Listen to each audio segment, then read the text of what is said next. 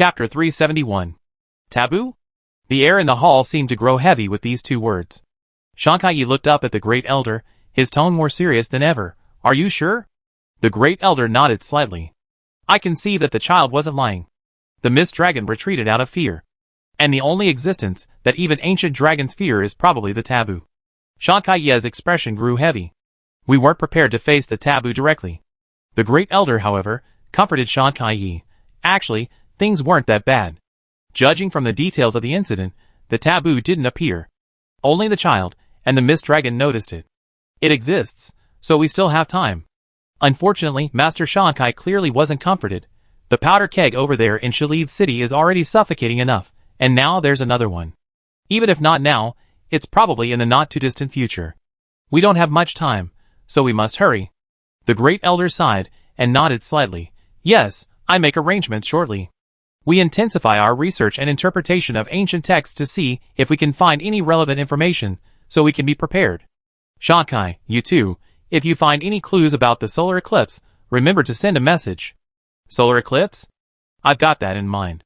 Actually, that child didn't bring all bad news. At least, he showed me the possibility of leveraging the power of other monsters.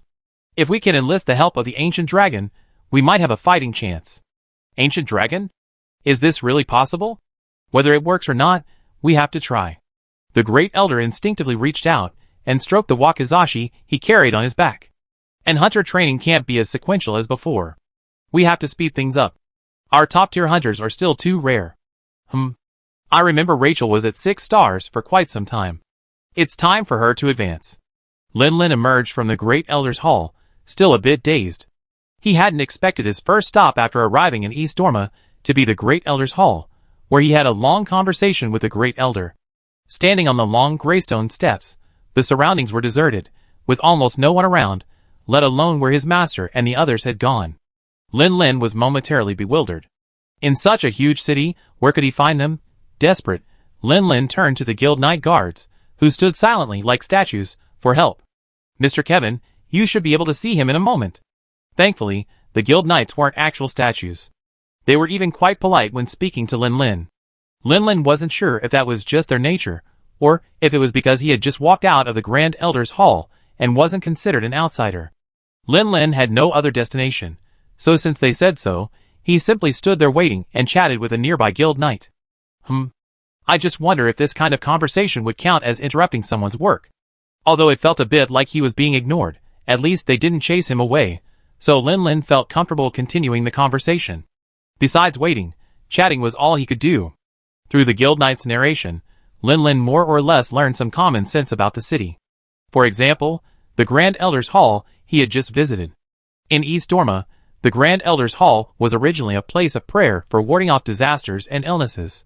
However, under the guidance of the Great Elder's philosophy that it is the Guard Corps that protect the streets, and it is the hunters that make them prosperous, this function of prayer was abolished and it became the political center and gathering place of East Dorma.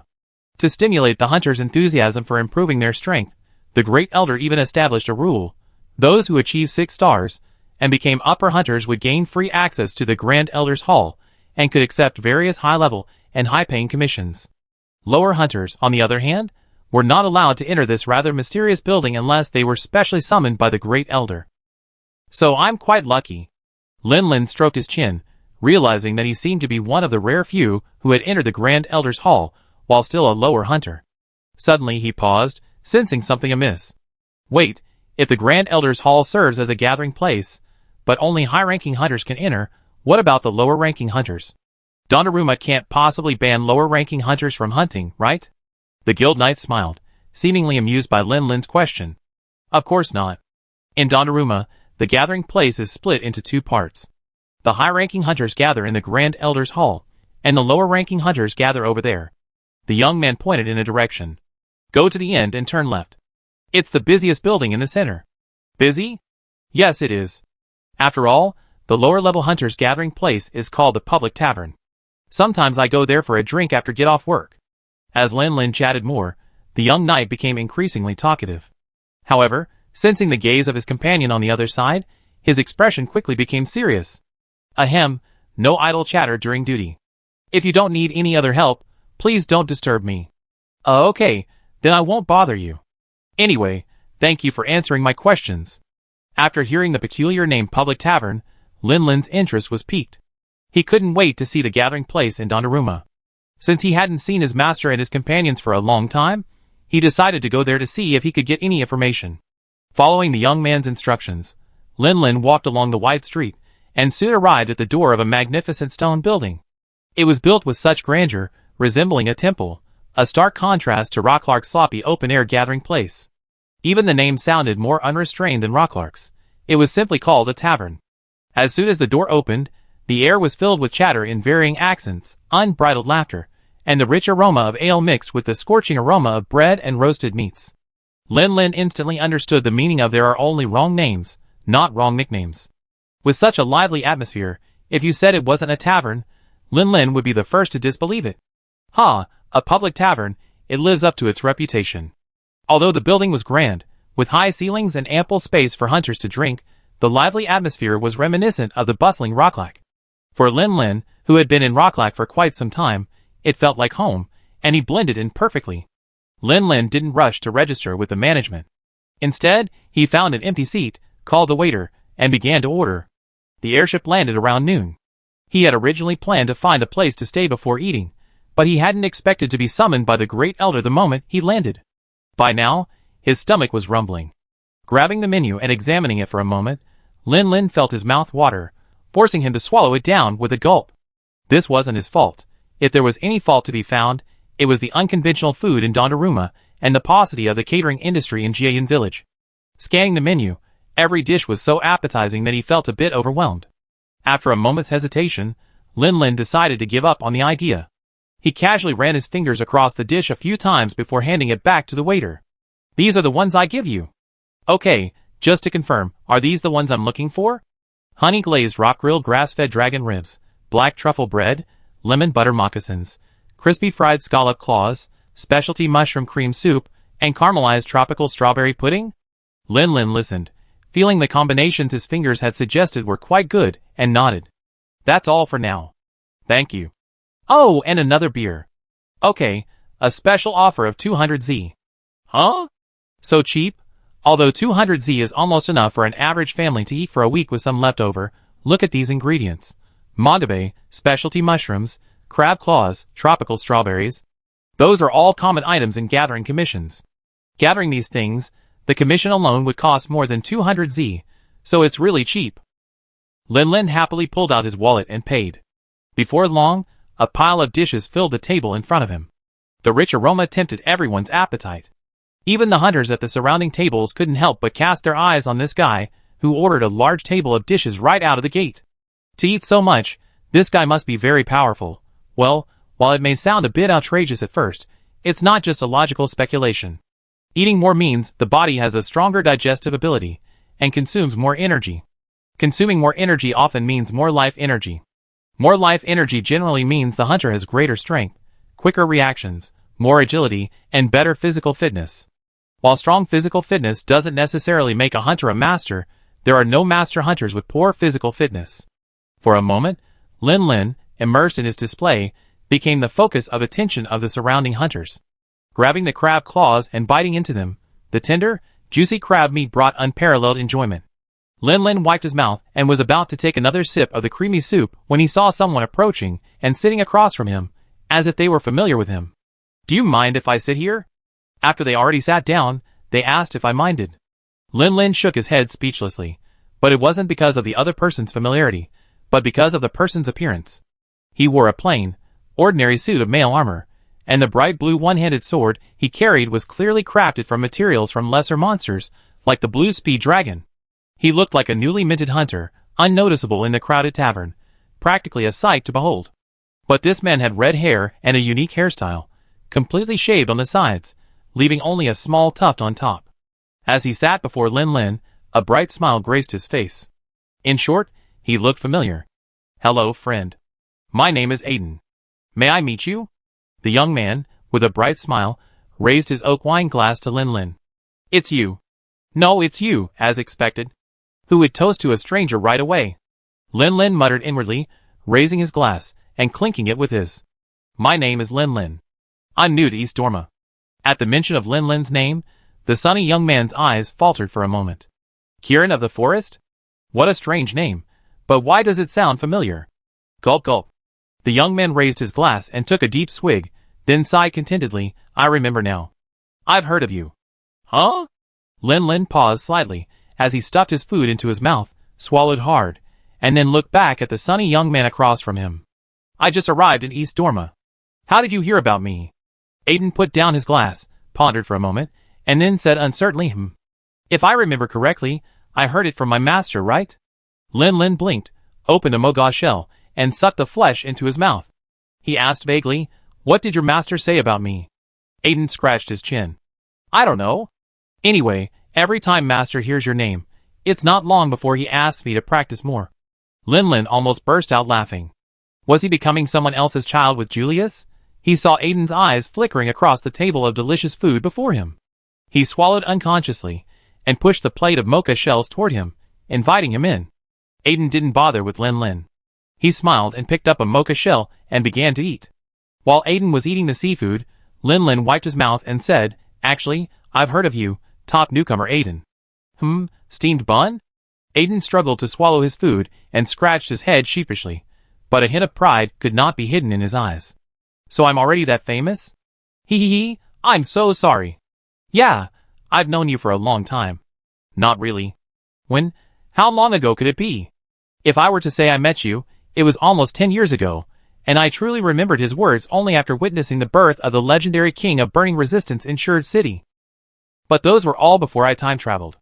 In this world, well, I first heard about it from the poster girl in Jieyun Village. There's a top newcomer in East Dorma, and his promotion is ridiculously fast.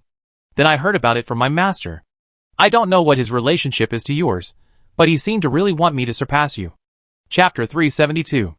Although he didn't chat with Kevin often, Lin Lin quickly discovered that his master seemed to have an inexplicable competitive streak, constantly comparing himself to Julius, from their promotion speeds to the time it took them to complete commissions, to their respective disciples.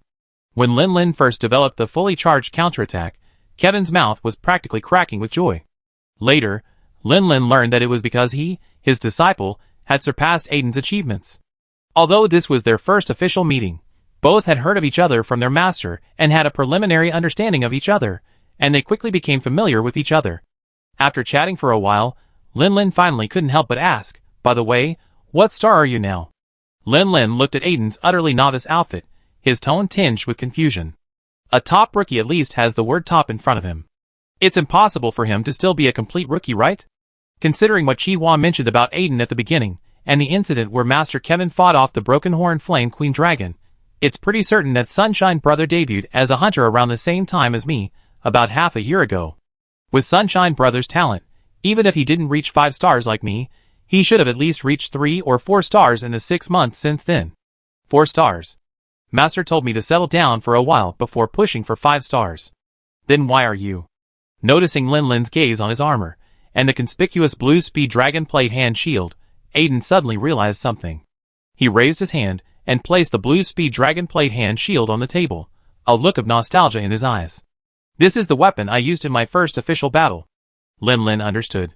So this is just equipment you're keeping for your collection? Yes, they accompanied me through that unforgettable battle. Keeping them helps me remember the lessons I learned. Lessons? Probably that battle with the Flame Queen Dragon. Speaking of which, Brother Yangwang had a rather tragic life story. When he was 7 years old, his village suffered a catastrophe, and he was the only one left alive. He struggled to escape and grow up in another village, only to encounter the Flame Queen Dragon's migration. Not only did 2 of his 5-man resistance team die, but they also relied on opening the floodgates to temporarily repel the enemy, ultimately destroying the village. Just thinking about it, you can imagine what a painful lesson that battle taught Aiden. Aiden didn't dwell on the past for too long. He quickly snapped back to his senses and turned to Lin Lin. What about you? The material for your gear seems to be from a Thunder Wolf Dragon, right? And this shield axe, if I'm not mistaken, it should be a Ceratopsian shield axe? To wear this gear, you must be at least 5-star, right? Lin Lin glanced down at himself, raising an eyebrow in slight surprise. He wasn't surprised that Aiden recognized the Ceratopsian shield axe. After all, the characteristics of Ceratopsian material were very easy to identify. He was surprised that he also recognized the material for a Thunder Wolf Dragon, even though the guild had only officially discovered the Thunder Wolf Dragon less than 6 months ago. It seems that in addition to training, Aiden has also been studying a lot of information on various monsters. I was promoted not long ago. The material for this Thunder Wolf Dragon armor was mainly obtained under special circumstances, and the Ceratopsian was killed in a group. Strictly speaking, I've never hunted a 5-star monster alone. Lin and Aiden didn't deliberately lower their voices, so the surrounding hunters could more or less hear their conversation. Lin's self-deprecating remarks caused everyone to retreat strategically. As expected, his appetite revealed this man to be a true tough guy. While they were still meticulously preparing for an opponent of the caliber of the giant bird-goat cuckoo, he was already setting his sights on the solo hunting map king. I thought the top rookie was already incredibly talented, but I didn't expect someone even more formidable. Whose general was this? A group of drunken hunters nearby were eager to watch the excitement, howling and cheering, hoping to see the two gifted monsters clash. Sadly, Aiden didn't do as they wished. He simply gave Lin a thumbs up, his expression filled with admiration. Haha, no wonder Master always assigns me extra training. I guess I have to work harder to catch up with you sooner rather than later. No, I've only advanced so quickly because of pressure. Back then, when Jian Village was facing a major crisis, I had no choice but to train so hard to protect it. Now that the crisis is over, I'm just planning on relaxing. It seems pressure is really the best motivator. Aiden shook his head and sighed. Drinking the beer in his glass in one gulp, Aiden slammed it down on the table and let out a long sigh. I've decided. I'm going to challenge the fire dragon. Huh? Lin was stunned. No, buddy, isn't this a little hasty? Didn't you just say you needed to calm down? Seeing Lin's shocked expression, Aiden shook his head, feeling both amused and embarrassed. I didn't say we were leaving right now. He leaned back slightly, his gaze turning towards the quest counter. Actually, I've been sitting still for quite some time now. I've been wondering when I officially challenge a 5-star monster, and what monster would be best to face then. I'm a top rookie. If I hesitate any longer, the gap will widen even further, right? I don't want to disappoint Master. Lin breathed a sigh of relief. It's okay. I almost thought you were going to rush over and take the commission. Do I look like someone who's just impulsive and reckless? Lin remained silent, staring at Aiden. Aiden scratched his head, his voice less assertive. Before studying with Julius, he certainly seemed like that. If it weren't for his recklessness, those two wouldn't have died. Well, maybe a little, but I've changed now. After studying with Master for so long, he's definitely honed his character. Yes, okay, I've changed. Lin nodded repeatedly, at least on the surface, completely believing Aiden's words. After chatting for a while, seeing that Aiden seemed a little restless, Lin took the initiative and said, I just arrived in Donnarumma, and haven't moved the event here yet. Should we go to the quest counter and take a look? Donnarumma's gathering hall is very large, with 70% of the space reserved for the tavern's dining area. However, this doesn't mean that the quest counter area is reduced. In fact, Donnarumma's quest counter is much more spacious than Locklark's, and there are 3 receptionists in charge. While Lin was checking in, Aiden had the guild girl help him sort through hunting commissions. Although his target was a 5-star male rat halos, if there were no emergency commissions, he would have to continue accumulating 4-star missions, and then apply for the promotion exam once he reached the required number. Lin completed the process quickly. When he retrieved his hunter's notebook, he saw Aiden still struggling with which commission to choose. No emergency commissions? How could there be so many emergency commissions? Sigh, I just have to try and find a 4-star one. Let me see. 2 more missions away from applying for the promotion exam? Lin leaned over to take a look. Sure enough, this was Donnarumma, the guild's headquarters. The number of commissions was unmatched by Jianyanhua or even Lokrak. Transformed ice sharks, snake dragons, nightbirds, female rat halos, general scythe crabs, black wolf birds, strange dragons. Many of these monsters were ones Lin had never encountered before. Seeing them piqued his interest and the desire to challenge them himself. Huh? The peach-haired beast king is actually rated 4 stars? This pink-haired gorilla, aside from being a master at thesis defense, is actually pretty weak, right? Could it be that it was upgraded to 4 stars because it's so awful that hunters don't want to fight it? Let me see. Is it in the Matapi jungle? That's pretty close, just southwest of East Daruma, only about 7 days round trip. Then this one. Looking at Aiden's resolute and decisive choice of the peach-haired beast king, Lin was filled with awe. If there was one 4-star monster among these that Lin Lin wouldn't touch, it would definitely be the peach-haired Beast King. He'd rather fight Black Madman and Black Wolf Bird for 300 rounds than attempt to hunt this ultimate dung monster. Aiden had chosen his mission, and was about to head back to gather his supplies before setting off. He said goodbye to Lin Lin and left the tavern. Lin Lin was also itching to take on a commission or two, but he just landed and didn't even know where he lived, so he suppressed his urge for the moment and decided to see if he could find the guild's management to find out where his companions were. But before he could say anything, he glanced over and saw Aiden push the door open as a group of 3 people, plus a feline, walked in. The female hunter in the lead excitedly introduced them to the others. This is the East Dorma gathering place. Hunters call it the tavern. Lower-level hunters gather here. If you need to register, go to the mission counter over there. Cheyenne was talking when she suddenly paused.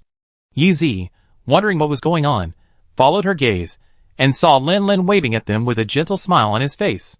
Lin Lin couldn't help but sigh at his good fortune at meeting his teammates again in the popular tavern. Now that they were reunited, Lin Lin wasn't in a hurry anymore. He simply sat back down at the round table and ordered another super deluxe set meal. He had just finished eating, but Yi Zi and the others had been busy all day and were starving. The food here was delicious, perfect for filling up. The 4 of them sat around the round table.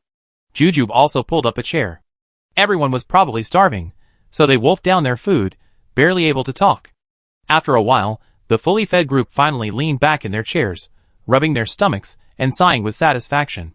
Lin Lin took a sip of beer from his glass. So, while we're in East Dorma, we be staying at Xuan's?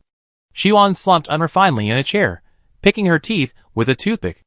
Don't worry, my place isn't big, but it's plenty room for the 4 of us. Even the jumping Guga and the others can squeeze in. Breath popped a berry into his mouth, biting it open, juicy juice splattering. Who would rent a hunter's hut when we have a big villa? Are you too cramped? Lin Lin shrugged. No problem. Yi Zi, having eaten his fill, took out some honey bait to feed Xiao Jia, then joined in the conversation. Brother Lin Lin, I saw this when I was packing. There's plenty of space. 4 floors are perfectly livable. Ziyuan said that aside from the 2 rooms on the first floor, which were reserved for storing supplies and ammunition, the other 3 floors could be allocated as we pleased. Ziyuan raised her hand and added, I forgot to mention, I want the top floor so I can gaze at the stars through the skylight at night. Lin Lin curled his lips. It's up to me. Just assign me the remaining rooms. I haven't been to the scene, anyway.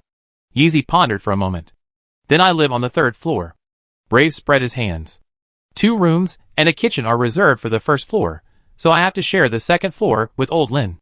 Lin Lin didn't mind. As a hunter, he could sleep peacefully in the wild, whether the ground was his bed or the sky was his blanket. He didn't care about the room allocation at all. He was concerned about something else. Now that we've found a place to stay, shouldn't we consider our next plans? Hunting, and more hunting? Brave nodded in agreement. As a 4.5-star hunter, he long wanted to fill that half-star spot, but he'd been struggling to find suitable commissions. While he could easily take on 5-star missions alongside Lin Lin and the others, seemingly without any setbacks, the feeling of being inexplicably outclassed was unpleasant. Ziyuan had a slightly different opinion. Perhaps, besides hunting, we could have some other plans, like traveling? Ziyuan loved to play the game, seek excitement, and have fun, something Lin Lin and the others had long known. Since their accommodations were provided by Ziyuan, the 3 of them exchanged a glance, none arguing. Of course, no one agreed. Finally, Yi Zi summarized everyone's opinions. Hunting is important, but we shouldn't just focus on fighting. That would strain our spirits too much.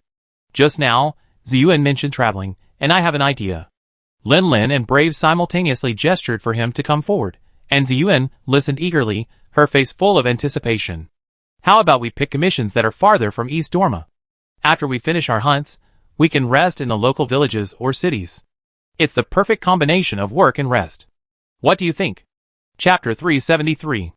I think it's possible. I have no problem with that either. The 3 exchanged glances, unanimously approving of Yezi's proposal. By the way, even though we've decided on the next plan, can we slow down a bit? Shine offered a small suggestion. After all, we just got back from Rocklac.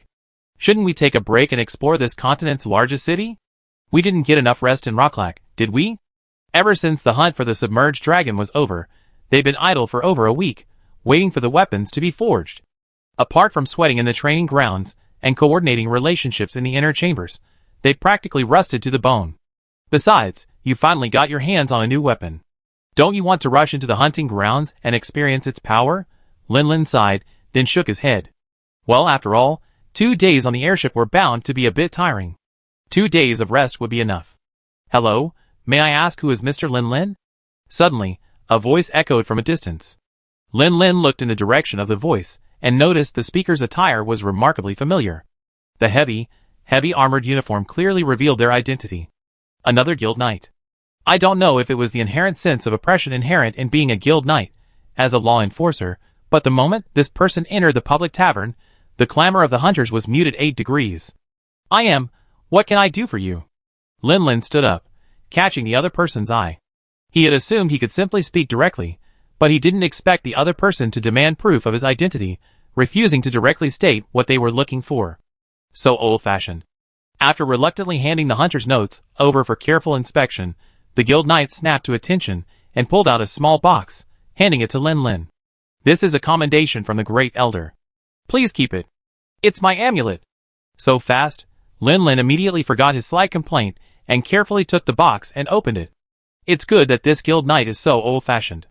If he weren't a little more old-fashioned, what if he gave the item away without verifying the identity? What if something went wrong? This is a queen-level amulet. Look at this exquisite amulet, shimmering and emitting a faint light like breathing. It's a huge difference from the knight-level amulet he usually carries, which has the heat resistance buff. May I ask what the protection of this amulet is? The guild knight, who had always been very formal, now smiled slightly. This amulet is perfect for you shield axe wielders, and of course, /axe wielders. Unlike the great elder, who kept things in suspense, he launched into the explanation without pausing. It provides 2 protections. One is high-speed transformation, which applies a weak energy field to the weapon, reducing unnecessary friction within the weapon's components and shortening the time it takes to transform. Cheyenne, who was listening in, asked curiously, "It sounds like this protection should work on all weapons that need to fold and unfold, right? Like my heavy crossbow, hunting bow, musket, and spear?" From the moment he heard the words high-speed transformation, Lin Lin had already removed his original heat resistance amulet and replaced it with a new queen-grade amulet, fondly playing with it. Hearing Xuan's question, he casually replied, "But only the shield axe and slashing axe need to constantly transform back and forth during combat. If you were to use it, high-speed transformation would become a sword sheathing technique, and the effect wouldn't necessarily be as good as the original sword sheathing technique." After saying this, Lin Lin turned his expectant gaze to the guild knight before him. "You just said it has 2 perks. One is high-speed transformation. What about the other one? Could it be artillery? Or perhaps defensive properties, enhanced blocking? The other perk is concentration, which allows the hunter to mobilize life energy more efficiently, thereby accelerating the charge. It's said that for shield axes, the concentration perk allows the charged sword to absorb more energy with each attack. Increased charge speed? Then this perk should be perfect for great swords, right?" Brave examined the amulet in Lin Lin's hand, a look of envy on his face. "Damn it! We agreed to go to the volcano together to mine for amulets, and now I don't even have a decent one. How did you manage to get such a good one? Actually, if it weren't for the low activation level of concentration, even with a less common skill high-speed transformation, this amulet would have been claimed by the great sword users long ago." Brave's eyes lit up. "Wait, claim? So besides mining and alchemy ourselves, we could also apply for amulets from the guild? Is there such a good deal?" "Of course we can. However, the prerequisite for applying is sufficient contribution. A good amulet can greatly enhance a hunter's strength. Yi Zi has always been interested in becoming stronger. So what counts as a contribution? Does completing a commission normally count? There are many ways to contribute." The 4 of them looked at the guild knight, but seeing he didn't move his mouth, they lowered their gaze slightly. Behind him walked a thin, elderly dragon man, a pipe in hand. He had just said the words, "Mr. Manager." The guild knights, upon seeing the old dragonman's appearance, immediately bowed. Lin Lin and the other 2 were bewildered. Where had this Mr. Manager come from? Who was he? Cheyenne had, after all, been active in East Dorma for a while. She lowered her voice and introduced the 3. This old man, like the mustache-faced President Rocklark, is essentially a branch president. It's just that to distinguish him from the Grand Elder, who is the head of the entire Hunter Guild, everyone calls him the Guild Manager. "I see. This guy is in charge of the public tavern, while the Grand Elder is in charge of the Grand Elder Hall. This guy, like the other guild leaders in the region, is under the jurisdiction of the Grand Elder Hall, right? Lin nodded in understanding, quietly studying the old dragon man, who seemed to be squinting, as if dozing. If dragon men shrink in size according to their age, then the guild manager before him should be the oldest of the group. Compared to him, the mustache-faced President Rocklark could almost be considered young. Alright, go back. I take care of the rest. The guild master whispered to the guild knight, who then said nothing more, saluted, and quickly left. As soon as he left, the suppressed noise in the tavern immediately erupted again. Haha, the hunters are used to being laid back. They're all uncomfortable with that kid here. The old dragon man shook his head, found a table, and sat down so he could look Lin and the others in the eye. Where were we? Oh, by the way, completing commissions does count as contributions, but ordinary commissions have a lower weight in the calculation. Without waiting for Lin and the others to question him, he tapped his pipe lightly and took a deep drag. As for the higher contribution calculations, emergency missions in critical situations, special missions under unique circumstances, and assigned missions only for high-ranking hunters all carry a higher weight. Besides that, there are many other ways to contribute. Take this kid. The information he provided is very important, so of course, that counts as an important contribution. Also, if you've unearthed some high-quality amulets but don't need them yourself, you can give them to the guild in exchange for something of equal value, or count them toward your contribution and apply for a new amulet you need, and so on. Yi Zi and the other two turned their gazes to Lin. So, he got this amulet just for providing important information? But weren't they basically all together? What other important information was there that he didn't know? Huff. The guild leader chuckled twice. Perhaps because he'd been spending so much time with the Great Elder, his laugh was quite similar to his. He walked up to Lin and patted his arm vigorously. Young man, the Great Elder has high hopes for you. Keep working hard. With these words, the guild master, hands behind his back, staggered back to the counter, found a comfortable corner, and dozed off immediately. After the guild master left, Lin, the other two, and the cat resumed their sitting position around the table. Yi Zi looked puzzled. Brother Lin, what did you say? How did you provide important information? Lin, still fondly fiddling with the new amulet in his hand, felt a little bewildered. I provided important information? Oh yes, although the Great Elder said it was a reward, it was indeed because I provided information. Nothing much, just some speculations about this thing. Lin held the Guardian Stone in one hand, and the Bonding Stone in the other. The sky-blue glow of the Bonding Stone seemed much brighter in comparison. Although Lin hadn't specifically taken out this item to explain it to his teammates before, he hadn't been hiding it either. Now that the topic was brought up, Lin simply recounted everything he had told the Great Elder. Of course, he limited himself to the details related to the Heart Voice and the Bonding Stone, and didn't put all the blame on the Bonding Stone. The Great Elder had specifically instructed him to keep the taboo strictly confidential. How could you have kidnapped Tayo so easily? I always thought I was just unlucky, and couldn't meet my own Tayo. Brave grumbled with a look of regret. No wonder Brother Lin can communicate with them so easily. Yi Zi tried to act as if she suddenly realized something, but after long-term contact, she already guessed about 70% of it. Now that Lin had confirmed it, she wasn't surprised at all. Only Ziyuan had a look of doubt on her face. Who am I, where am I, and what am I supposed to do? After all, she was the last to join the team, and she hadn't had much contact with Lin. After all this talk and discussion, time slipped from noon to evening, and it was time for dinner.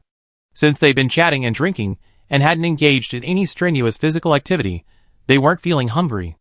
They ordered a few snacks to enjoy, then packed up a few large pieces of raw meat, and returned to Ziyuan's residence. After 2 days of being cooped up on the airship, the surroundings changed dramatically upon landing. The familiar desert had completely vanished, replaced by a landscape of gray tiles and stone bricks. Tayo was fine, having already adapted to the situation, seeing it as nothing more than a new territory. But Gujia felt a sense of unease.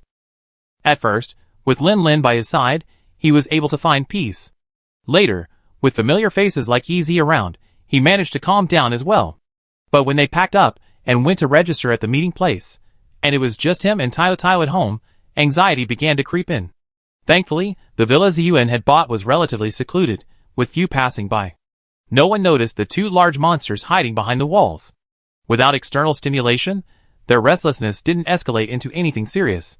The dragon and the insect waited peacefully until Lin Lin and his group returned.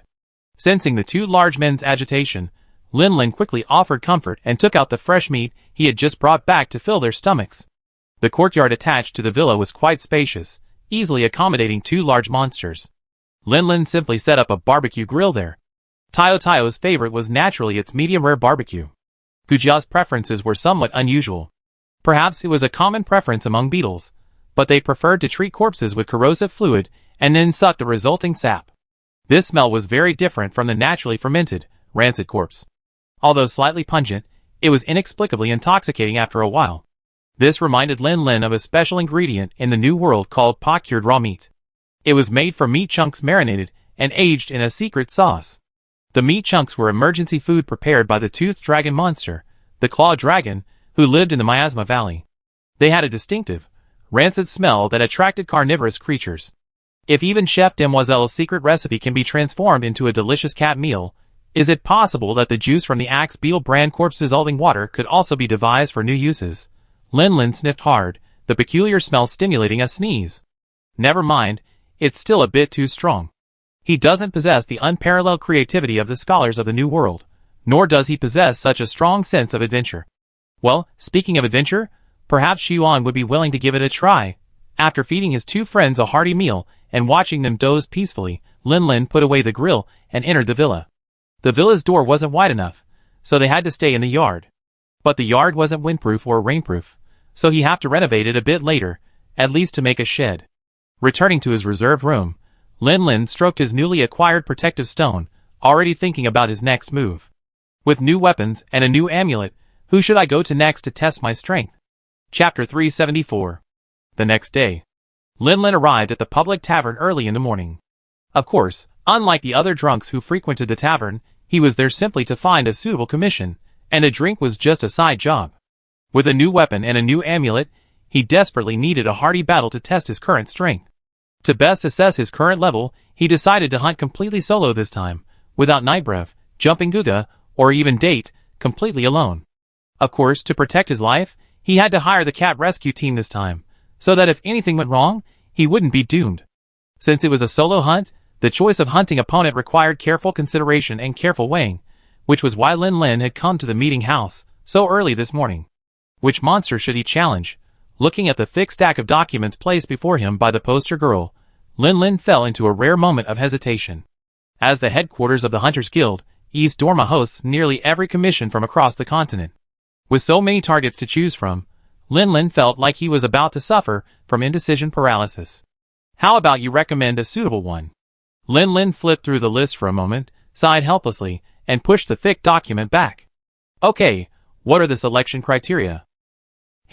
Not really. Just a 5-star rating, and a slightly remote location. Ideally, after hunting, I can relax and enjoy a trip to a nearby village. Lin Lin was greeted by a rather mature-looking signage lady. Judging from her appearance, Lin Lin estimated that she was 7 or 8 years older than him, already in her late 20s.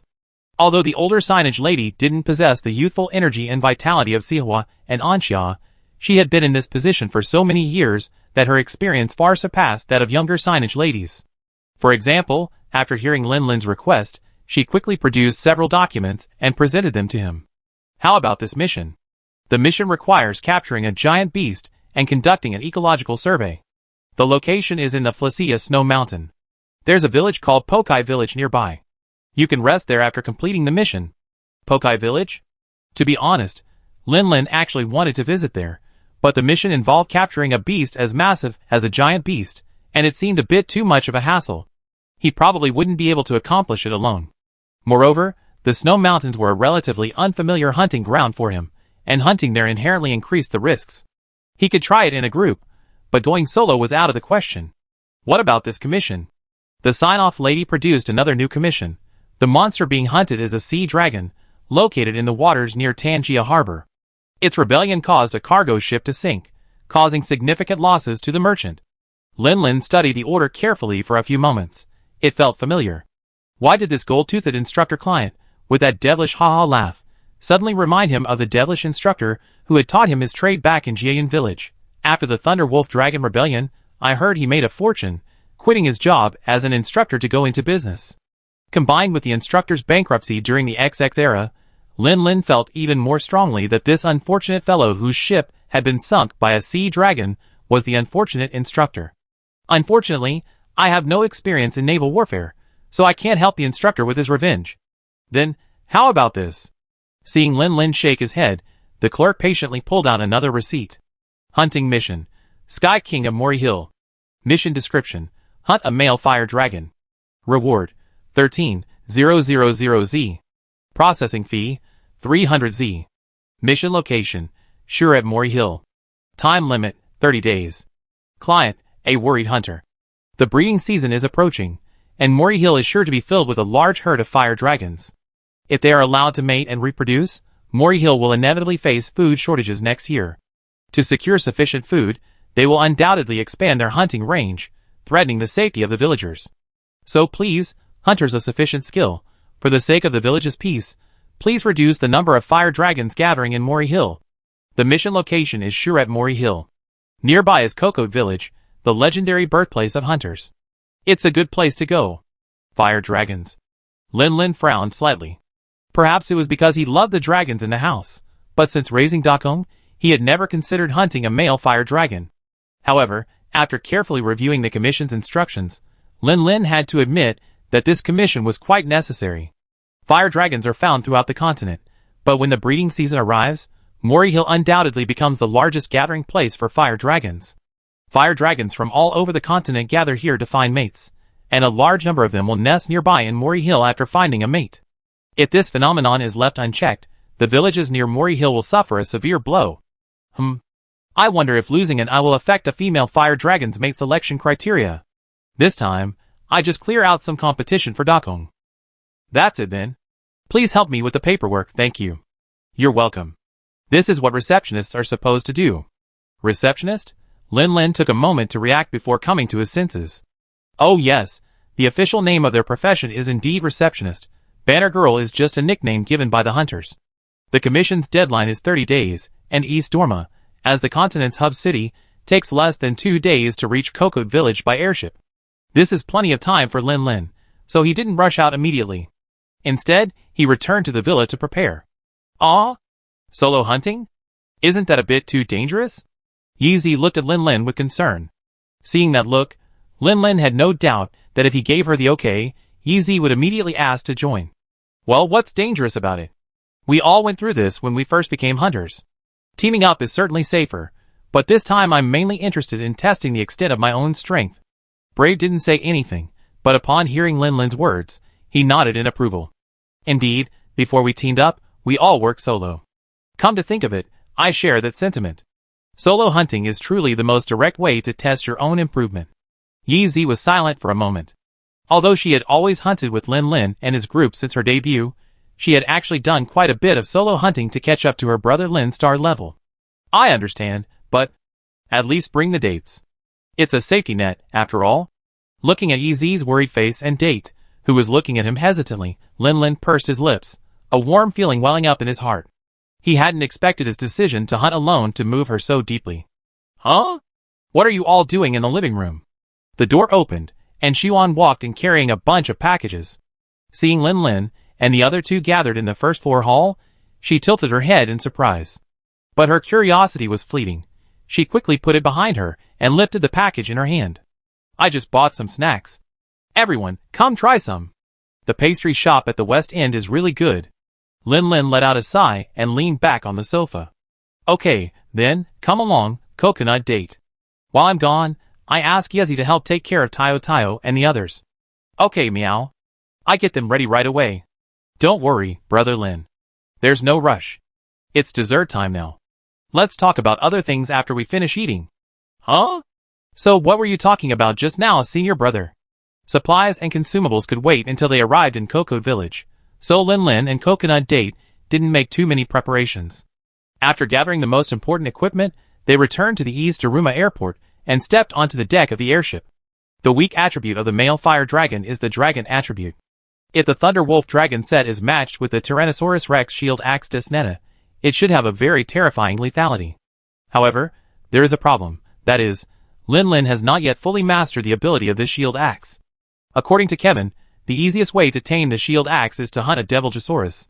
Instead of resorting to trickery like relying on a storm dragon, a head-on confrontation is the way to go. After winning, mastering the shield axe will be a piece of cake. However, Lin Lin felt he was far from ready to challenge a Deviljosaurus. So, as Kevin suggested, he could only spend more time daily to gradually adapt. Even after a year or two, he could achieve similar results. However, Lin Lin's training had only just begun, and he still had a long way to go before he could truly use it in combat. Therefore, for this hunt, he only brought his Ceratopsian armor and shed his Thunder Wolf suit for his transformed Ice Shark suit. While this suit's fire resistance was negative, just like its lightning resistance, the negative was not as severe. He also added a few fire-resistant beads to replace the swamp crossing beads, giving him decent fire resistance. At least, he wouldn't have to worry about being scorched by a blast of fire. Compared to Lin Lin, Yeza wasn't so particular. He chose armor with high protection and weapons with high damage, but in the end, he chose the Thunder Wolf Dragon Cat armor and Thunder Wolf Dragon Cat sword. 2 days later, when the airship landed, Lin Lin finally saw the small village known as the Hunter's hometown. Just like what he had seen in the game, while the real Cocoed village wasn't as small as in the game, it wasn't actually very spacious either. At first glance, it looked a bit gray, quiet and simple, like any ordinary village you find anywhere. Lin Lin had anticipated this, but Date looked a bit disappointed. After all, this village was said to have been founded by the legendary hero Cocoed, the world's first hunter, a powerful hunter who had once slain the mountain dragon. How could a village he founded be so unassuming? Date even suspected the airship had encountered fog and veered off course, landing in some unknown village. It's not much different from what I imagined. Date looked at Lin Lin in surprise. Boss, you don't seem to have any expectations for this hunter's hometown, meow? Lin Lin smiled and shook his head. Actually, I do. It looks a bit more impressive than I imagined. Even more impressive than I imagined? Boss, just how shabby did you imagine Cocoed Village to be? Date grumbled bluntly, while Lin Lin's eyes flickered with nostalgia. As the first settlement to appear in the Monster Hunter series, Cocoed Village boasts a rather simple design, with various settings intended as a testbed. Even after its HD return in XX, it remains remarkably simple compared to the other villages. Those design flaws clearly don't align with the real Monster Hunter world. While Cocoed Village appears relatively plain, in reality, it's simply flat. Beyond the village's buildings, vast expanses of rice paddies stretch out. From the airship, one can occasionally spot figures working in the fields. Although it may seem unassuming, this village is vibrant. Let's go meet the village chief. Stepping off the airship's deck, Lin Lin and Yeza walked along the main road into the center of the village. Although Cocody Village wasn't large, hunters frequently visited due to Cocody's reputation as a hero. Therefore, the villagers were accustomed to the hunter's presence and weren't particularly surprised, at most glancing curiously at their gear. Walking towards the center of the village, a few rows of wooden tables and chairs stood nearby, resembling a small restaurant. The restaurant didn't seem to be doing very well. Even though it was lunchtime, there weren't many customers. Only 2 hooded hunters, one red and one black, sat at a table near the side, laughing and chatting happily as they ate. Jujube rubbed his stomach and glanced at Lin Lin. Boss, there's a restaurant over there. How about we eat first? Are you hungry? Lin Lin raised an eyebrow. It just so happens that I'm a little hungry too.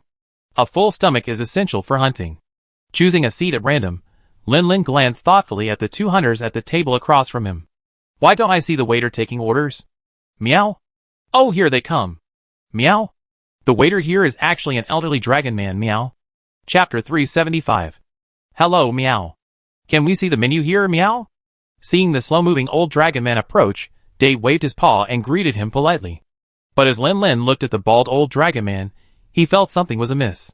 Having been in this world for so long, he's seen quite a few dragon men, most of whom were elderly, shrinking from age.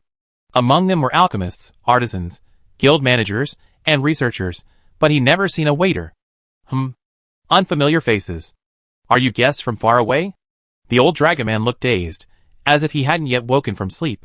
He rubbed his eyes, examined the man and the feline, then pulled a thin menu from the table beside him and placed it in front of Date. Yes, meow. My boss and I flew here from East Dorma, meow. Date took the menu and thanked him. However, it didn't even bother looking at the menu, simply pushing it to Lin Lin while it casually chatted with the old dragon. Dondaruma? That seems quite far. The old dragon man spoke in a gentle, leisurely tone. Coconut had never encountered such a tone before, and for a moment, they were quite engaged in conversation. It's quite far, meow. It took us over 2 days on the airship. We just got off the airship not long ago, meow. Is that so? No wonder you look so tired. Lin glanced at the dragon man and Elu, who were chatting happily. After a brief moment of reflection, he came to his senses. Dragonites are still much rarer than humans, and aren't found everywhere. Elderly dragonites often hold important positions due to their vast knowledge and experience. Kokoti village isn't a major city, so how could a dragonite be working as a waiter here? Besides, Kokoti village isn't large. Besides the village chief, Lin didn't seem to recall any other dragonites. This meant the man before him was most likely the village chief, the legendary hero of Kokoti. He simply didn't look like a powerful figure. He looked like an old man from the neighborhood, dozing off in the sun and chatting away. So why did you come all the way to this small village? We're here on a commission, meow. If we don't reduce the number of fire dragons in Moriyama beforehand, the village could be in danger next spring, meow. This wasn't something to be kept secret. Since the other person was curious, Date gave a casual answer. Just the two of you? The old dragon man's previously languid expression finally showed a slight ripple. Just one man and one cat, and they were confident enough to hunt the Sky King, and they looked so young. It truly is true that every generation has its own talents. Yes, just me and Date, testing our own strength. Old man, you've lived around here for quite a while, right? Are there any special precautions when hunting in Marikyu? Lin had already ordered his food and joined in the conversation. Of course, when he said order, he simply chose 2 set meals. After all, it was just a small restaurant, and it couldn't offer ingredients from all over the continent like East Daruma. Lin's only concern was to be full, and it would taste better than the food he brought with him. I'm just an old man. What useful advice can I offer? The old dragon man gave a bewildered expression, leaving Lin speechless. You're really good at playing dumb. You must be the chief of Kokot village, the legendary Kokot hero, right? If you're just an old man, then where are the ordinary people in this world?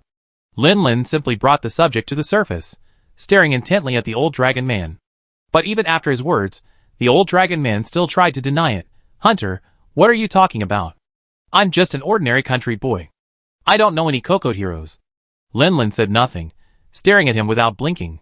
If he had truly been mistaken, he would have been fiercely refuted by now, not trying to get away with it with this vague and ambiguous explanation. Okay, but it's not really a suggestion. It's just a little tip from a country bumpkin who's lived in this village for many years. The old dragon man, frustrated by the stare, finally couldn't pretend anymore. He rubbed his head, muttered something, and turned his gaze to the northwest. Don't go too far west. As long as you don't go west, if you truly have the skills to challenge a fire dragon, navigating Sinchio will be pretty much a breeze. From the moment Lin brought the topic to the forefront, Coconut Date's mouth dropped open, completely stunned by the revelation that the befuddled old dragon man he'd been chatting with for so long was the legendary hero of Kokot. His CPU nearly exploded. After a long pause, Coconut Date finally regained his composure and humbly asked, "Excuse me, why can't we go west? What monster is more terrifying than a fire dragon, meow?" It's not a monster, it's an ominous sign. The old dragon man spoke in a mystical tone, like a country bumpkin who didn't understand science and believed in superstition.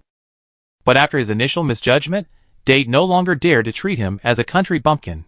He repeatedly asked, "Can you please explain in detail?" The old dragon man tugged at his beard in distress. There's really not much to say.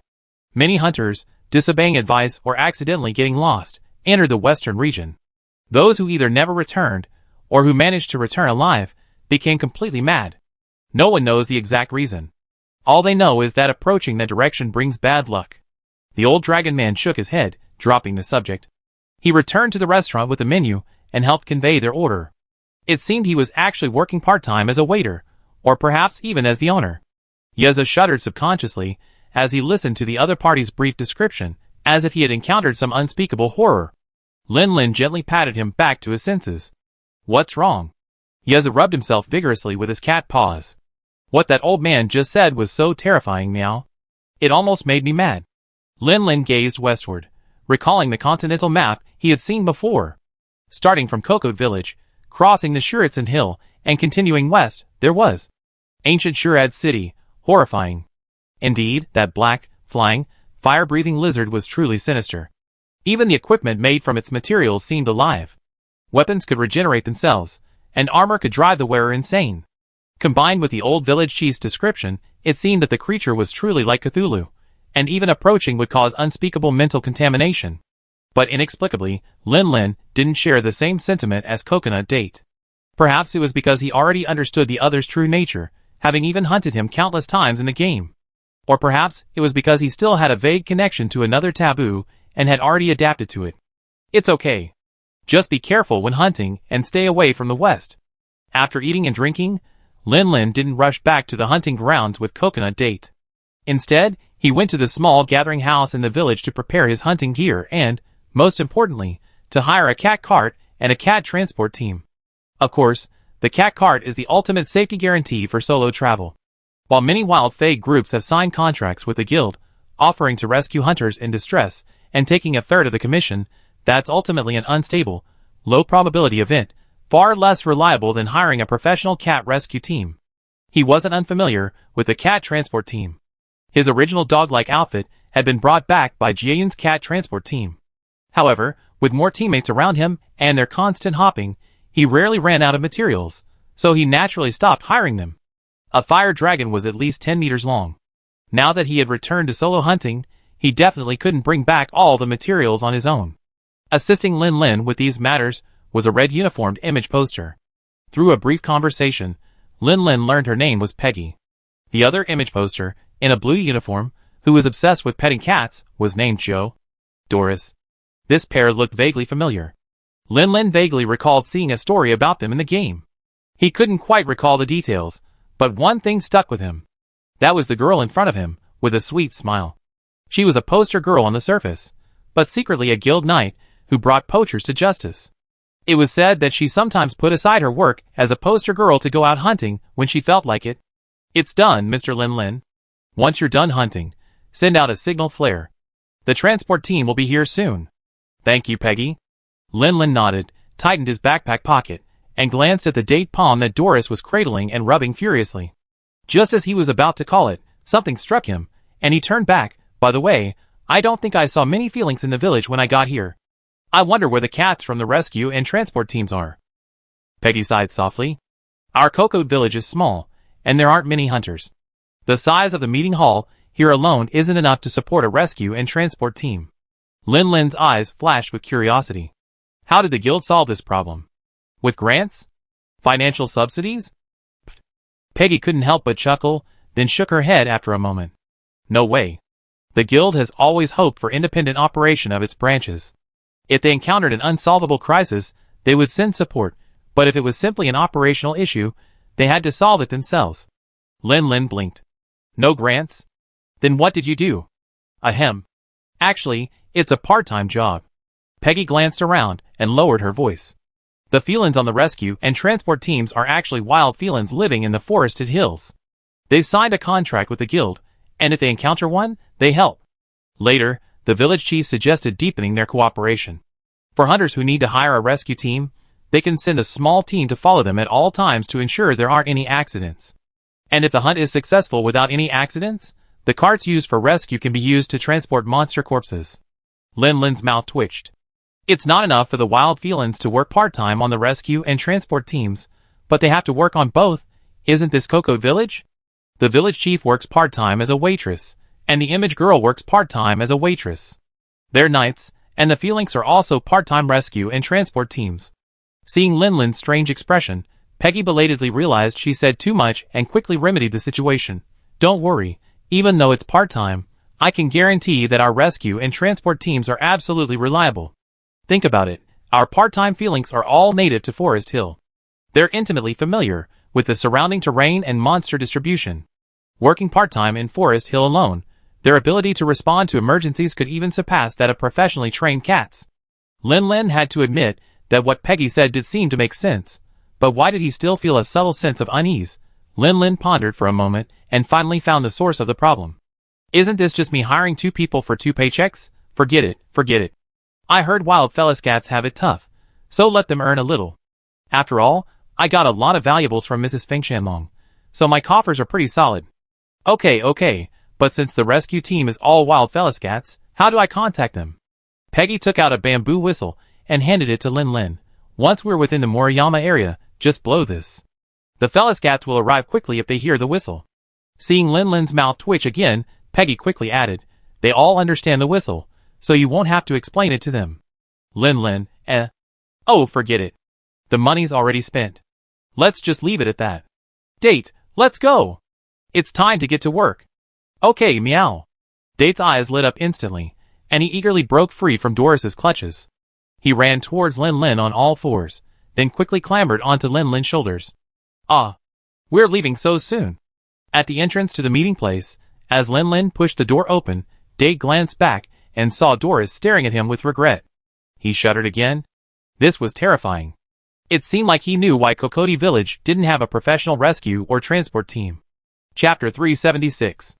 The eastern part is dominated by hills, while the western part is covered with dense forests and mountains, hence the name Sincho.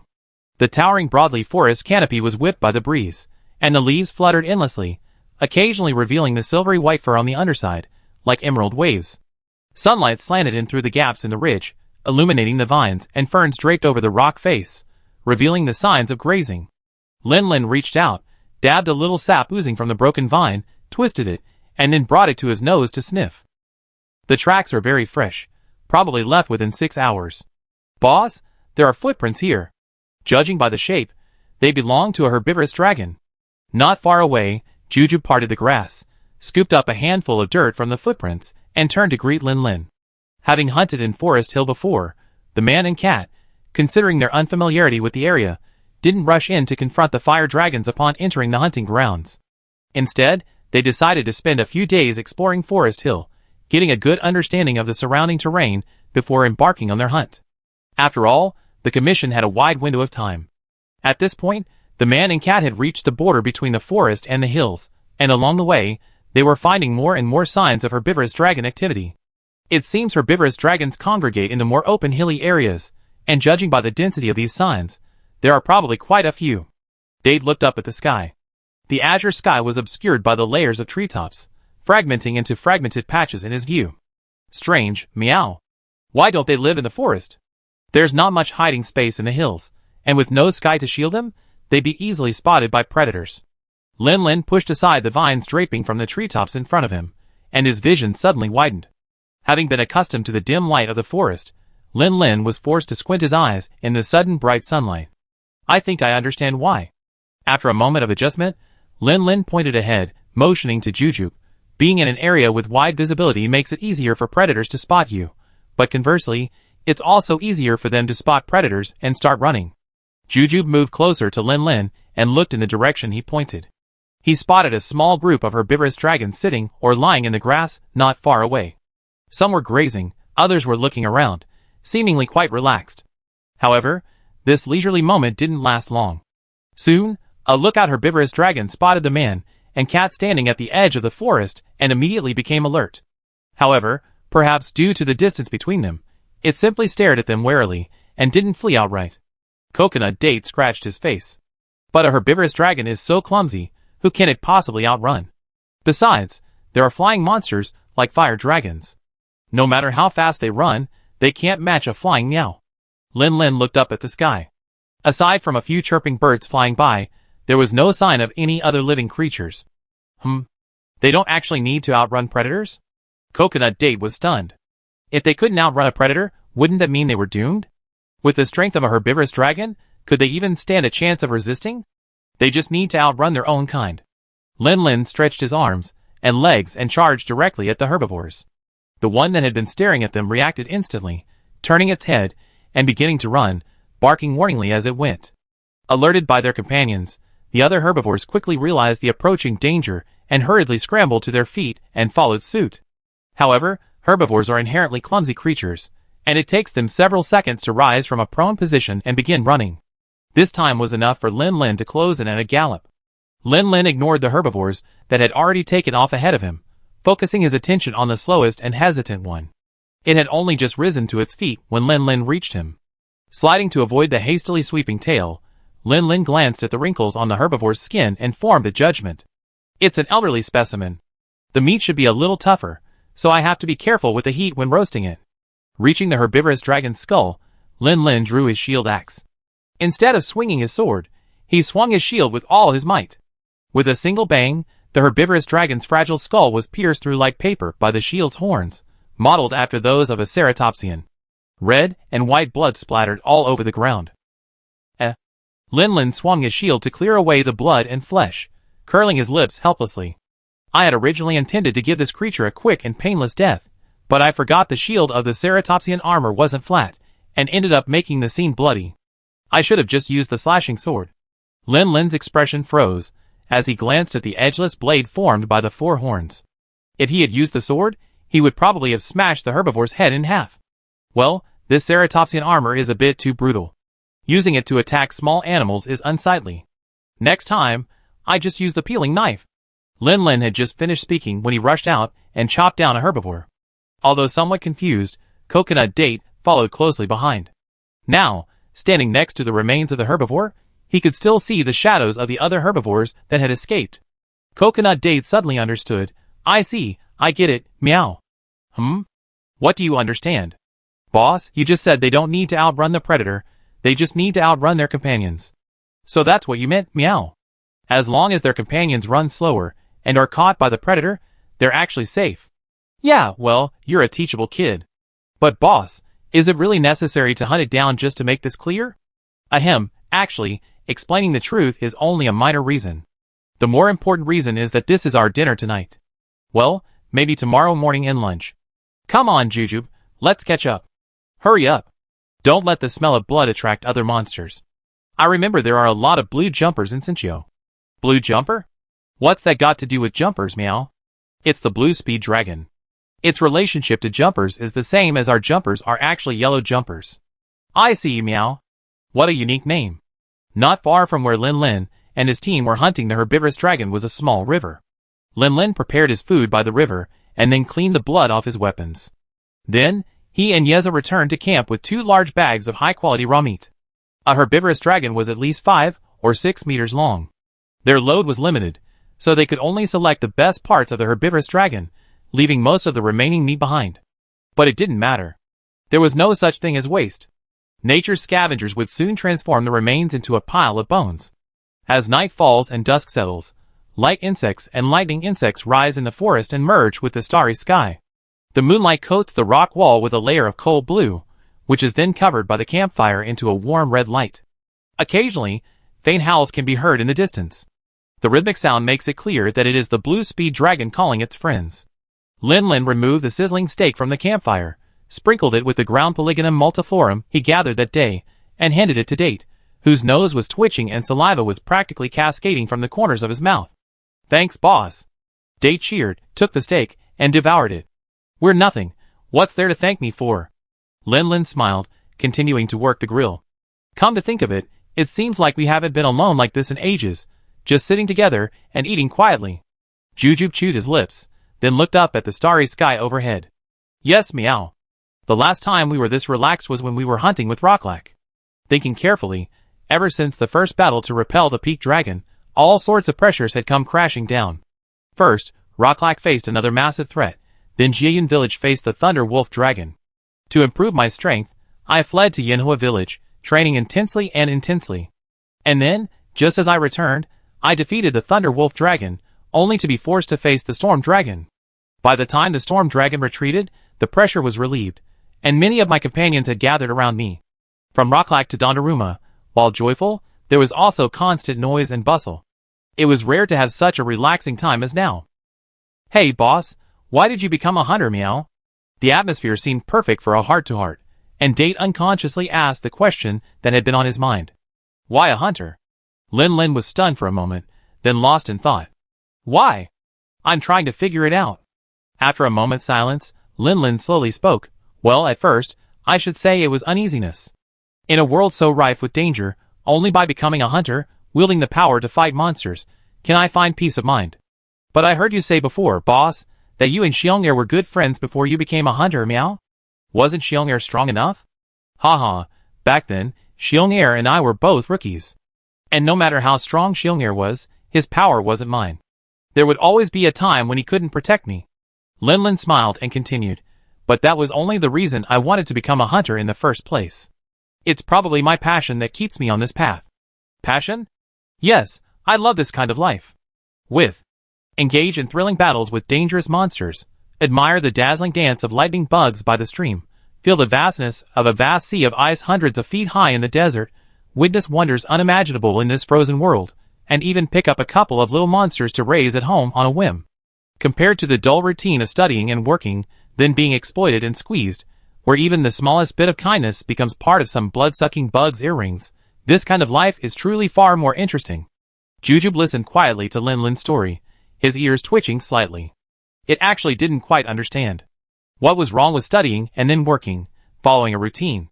Having grown up in Rock Lark, it had encountered many fellow orcs who had moved to the city because they couldn't survive in the wild, but it had rarely seen anyone who, tired of city life, turned to hunting for excitement. Well, only Cheyenne could be considered one. What about you, Date? I remember you knocking on my door in the dead of night, wanting to become a hunter. What were your thoughts? Meow. Coconut Date scratched his whiskers awkwardly.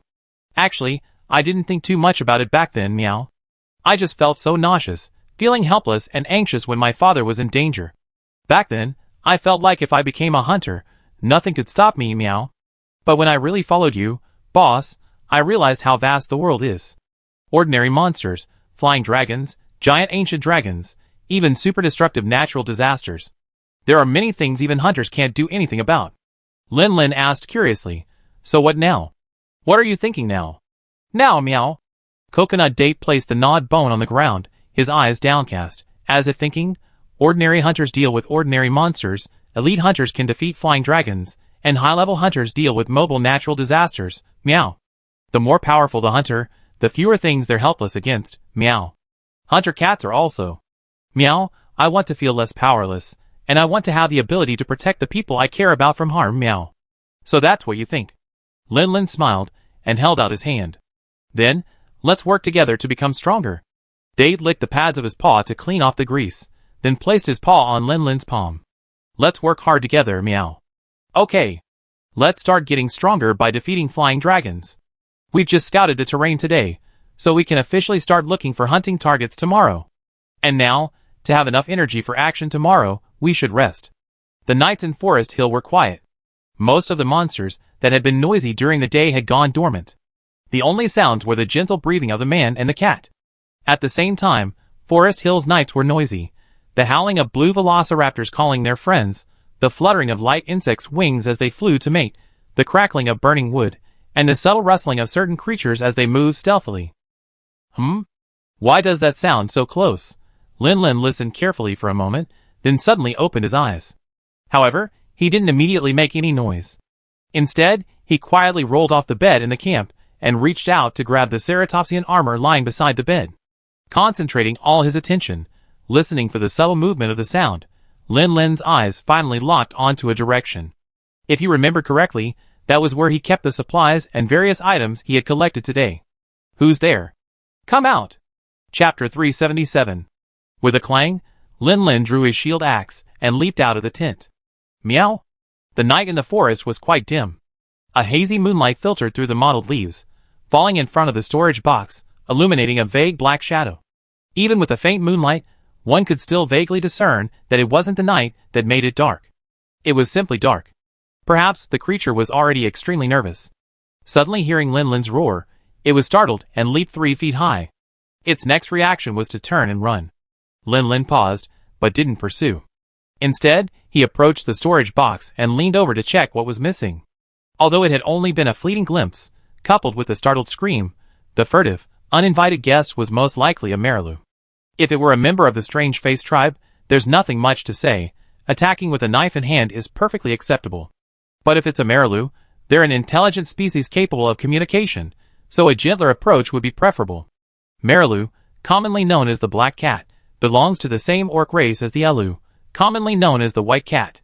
Well, technically, Marilu is actually a subspecies of Elu, one without reproductive isolation. As their names suggest, Marilu and Elu are very similar. The biggest difference between them is probably their fur color. Marilu is mostly black, while Elu is mostly white. Aside from their color, Marilu and Elu are not physically different in terms of physical structure. Their biggest difference is probably their personality. For example, Elu is more gentle and has long lived in deep symbiosis with humans, playing a variety of roles in the human world, including helper, sailor, housekeeper, attendant, and cat cook. Melolu, on the other hand, seems much more isolated. Although some cats, like Nekajiro, have become servants of postmen or hunters, they are still relatively few in number. The majority of Melolu still lead a precarious tribal life in the wild. It's not that humans discriminate against the black orcs, but rather that, compared to Elu, the Melolu are inherently more curious and prone to sneaky behavior, especially those living in the wild. When they spot a hunter entering the wild, they actively approach and steal. Many inexperienced new hunters have suffered at the hands of Melolu. Some had their health potions stolen, forcing them to interrupt their hunts and regroup. Others had their barbecue grills stolen, forcing them to chew on their hard, dry food when hungry. Still others had their maps stolen, leaving them lost and wandering around in circles in their hunting grounds. Lin hadn't imagined that one day he would be the victim of theft. Look at what's missing. If something like the barbecue grill is stolen, he'd have to find it quickly. He really doesn't want to chew on his food unnecessarily. The box had always been neatly organized, and now it wasn't particularly messy. Perhaps the Melolu was afraid to make too much noise to alert them, so it only dared to make small movements. This made it much easier for Lin to count. With just a glance, he determined exactly what Melolu had taken. "Boss, what's wrong, meow?" Lin had made quite a commotion, and Coconut Date quickly followed him out, rubbing his eyes. A thief just broke into the camp. It must be a Melolu. Meow? Were the medicines and other items stolen? Meow? I just checked, nothing. Are there any map whetstones or anything like that? Meow? No. Date breathed a sigh of relief. Living in the wild wasn't easy for the orcs. If they only stolen some food, there was really no need to chase them. Just consider it a little material aid. That's good, meow. If nothing important was lost, there's no need to chase them. Lin nodded. Yeah, I thought so too. In that case, what exactly did that Melolu steal just now, meow? They just took a small jar. The one containing the polygonum avicular powder. What? Yenzo was horrified and quickly drew his cat sword, ready to charge out. Lin was stunned. What are you doing? We have to catch up with that thief, meow. That's the polygonum avicular we collected with so much difficulty, meow. We can't let him get away with it. Lin, Who said there was no need to chase them? But since Yenzo was so angry, Lin couldn't say anything. He just yawned and quickly followed. Who told me to let him get away? Let's chase him. Even after all this trouble, I wonder if I have enough energy to bother the fire dragon tomorrow. Lin thought as he trotted along behind Coconut Date. Ailuro's natural advantage was in tracking scents and detecting traces at night. He felt quite confident leaving the tracking to Coconut Date. But before he gotten very far, Lin was surprised to find that Yenzo had suddenly stopped. Why aren't you chasing anymore? Yenzo turned back, a strange expression on his face. No need to chase anymore, meow. What do you mean by no need to chase anymore? Did he lose it, or what? Lin took a few steps closer, and saw a black cat lying on the grass not far in front of Yenzo. Not far in front of the black cat, lying quietly on the ground, was a small jar. It was the stolen polygonum multiflorum powder. Looking at his surroundings, Lin could already reconstruct the scene in his mind. Discovered mid-theft, the cat had no choice but to flee with its loot. Perhaps due to its own weakness, or perhaps due to its panic and inability to see the road clearly, it tripped over a tree root while running. The cat then tumbled through the air several times before crashing headfirst into a nearby tree trunk. The loot it was clutching flew out of its grasp, landing on the ground and rolling a long way away. Still breathing, meow. Yenzo leaned forward, extended its paw, and probed the tip of the Melolu's nose, then curled its lips downwards. What a foolish thief, to have fallen like this, meow. Indeed, a fool. Lin put away the small jar of polygonum avium powder, and stood in front of the Melolu. After a moment's thought, he reached out and grasped Fate by the scruff of the neck, gently lifting it up. Let's take it back first. If we leave it here, it'd probably be a passing blue speed dragon's treat. The next morning, Nialu rubbed her dizzy head and climbed to her feet, feeling dizzy. She had fallen so hard that her forehead still ached. A warm, meaty aroma wafted through the air, mingled with a distinct, cat-inducing scent. Though still unaware, Niala's body had already reacted, instinctively urging itself to rub against the source of the scent. This smell, it seems familiar, meow. As consciousness gradually returned, Nialu vaguely recalled that she had snuck into the hunter's camp the previous night because of this alluring scent at dusk. But as a somewhat experienced Mela, Nialu knew that hunters carrying massive weapons were not to be trifled with. So, despite her rumbling stomach and the alluring scent in the air, she forced herself to endure until the dead of night, figuring the hunters were likely asleep, and then she cautiously approached. Unfortunately, even with its carefulness, it was discovered by the incredibly vigilant hunters, and only managed to escape with the fragrant pottery jar. Nialu suddenly blinked and glanced around. The canvas curtains blocked the morning mist and vapor from the forest. The spacious bed, while not particularly soft, was far superior to the hard, rough rocks of the wilderness. And the blue-painted storage box not far away looked familiar. Wait, didn't it run away? Why does this place look so much like the hunter's camp from yesterday? The last thing I remember was it running away, and then slamming into a tree. Nialu rubbed her aching forehead, wanting to cry but unable to. It's over. I must have been knocked unconscious and then caught. I heard that those terrifying hunters will eat kittens that steal. What awaits me next is probably frying and stir-frying, right? No, if I end up on the table, my cat life will be over. Nialu sensed a huge threat. Nialu decided to try to escape again. Nialu leaped onto all fours. Puff! Nialu, too hungry to jump, fell to the ground, and turned into a pile of cat pancakes. Boss, I heard something. It must be awake, meow. Let me go in and check. Nialu stared with wide eyes, terrified. There, a tall Alu in emerald green armor came into view. Strange, why are you lying on the ground, meow? Is it more comfortable, more your thing, meow? Dade was speaking Orcish. While there were some differences in language between orcs due to regional and racial differences, to this Sinchio Melalu, it was just a slightly heavier accent. Because it's cooler on the ground, meow? Not being immediately picked up and skewered, Nialu's panic eased slightly. She blinked twice, and it took her a long time to realize that Dade was talking to her. She mumbled a few times before realizing what she had just said. Cool? Dade turned her head to look at the sky. The warm season is over, meow. So Melalu are such a heat-sensitive species, meow? Nialu forced a smile. What's the fear of heat? I just made up an excuse without thinking. How's it going? Is the little black cat awake? A head suddenly popped out from outside the tent, startling Nialu so much that she jumped up from the ground. Judging from the icy blue armor on the cat, it was the hunter who had spotted it yesterday. Oh! You're awake. Lin Lin looked at the little black cat, which was gazing at him warily, and curled his lips into what he thought was a gentle smile. Little did he know, in the eyes of the other cat, it was the snarl of a cat-eating demon before its meal. You're awake just as good. Come have breakfast. Nialu's body trembled slightly. Breakfast. Couldn't it be her? But she was so weak that she didn't have the strength to escape, let alone resist.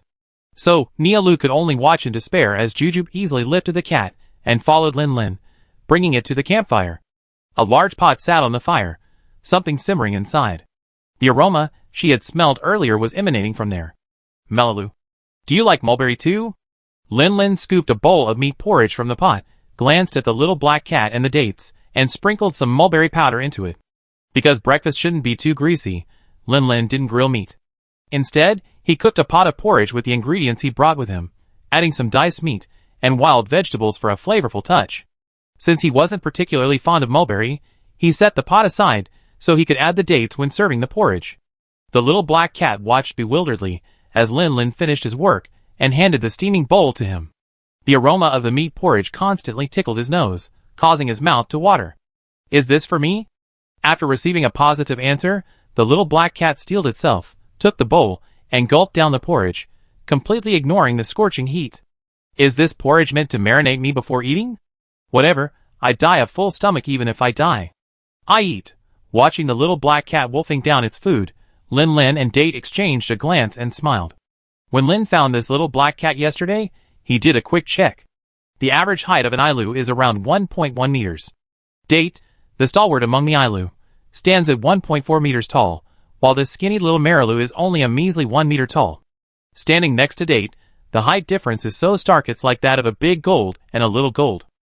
Melalu, clearly malnourished and so thin that its ribs were clearly visible, was clearly a poor creature starving daily. If it didn't come to the camp to secretly find something to eat, it would likely die of starvation in the wild soon.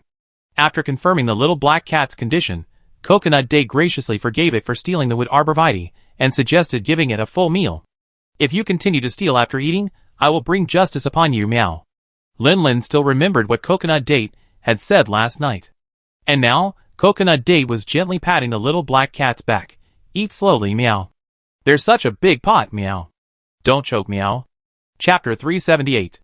Not long after, Nialu rubbed her slightly swollen belly and let out a contented sigh.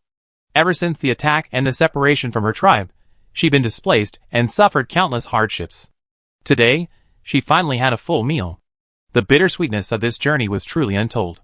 But Nialu stole a glance at the tall hunter sitting quietly beside her, busy with something. Sensing her gaze, the hunter raised his head slightly and looked over. Meeting his gaze, Nialu shuddered slightly, then forced a calm look away again, her mind racing. It was strange. I clearly heard the tribe leader say that stealing from humans was forbidden. If caught, they would be skinned and stripped of their tendons, then smeared with sauce and marinated, and finally roasted over a fire. Until recently, when the other party handed her the bowl of meat porridge, Nialu felt like she was going to be made into cat meat skewers. But strangely, the other party seemed completely motionless, concentrating instead on a leather scroll before him, sketching something on it from time to time, seemingly unconcerned. If he were to roast it and eat it, would he have this attitude? Meow. Aren't they afraid that a full stomach would give them the energy to escape? And the tall, sturdy fey cat next to him looked like a companion of the hunter. If hunters truly ate cats, would their relationship be so harmonious? What are you thinking about? Juju put down his bowl and stretched his arms and legs slightly. Noticing the little black cat seemed lost in thought, he asked curiously. How could Nyala dare say she was wondering if they would eat her? She frantically glanced around, trying to come up with a suitable excuse, and her gaze soon landed on Lin Lin. I was wondering what the hunter-sama was doing, meow. Boss, meow? They peeked out and quickly nodded. Boss is marking the map, meow. Based on the various traces and terrain we found yesterday, we've identified areas where fire dragons are most likely to appear, meow. What? Is a fire dragon? Nialu blinked. As a Marilu living in the wild, her vocabulary wasn't particularly extensive, and she could only express confusion at the unfamiliar term. It's a red flying dragon, meow, a giant monster that spews fireballs from the sky, meow. Nialu wasn't sure what it was called, but after Date described it, it immediately understood. So they call those big red creatures fire dragons. I see, meow. Finding places where it's more likely to appear will allow us to avoid dangerous areas, right, meow? No, meow.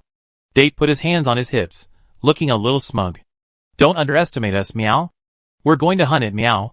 Just as Date had predicted, Nyala looked shocked. For this Marilu, this was probably even more shocking than the thought of being eaten by hunters.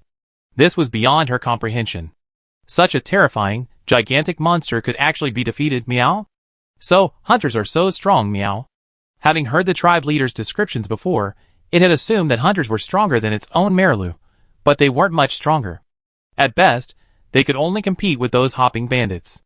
If it survives this time, when it returns to the tribe, it must remember this lesson and warn the rest of its tribe not to provoke these powerful creatures.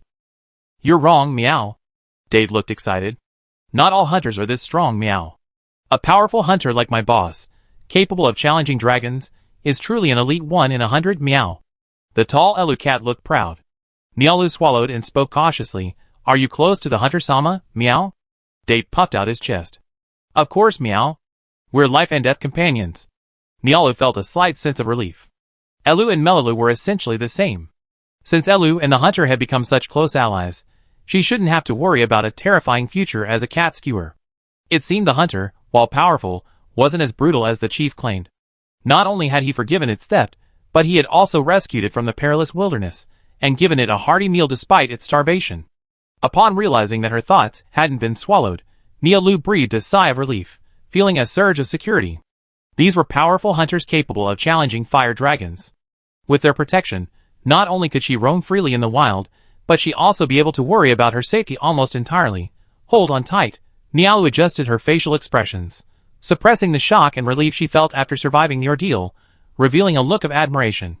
Hunter-sama and this senior are both amazing, meow. Ahem, just average. There's still a lot of room for improvement, meow.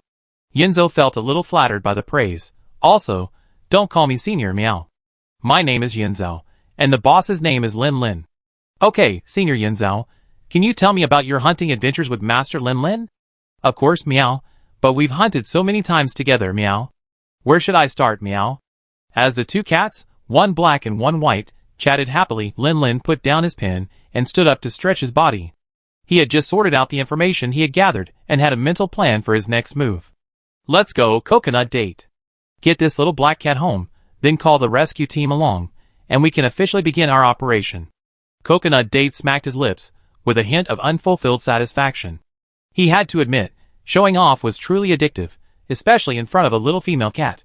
Seeing her face of awe and admiration was inexplicably satisfying. He shook his head vigorously, clearing his mind of that emotion. He had to get down to business now, and couldn't let any other emotions distract him. After taking 2 deep breaths and suppressing the smile on his face, Coconut Date turned back to Nia Lu. Where's your home, meow? We get you back, meow. Then, he saw the little black cat, who had just been looking at him with such admiration, now had a look of dejection. There's no going back, meow. How can there be no going back, meow? Date was a little puzzled, but then, thinking about how the little black cat had been so desperate last night, forced to steal food from the hunter's camp, a hypothesis suddenly occurred to him. Could it be that the tribe had been attacked by a monster, and all the other Mellilus had perished? Nature is always cruel, so this possibility might be possible. While this scenario is possible, other scenarios can't be ruled out, right? Otherwise, wouldn't that be too tragic? Then Nia Lu's subsequent narration shattered Yeza's hopeless hopes. Actually, our tribe lived in a cave in the vast desert, meow. But one day, we were attacked by a terrifying monster, and we escaped by sheer luck. We were displaced and suffered terribly along the way. I have no idea how much time had passed or how far I had run before I fainted last night. Yeza was silent for a moment, then tried to soothe her. Look at the bright side. Maybe the monster's attack didn't last long, and many of our tribe survived. Nia Lu's dejected expression forced a smile, as a way of thanking the elder for his comfort. What monster attacked you? Do you remember? Lin, who had been silent until then, suddenly asked. Nia Lu pondered for a moment, nodded, then quickly shook her head. What do you mean? I have an impression of him, but I don't recognize him, meow. And I was so flustered at the time that my memory is all a blur, meow. You can't even describe his features? Lin nodded slightly, lost in thought. If that were the case, I'm afraid I'd be completely clueless. But if I see it again, I definitely recognize it, meow. Yin Zhao turned to look at Lin. Although they didn't say anything, they were so familiar with each other that Lin guessed what Yin Zhao meant from a single glance. It was asking if we could help this poor little black cat. It was so frail, and judging by the development of its claws and teeth, it looked like it was still a subadult. If we let it continue wandering around the forest, it would probably be dead before long. Of course, the specific reasons, and so on were all Lin's own fabrication, but there was no doubt that Yinzo's desire to help was unmistakable. In that case, stay with us for now. After this hunt, we escort you home. If we encounter the monster that attacked you, we at least be able to deal with it. Niala felt a surge of relief, and was deeply moved at the same time. Its efforts paid off. It finally managed to save its thigh. Of course, its sadness and loss were genuine, but in this life-or-death struggle, it had no time for grief. After countless days adrift, its emotions naturally weren't as intense as they were at the beginning. Its performance was, at most, a bit exaggerated. But Lord Lin and Senior Coconut Date are truly kind. They met by chance, and even stole something first, yet they were still willing to help. By the way, there's something I need to remind you of. Lin rubbed his chin and added, during the hunt, Yezo, and I will have virtually no energy to protect you, so it's best for you to stay in camp. That doesn't seem right. We don't know how long this hunt will take. If it takes longer, staying in camp will only lead to starvation. Going out to forage alone would be even more dangerous. Lin pondered for a moment, then continued hesitantly, you still have to stay with us. But if the battle begins, you have to find a good place to hide. Be smart and avoid getting caught in the aftermath. Boss, meow. Yeza suddenly raised his hand. Anything to add? Yeza pointed. Lin was startled for a moment, then looked down. Following Yeza's guidance, he fished for a bamboo whistle. Blinking, Lin clapped his hands vigorously. Right. How could they have forgotten the local indigenous feelings? They might only be part-time, but as natives, their adaptability and survival skills are incredibly strong. Working as cat cart drivers, they must be incredibly capable of handling emergencies. As long as Niala goes along with them, they won't have to worry about them. Lin nodded, gave Coconut Date a thumbs up, then picked up the bamboo whistle, placed it to his lips, and blew vigorously. While washing the food by the river, Lin had also cleaned it thoroughly, so it felt easy to blow now. Originally, he had planned to wait until before the actual battle to call in the rescue and transport teams, but now that he had a new plan, there was no need to wait. The sound of the bamboo whistle was delightful, its melodious melody carrying far. After being blocked by obstacles like rock walls, it echoed, adding a touch of ethereal quality to the sound. After blowing it 3 times in a row, Lin figured that if Elu was nearby, she would surely hear it. He put the whistle away again, walked over to the storage box, and began preparing for battle. Fire dragon poison is troublesome, so be careful to avoid it. You also need to bring all the antidotes, including antidotes, traditional Chinese medicine, and traditional Chinese medicine dust, just in case. Prepare a few extra whetstones. The horned dragon's blade doesn't last long, and I don't know how often I need to sharpen it during battle. Still have your usual G healing potion and life dust in your bag. Also, bring plenty of flash grenades, your anti-flying dragon noble phantasm, and plenty of dates too. There's no need to bring dive balls. Dragons soar through the sky, and no matter how strong the dive ball's scent is, nothing else can pick up its scent. As long as you know the location of their nest in advance, you won't have to worry about losing them. Stink bombs are definitely necessary. Although fire dragons have distinct territories, there's always the possibility of one trying to steal their territory or another large monster invading. Oh, and I need a separate makeshift bag to store the stink bombs separately from the other items. His backpack was bulging. Lin pulled out his weapon and began to maintain and polish it. When he was almost done, a new figure appeared in the camp. It was a white Elu with a more traditional coloration, only a single irregular tan patch on its belly. I heard the whistle and quickly rushed over. Meow. Are you the hunter who hired the cat rescue team? Meow. It's me. And it's not just the rescue team, there's also the transport team. Lin half crouched and gestured for a handshake. This time, our target is a fire dragon. My name is Lin. Happy cooperation? The white Elu was startled by the fire dragon's name, but after a moment's hesitation, he extended his cat paw and shook it. My name is Steak. Happy cooperation. Meow. Chapter 379. Steak? What a strange name. Lin muttered inwardly, but didn't pay much attention. He simply pointed back at the skinny black cat and said, By the way, I have a favor to ask of you. Please tell me, Meow. Can you let it follow you while we fight? Hearing this, the Elu named Steak glanced at the Elu.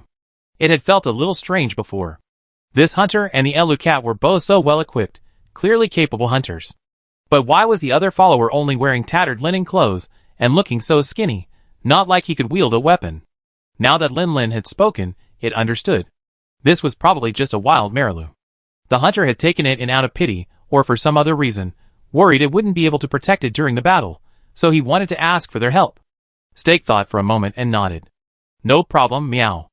As a tribe of Elu living in the wild, they not only have various cooperative relationships with humans, but also maintain good relations with other Elu tribes, and even the Melalu tribe. Even without Lin, if they encountered a Melalu in distress, Steak would have offered his assistance. I go back and gather my tribe. Meow. Please wait a moment, Meow. Steak said, turning to leave. Well, there's no need to rush. Lin felt a little embarrassed. He had originally planned to wait until the actual hunt to gather everyone. That's not the case. Meow. Steak turned around, his face serious. Our agreement with the guild clearly states that once we accept a rescue mission, we must always stay behind the hunters and remain 100% vigilant. Meow. So they're adhering to the spirit of the contract. Lin nodded. All right then, I set off when you return. Above the rolling green hills, amidst a thick clump of shrubs, Lin quietly pried open a gap, and through the obscured branches, he could see a group of herbivorous dragons leisurely grazing on the grass not far ahead. After repeated observations of several of them, Lin could confirm that the herbivorous dragons in front were the same unfortunate ones he had scared off yesterday. Despite having lost their oldest member yesterday, the herbivorous dragons had once again resumed their leisurely lifestyle overnight, as if yesterday's attack was merely a minor incident. Lin didn't know if it was an illusion, but it felt like these herbivorous dragons had grown slightly larger in just one night. This growth rate was truly absurd. According to some tidbits he picked up while chatting with the caravan, it seemed that herbivorous dragons, unlike most monsters that estrus once a year or even every few years, could estrus twice a year. Their young could grow to adulthood in just a year, comparable to Australian rabbits. If it weren't for their incredibly weak combat power and slow running speed, making them prey to almost all carnivorous monsters, thus creating a delicate balance in their population. It wouldn't be long before the entire continent would be dominated by herbivorous dragons. Hunter, what are we doing squatting here, meow? Black Cat Nialu squeezed her head in and peered through the gap, puzzled as to what was so interesting about those herbivorous dragons. Shh, don't disturb the boss, meow. Date Coconut gently pushed Nialu's head down. To ensure the effectiveness of its camouflage, it lowered its voice and whispered in her ear, "There's a large concentration of herbivorous dragons here, meow. They definitely become a dining hall for the larger monsters nearby. And flying is incredibly exhausting for monsters like male rat halos, who need to feed at least 3 or 4 times a day. We have a relatively good view here. With a little patience, we definitely spot the rat halos feeding here, meow." Date Coconut's breath blew against Nialu's furry ears, causing them to twitch. Too close, the air tickled them, meow. But since Date Coconut had said so, Nialu didn't make any unnecessary moves and simply lay dormant. After all, it was genuinely curious. How could a hunter, barely taller than himself, possibly fight a terrifying creature so massive it practically obscured the sky, and its weight didn't last long. After about half an hour, a fiery red figure appeared on the horizon. Here it comes. Lin Lin was the first to notice it, his eyes narrowing slightly, as he carefully observed the fiery red creature circling in the air. Although it was far away, it was impossible to clearly see every scale on its body, but its general size was still clear. It was a disabled fire dragon. The end of its tail looked as if something had chopped it off, making its proportions look disproportionate. The wound wasn't bleeding, and there was no visible flesh. It looked like an old injury. Meow? Nialu was a little excited, but she lowered her voice to avoid disturbing Lin Lin. Lin Lin just shook his head. There's no need to hunt it. It's a fire dragon with a broken tail. Well, let's just call it little disability. What's wrong with being disabled? Lin Lin was silent for a moment, for this reminded him of Dakon's blind left eye. Leaving someone with a similar disability to compete for it would make Dakon less likely to be rejected when he seeks a wife. But was that even an excuse? Or was it Jujube, who kindly helped Lin Lin find an explanation? Our goal is to control the fire dragon population in Senkili next year. A disabled fire dragon like this will have a hard time finding a mate. Hunting it would only mean hunting a fire dragon, which wouldn't achieve our goal. So, after circling for a while, the fire dragon, whose flight was not so graceful, finally selected its target. With a swift dive, its broken leg reached the sky and snatched up a herbivorous dragon. Then, flapping its wings vigorously, it soared back into the air, swaying away into the distance. It seemed its lair was somewhere over there. After observing Little Can't Catch's entire hunting process, Lin Lin smacked his lips and shifted his stance. It's a good thing I didn't decide to hunt that guy just now. Date was a little puzzled. Boss, what did you find? Lin Lin nodded. Although Little Can't Catch's tail is broken, which affects its balance during flight, it's clearly been broken for a long time. It's fully adapted to the change in weight distribution, and has honed new flying techniques. Although it looks a bit unsightly in flight, its trajectory is also more erratic and difficult to control. If we rely on our observations of the sky to deal with it, we likely suffer heavy losses. Coconut Date nodded in understanding, looking at the now disabled little creature, sighing inwardly.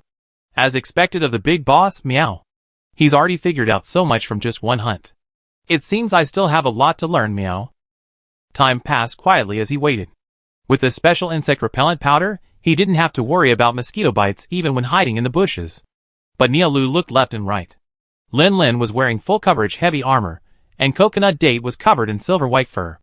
Even without the powder, he wouldn't be afraid of bites. Coconut Date noticed the creature thrashing around, looking restless, as if it had something it wanted to say, but was too embarrassed to. So he whispered, "What's wrong, meow? Are you feeling unwell, meow? Or do you need to go to the bathroom, meow?" Nialu, shock. What bathroom? You're the one who needs to go to the bathroom. His. At this point, it seemed like it was actually starting to feel right, meow. No, not meow. I was wondering, why did you bother using the insect repellent powder when you're covered in heavy armor and hair, and shouldn't have to worry about bites? Oh, so that's what you're talking about, meow. Date nodded in understanding. We're not repelling those mosquitoes, meow. Not mosquitoes? We're repelling beetles, meow. Like flying beetles, scarab beetles, giant wasps, shield beetles, and other insects classified as small monsters, meow. According to previous experiments, using this powder will keep them away from us, reducing the risk of exposure, meow. Nialu's eyes lit up. Although she had only a vague understanding of the term date was spewing, the mere mention of small monster insects already gave her a clear target. In the desert where they originally lived, their tribe was often troubled by these large insects. Senior Coconut Date, could you teach me the formula for the medicinal powder? If I can return and my tribe is still around, they might need it. Nyala finished speaking, then turned and saw Coconut Date looking hesitant. She was stunned for a moment, then quickly added, I'm not asking for it for free. I give you the paw seal as a reward. Of course, if you don't want to learn, forget it. No, it's not that I don't want to learn. Coconut Date tugged at his whiskers in frustration. It's mainly because the raw materials aren't easy for you to get. The main ingredient for this stuff is extracted from Guga's pheromones. What's Guga? It's the name of an axe beetle. Axe beetles are giant beetles with forked horns on their heads. If you've lived in the desert, you might have seen them. Lin Lin listened quietly to the two cats' conversation without interrupting. It must be said that Coconut Date is truly a genius. While in direct combat, its actual combat capabilities aren't particularly strong. Aside from throwing items to control the situation, its inventions undoubtedly make up for this.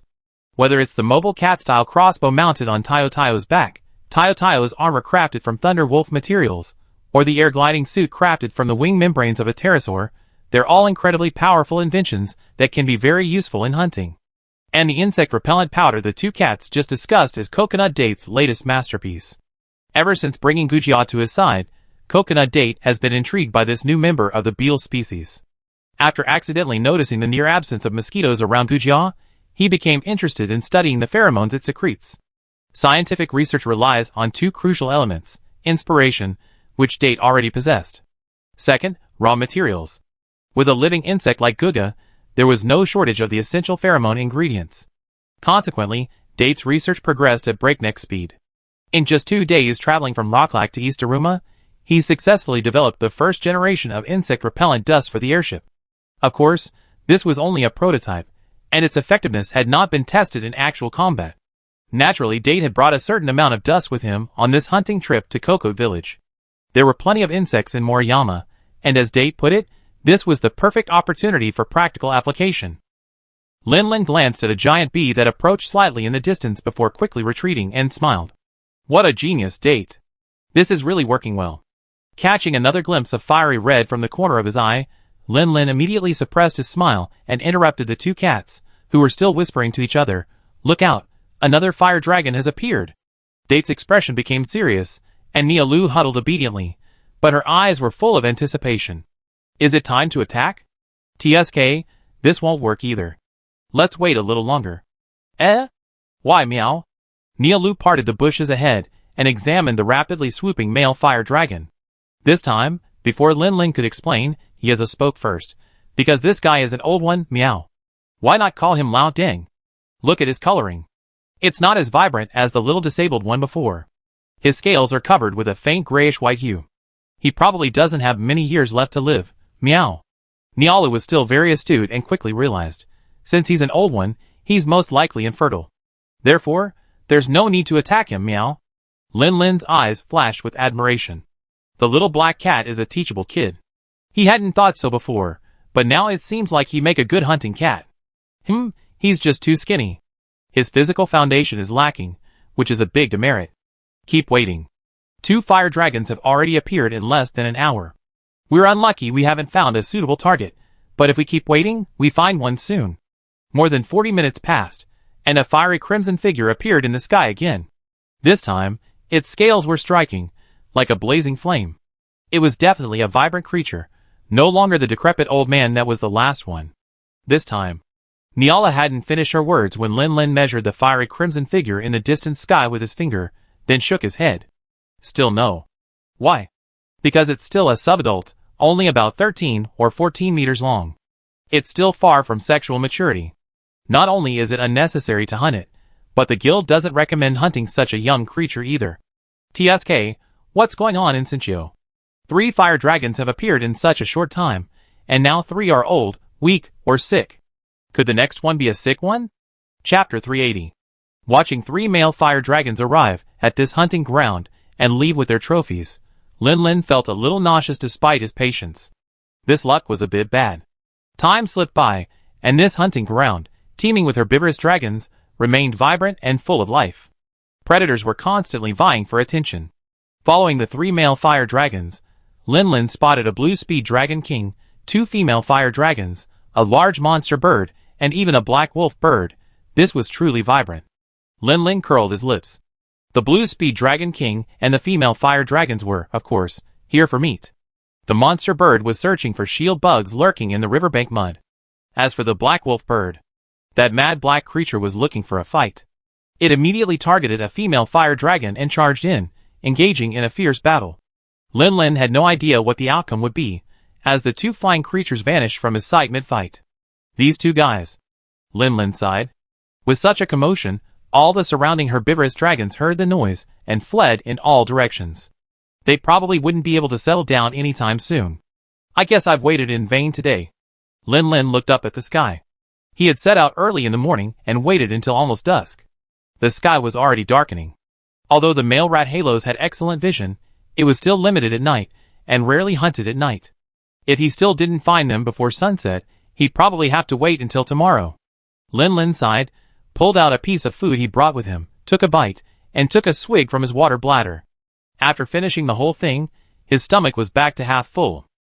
Just as he was about to take out a second piece, Yiza's suppressed cry made Lin Lin pause. Here it comes, meow! Lin Lin quickly stuffed the second piece of food back into his backpack and looked in the direction Yiza had pointed. At first glance, the body was intact, not disabled. At second glance, the body was brightly colored. It wasn't old Ding. At third glance, comparing it to the surroundings, this creature was nearly 20 meters long. It wasn't little Ding. Finally, this creature looked quite energetic. Although it had a few scars, they were probably just from fighting for territory with other monsters. At least it wasn't a real sick person, rounding up the old, weak, and disabled. Lin Lin looked at Yizhao and nodded. It's decided. Niala glanced left at Lin Lin, then right at Yizhao. Knowing it was no longer time for her to follow, she instinctively headed back to the locust pupa, looking for Nyonyo and the others hiding nearby. This newly emerged, young and powerful fire dragon must have had considerable hunting experience. From the moment it appeared in the air, it didn't even hover. It locked onto its target and swooped down. 5 seconds later, it pinned a herbivorous dragon to the ground with its claws, its tightened talons easily crushing its spine. Boss, meow, this thing doesn't seem to be planning on bringing the food back to its lair. What should we do now? Watching the fire dragon lower its head and begin feeding on the spot, Jujube quickly nudged Lin Lin. Originally, their plan was to locate this dragon's lair before beginning the hunt, but this creature clearly had a different style from the previous group of weak, old dragons, so that plan was naturally dashed. Lin Lin pondered for a moment. Yeza's question left him with only 2 options. First, wait until the fire dragon had finished its meal, and then try to track it. However, since a male fire dragon would inevitably fly faster than a ground-based chaser, if its lair was too far away, they might lose it. Second, rush out now, prevent it from eating and replenishing its energy, and then attack it directly. Ideally, they could disable its flight ability immediately, eliminating the need to pursue it to its lair. Lin Lin grinned and reached out to grasp the axe's handle. Do you even need to ask? Yinza understood and drew his cat sword. I'm ready, meow. Lin Lin crouched low and circled behind the fire dragon, preparing to launch a sneak attack while it was feeding. He teased Yinzo at the same time.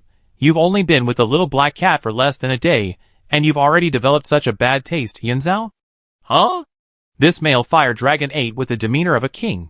Well, in other words, he was completely focused on tearing apart his prey, not even glancing up or glancing around. It was unclear whether he was starving or simply confident in himself, fearing an attack from other creatures.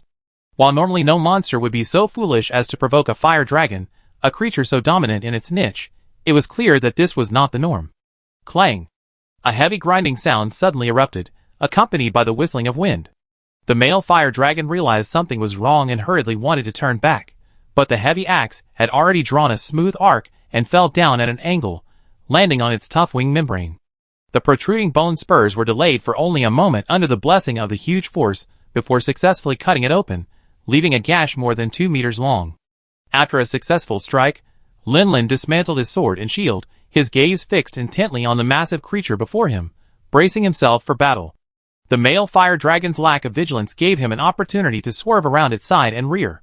Immediately, Lin Lin unleashed a powerful blow, connecting his sword and shield with his full might, unleashing a powerful blow against its wings. Although this strike lacked the energy bottle's boost, lacking the damage it would inflict with its explosion, the combined power of Lin Lin's own strength and the terrifying weight of his horned dragon armor still dealt considerable damage, effortlessly inflicting a wound on the dragon's wing membrane. Although this 2-meter-long wound was insignificant compared to the fire dragon's impressive wingspan, far from crippling its flight, it would at least slightly impact its stability. Roar, alas! Turning around, realizing that the creature that had dared to attack him was so tiny, the male fire dragon took a deep breath and roared furiously. Raising his shield, blocking most of the sonic impact, Lin Lin's steps slowed slightly, a hint of surprise welling up in his heart. This amulet is truly powerful. In fact, from the moment he struck the blow to the moment the rat halos turned and roared, less than 2 seconds elapsed. Before, even if he had been able to dismantle his sword and shield in time to block the sonic wave, it would have required extreme effort. But with high-speed transformation, Lin Lin could even manage to monitor the Rathalos's reaction after dismantling his sword and shield, taking a sideways step to adjust his stance before raising his shield to block. After a roar, the rat halos saw the tiny creature before him remain motionless. Without hesitation, he attacked, chomping down upon the creature in front of him. Originally, the rat halos should have faced Lin Lin head-on after turning around, but due to Lin Lin's previous sideways step, he was actually positioned slightly to the right of the Rathalos' head, closer to the wing membrane he had just inflicted. So, after observing the Rathalos' movement, Lin Lin leaped to the right again, successfully avoiding the fishy air from its mouth. Then, twisting his waist and body, he struck the Rathalos' skull with a spinning slash, the heavy force instantly shattering several of its hardened scales. Of course, compared to the Rathalos' massive body, a few broken scales was of little concern. Instead, the pain fueled its rage. Seeing its attack miss, it didn't hesitate, shifting its foot, turning and sweeping its long, crimson tail across. A direct, multi-ton tail sweep would undoubtedly send the hunter flying like a baseball. However, Lin Lin was so familiar with the fire dragon's movements that he sensed its next move the moment it began to turn. A 180-degree tail swing, often a double swing. Standing in this position, he'd be caught at the end of the first swing and the beginning of the second. His thoughts raced, but in combat, the reaction was only a split second.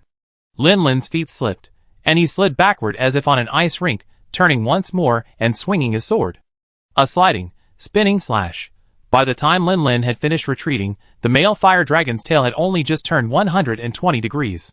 The sword, naturally missed, but the shield in front of him just happened to block the incoming tail. Bang! Lin Lin was involuntarily thrown back slightly by the shock, but recovered in an instant. Without a word, he raised his hand and swung the silk, simultaneously locking his sword and shield into the ground, completing a fully charged counterattack. Bang! As expected, after the first tail sweep, the rat halos paused briefly to regain its stability before turning again, letting its massive tail sweep across, colliding firmly with Lin Lin's shield. The silk loosened, and Lin Lin twisted his body, channeling the energy he had just absorbed from the Rathalos' tail sweep into his shield. A faint red glow suddenly emanated from the brown-yellow shield. Attribute Enhanced Backfill Slash. When the rat halos turned its head back, it saw Lin Lin standing before it, still intact. Roar, alas! The pride of a king would not allow such a weak and insignificant creature to remain unscathed after provoking him. The male fire dragon took a deep breath and roared again. Fortunately, the action of the Attribute Enhanced Backfill Slash was similar to that of the spinning slash, and the shield that happened to be protecting him once again firmly blocked the deafening sound wave. This time, with the shield's enhanced state, Lin Lin felt the impact even less than before, only causing his arm to sink slightly. But the next moment, Lin Lin's gaze suddenly narrowed, and he hurriedly lunged forward, curling up and performing a roll. Boom! A blazing fireball fell from the sky, smoke and dust rising in all directions. The grass on the ground was instantly reduced to charred ash, which spread in all directions with the scorching air currents. Feeling the hot wind from behind, even through the shield's barrier, he could still vaguely feel the scorching heat. The fireball had landed exactly where Lin Lin had stood. If he hadn't blocked the sonic wave in time, he would have had only two choices: either dodge the attack and lose his hearing at the cost of a damaged eardrum, or save his hearing and test the fire resistance of his transformed ice shark suit, now laced with fire-resistant beads, to see if its current flame resistance could save him.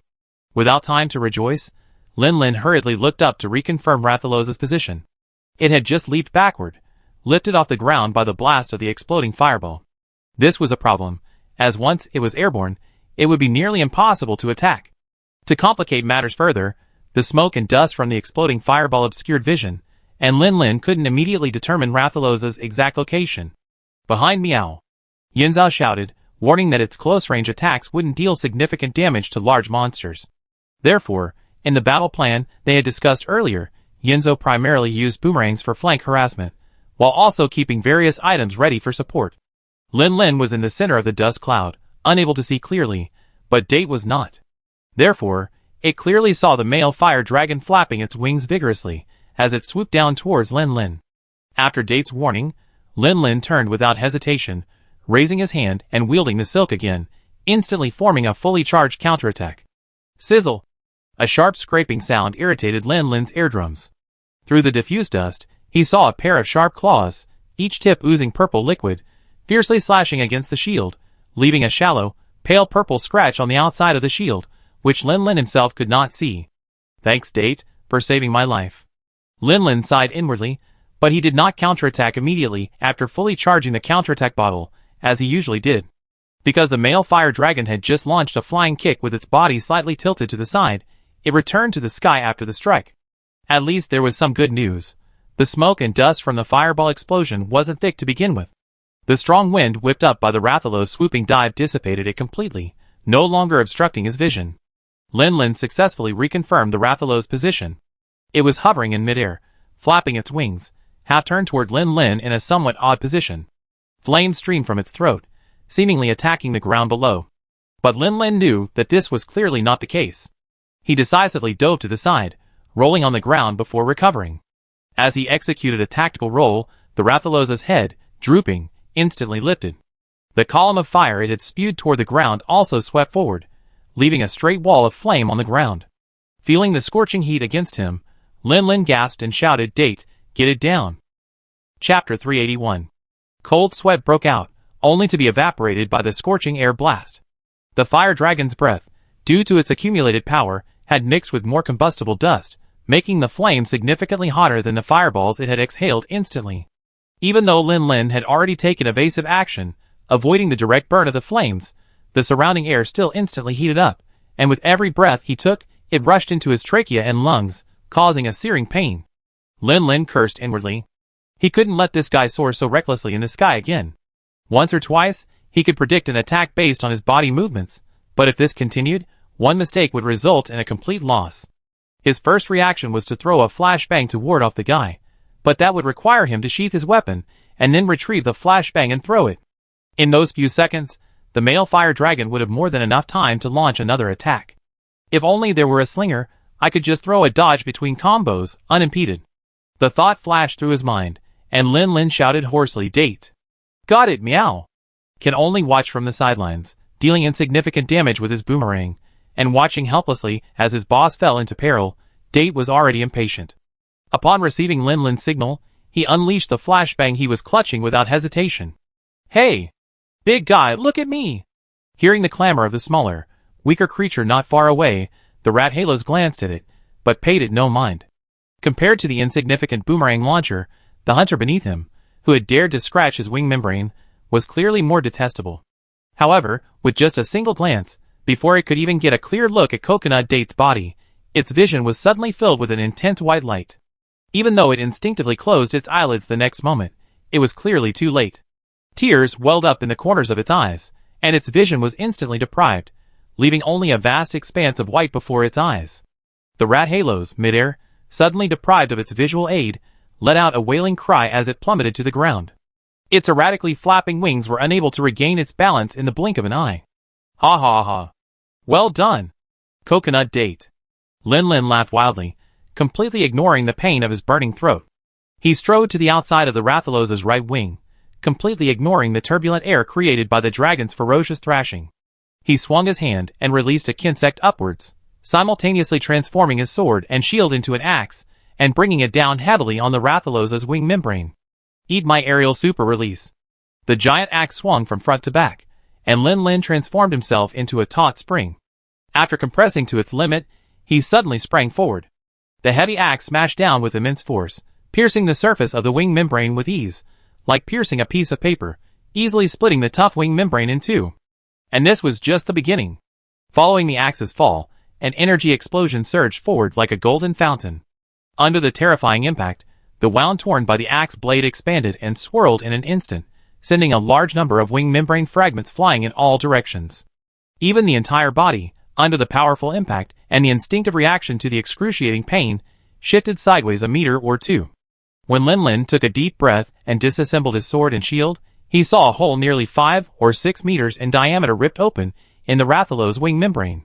Only 2 broken wing bones barely connected the remaining membrane. Ah!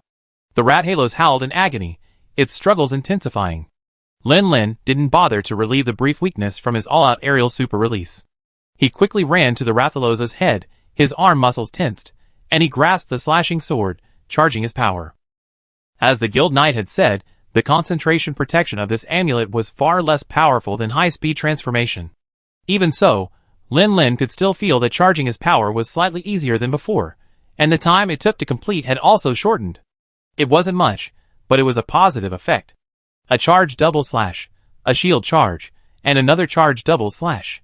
Seeing the four-horned sword glow faintly with a faint red light and a constant sizzling sound, Lin Lin raised an eyebrow and decisively charged. Based on previous experience, the previous combo should have been enough to collect enough energy to fill the bottle, but now it almost overheated the sword. Did concentration affect the efficiency of energy accumulation? He remembered not having this problem when he played games before. Could this be another difference between reality and games? Although the sword form's attack power was far less powerful than the axe form's, the 2 consecutive charge double slashes landing on the same spot still caused the male fire dragon severe pain. Not only did the wound scale shatter and skin crack, but the flesh inside was also bloodied and tangled under the powerful attack. If he could land 1 or 2 more charge slashes, Lin Lin felt he should be able to touch the dragon's skull. Unfortunately, the continuous blows and the excruciating pain finally made the male fire dragon realize that things were seriously awry and that death was imminent. It struggled with unprecedented ferocity. Before Lin Lin could finish refilling his energy bottle, it had already risen from the ground and unleashed a furious roar. Seeing the other dragon inhale, Lin Lin realized it was about to roar again. However, he had just inserted his sword into his shield to recharge it, and there was no time to pull it out and raise the shield to block. In desperation, Lin Lin simply grasped the hilt with one hand and, with a powerful swing of his other hand, held both sword and shield across his body. Roar! Perhaps the repeated injuries had robbed the male fire dragon of its confidence in defeating the enemy before it, or perhaps it was because its feeding had been interrupted, leaving it too hungry to replenish much energy. The male fire dragon's roar seemed less powerful than before. Lin Lin simply lowered his arms slightly to block the impact of the sound wave. However, Lin Lin didn't bother to dwell on the reason at the moment. He had just noticed that after his impulsive, unnatural shield axe move, the red light flickering on the shield had suddenly intensified. Normally, the intensity of the red light on the shield indicates the duration of the shield's enhanced state. The red light is strongest when the shield is first activated. As time passes, the energy gradually dissipates, and the red light gradually weakens. When it reaches a certain level, it turns yellow, and after a few breaths, the shield's enhanced state ends completely. To maintain the red shield, he needed to use a tribute enhancement backfill slash again, infusing the shield with the bottle's energy. The red light on the shield had already weakened by about 1/3 during the intense battle, but after that desperate move, the red light returned to its full strength. This phenomenon could only mean one thing, that the random move just now had the same effect as the attribute-enhancing backfill slash. Thoughts raced like lightning. Lin Lin didn't bother to ponder the underlying principle. He simply memorized the phenomenon. With swift movements, he disassembled his sword and shield, readying himself for the rat halos. With a roar, the rat halo seemed intent on repeating its previous combo. While its roar intimidated the enemy, it leaped back with a fireball, then delivered a powerful kick, severing the armor of the opposing hunter. Unfortunately, its right wing now had a large hole. Relying solely on its left wing, it could barely stay aloft for a few seconds, but attempting to take flight was a sheer pipe dream. Clearly, it hadn't noticed this. This resulted in the rat halos not only failing to take off, but also causing the same movement to further disrupt its balance, causing it to tilt and fall again. The fireball was thus sent flying far away, never even touching Lin Lin's 2-meter radius. Lin Lin, of course, would not miss this opportunity to strike back. Watching the rat halos crash, he unhesitatingly charged forward again, wielding his sword. In a bush not far from where Lin Lin and the rat halos were battling, Nialu the black cat, Stake the white cat, and the other Elu were observing the battle. While sweating at the thrill of the encounter, they couldn't help but yearn for the hunter profession. It turns out Senior Coconut Date hadn't been boasting. Lord Lin Lin, with his tiny body, could truly battle such a terrifyingly large dragon. Hunter, you're so impressive, meow. If I had that kind of power, maybe our tribe wouldn't. Stake heard this, crossed his arms, and glanced at the skinny little Marilou. He had a rough idea of what Marilou had been up to. After all, for tribes living in the wild, encountering such things was common. Not all hunters have the power to face dragons head-on like Mr. Lin Lin. I have a son who trained with a hunter. For most hunters, a hunter who can challenge a dragon is something they look up to. If you want to possess such power, the quickest path is to become a hunter's follower cat and learn from them. It looked Nialu up and down, then turned its gaze back to the fierce battle between the man and the dragon in the distance. You're lucky, you've met a reliable hunter like Mr. Lin Lin. If you're interested in becoming a hunting cat, maybe you could ask him if he'd take you in. Nialu pinched her slender arms and legs, glanced at the date palm trees in the distance, which towered over her, and sighed silently. That's probably impossible, meow. Lord Lin Lin has a skilled hunting cat like Senior Coconut Date by his side, so why would he accept me? Just as Nialu sighed, Stake's pupils suddenly constricted, and he shouted, "Look out! Scatter, meow!" Nialu looked up, bewildered, and saw a blazing fireball flying from the direction of the fierce battle between a man and a dragon in the distance, rapidly approaching. Meow! The next moment, a chaotic chorus of cat screams erupted, and numerous Elu leaped out of the bushes, scattering in all directions as if their tails were on fire. Yes, they were indeed on fire, just like Nialu at that moment. A small flame clung to the tuft of black hair at the tip of her tail, dancing merrily as she ran. Smelling the odor of burning protein in the air, Nialu panicked. Acting purely on instinct, she threw herself to the ground, rolling back and forth, finally extinguishing the flames, leaving only a bare tail. My beautiful tail, meow. Nialu hugged the tip of her tail, which was nearly cooked by the flames, her face filled with grief and indignation. Unlike Nialu, who had no experience dealing with such situations, the local Elu tribe, though panicked, remained composed. Following Nialu's command, they quickly extinguished the surrounding flames and rescued the cart hidden behind the bushes. This cat cart, used to save hunters in times of danger, must not be lost. Lin Lin, entrenched in a fierce battle with rat halos, naturally had no time to pay attention to the Elu cat's minor antics in the distance. After Coconut Date caught them off guard with a flashbang, and he seized the opportunity to disable their flight with a super release, the balance of victory in their favor had already tilted. Of course, even with this, Rat Halos was only weakened. If one didn't maintain absolute focus, a single miscalculation, a tail sweep from the cart or a fireball, could easily turn the tide. Lin Lin wouldn't resort to the tactic of riding with the wind and against the tide. Having achieved his strategic goal of suppressing the enemy's flight, Yizo finally sheathed his boomerang and stopped sidelining. Instead, he drew his Thunder Wolf Dragon Cat sword and joined the fray. He and Lin Lin, either flanking or harassing the Rat Halos, constantly attacked and harassed them. While they couldn't inflict any decisive damage, the numerous minor wounds would still drain a significant amount of blood, sapping their stamina and ultimately leading to victory. Wounded at the outset and bleeding constantly, the Rat Halos, after a prolonged battle, was already weakened. Its panting mouth dripped with sticky saliva, but it remained unfazed, raging with rage, determined to crush the creature before it into dust. A powerful double slash left a bloody mark on the Rathalos's head. Lin Lin then thrust his sword into his shield to block the attack, blocking the Rathalos's bite. This bite seemed to completely drain its limited strength. For a moment, it could only stand there, panting, its furious eyes fixed on the tiny hunter. Take another blow, meow. Jujube took advantage of the opportunity and stabbed the Rathalos's ankle with his sword, sending blood splattering everywhere. Jujube's strike was like the straw that broke the camel's back. The Rat Halos howled in despair, its body limp, and fell to the ground. Chapter 382. Just died like that? Lin Lin stared at the Rat Halos, lying lifeless on the ground, bewildered. He had just finished filling the bottle, and was about to launch a super release attack at the Rathalos's head, but before he could even execute the opening move, the dragon had already collapsed. Lin Lin pursed his lips, speechless. Date, did you hit its aorta with that strike? He had clearly seen that it was after Date's strike that the Rat Halos collapsed with a thud. Date, with a bewildered look on his face, drew his cat sword and gazed down at the bloodstain on the tip, equally baffled. Even if that strike hit an aorta, it wouldn't have killed it on the spot. Yinzo gestured twice at the wound with his cat sword, paused, and continued, and it doesn't look like it hit an aorta, meow. Shaking off the blood stains from the cat sword, Yinzo climbed along the Rathalos's body, reaching its spine, ready to begin stripping it of its materials as usual.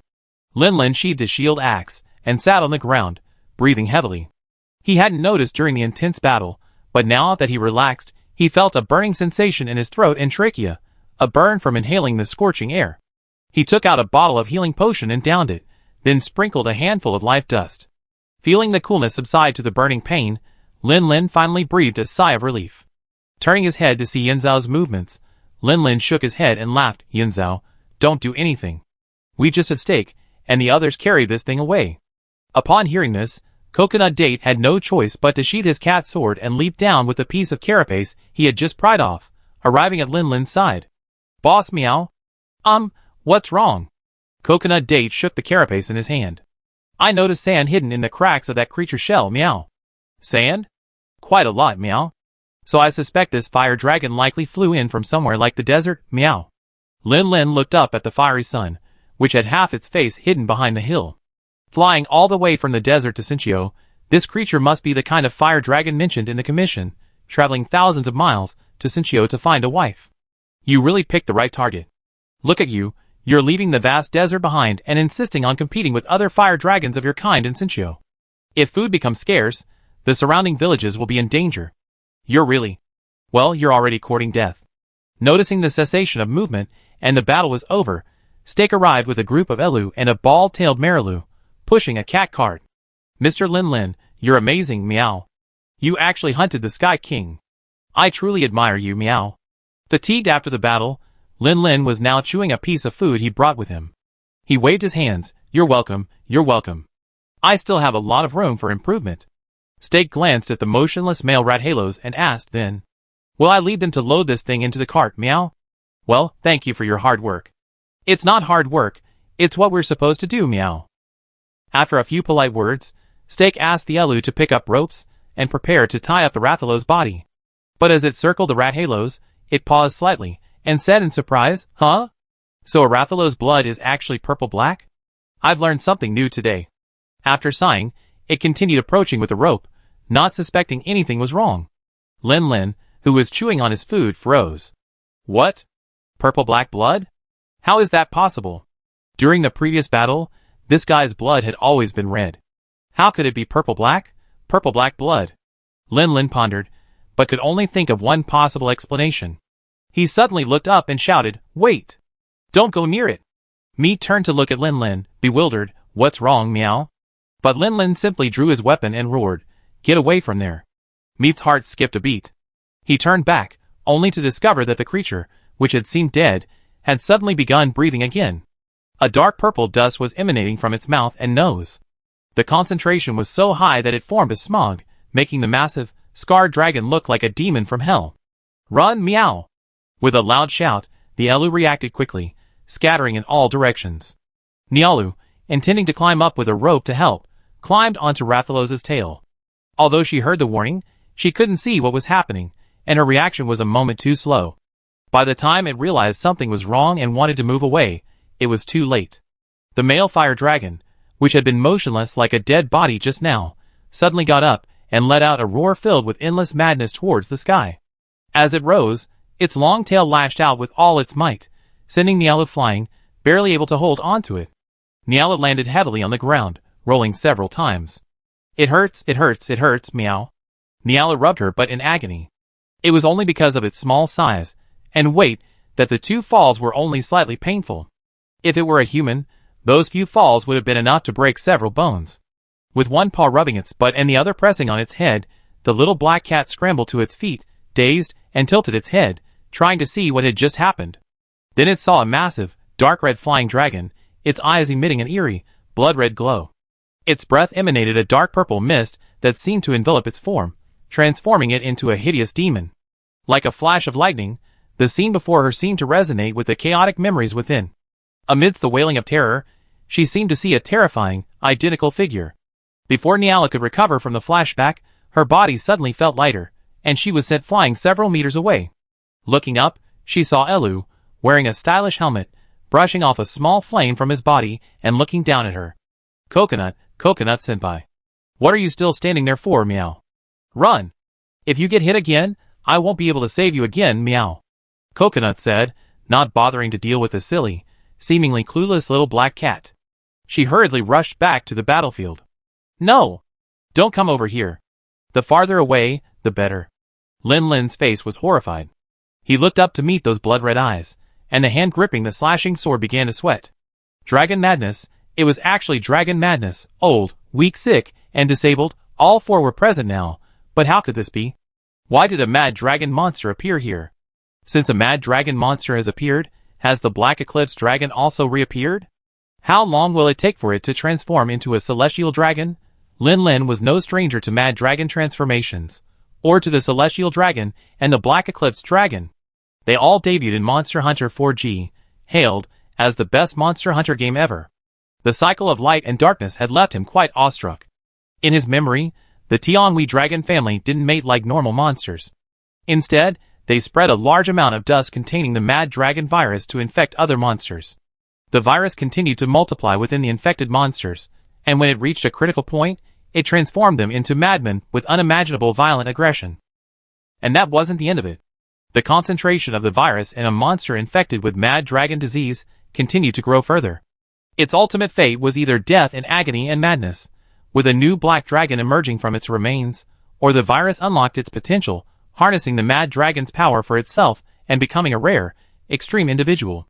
Now, watching the male fire dragon climb back up before him, Lin finally understood why, in the previous battle, it had collapsed so weakly even though they hadn't inflicted any fatal damage. The root cause of its weakness wasn't their attacks at all, but the mad dragon virus's depletion of its vital energy. At this moment, having devoured sufficient life energy, the concentration of the mad dragon virus in the male fire dragon's body surpassed the threshold. Correspondingly, the male fire dragon's mad dragon disease entered the active stage from the incubation period. Watching the black and purple dust exhale from the mouth of the mad dragon transformed male fire dragon dispersing everywhere, Lin tried to hold his breath and avoid contact with the dust, but the dragon would not give him the opportunity. Even though the mad dragon disease had transformed him into an extremely radical and aggressive madman, the male fire dragon still remembered that it had just been beaten to the point of pain by this human. Now, it wanted nothing more than to tear this human into pieces, or even burn him to a crisp. Under the male fire dragon's continuous attacks, holding his breath was impossible. If he dared to hold his breath now, he would soon become exhausted from lack of oxygen, exposing himself to weakness and becoming a corpse. Lin could only watch helplessly as tiny black and purple dust particles entered his nostrils through his breath, while he was forced to maneuver or hold up his shield against the male fire dragon's mad dog attacks. Seeing that contracting dragon madness was inevitable, Lin could only steel his resolve and continue to fight the giant dragon in front of him, attacking, and attacking with all his might. In the game, the way to combat dragon madness was to attack the monster repeatedly. Once you accumulated enough action points, you overcome the disease and increase your attack's critical hit rate. But no matter how you looked at it, that was merely a bonus effect of the game's mechanics. In real life, whether such frantic attacks would successfully overcome the virus or simply spread it throughout the body due to the increased blood flow was still unknown. But Lin had no other choice. He had no other option but to attack. And the reason he kept Date away was because he wasn't sure. In the game, only hunters could be infected with dragon ravenosis, not feelings. But in real life, who could be so sure? What if the rules of the game didn't apply? Just in case, Lin insisted Date stay away and face the behemoth alone. It must be said that monsters infected with dragon ravenosis are truly battle-crazed, like the black wolf bird. Their desire to attack is incredibly high, completely unconcerned about the damage such excessive attacks might cause to their bodies. They are essentially draining their own vitality in exchange for the current fighting power. It's a good thing that Lin had inflicted a large hole in its wings in the previous battle, completely crippling its flight ability. The fire dragon on the ground wouldn't be able to even use half of its combat power. Otherwise, facing the fire dragon's frenzied attacks, Lin really didn't know if he could handle it. With a gliding step, he circled Rathalos's side, tossing the exploding fireball behind him. Then, with a flick of his kinsect, he soared into the air. Rathalos, noticing its fireball had missed its target, turned without hesitation and lashed out with its tail. Watching the long tail whizzing past beneath him, Lin gritted his teeth and, with all his might, swung his shield axe downward. Give me. Die! The axe swung down, aiming for Rathalos's head. However, due to its turning motion, the blade missed its intended target and instead struck the wing bone, which was tucked away at its side. Well, that right wing with the gaping hole still in it. Boom, boom, boom! A golden fountain erupted from the ground, lashing furiously at the Rathalos's body and wings. After 2 consecutive aerial super releases, with a crackling sound, half of the Rathalos's right wing was completely severed, sending the mad dragon careening off balance and collapsing to the ground. Purple blood gushed out like a fountain, staining the grass black. Unleashing a powerful blow, Lin Lin landed and detached his sword and shield. Gazing at the pitiful appearance of the mad dragon-transformed Rathalos, he felt a surge of warmth coursing through his body, bringing an indescribable sense of relief. It was as if his entire body had relaxed, and wielding his sword and shield became even more effortless. Feeling that familiar warmth, Lin Lin knew his gamble had paid off. He had successfully overcome the mad dragon disease. At least for now. By attacking with all his might, he could activate his body, driving his vital energy into high gear, thereby revitalizing his physical abilities, strengthening his immunity, and metabolizing the virus. Lin Lin didn't know if his speculation was correct. He only knew that his lighter body gave him more power to fight the mad dragon-transformed male fire dragon. Besides the unimaginably violent and aggressive nature of the mad dragon disease, monsters also had significant negative effects. As the mad dragon virus continuously devoured their vitality, their physical strength and self-healing abilities were severely weakened. In other words, they were much more fragile than normal monsters. And now, after successfully knocking the mad dragon-transformed male fire dragon down again, the already weakened creature finally collapsed to the ground after struggling to rise several times in vain, uttering a final, unwilling whimper. Chapter 383. Huh? Finally dead. Swinging his shield axe, he repeatedly struck at the dragon's throat, finally confirming that the mad dragon transformed into a male fire dragon was indeed dead. Lin Lin then slumped to the ground, casually tossing the shield axe, now stained with purple-black blood, to the side, breathing heavily. Just now, to overcome his mad dragon disease, he had used all his strength, frantically battling the mad dragon transformed into a male fire dragon. With his blood boiling, the battle became more and more effective. However, this strengthening was not without cost. As his blood receded and his body relaxed, Lin Lin realized he was extremely exhausted. His hands and feet were so weak that he could barely lift them, and even his stomach rumbled. Feeling the pang of hunger rising from his stomach, Lin Lin tried to reach into his bag for the 2 pieces of food he brought with him, but he couldn't even muster the strength to lift a finger. With a sigh, he simply collapsed to the ground, staring blankly at the sky. I'm so tired, I don't want to move at all. The ground is so soft and comfortable. My eyelids feel so heavy. Having drifted off, Lin Lin could vaguely hear a flurry of sounds, but it was hazy, as if through a layer of cotton. His body seemed to be moving, but his eyelids, which felt like they were filled with lead, refused to lift. Lin Lin felt like a small boat on the sea, swaying back and forth. Above, the sun and moon rotated, and the brilliant starry sky transformed into a dazzling sun. Great, boss, you're finally awake, meow. A large, furry face suddenly appeared before him, almost filling his entire field of vision. Its cry of surprise reached his ears, and Lin Lin's tangled brain finally began to work. Date? His pupils narrowed slightly. Focusing on the large face before him, Lin Lin recognized the Elu's identity. He tried to push himself up and sit up, but just as his elbows touched the ground, his body gave way. If Date hadn't caught him in time, he would have fallen headfirst. Shaking his dizzy head, Lin Lin looked around and found himself in the middle of a forest. The surrounding tree trunks and rocks were covered in crooked, chaotic graffiti resembling cat paws. A bonfire burned quietly nearby, its light casting a fiery crimson hue on the surroundings. Where is this? This is the habitat of Steak and his tribe, meow. Lin Lin glanced at the incomprehensible graffiti and nodded slightly. It made sense. The style of the graffiti was clearly the work of the orcs. Since this was Steak and his tribe's home, it wasn't surprising. But, why am I here? Yinzo didn't answer directly, but instead looked at him with a look of veiled concern. Boss, how are you feeling, meow? How are you feeling? Lin Lin wanted to stretch his arm and say, fine, but when he actually raised his arm, he realized something was amiss. Why was he so weak? I can't even muster a single ounce of strength. Seeing Lin Lin's reaction, the worry in Yinzo's eyes deepened. After a moment's hesitation, he said in a deep voice, a doctor named Elu checked you out. He said you've been infected with some kind of virus, and it can't be cured.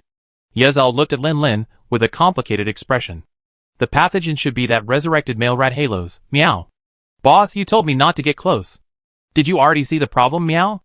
Lin Lin turned his head, avoiding Yezel's gaze. Sort of. I was just being cautious at the time. He lowered his head, staring at his palms, making a clenching motion. I expected infection, but I didn't expect it to be this weak. Come to think of it, I felt like I should have overcome the virus.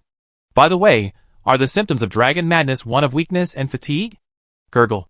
Their stomachs rumbled again, and Lin Lin and Yeza both lowered their heads, looking towards the source of the sound. Lin Lin was silent for a moment, then suddenly asked, "Is it possible that I'm so weak and powerless now because I'm hungry?" Date was also stunned.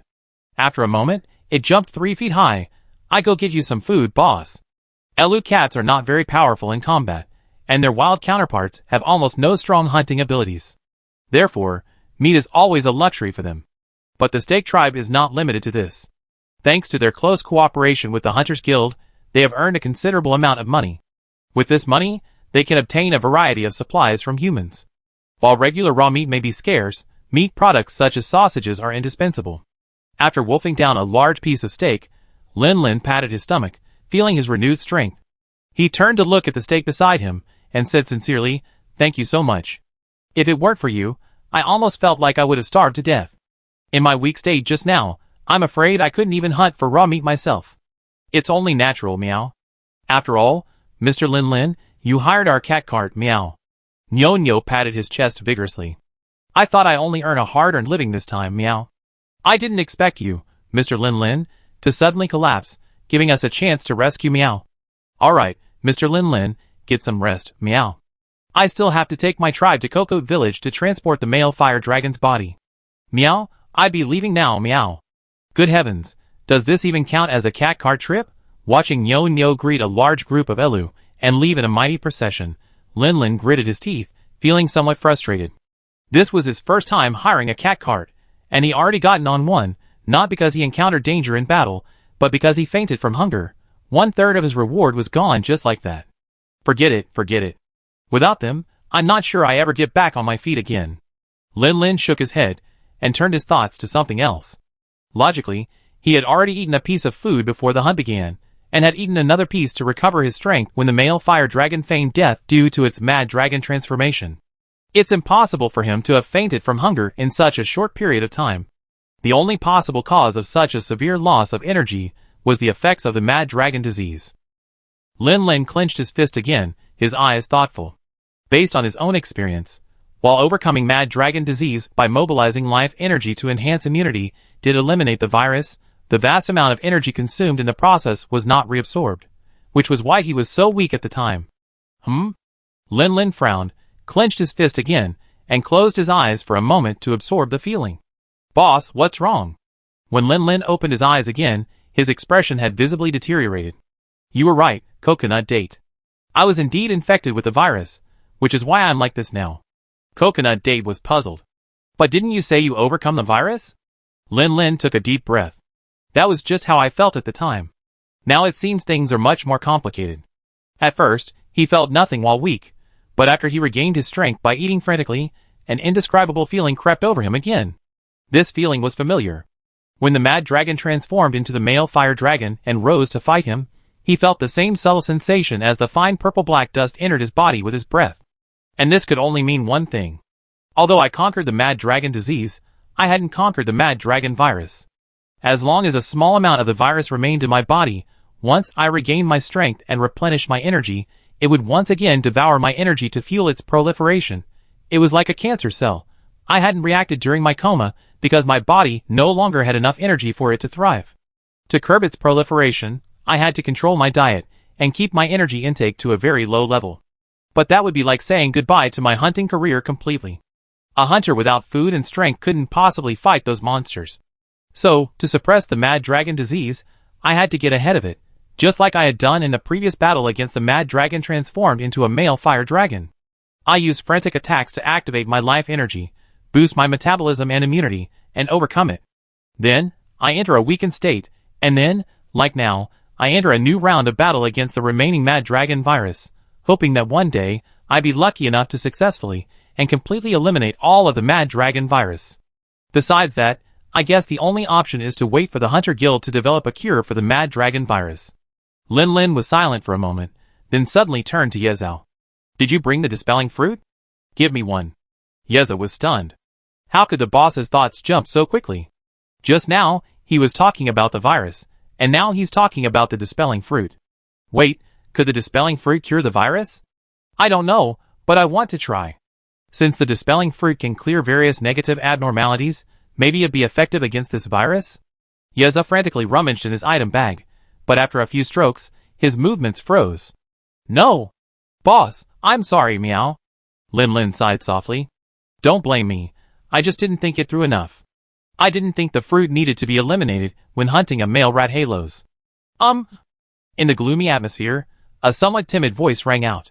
Lin Lin and Yezhao looked in the direction of the sound and saw, in a dark corner, a dark Melila cautiously raised its paw, clutching a fruit with a rough, pale blue skin. Is this the dispelling fruit you're talking about, meow? Date, a look of surprise on his face, stepped forward to take the dispelling fruit. That's it, meow. How did you get it, meow? Nialu shrank back, glancing towards a nearby pile of junk, muttering softly, I found it over there, meow. I saw it lying there with no one wanting it, so I picked one up to take a look, meow. In the past, if anyone in the tribe got entangled in the mud of a monster wallowing in a quagmire, they could easily break free by crushing one of these fruits, meow. It feels a lot like the dispelling fruit you're talking about, meow. After a pause, as if remembering something, it added, I just picked this fruit up out of curiosity about the difference between Marikyu and the desert fruit, meow. I was just about to return it, meow. Date, Lin Lin, Melalu, it's true that nature is hard to change. But for now, they didn't pay much attention to the little black cat's dirty hands. After handing the dispelling fruit to Lin Lin, Date watched him swallow it in one gulp with anticipation. Boss, how's it, meow? Lin Lin closed his eyes, carefully felt it for a moment, and nodded slightly. It works. Date breathed a sigh of relief. Good thing, meow. If the boss had truly contracted an incurable virus while protecting him, he'd be gutted. I need to buy more when we get back to Kokoti village. Date looked up suddenly. What do you mean, meow? Lin Lin took a deep breath. It can effectively curb the spread of the virus, but it can't eradicate it. To eradicate it, we have to wait until the guild develops a specific cure for Mad Dragon disease. Until then, I probably just have to rely on the dispelling fruit to keep me going. He stretched his body again. Besides the virus still lurking within him. Aside from the Mad Dragon virus, he was basically fine. Lin Lin stood up and said, Steak and the others haven't gotten too far. Let's catch up. Why? I have to hurry back to East Dorma and report to the guild about this matter. We have to bring that corpse back with us, as it's crucial evidence and research material. We can't just send it to the processing shop and have it completely broken down into raw materials. I understand, meow. Let's go now, meow. The little black cat, Nia Lu, looked at the man and cat who had decided on their next itinerary in a few words and fell silent for a moment. Coconut Date took 2 steps, turned slightly, and looked at Nia Lu. Why are you still standing there? Meow. We need to get going. Nia Lu was stunned. But aren't you going to that Dondorma, meow? Lin Lin nodded slightly and corrected her. It's Dondorma, but it's not like you can't come along. I promise to help you get home, and I won't break my promise. But I have something more urgent to do. Also, Dondorma is a hub city for the entire continent, making it very convenient to travel anywhere. Following us will also help us find your way back home. Nia Lu was stunned for a moment, then nodded vigorously. Okay, meow. Thank you, meow. Alright, meow, stop wasting time. If we delay any longer, what if we can't catch up with Steak and the others? The boss said that the fire dragon's carcass is a very important material. We absolutely can't lose it. Chapter 384.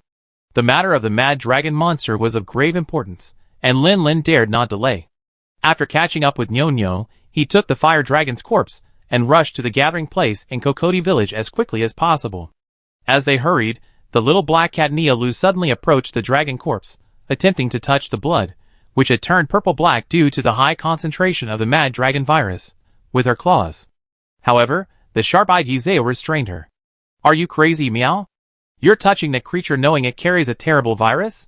Yizeo was already in a bad mood due to Lin Lin's illness, and Nia Lu's sudden action irritated him even more.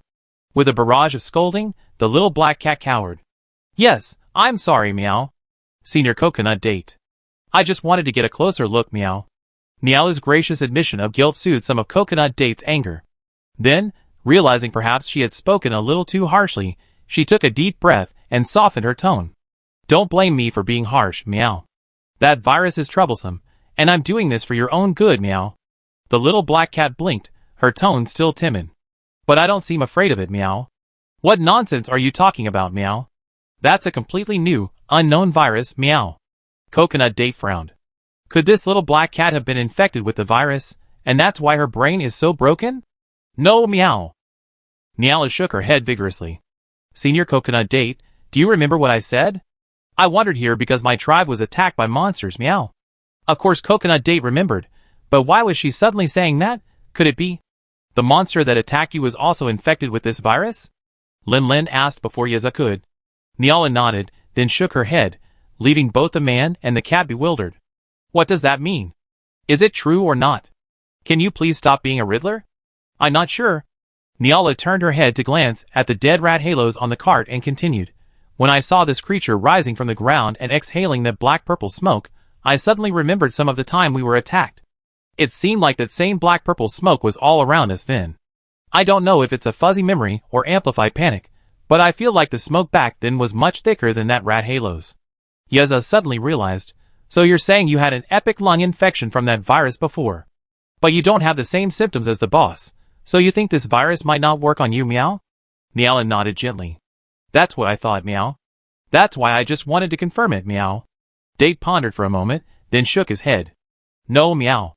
The reason you haven't been infected is probably because you have a higher tolerance threshold for the virus. What you encountered before was just smoke, but this guy's blood has turned purple-black, so it must be highly concentrated with the virus, meow. Just because it's okay in the form of smoke doesn't mean it's okay to touch blood, meow. Niala nodded in conviction, retracted her cat claws, and decided to follow the advice of her senior.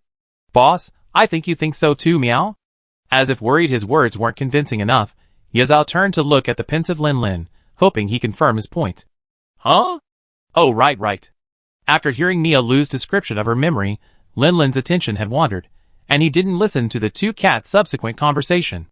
Nia Lu's description of the Mad Dragon virus in her memory was much more potent than that of the Mad Dragon transformed male fire dragon. If her recollection wasn't flawed, there truly could be a virus far more potent than that of a Mad Dragon transformed monster. It could be either the Black Erosion Dragon itself, or an extreme individual that had overcome the Mad Dragon disease. Either way, it wasn't good news. Besides this, there was another matter that concerned Lin Lin. According to Nialu, its original habitat was likely in a vast desert. While preparing to peel the Mad Dragon's body for the male fire dragon, Yazao discovered sand and gravel hidden in the crevices of its shell. This meant that the male fire dragon had likely contracted the Mad Dragon disease in the desert and subsequently flown to Sinchio. So does this mean that the source of the virus first appeared in that desert? Lin Lin felt this was very likely. Even if it wasn't 100%, it was probably close. Sinchio and Kokoti village were very close. In less than 3 hours, standing on the swaying cart, Kokoti's village gate was visible from the front. Lin Lin wasted no time and parked the Mad Dragon's body in the center of the village. He then rushed to the meeting house, startling the two vacant attendants who were standing there in a daze. Lin Lin took a sip from his water bag and breathed heavily. Peggy looked at his face and asked with a hint of concern, Mr. Lin Lin, are you okay? She pointed at her eyes. Your eye sockets look a little red. Lin Lin was startled for a moment, touched his face, and sighed. Not well, but I'd be fine after eating some of the dispelling fruit later. Huh? Why? Never mind, forget about that. That's not the point. Don't be afraid of what I'm about to say. Lin Lin slammed his hunter's notes on the counter. I've completed the mission. The body is parked in the center of the village. You can settle it now. Oh, by the way, I have to deduct 1/3 of my reward for riding the cat car. Sorry, my mind is a bit confused right now. Let me get to the point. Lin Lin took a deep breath, enduring the discomfort of the Mad Dragon virus growing stronger in his body. He reported the details of the hunt in detail, and also briefly shared some information about the Mad Dragon disease in the form of speculation. The reason he didn't seek out the guild's president or other management personnel, instead focusing solely on the two image-bearing women, wasn't because he didn't want to, but because he simply couldn't. While Kokot Village was famous, it was still a small village. It could barely manage a gathering place. It couldn't possibly have the complete structure of Rocklac.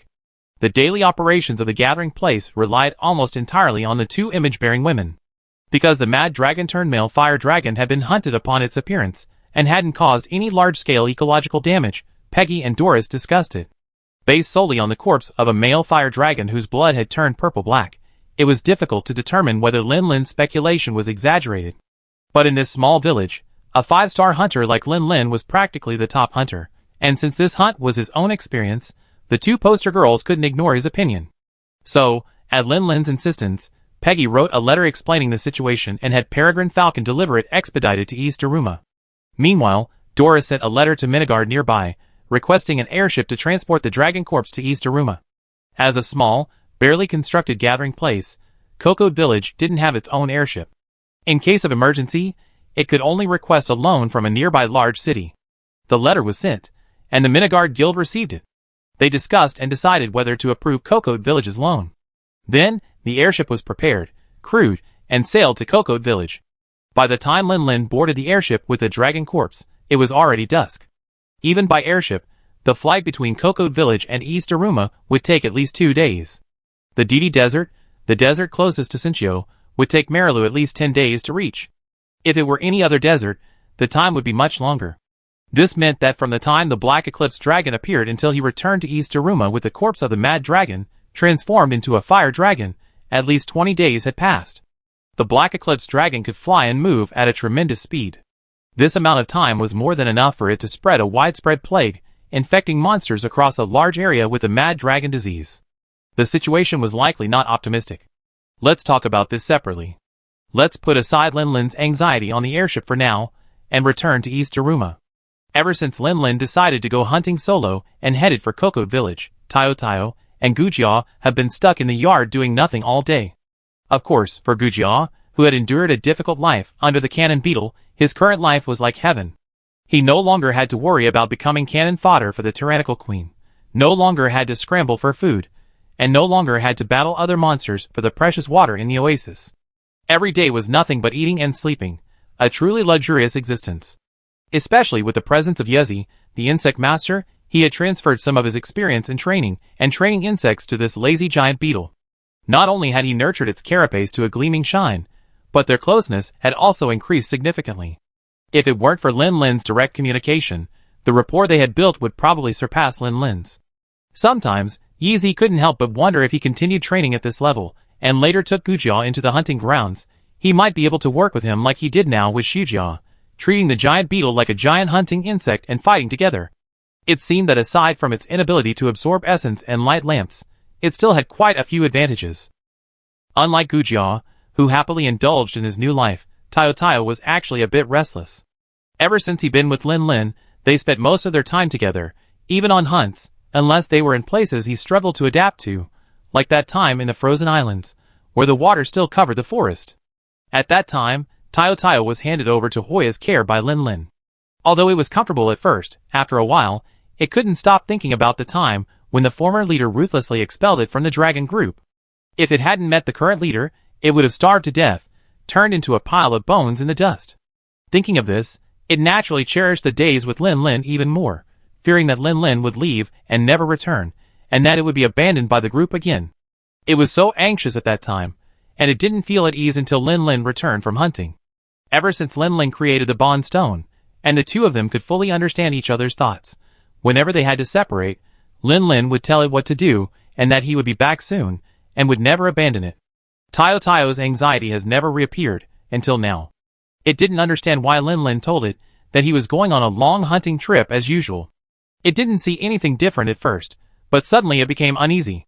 This unexplained unease was completely different from the previous fear of being abandoned again, but Tiao couldn't figure out the source of the problem, which led to an inexplicable anxiety and an irresistible urge to attack something.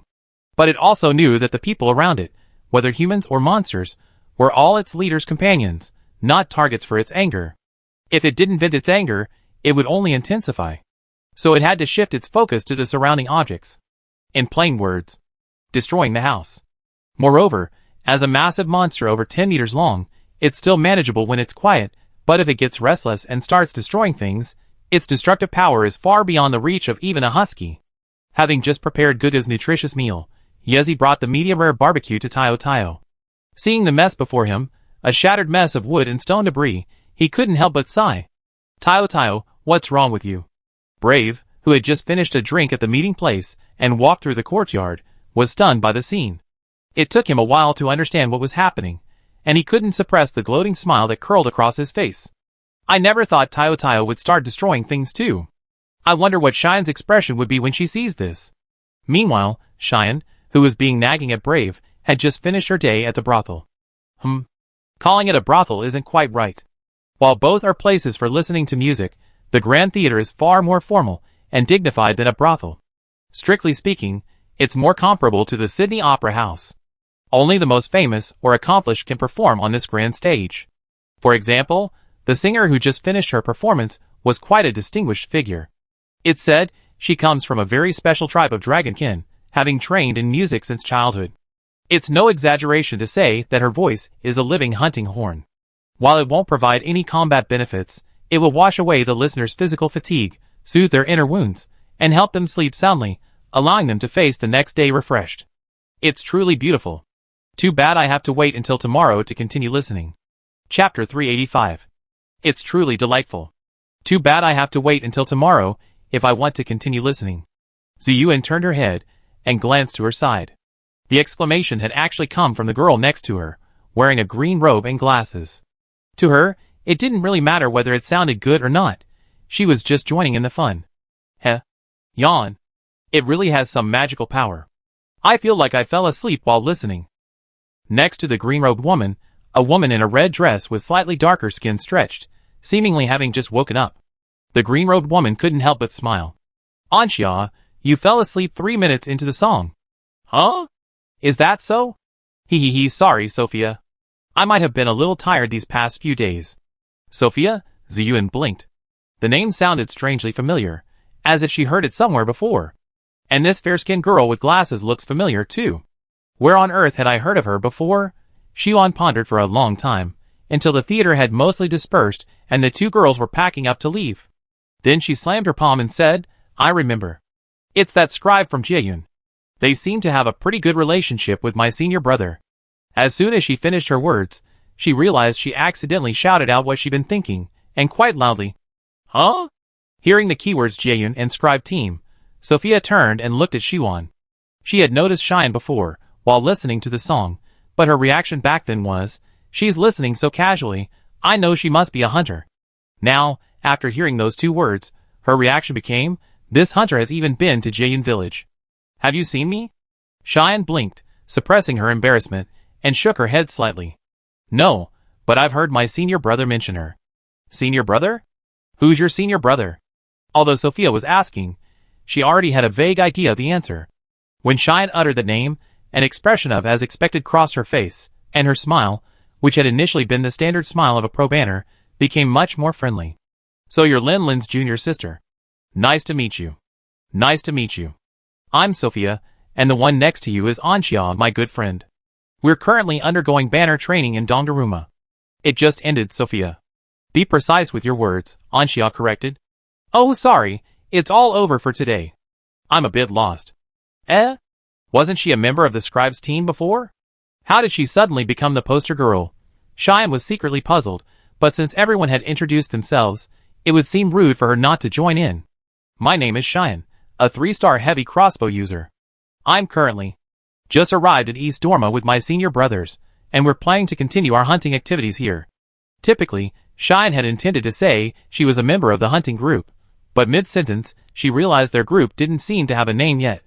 She was stuck for a moment, so she had to change the name. Sophia looked a bit surprised. He's already in Dongdaruma?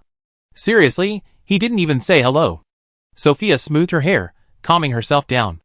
Honestly, I later heard that the trouble with Jieyun was actually caused by an ancient dragon, so I was a little worried. But now it seems he's a truly gifted hunter. Even this hasn't fazed him. Cheyenne felt something was amiss. Hey, are you and senior brother so close? Sister Yezi's position seems a bit threatened. Sophia smiled. Where is he now? When I left, the fire dragon egg should have been close to hatching. After all this time, The little fire dragon should have been born, right? What did you bring to Donnarumma this time? Didn't you bring it? Sophia's excitement grew uncontrollably as she spoke. Ah! I really want to see what Charmander looks like now. It would be even better if I could touch its scales. As a fire dragon, its scales must be very insulating. Do they feel warm or cold? Cheyenne, eh? No, this girl seems most concerned about Deosora, not her senior brother. Anxia's expression was a little strange. Ever since arriving in East Dorma and meeting Sophia, she discovered they had a lot in common and a very compatible personality. They quickly became close friends, sharing everything. However, this shared interest clearly didn't include dragon loving. Sophia's obsession with monsters was incomprehensible, but when she thought about the many scholars she met during her studies, she felt relieved. Perhaps it was just the nature of someone born into the scribe corps. Cheyenne waited until Sophia realized what was happening and stopped her excited mumbling before she spoke slowly, choosing her words carefully. You probably won't be able to touch Deosora's scales for a while. Oh, Deosora is the name of the male rat halos. Male rat halos?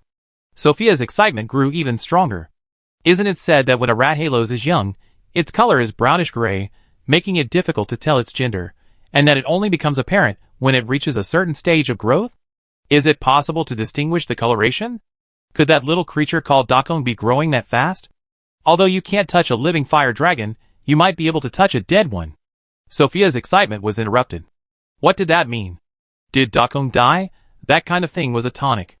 Putting aside the fact that it was the first fire dragon hatched by humans, she had meticulously cared for it when it was still an egg, pouring so much effort into it.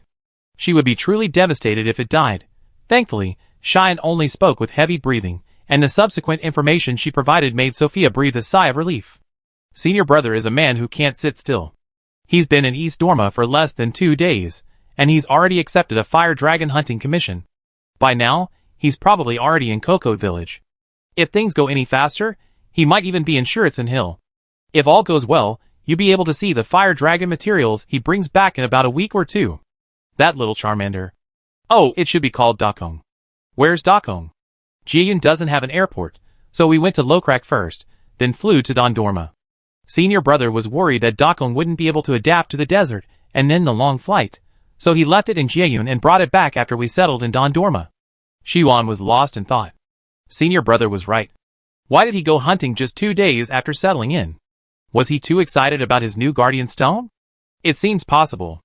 Did you go to Lokrak before going to Dondorma? Anxia, who had been silent until then, suddenly interrupted. Then I wonder if you've seen Aunt Maggie. Is she okay now? Aunt Maggie?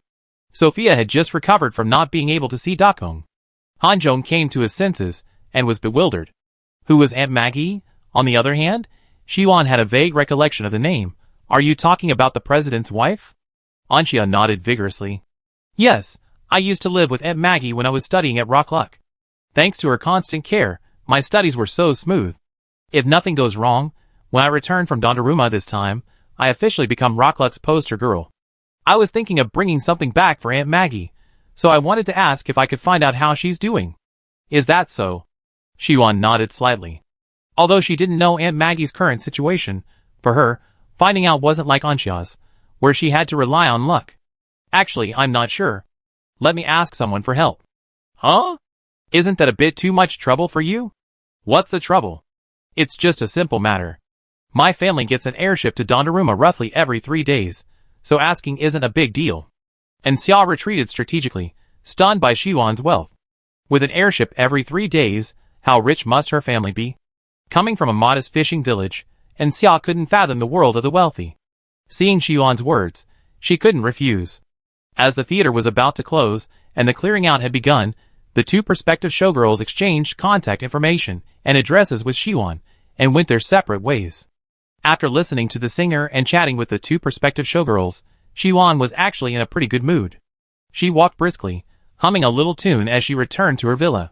And then her good mood ended. Is this still my home? Ziyuan turned to look at the 4-story building. Yes, it was here, but what's with all this mess? Where are all my flowers and plants? I just went out, and how did this little yard get turned upside down? Bang! Another muffled sound. Ziyuan quickly turned to look, and her blood pressure skyrocketed. Tio. Li Zagan the demon? Let go of the bricks. I'm using them to pave the path, Open your mouth. But Tao Tao ignored Ziyuan's cries. He stomped hard, leaving several cracks on the bricks, and his heavy breathing subsided slightly. Yezi, holding his chin, turned to look at the frantic Ziyuan, and sighed, I don't know what's going on. Tao Tao suddenly became so irritable this evening. Brave, and I can't calm him down. Ziyuan took a few deep breaths, calming herself. She said quietly, if Tao Tao keeps tearing things apart like this, I'd be furious. These things aren't expensive, but I put a lot of effort into organizing them so beautifully. Yezi gave an awkward smile, then turned to look at Tao Tao, still worried. If only Brother Lin Lin were here right now, he'd definitely figure out why Tao Tao is so restless. It's a shame we don't have the ability to listen to our inner voices. Ziyuan gritted her teeth, her gaze darting back and forth over Tao Tao before finally settling on the shattered stone on the ground. Suddenly, her eyes lit up. Got it. Yezi, ? We don't know what's wrong with Tao Tao, but I have a way to stop him from tearing things down. Yezi made a face, all ears. We can't figure out what Tao Tao is thinking, but we can at least tell he's very irritable, and has a strong desire to destroy things. Yezi nodded. Then what? At home, there are only a few bricks and planks he can tear apart, so why don't we just take him hunting? Then he can do whatever he wants, even if it means he's exhausted. Yezi's eyes lit up slightly. This was indeed a good idea, but the problem was, there wasn't just one Tao Tao here, there was also Gujia. Although Gujia was quite well behaved right now, Tao Tao had always been quite well behaved too. What if Gujia at home started to make trouble too? Sister Yezi, besides my senior brother and coconut date, Tao Tao is closest to you. How about taking him out for a walk? Of course I can, but Guga. Cheyenne patted her barren chest. I take care of Guga. After watching you operate these past 2 days, I've basically learned how to get along with it. Leave it to me. It's no problem. And even if I can't, there's still Senior Brave. Between the two of us, what's there to worry about? Yezi pondered, then nodded. That's true. Then it's settled. I take Tao Tao with me to the hunting grounds, and see if there's any improvement. Popular tavern. Any commission, as long as it's not too far away? Yezi nodded. What's the expected reward? Or the level of the mission? It doesn't matter. Any exploration commission is fine. Exploration commissions generally come in 2 forms. One is a convenient way to grant hunters access to hunting grounds, so they can gather the materials they need. The other is to commission a hunter to investigate an unfamiliar area to gain intelligence about the target location, which is part of the guild's development project. Unlike hunting and gathering commissions, exploration missions have almost no chance of failure. As long as the hunter accepts the commission, sets out, reaches the target location, and returns, even if they haven't gathered anything or hunted any monsters, they can still be considered completed.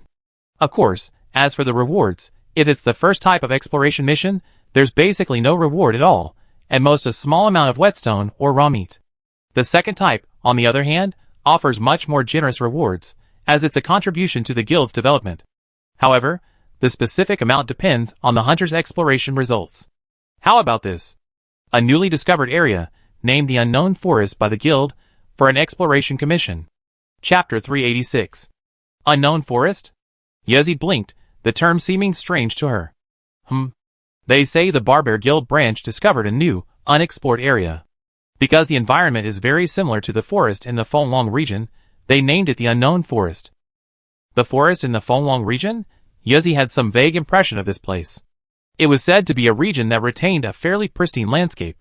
Perhaps because of its proximity to the ancient pagoda, extremely dangerous monsters often appeared, and lower-level hunters usually wouldn't venture there easily. Yezi couldn't help but feel curious. The forest was far away in the Fonglong region, and she couldn't get there for a while. So, going to the Unknown Forest to see the scenery first seemed like a good option. Okay, then here. Please help me with the paperwork. The Unknown Forest lies east of East Daruma. While not as far away as Cocotte Village, spanning half the continent, it's not close either. The vast Barber Desert lies between them, and walking would take far too long. Thus, Yezi ultimately opted to take an airship to Barber. Although Tiao Tiao expressed considerable resistance, the flight wouldn't be that long this time. In less than a day, the man and the dragon were once again on dry land. Looking around, Yezi's first impression of Barber was that of a bustling golden town. The dazzling sunlight shone on the golden ground, reflecting a dazzling golden glow. People came and went, the sounds of conversation and trade buzzed in the air. It was truly a bustling place. But as she paused for a moment, she realized this town was unlike any she ever seen. It was a moving town. As the name suggests, every building here had wheels on its base, allowing it to be moved around at any time. Normal town dwellers would certainly dislike this mode of movement, but Barber was unusual. There were no ordinary residents here at all.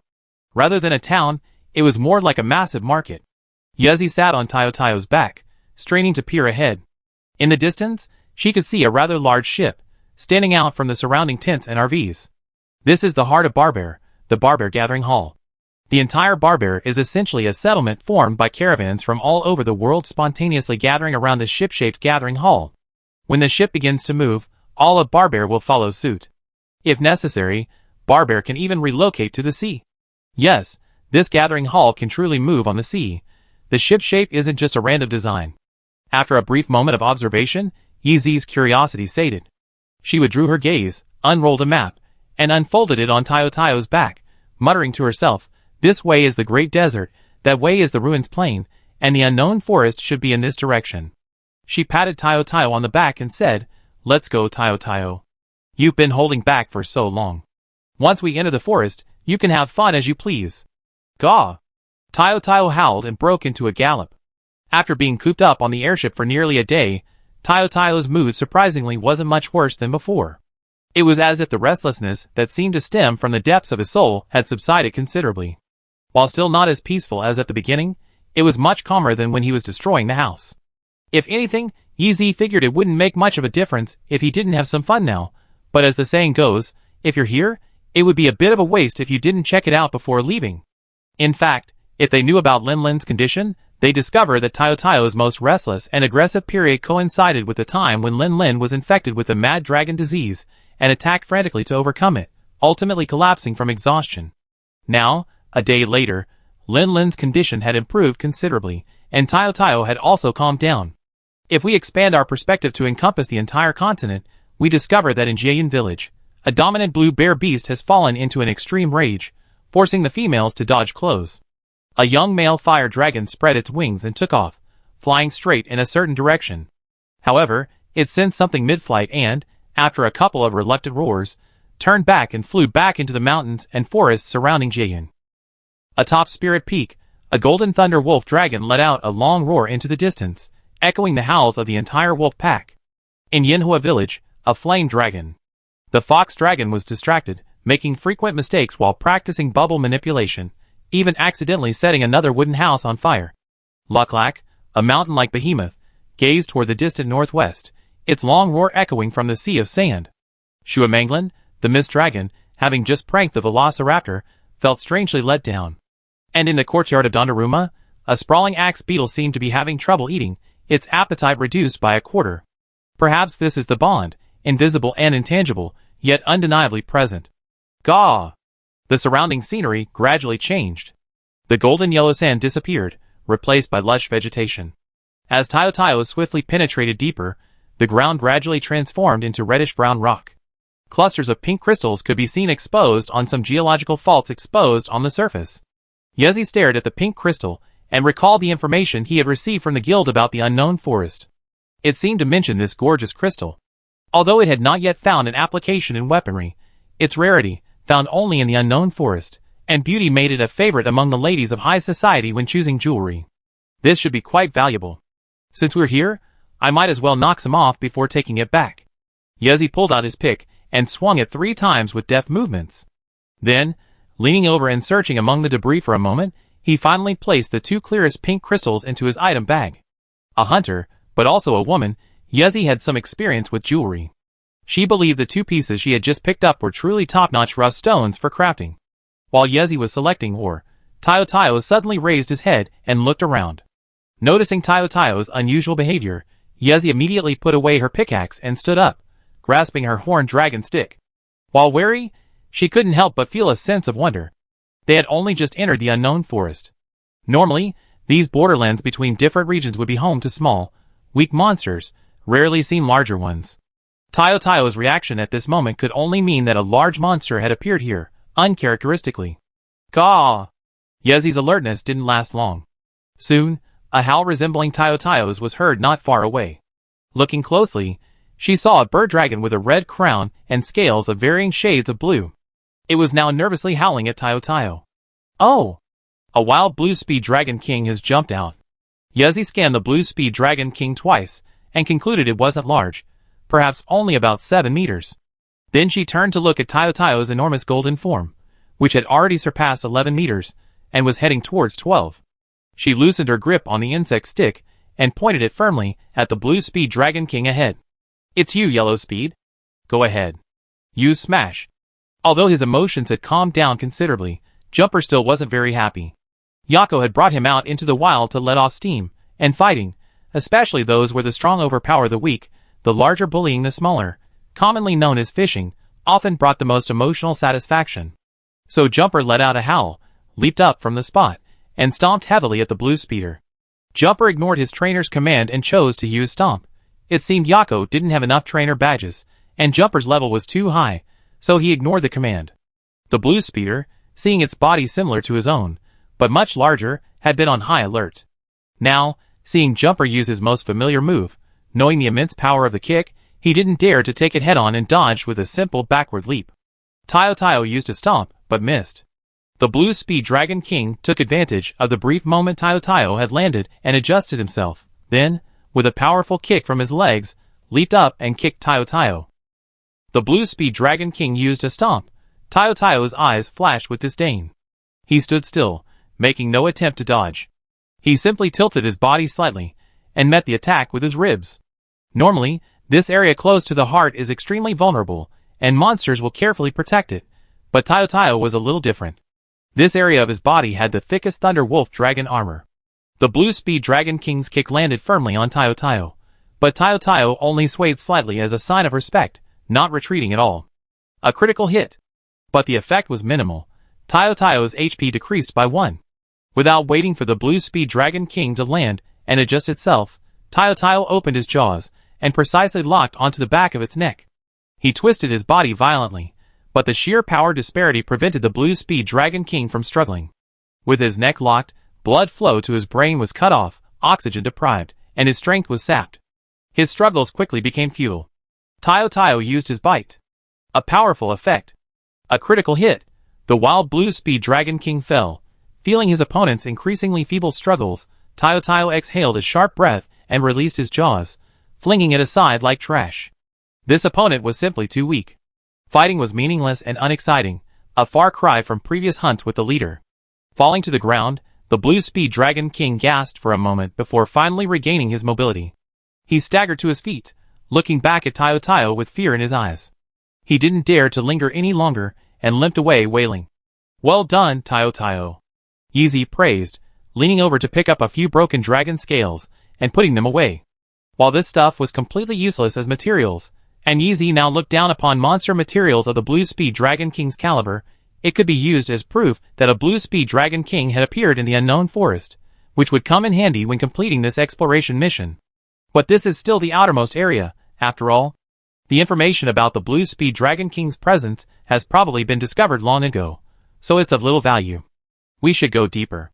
Tayo Tayo, you didn't have enough fun just now, did you? Goao. Having been with Lin Lin for so long, even though he couldn't understand each other's thoughts as seamlessly as they did, Tayo Tayo could still understand Hunter's language to some extent. Upon hearing Yeezy's words, Tayo Tayo let out a howl of excitement. Dip the beans. So good. Alright. Let's head deeper. While the man and the dragon were exploring the depths of the unknown forest, an airship from Cocotte Village slowly landed at the Donnarumma Airport. Donnarumma Airport saw a massive number of airships taking off and landing daily. An airship from Cocotte Village shouldn't have caused a stir, nothing to be noticed. That was exactly how it should have been. However, when a team of guild knights solemnly cordoned off the area around the airship, forbidding anyone from approaching, the separated crowd couldn't help but turn their attention. What could be aboard this airship? What warranted such a massive mobilization of guild knights to cordon off the area? The onlookers strained their necks, straining to peer inside. Some, surprisingly, even the taller ones managed to glimpse a glimpse through the wall of guild knights. Some old dragon man just went in. Is it the guild leader? He looks a bit grim. He's the second in command of the Donnarumma Guild, and even he's so serious. Why do I feel like something's going to happen? Hiss. Is it another ancient dragon attack? The battle against the old mountain dragon 2 years ago is still fresh in my memory. It's possible. Sigh, why does Donnarumma attract so much hatred from those guys? The guild leader didn't hear the others' discussion, or perhaps even if he did, he didn't care. He hurriedly boarded the newly landed airship and immediately saw the massive dragon corpse tied to the deck. Of course, it was covered with canvas and weighed down by ice crystals. Boss, you're here. Chapter 387. I received an urgent guild dispatch from Cocoa Village. The supervisor nodded with a stern expression. He looked up at the tall hunter standing next to the dragon corpse and whispered, "Son, take off your helmet. Let me see your face." Lin Lin was stunned for a moment, then nodded silently. He reached out and removed his helmet, revealing a face that looked very tired. Lin Lin's spirits weren't exactly high right now. Even with the help of the dispelling fruit, which helped suppress the virus and prevented a full-blown outbreak of the mad dragon disease, the burning pain it caused as it eroded his body was still undeniable. To be honest, the feeling of being woken up by the burning pain just moments after falling asleep was unbearable. And after waking up, if he didn't take a dispelling fruit to suppress the virus, he wouldn't be able to sleep again. The supervisor stared at Lin Lin's face intently for 2 seconds, then nodded. "I brought a doctor over. Let him take a look at you. This condition looks quite serious." Lin Lin took a deep breath, suppressing his discomfort. "Thank you, supervisor, but I have something else to report." The guild supervisor had already turned and waved behind him, gesturing for a doctor. Hearing this, he stroked his beard. There was a hint of reproach in his tone, but Lin Lin could sense the concern in it. The letter explains the entire incident clearly enough. Your most important task now isn't to sit here and report, but to cooperate diligently with the doctor and get your illness cured. I'm afraid the letter didn't mention what I was trying to say. Lin Lin shook his head and pointed at Melalu, who was hiding behind the cabin door, looking a little fearfully at the guild knights surrounding the airship. That's a wild Melalu I encountered during this hunt.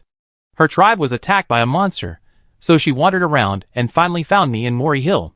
It was watching me fight the sick dragon. It said the fire dragon's symptoms during its illness were very similar to those of the monster that attacked its tribe. It's not clear where its tribe lives, but it's definitely in a vast desert. Coincidentally, there's a lot of sand hidden in the cracks of the fire dragon's shell, suggesting it must have been active in the desert for a long time. The guild leader tugged at his beard.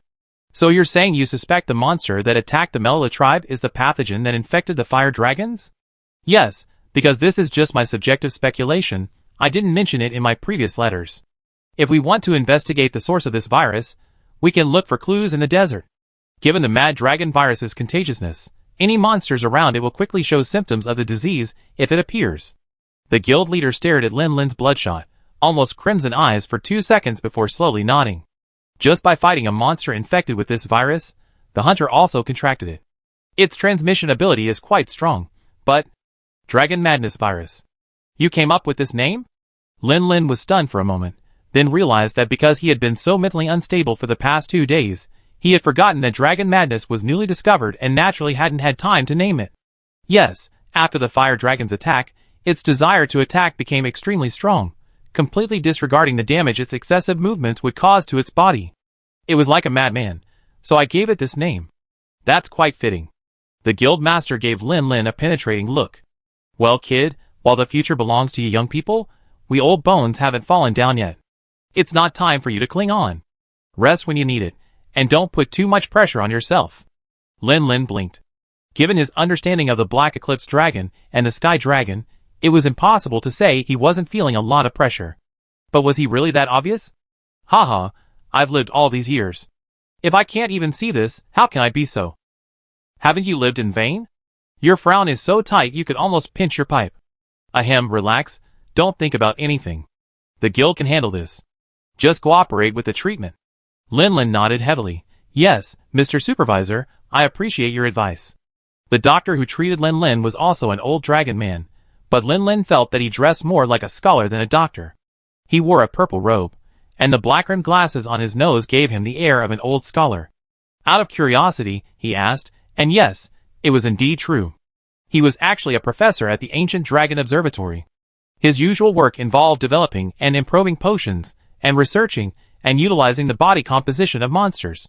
However, the integration of medicine and the rich experience gained from the dragon people's long lifespan made him an equally accomplished doctor.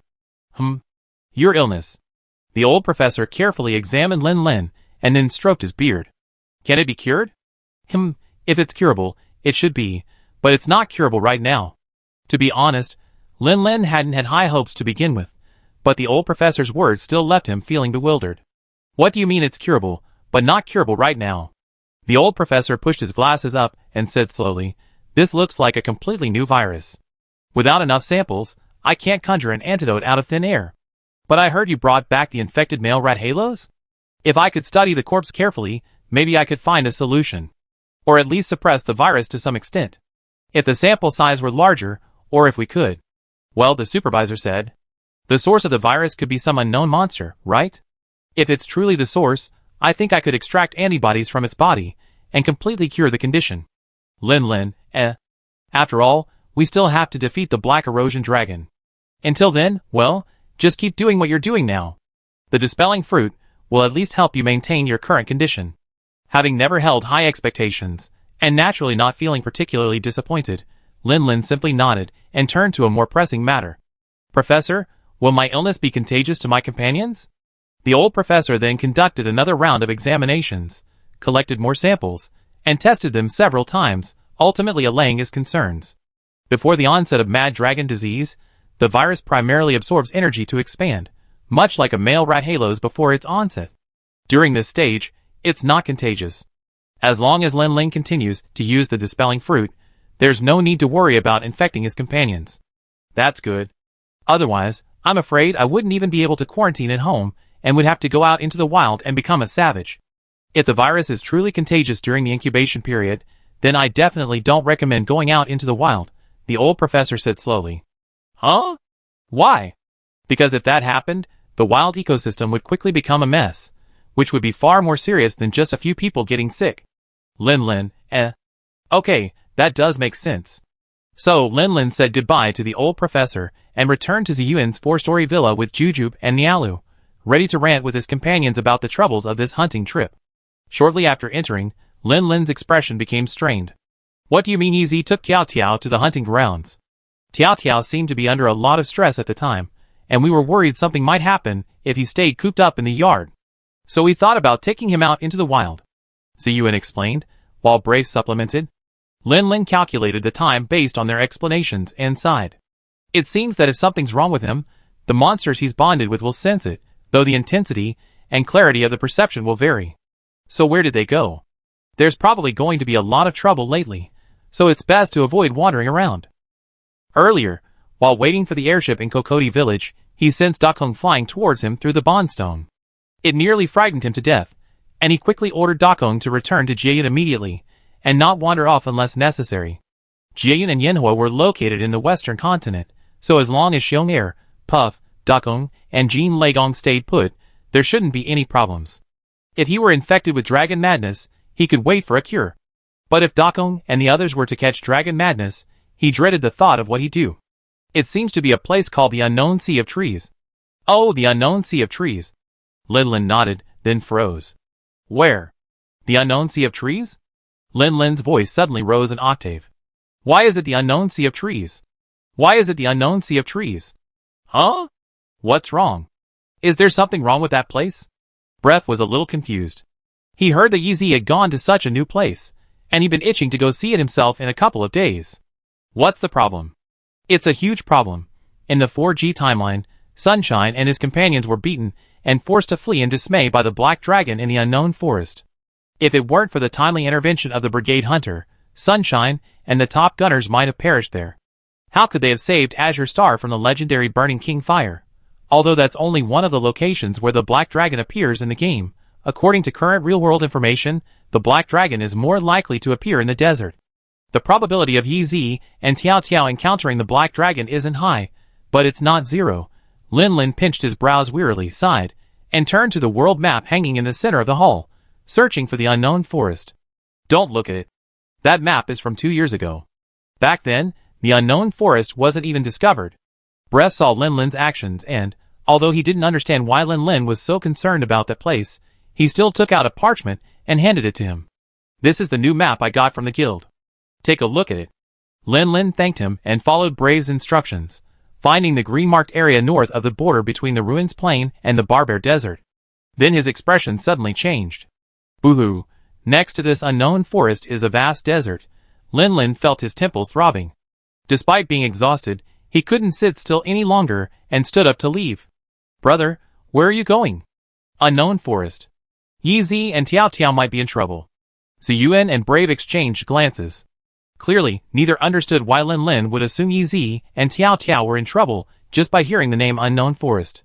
He had just finished a hunt and exuded an air of exhaustion. But neither of them uttered a word of rebuttal. Instead, they stood up, prepared to pack their gear, and set out with Lin Lin. But after noticing their movements, Lin Lin suddenly turned his head, his tone unconsciously becoming somewhat irritable. What are you doing? Didn't you say they might be in trouble? Ziyuan felt a little aggrieved at being inexplicably scolded by her senior brother, while Brave frowned, vaguely sensing something was amiss. This time, in the short time since Lin Lin returned, he gave a completely different impression than before. What happened? Lin Lin was silent for a moment, then apologized. Something did happen, and I'm not feeling very well. Well, it's complicated, and I can't explain it all right away, but you absolutely cannot go with us this time. It's best to stay in East Aruma for the time being. If possible, even put hunting on hold. Brave frowned, observing Lin Lin closely. After a moment, he spoke again. This time, I can listen to you and not ask what's going on. But if you rush over in your current state, even if Yi Zi is truly in trouble, how much do you think you can help her? Lin Lin took a deep breath, pinching his brows with his fingers. After a long pause, he let out a long sigh. You're right, I was indeed too anxious. Even if I have to rush over, I need to replenish my energy first. He walked over to the sofa and laid down heavily on it, trying to relax. There's a reason I didn't let you go. This fire dragon hunt went terribly wrong. It went something like this. Lin Lin took off his helmet, pointed at his bloodshot eyes, and slowly recounted everything that had happened since he arrived in Kokode village. However, over the past 2 days, under the dual pressure of immense mental stress and the burning pain of the mad dragon virus, he had accumulated too much fatigue. Now that his emotions had calmed down, sleepiness had unknowingly come over him. As he spoke, his words became a dreamy mumble, finally dissipating into a faint whisper.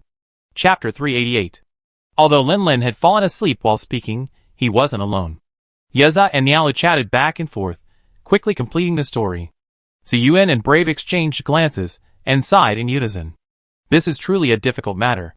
This is truly a difficult matter. In the Hall of Elders, the guild master puffed deeply on his pipe with a look of worry, his brows furrowed. The scribes and the Ancient Dragon Observation Bureau have begun research on the infected male fire dragon's corpse. Their preliminary conclusion is that this is indeed a highly contagious new virus, tentatively named the Mad Dragon Virus. As for other research, once the results are in, they will be reported to me immediately. The Great Elder paid no attention to the guild master smoking in the Grand Hall. His expression remained unchanged. He simply asked in a deep voice, "Can the scope of the infection be determined?" The master exhaled smoke and shook his head in distress. It's not clear yet. At least humans and male rat halos can be infected. There's news that Melilo has a certain degree of immunity to the virus. Some scholars speculate that the scope of infection may be related to body size, but this requires time to verify. The Great Elder nodded. Have the virus's transmission method been determined? The master sighed and shook his head again. Based solely on the current intelligence, it can at least be transmitted through the air at close range. Furthermore, a large amount of the virus has been detected in the blood of the Mad Dragon monster. If injured during combat, they would likely be infected as well. As for other transmission routes, such as water sources, it remains unclear. The Great Elder fell silent for a moment, seemingly digesting this information. After a moment, he continued, "Is there a cure? For both humans and monsters?"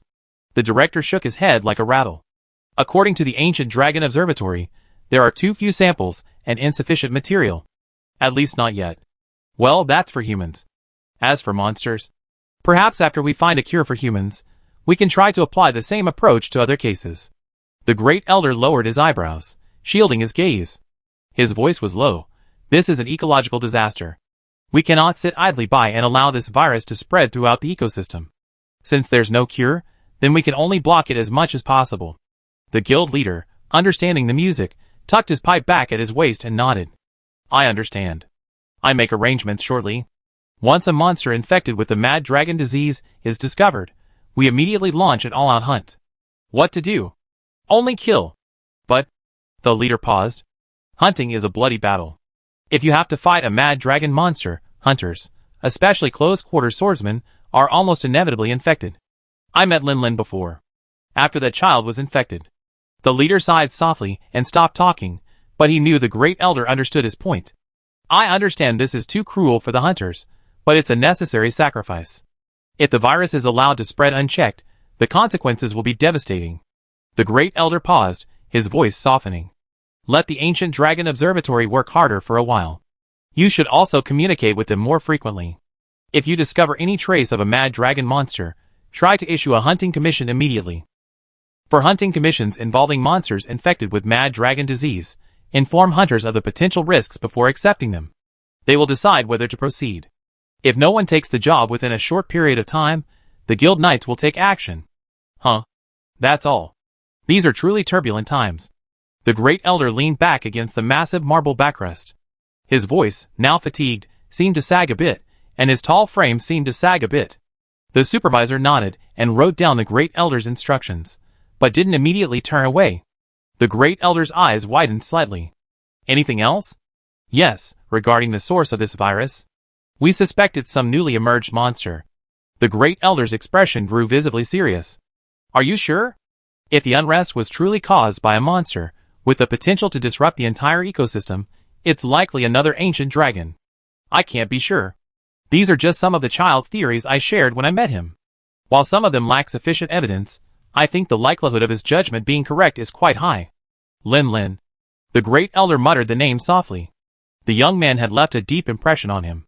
Well, every time I heard his name, there was no good news. Last time, it was suspected that a new taboo had appeared, and this time, it was suspected that an unknown ancient dragon was causing trouble. Of course, the great elder was quite clear. Knowing about these things sooner rather than later was far better, allowing for much more advanced preparation. Besides, Lin Lin hadn't done anything wrong. Instead, he had always been a dedicated hunter on the front lines, making indelible contributions to protecting humanity and preserving the ecosystem. It's just that emotion. Sometimes it doesn't obey reason. Kevin, that guy? Since it's his apprentice's fault, let him deal with it. The guild leader looked strange. He glanced cautiously at the great elder's long, bald head, wanting to speak but stopping himself. What's wrong? Just say whatever you want to say. Then I just get straight to the point? Hurry up, don't waste time. Great elder, maybe your memory is a little off with your age? Kevin's injuries from the battle at Spirit Peak haven't healed yet. The doctor hasn't allowed him to return to the hunting grounds yet. The great elder's expression froze slightly. He had truly forgotten about this. Perhaps it was his age that had weakened his self-control, which was why he was so emotional after hearing all this bad news. The great elder shook his head slightly, a warning in his heart. He was the leader of the entire hunter guild. If he lost his mind and made a wrong decision, the impact would extend far beyond the city. After a moment's hesitation, the great elder spoke slowly. If it's truly a monster rebellion, it's likely another unknown ancient dragon.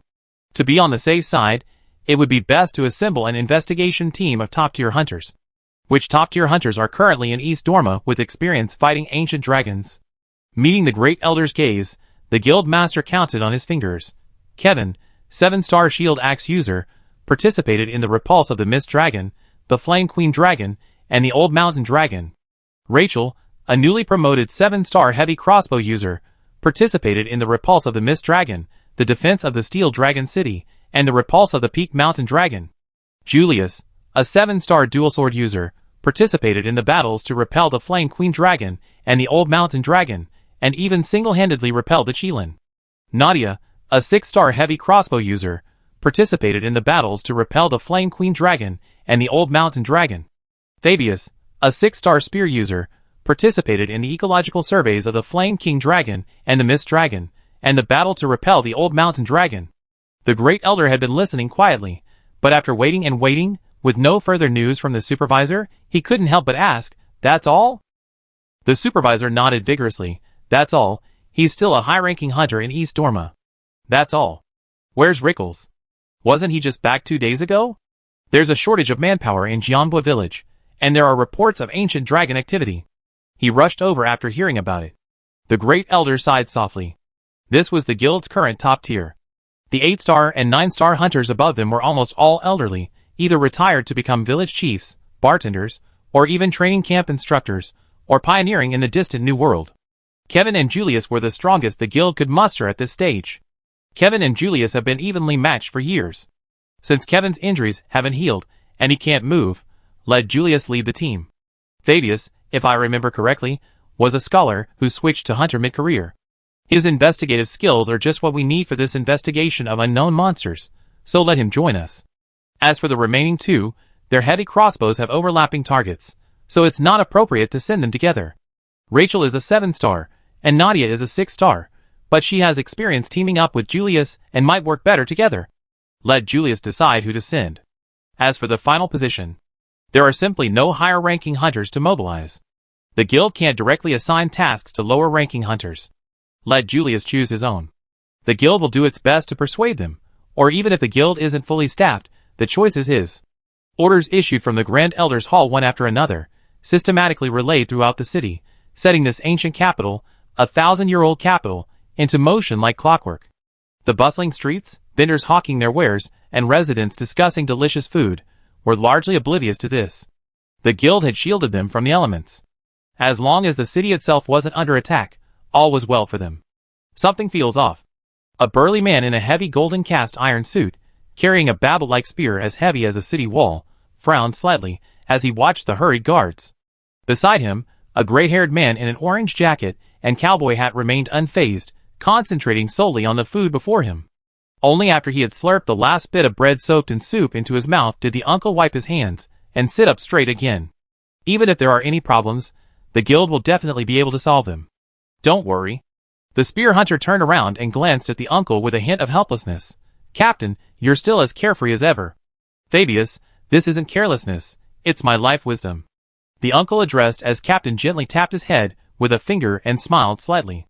Years of life experience have taught me not to devote my energy to exploring everything. That will only lead to nothing. And right now, there's only one thing I want to do most. As he spoke, the captain removed his cowboy hat and pulled out a beautiful, pure white scale, as beautiful as a crystal. He held it up to the sunlight and examined it carefully. Look! It reflects such a beautiful glow under the sun. I really want to find its source as soon as possible. Fabius gazed at the scale, his eyes burning with a faint warmth. As a hunter from the academy, Fabius shared the scholar's love and yearning for nature. This was precisely why, when the captain had taken out the scale and invited him to join the quest for its source, he had accepted without hesitation. Of course, this was also slightly related to the fact that the captain also came from the academy. As senior and junior, the relationship between the two naturally felt closer. As for this so-called academy, it might sound unfamiliar at first, but its full name is the Royal Academy. Doesn't that prefix sound familiar? That's right, the scribe's full name is the Royal Paleontological Scribes, and the scribes are a subsidiary of the Royal Academy, specializing in monster ecology research. Fabius gazed at the pure white dragon scale, his heart itching to hold it in his hands for a closer examination. Unfortunately, the captain only looked at it twice before stuffing the dragon scale back into his hat and putting it back on his head. I wonder how often the captain washes his hair. Will this dragon scale be covered in grease? The captain sighed softly. I had thought that, as the largest city on the continent, someone in East Dorma would recognize this dragon scale, or at least have some clue. But after all these days, nothing has come of it. It's truly disappointing. Fabius smiled.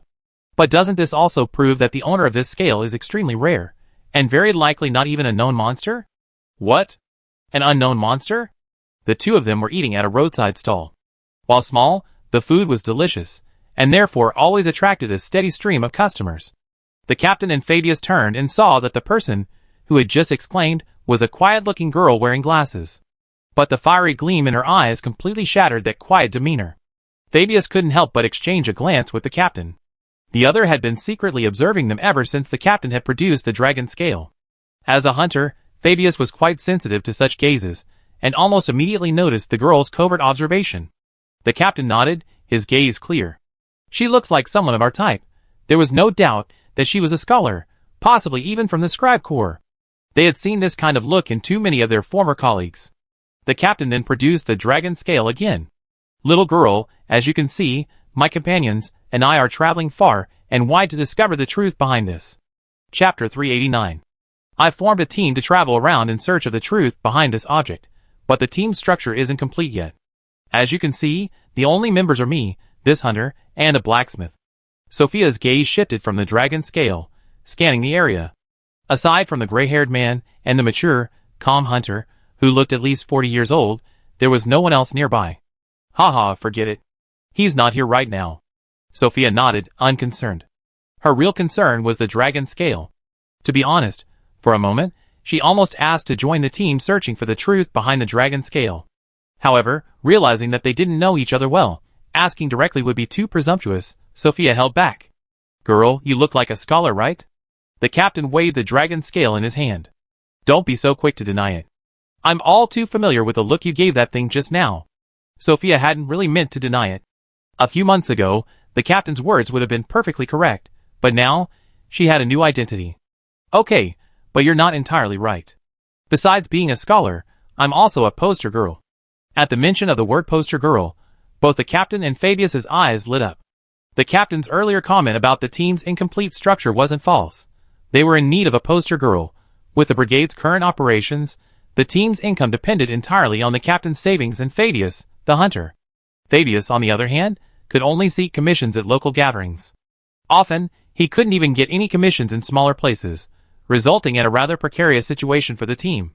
However, if a guild-affiliated poster girl were to move in and become the hub, connecting the guild and the brigade, the situation would be drastically different. Even if there were no meeting place, they could easily organize the villagers' requests into guild-approved task tickets and receive subsidies from the guild. Hunters earn a high income. The reward for hunting a large monster is often enough to support an average family for months or even years. However, many of the people who issue hunting requests are not well off, and it's clear that such clients simply cannot afford such high rewards. This is precisely the purpose of guild subsidies, to ensure that hunters' efforts are not in vain and that legitimate hunting requests are not ignored. The two old men exchanged glances, each seeing the same thought in the other's eyes. We have to recruit. Our group needs talent like you. How about joining us? Fabius couldn't help but quietly roll his eyes. Captain, are you really the type to recruit people like that? Sure. Fabius, look, I told you, Captain, how could you possibly? What? No problem. Fabius, Am I too old to keep up with the young generation? Ha ha ha, I knew you agree. Fabius, let's celebrate our new member together. Fabius smiled and raised the glass in front of him, which, of course, was actually filled with a drink. He clinked glasses with the captain and Sophia, then downed it in one gulp. Welcome, My name is Sophia. Welcome, Sophia, to our group. From now on, we all be like-minded companions. Excuse me, is this Mr. Fabius? Suddenly, a guild knight in bright armor approached, interrupting their conversation. Fabius put down his glass. The uneasy feeling he suppressed earlier, which had been suppressed by the leader, reached its peak. As expected, something must have happened, and it must be something urgent. Fabius nodded. It's me. The Great Elder wishes to see you. Please proceed as soon as possible. Fabius nodded silently. As expected, it was a call from the guild. As a high hunter, he couldn't refuse. The guild knight glanced at the three people who had just been toasting and adding, unless something unexpected happens, you won't have much personal time for quite some time. Fabius nodded, knowing full well that the other party was hinting at him to hurry and take care of whatever needed to be done before heading to the Grand Council. I'm sorry, Captain, Sophia, I may have to withdraw from our group and won't be able to join you on this journey to uncover the truth. The captain didn't say much, simply patting Fabius's shoulder armor firmly. Be sure to return safely. When we find the truth, we tell you. After a brief farewell, Fabius followed the guild knight up the long staircase and into the Grand Council. To his surprise, the Grand Council seemed, unlike usual, quite lively. Besides the Great Elder, who stood like a city wall, and the stern-faced guild master, two people, a man and a woman, stood in the center of the hall. The man looked to be in his early 30s, carrying 3 rapiers, 2 long swords, one blue and one green, and a tan short sword, suggesting a dual wielder. The other female hunter had dark brown skin and a neatly styled high ponytail. She carried a fiery red heavy crossbow, likely crafted from fire dragon material. Although he didn't know either of them, Fabius could tell at a glance that they were undoubtedly skilled and experienced high-ranking hunters. Great Elder, Fabius has arrived. After his announcement, the guild knight stepped aside, leaving only the 3 high-ranking hunters gathered. The Great Elder glanced around. Now that everyone's here, I get down to business. The ecosystem is facing a new threat. Preliminary investigation suggests it's the result of the appearance of an unknown monster. The guild urgently needs to form an investigation team to investigate the target's ecosystem.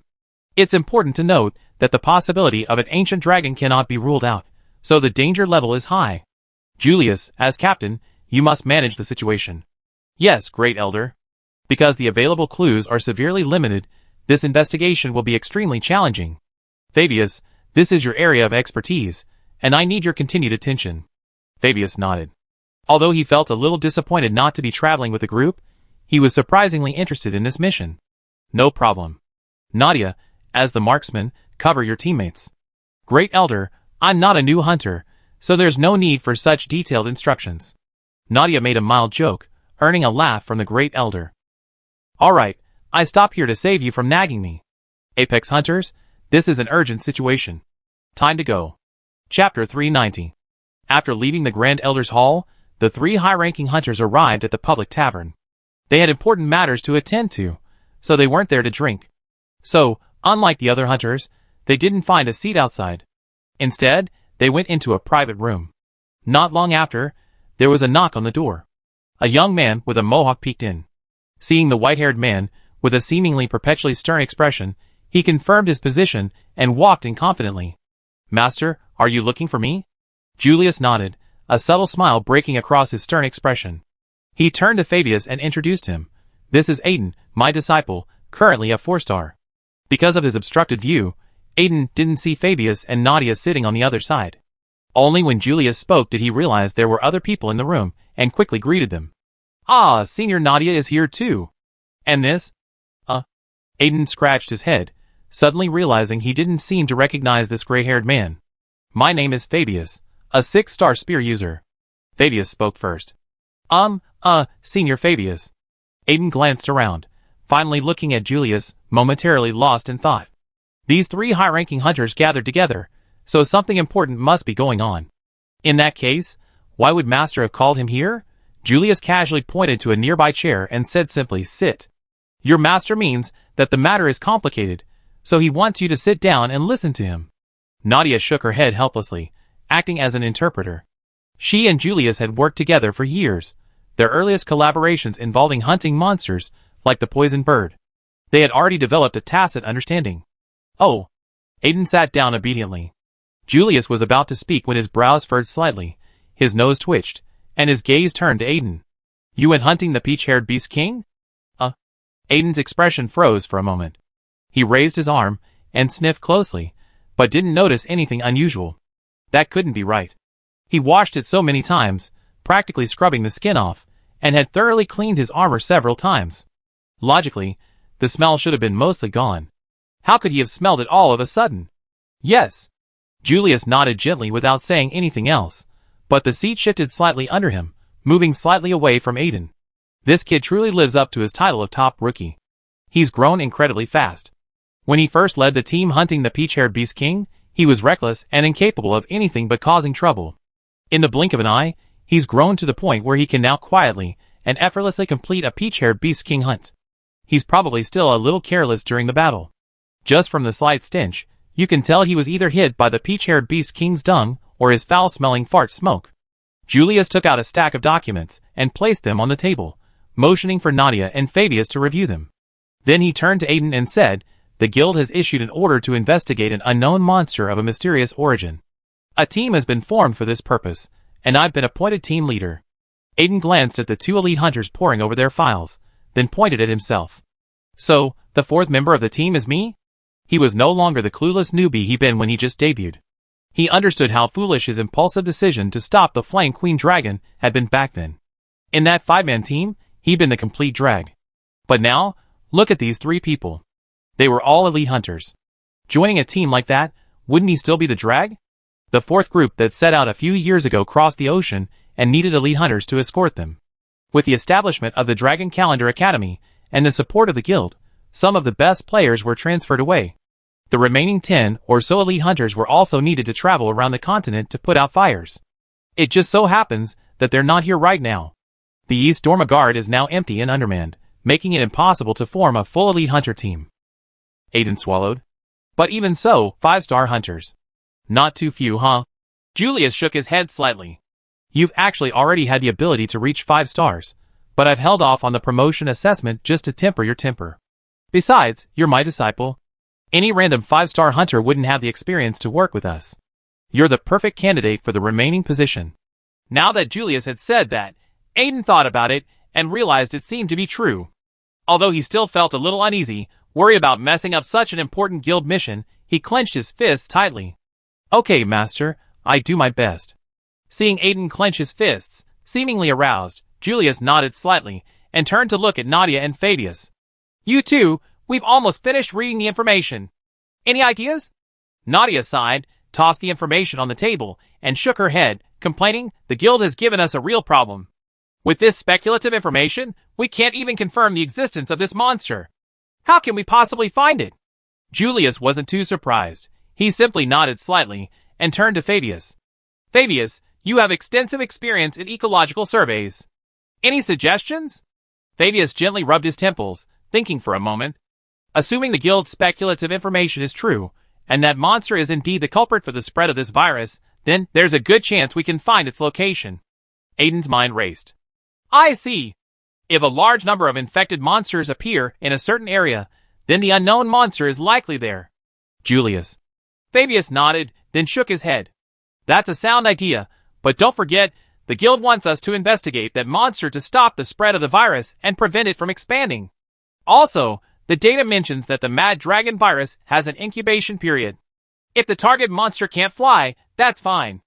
But if it can, by the time a large-scale Mad Dragon outbreak hits a region, the culprit may have already left. By the time we arrive, it could have spread the virus to a new area. Fabius smiled. Of course I know.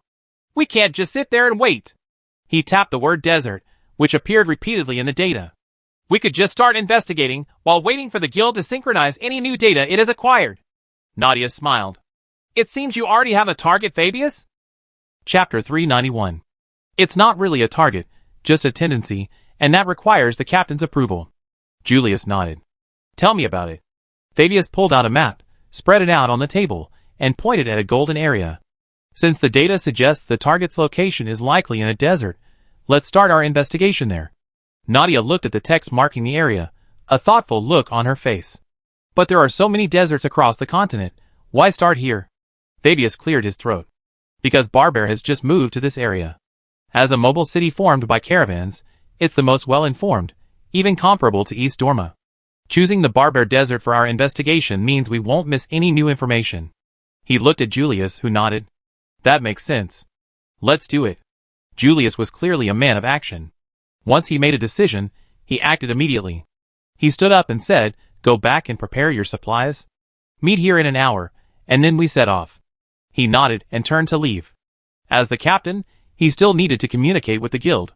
Since they had decided to investigate the desert, they naturally needed to prepare some logistical support, such as a sand barge that could navigate the desert unimpeded. Of course, the best would be one equipped with a dragon striking lance, but Julius didn't hold out much hope for that. After all, with the structure of the sand ship, unless it was made of special materials, it would be difficult to withstand the terrifying recoil of the dragon striking lance. I heard that Lokrak fought against the mountain dragon for so long, but there was still only one dragon striking ship, right? However, when Julius received the notification that the sand ship was ready, he couldn't help but stare wide-eyed in surprise. The guild had actually provided him with a dragon-slaying ship? Actually, this dragon-slaying ship is a recently developed experimental model. While it doesn't have ancient dragon bones, it still uses a lot of rare materials. This time, it's perfect for real-world testing. Elu, who was assigned by the guild to assist them in piloting the new dragon-slaying ship, adjusted his hat and straightened his back. That's what Master Kim meant too. Master? Julius looked at. The light flickered slightly. Why do you say that? Because the improvements to this Dragon Striker ship were the work of Master Cam.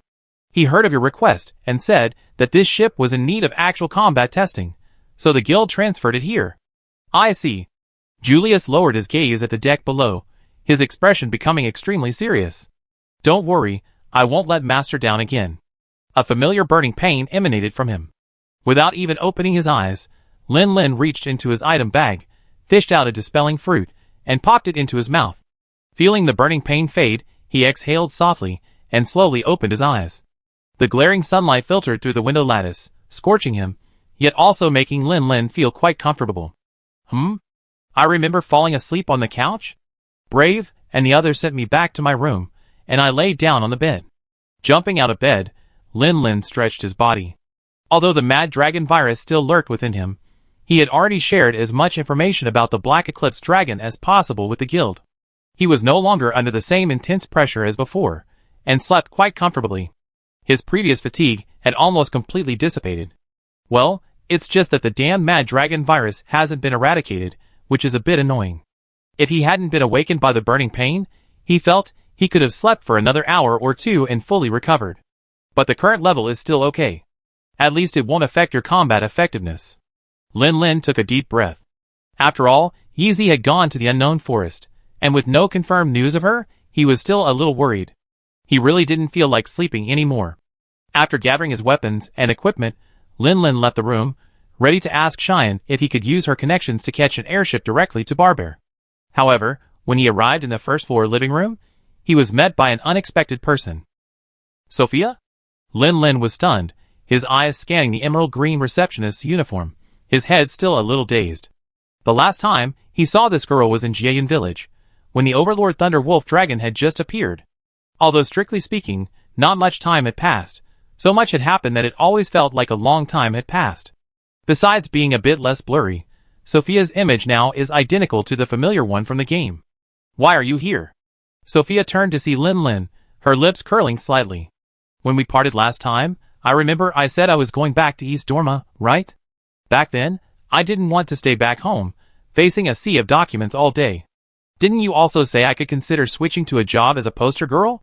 She then turned around. Look, what do you think? This uniform is pretty nice, isn't it? And it's lightweight, so it won't affect your mobility. No, that's not what I meant. I wanted to ask how you found this place. Never mind, it's not important. Lin Lin shook his head. Normally, running into an old friend would have been a joyful conversation, but right now, his mind was preoccupied with worrying about Yi Zi, far away in the unknown forest, and Tiao Tiao, who had left with her. He really didn't have the heart for small talk. Okay, Sophia, I'm really glad to see you, but I'm afraid I can't catch up with you for now. Yi Zi might be in trouble, and I need to go find her. Sophia's smile faded slightly at this. In fact, she come here today mainly to say goodbye.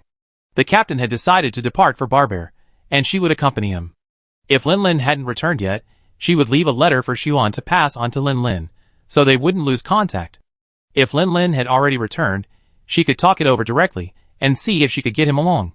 After all, Thaddeus was forced to leave right after she joined the group. They were short of a poster girl, but they were short of hunters. The leader jokingly suggested that this trip to Barbear would be a good opportunity to recruit one. But Sophia had a slightly different opinion. What if the hunter they recruited turned out to be unreliable? As the poster girl, she had to interact with hunters frequently. Of course, if that hunter was Lin Lin, then there would be no problem. In Sophia's opinion, Lin Lin was highly talented and capable, and most importantly, he shared her interests. He was genuinely able and willing to bring living monsters to her, and they could get along well. This was much more reliable than recruiting a random stranger. Chapter 392.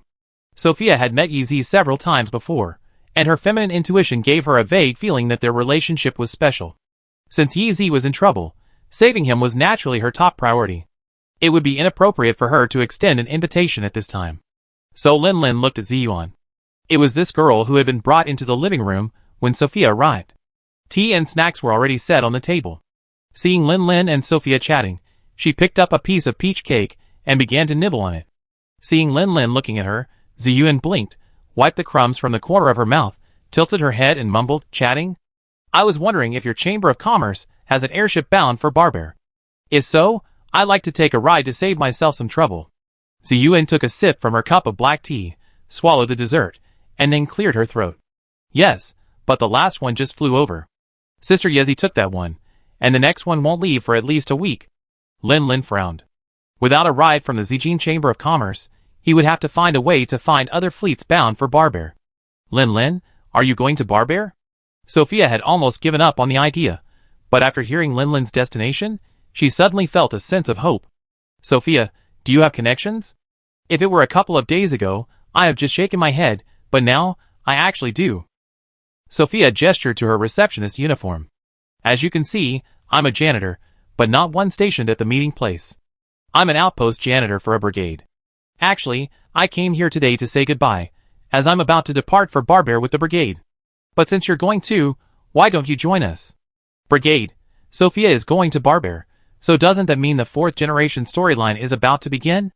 Lin was slightly surprised, but quickly realized that since the mad dragon monster had appeared, it was almost time.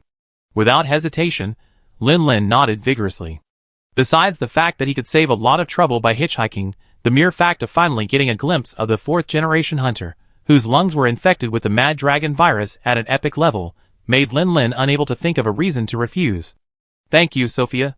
The desert sun seemed perpetually scorching. The scorching sun turned the vast desert into a giant steamer, the hot air swirling and twisting, and even the distant scenery became a blur. And amidst this endless sea of sand, a large sand ship, braving the wind and waves, sped rapidly, heading straight northeast. At this rate, we reached Barbear by evening, meow. Date put down the binoculars, examined the map again, and nodded confidently. Nialu was a little puzzled. Senior Date, didn't you say you've never been to Barbear before? Meow? Why do you know so much about it? Haha, because I just asked the crew. A hearty laugh caught Nialu's attention. Turning, she saw a muscular, white-bearded man wearing an orange cowboy hat. Meow? Nialu's ears twitched, and she turned to look at Date again. Date scratched his forehead with his cat paw, avoiding Nialu's gaze, and turning to observe the surrounding scenery. Damn, uncle. Date had been trying to maintain the image of a knowledgeable senior in front of the little black cat, but now that he'd been exposed, he felt rather embarrassed. The uncle ignored Date's embarrassment and walked a few steps to the bow, completely ignoring the maddening hot wind and squinting his eyes as he stared ahead. After a moment, he turned to look at the two cats. Didn't I remember you boarding the ship with a hunter? Where's he? The boss. Uncle, you're looking for me. The cowboy uncle looked in the direction of the voice and grinned. Haha, I was just wondering why I couldn't see the hunter Sophia mentioned. Turns out he's sitting right here. The two cats had been standing on the bow deck, while Lin was sitting near the large bronze gong in the middle of the ship. His figure was obscured by the mast and canvas, so he looked around but couldn't see anyone. Lin curled his lips and smiled softly, but didn't respond. He had a deep impression of the plot of the 4th generation. He clearly remembered the 4th generation hunter's opening scene with the brigade commander encountering Hao Shenlong on a sand boat.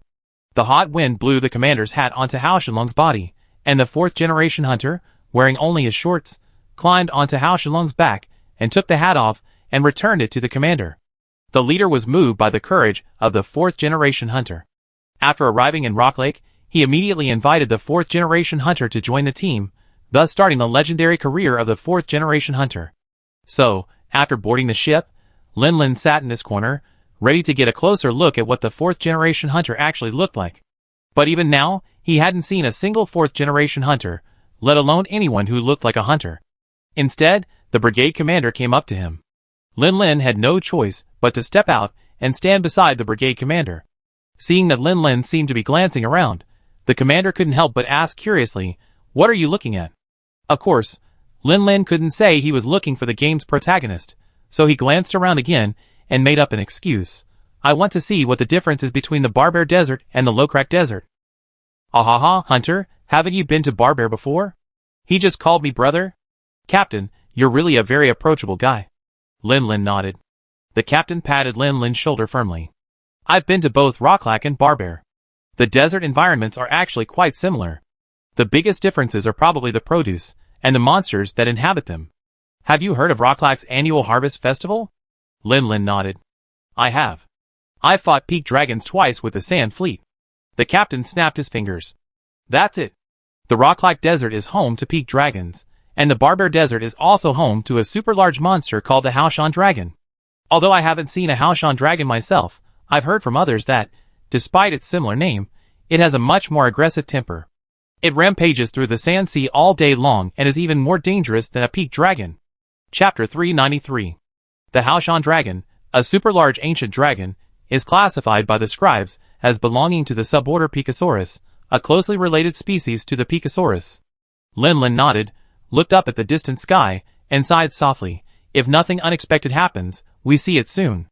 The leader paused for a moment upon hearing this, then followed his gaze, and saw a large group of pterosaurs gathering in the distant desert sky. Pterosaurs are a very common and very weak monster, with a wide range of habitats, covering almost the entire old world. Aside from being able to spit a little venom, these small snake dragons pose little threat to hunters with some skill. Encounters can be easily dispatched with a few slashes, and there's little need to worry about them. But that's only if it's a lone pterosaur. If a group of pterosaurs appears, the situation becomes more complicated. In this world, pterosaurs have another infamous nickname, harbinger of disaster. The gathering of large numbers of pterosaurs often signifies the presence of a walking scourge, the embodiment of disaster, an ancient dragon. The scribes speculated that this was likely due to the pterosaurs' scavenging nature. Wherever an ancient dragon passes, disaster often ensues, ecological chaos, and death follows, providing them with a plentiful source of food. Men die for wealth, birds for food. Lured by the abundance of food, the pterosaurs' greed can even, to a certain extent, disregard the intimidating power of the ancient dragons. You must know that the ancient dragon's power is no mere talk. Most creatures, simply sensing its approach, become terrified and flee in panic. Some, even the more timid, become paralyzed, unable to even flee. Even hunters, for whom death is a constant companion, will become dazed and cowardly when faced directly with the ancient dragon's power for the first time. Some, even more seriously, will suffer a lifelong psychological scar, ending their careers as hunters. The leader took a deep breath, suppressing his nervousness. He raised his binoculars and peered below the pterosaurs. Amidst the swirling dust, he could vaguely see a massive, reddish-brown silhouette. The back of a giant beast. Is this the Haoshan dragon? Such a massive body. The captain stared at the massive figure, his tone filled with shock. But as the shadow grew larger and larger, the captain suddenly sensed something was amiss and shouted, "Quick, non-combatants, evacuate the deck. That creature is approaching us." Lin Lin took a deep breath, glanced back, and completely discarded any glimmer of hope in his heart. Even at this point, he was the only hunter on deck. It seemed the fourth-generation hunter was definitely not on this ship. As for the potential butterfly effect caused by the fourth generation's absence, Lin Lin shuddered after a moment's thought and quickly shook his head, not daring to continue. Let's deal with the current dilemma first. The Haoshan dragon was indeed much more aggressive than the Fengshan dragon. It had been cruising in the same direction as the sand boat, but upon noticing the sand boat, it slowed down, almost drawing parallel with it. Impact warning? Lin Lin roared, clutching the nearby mast tightly. He turned and shouted to the captain, "Hold on to your hat." The captain froze for a moment, but instinctively held down his cowboy hat with one hand and grasped the railing with the other. The next moment, Hao Shanlong's body suddenly slammed into the side of the boat, causing the sand boat to tremble violently and tilt to the right. The violent tremor nearly sent the captain flying, but he managed to steady himself by grabbing the railing with one hand. The captain gasped inwardly. It was a close call. With all that trembling, if he hadn't held down the hat in time, the treasure inside would have flown off the sand boat with it and been lost forever. Lin Lin steadied himself, and out of the corner of his eye, he saw the captain holding down the hat, and he breathed a sigh of relief. Fortunately, he warned him, otherwise, if the hat had really flown off, he'd have to climb onto the dragon's back to retrieve it, just like the fourth-generation protagonist. Meow! A pitiful scream made Lin Lin's left eyelid twitch twice. He looked in the direction of the sound and saw a small black figure soar high into the air, tracing a perfect parabola before landing on the back of the Haoshan dragon. "Nialu, meow!" Dake cried anxiously. Just now, the area around him and Nialu was completely empty, with nothing to grab onto. When Lin Lin issued the impact warning, he quickly dug his claws into the cracks in the deck, intending to teach Nialu to do the same. But before he could even utter a word, the Haoshan dragon slammed into him, sending Nialu's slender body flying like a volleyball. "I'm eating a lemon," watching Nialu land on the Haoshan dragon's back, barely clinging to a piece of carapace with her claws. Screaming miserably, Lin Lin felt his blood pressure spike. "Nialu, calm down. Conserve your energy, hold on. I'd be there to rescue you. Captain, please tell the helmsman to steady the boat. Date. Prepare the restraining rounds. Don't let it get away." Having experience fighting mountain dragons, Lin Lin handled the situation with impeccable efficiency, even in this sudden emergency. Seeing that the hunter recommended by Sophia was so calm and collected, the team leader nodded and followed Lin Lin's arrangement and returned to the cabin to tell the helmsman. Watching Nialu being flung onto the dragon's back, Yeza was utterly anxious, nearly wanting to charge onto it and rescue her. However, Upon hearing Lin Lin's words, it calmed down and hurried to the heavy crossbows on the side of the ship, ready to fire restraint rounds. The Haoshan dragon, seeing that the initial impact had only shaken the sand boat and not completely shattered it, was clearly not ready to give up. Its gaze swept over the sand boat, which was considerably smaller than itself, and it mentally prepared its next attack. Lin Lin didn't hesitate. This sand boat was merely commercial, not specifically built to fight ancient dragons. It wasn't particularly sturdy. If the Haoshan dragon rammed into it like this, it would soon fall apart. He had to destroy it. He hurried to the nearby cannon, adjusted its angle, and aimed it at the Haoshan dragon's drill-like head. Then he ran to the large bronze gong and moved the stacked shells to the barrel. If he hadn't used Haoshan dragon's mind to preemptively counterattack, Haoshan dragon would have already torn the sand boat to shreds by the time Lin Lin finished. Even so, time was running out. Seeing Haoshan dragon swinging its body to the left, ready to launch another Iron Mountain Lean attack, Lin Lin didn't have time to adjust the angle and fire the cannon directly. Fortunately, the field that Lin Lin had practiced in Lokrak had not disappeared yet. This shot landed right next to Hao Shenlong's small eyes. The violent impact of the explosion stimulated the relatively vulnerable part. Hao Shenlong suddenly shuddered, and the attack that was ready to be launched was directly interrupted. "Now, Coconut!" Without even a moment to catch his breath, Lin Lin ran to the port side of the ship.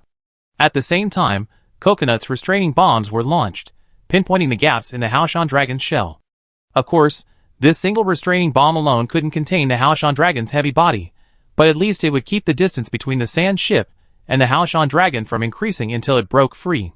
For Lin Lin, that was enough. After all, he was no longer the newly promoted 3-star hunter Loklak, who could only climb obediently while others launched from the spot with a bug stick. Now, he could also launch from the spot, taking advantage of the momentary stiffness of the Haoshan dragon's eyes after being hit by a cannon.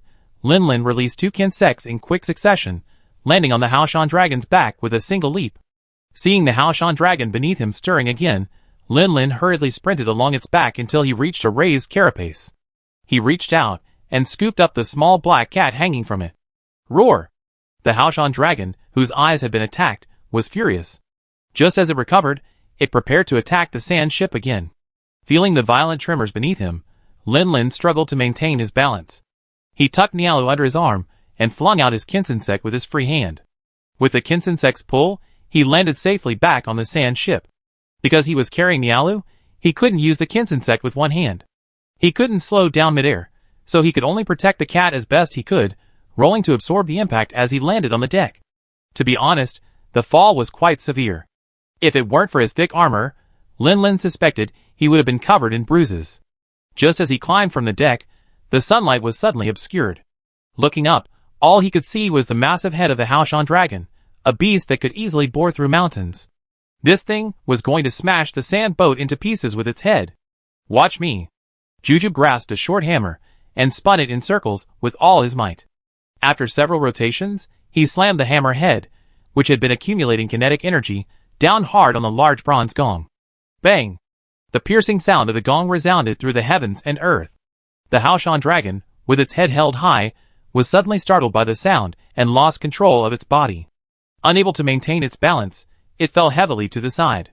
The heavy body crashed into the sea of sand, sending up huge waves of sand that surged against the sand boat, causing it to shake violently. Holding onto the mast with one hand and Nialu with the other to prevent her from being thrown again, Lin Lin steadied himself and looked at Coconut Date. Well done, Coconut Date. After spinning several times, Coconut Date felt a little dizzy and staggered towards the big bronze gong. Hey, thanks for the compliment, boss. Lin Lin, Although, I'm behind you, what's the point of talking to the big bronze gong? Coconut Date, a seasoned hunting cat, quickly regained his composure and turned back to Lin Lin. Boss, meow, what should we do now? Lin Lin put Niala down, told her to hold on tight, and then he turned his gaze toward the beast, which had slumped into the sand and remained motionless for the time being. We still have heavy crossbows and artillery shells on board, so we should be able to handle this thing for now. He then glanced forward, a hint of worry in his eyes. But if this tangle continues, we reach Barbear.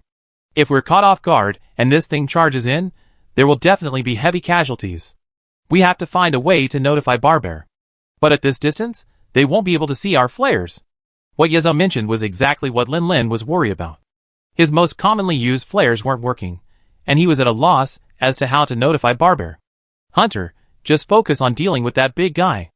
I handle the communications." Lin Lin looked in the direction of the sound, only to see the hatchery open and the captain step out again. He didn't look unusual, as if he recovered from the shock of witnessing the Haoshan dragon.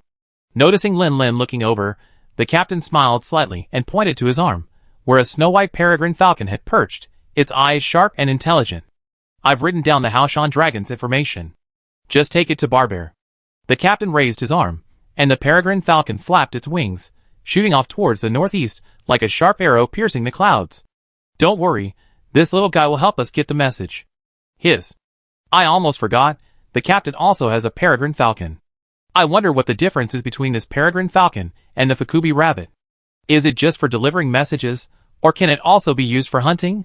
Lin Lin didn't have much time to dwell on these trivial matters, because the Haoshan dragon had already recovered from the noise, and he had to focus on dealing with it. Not too far from the Haoshan dragon, a dragon-striking ship was sailing through the Sand Sea. Fabius was observing with a telescope. "How's it going? Any findings?" Julius asked casually. Of course, he didn't hold out much hope.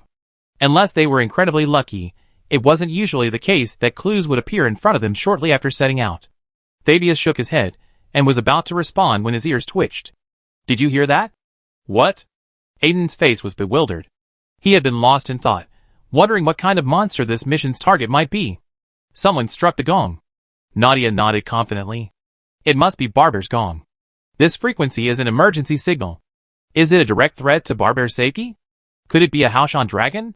Julius made a quick decision. "Let's rush over." Chapter 394. Boom! The heavy artillery roared, and a raging ball of flames exploded from the Haoshan dragon's massive, drill-like head. The intense shot caused the dragon to instinctively twist its head, attempting to evade the attack. Although it didn't cause any significant damage, it successfully interrupted the Haoshan dragon's attack, successfully saving the already shaky sand boat. Although the shot had hit the target accurately, Lin Lin didn't dare to relax, his expression remaining tense.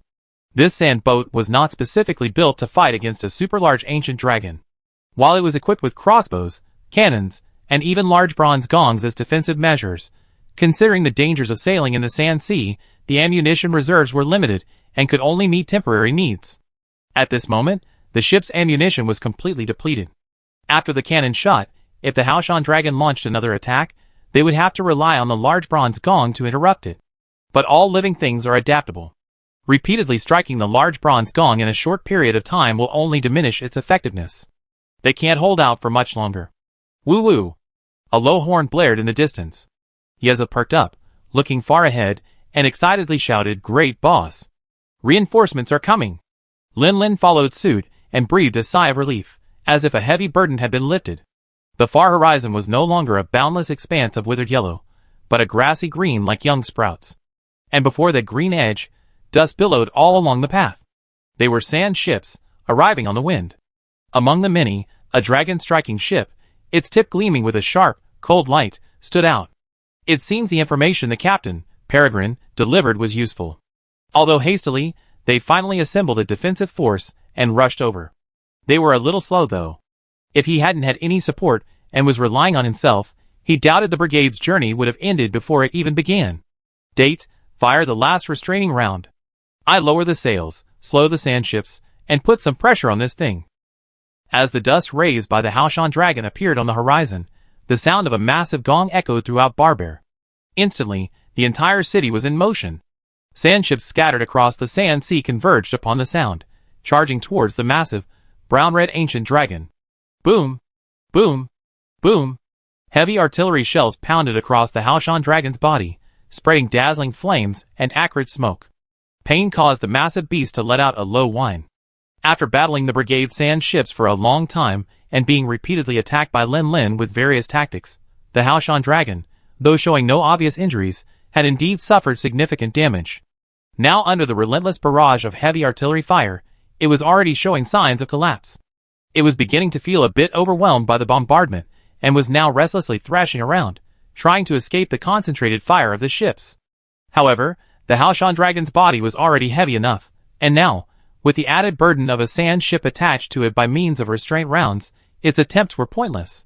There was no room for evasion, and the heavy artillery bombardment continued relentlessly. Julius raised his binoculars, surveying the Haoshan dragon's position, then glancing at Barbear in the distance. A solemn expression crossed his stern face. This creature is getting too close to Barbear. We must not allow it to get any closer. He glanced at the sand ship not far from the Haoshan dragon, which was attached to it by restraining grenades, and nodded slightly. We also moved to its right, fire restraining grenades, then lower our sails to slow down and force it to turn. Most of the sand ships surrounding the Haoshan dragon were scattered groups that had heard the commotion and rushed to its aid. There was no unified command, so apart from the barrage of artillery fire directed at the Haoshan dragon, the overall situation was somewhat chaotic. But after seeing the example set by the brigade sand ships and the dragon-striking ships of the top hunters, the captains of those sand ships' eyes lit up, and they followed suit, firing restraining grenades. Whoosh! Whoosh! Whoosh! One restraining grenades after another embedded themselves in the Haoshan dragon's carapace, the weight of the weight steadily increasing. For a moment, the already exhausted Haoshan dragon's momentum faltered, its upper body heaving high, unable to move forward an inch. Roar! After a mournful wail, the Haoshan dragon twisted its body and fell to the right, changing its course. Because most of the sand ships were attached to its right side, classical mechanics forced the Haoshan dragon to change direction, even if it was reluctant. Whoosh! As the sand ships attempted to intercept the Haoshan dragon, the dragon had already come quite close to Barbear. The dust kicked up by the Haoshan dragon's cruising even rushed into Barbear, coating the variously colored tents with a thick layer of yellow sand. Thankfully, thanks to the concerted efforts of everyone, the Haoshan dragon was ultimately stopped outside Barbear, preventing it from successfully invading human territory. Oh yeah! Long live the hunters! Long live the sand ship corps! Woohoo! Thank you. You're all heroes. I'm going to play a heroic tribute now. The people of Barbear, terrified by the Haoshan dragon's attack, watched helplessly as the dragon approached. Ultimately, it was stopped. Besides a mouthful of sand, it suffered no substantial damage. The excitement of surviving the ordeal immediately sent the crowd into a frenzy. Crack! Crack!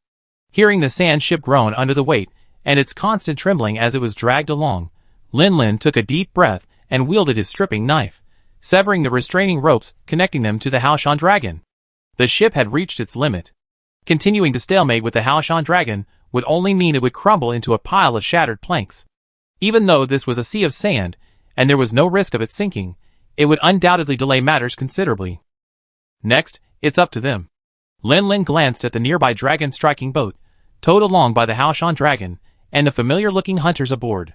He waved to them, then hoisted the sails again, turned the boat around, and headed back towards Barbear. Julius glanced at the unfamiliar hunter waving over there, and nodded in approval, giving a slight wave in response. The dilapidated appearance of the sand ship showed that it had been engaged in a grueling battle with the Haoshan dragon before their reinforcements arrived. By now, it was likely out of ammunition and food, and withdrawing from the battle was the right decision. Julius didn't think they were deserting the enemy. The enemy had done enough, and they had done it well.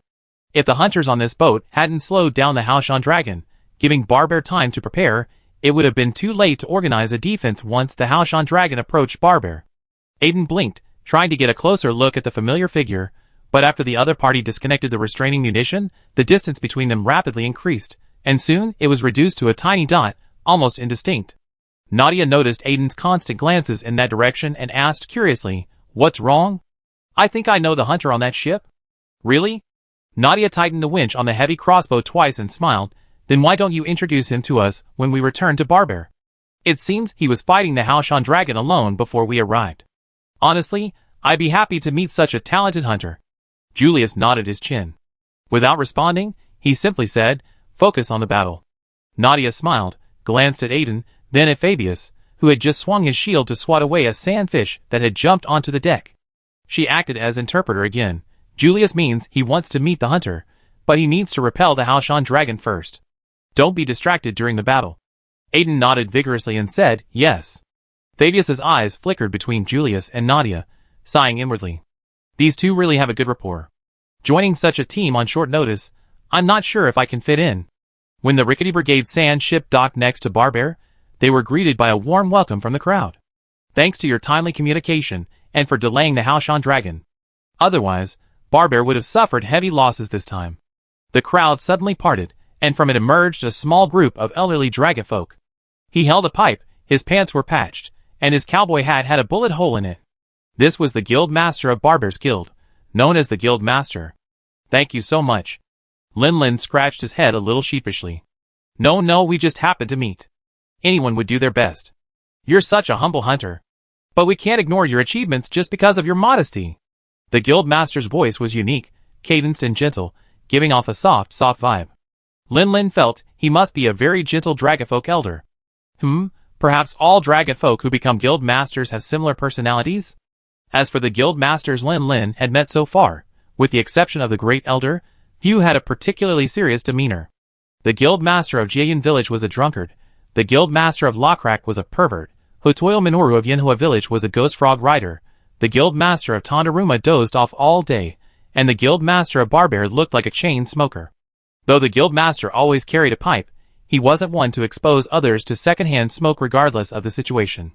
For example, right now, he simply tucked his pipe around his waist, and led Lin Lin and the rest of the brigade to the city's core, the large ship serving as a meeting place, while also taking them on a tour of the sights along the way. Having learned that the brigade planned to temporarily camp in Barber, the guild master had specially cleared a clearing in the city's core for them to stay, and even provided 4 RVs, one each for Lin Lin, the captain, Sophia, and the blacksmith. The reason why it is an RV instead of a hunter's cabin in the conventional sense is mainly because there is no fixed residence in Barber at all. The RV is relatively superior, while so many people in the periphery live in tents. Lin Lin's heroic efforts against the Haoshan dragon aboard the brigade's sand ships were truly indelible, a feat truly invaluable in saving Barber. The guild master granted him preferential treatment, and no one would object. As for the brigade, Lin Lin fought on the brigade's sand ships. This guy must be its hunter. Giving them preferential treatment was a no-brainer. Sophia, though shy, felt a bit embarrassed about this, but the captain accepted it without hesitation. Sensing Sophia's gaze, he gave a mysterious smile without explanation. If he initially considered trying out Lin Lin simply because of Sophia's recommendation, then after witnessing Lin Lin's performance against the Haoshan dragons along the way, he made up his mind to recruit this exceptional hunter into the brigade. What? What if they refuse? You're kidding. With his charisma, and the pure white dragon scale in his hand, he didn't believe a skilled hunter could resist the temptation of exploring unknown monsters. Lin Lin would definitely become their brigade's hunter anyway, so what was wrong with the guild master giving them preferential treatment because of Lin Lin? Besides, even if it weren't for Lin Lin, without their sand ship, no matter how powerful Lin Lin was, he couldn't cook without rice, right? Their brigade also shared in the credit for repelling the Haoshan dragon. Not long after entertaining the brigade, the guild master took his leave. The Haoshan dragon had just attacked Barber, and while unsuccessful, it would still cause a lot of trouble. As the backbone of the Barber gathering, he had to return to the gathering to prevent chaos. Sat down in the RV provided by Barber, Lin Lin skillfully took out a dispelling fruit and swallowed it. Then he lay back on the bed and sighed heavily. This time, fighting the Haoshan dragon was no different from the previous harvest festival in Loklak. Without teammates or other sand ships to support them, they relied solely on limited cannonballs, crossbows, and the large bronze gong. It was all up to him and Yezo to stay alert and focus their energy. Several times, they failed to interrupt the Haoshan dragon's attacks, allowing it to graze the sand ship's edge, nearly resulting in the ship's destruction and the deaths of everyone aboard. Originally, they had planned to immediately depart for the unknown forest to search for Yezi and Tayo after arriving in Barber, but after battling the Haoshan dragon all the way, their newly recovered energy was completely exhausted. Chapter 395. After a tense battle with the Haoshan dragon, Lin Lin finally relaxed and fell asleep almost instantly. Yinza yawned and prepared to lie down in his cat bed. He had been busy throughout the battle and was exhausted, but he hadn't been infected with the mad dragon virus, so he was one debuff away and was in a slightly better condition than Lin Lin. Meow? Yinzo suddenly blinked and tilted his head to look at the entrance of the RV. Did he think he had just seen a dark figure? Yinzao stared at the door for a few seconds. A furry head quietly emerged. Meeting Yinzao's gaze, it was clearly startled, its dark ears instinctively folding back into a folded shape.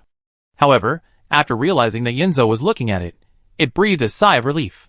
Senior Yinzao, you haven't rested yet, meow? Niala lowered her voice. Coconut Date stretched himself in a cat pose. It's Nialu. I was wondering where you been, meow. It glanced at the empty cat bed nearby and asked curiously, what are you doing out here late at night, instead of sleeping?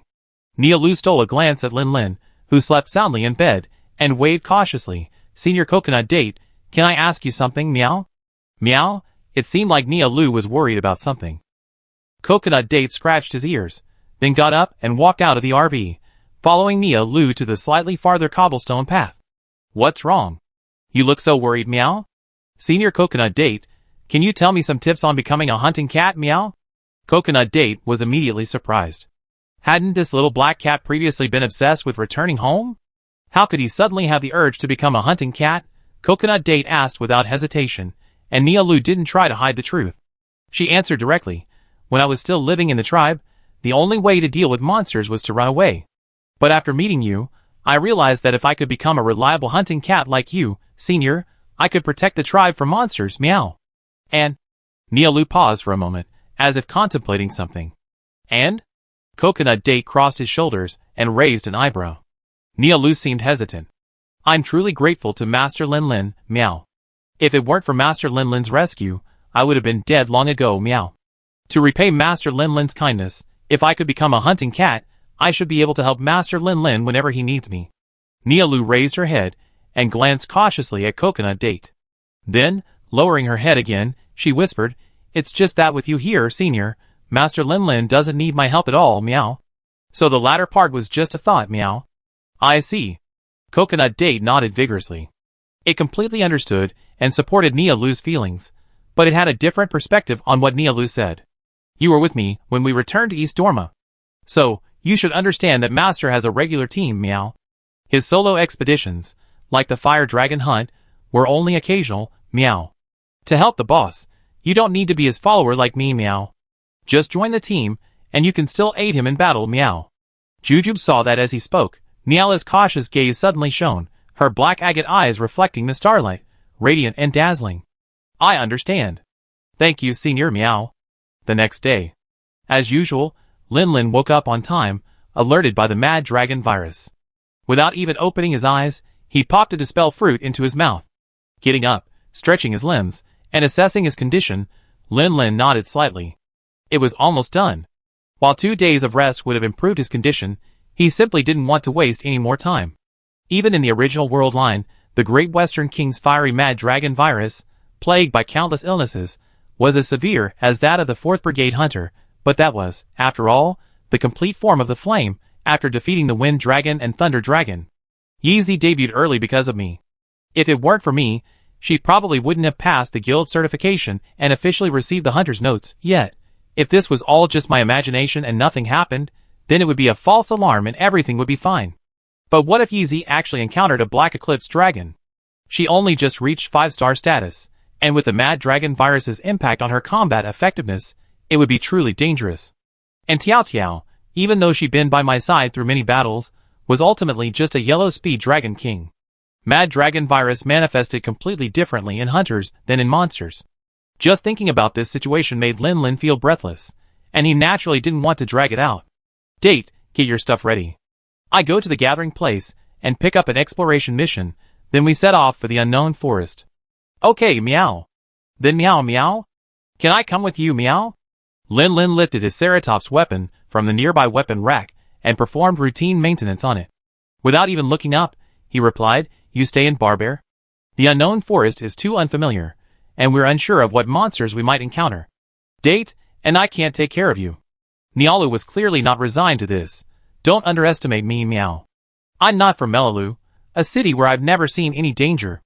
Aren't you looking for someone, meow? I'm very skilled at searching for traces and concealing my tracks, meow. Otherwise, I wouldn't have made it to Moriyama alive, meow. Truly, Lin Lin was actually somewhat persuaded by the little black cat. When it came to trace detection, he considered himself competent. At least, he wasn't like Yezi before, who fell behind without Fukumoto Rabbit. But the difference between competent and excellent was more than just a matter of words. After a moment's contemplation, Lin Lin nodded. Alright, but let's make this clear. Just like we did in Moriyama, once the fighting starts, we really can't take care of you. You have to fend for yourself. No problem, meow. We won't hold you back, Master Lin Lin. Nialu was overjoyed. Yinza suddenly called out to Lin Lin. Huh? What's wrong? Boss, meow. When we came here, we didn't bring much besides weapons and armor, just to keep things light. Now our supply of dispelling fruits is seriously low. This? Lin Lin's face immediately turned grim. After contracting the Mad Dragon virus, he consumed an average of 5 dispelling fruits daily. His need for them was immense. Without enough, he couldn't even set foot on the hunting grounds. If the virus wasn't suppressed and the Mad Dragon disease flared up, he wouldn't be able to handle even 3- or 4-star monsters. Don't worry, Barber is a caravan city, so there's always someone selling it. What else do you need? Tell me, and I buy it all later. Okay, meow. Besides the dispelling fruit, there's also regeneration potions, antidotes, energy drinks, dispersants. Lin Lin wrote down everything, shouldered his weapon, and exited the RV, intending to find someone to buy supplies before heading to the gathering place to take on an exploration mission into the unknown forest. But shortly after leaving the house, he was approached by a middle-aged man in a cowboy hat. Ahaha, you're worthy of being a hunter, right? Even after just a nap, you look full of energy again. Huh? Captain? Lin Lin blinked, a bad feeling rising in his heart. He'd been caught red-handed by the captain just as he left the house, so early in the morning. What was he up to? Haha, good morning, Lin Lin. Sophia should have told you. I formed a brigade and am traveling across the continent. Now, I've come to Barber in search of companions and some clues. Lin Lin's ominous premonition grew stronger. Look! The captain removed his hat, pulled out the pure white dragon scale, and showed it to Lin Lin. The sunlight shone on the hard dragon scale, reflecting a dazzling golden light. That's the clue I was talking about. Pretty neat, isn't it? How about it? Do you want to join our group and help us find the truth about this thing? Lin Lin, If this were a game, he'd have 2 choices right now. If he answered yes, the group leader would give him a test to join the group. If he answered no, the group leader would laugh and say, come on, don't say that, and then force him to take the test. But the problem is, this is the same treatment as the 4th generation protagonist. If he agreed, wouldn't he completely take over the 4th generation protagonist's position? Even today, even though the game's protagonist was absent during the battle against Goshan Long, Lin Lin still harbored a hope. Perhaps a slight deviation in the world line had caused the protagonist to miss that ship and board another one instead? Who knew they already arrived in Barber? But what if the protagonist was truly, completely absent? Without the participation of the 4th generation protagonist, wouldn't the impact of many events and disasters be magnified, and the consequences even worse? If that were the case, he might as well grit his teeth and try to fill the protagonist's shoes. After all, he had already filled in for the 4th generation protagonist at the beginning of the battle against Goshan Long. Lin Lin pondered for a moment, neither nodding nor refusing outright. Look, Captain, I'm in Barber for some urgent matters. If I finish these things and you still haven't found the right person, how about I join the brigade then? The captain put away the dragon scales, replaced his hat, and grinned. He could tell Lin Lin meant what he said, no pretense or excuse. After all, his journey had already lasted a long time, so stopping in Barbarito for a while wouldn't be a problem at all. As for the other suitable candidates Lin Lin mentioned, sorry, there was the top hunter Fabius, and then there was Lin Lin fighting the Haoshan dragon alone with his cat. He simply couldn't look down on those ordinary lower-level hunters and novice hunters. And as for the top hunters, almost every one of them had a lot of things to do, so it was unlikely that anyone would be willing to join like Fabius. The only thing that surprised the captain was that upon seeing the mysterious dragon scale, Lin Lin didn't express the excitement and curiosity he expected. Instead, he looked a bit worried. Could he know something about it? Unfortunately, Lin Lin seemed in a hurry. Perhaps the urgent matter he mentioned was indeed urgent, otherwise the captain would have pulled him aside to question him. He had been searching for the truth about the scale for quite some time, visiting countless places and asking countless people, but to no avail. Now that Lin Lin seemed to know something about it, his heart itched like Elu's claws, constantly scratching at him. Forget it. We've waited this long, so there's no need to rush for just 2 or 3 days. Once he joins the brigade, there'll be plenty of time to find out.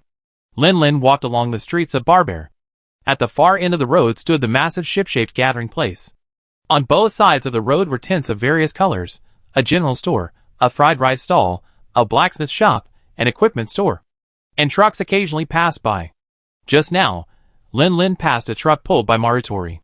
Looking back at the gear worn by the driver, a hint of nostalgia crossed his face.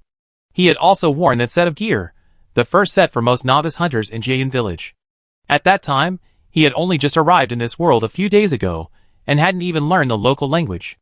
It was Kevin who funded the purchase of that set of gear for him, thus beginning his journey as a hunter. Of course, unlike him, The Jian hunter who had just passed by was carrying a katana on his back. TSK, the katana and Jian village really go together inexplicably. Lin Lin shook his head, his gaze landing on a nearby grocery stall. The owner was a Dragon Man merchant. For some reason, Lin Lin felt a tinge of déjà vu about him. Why did it feel so familiar? Hey, young man, take a look. What do you need? Lin Lin shook his head, clearing his mind of all those random thoughts. He said in a deep voice, I need a batch of items. I need healing potions, antidotes, energy drinks, dispersants. And a large quantity of dispelling fruits. Wow! Big deal. This deal is going to make a killing. The Dragon Man merchant instantly perked up, rummaging through the RV he was using as a stall. Bottles and jars soon filled Lin Lin's face.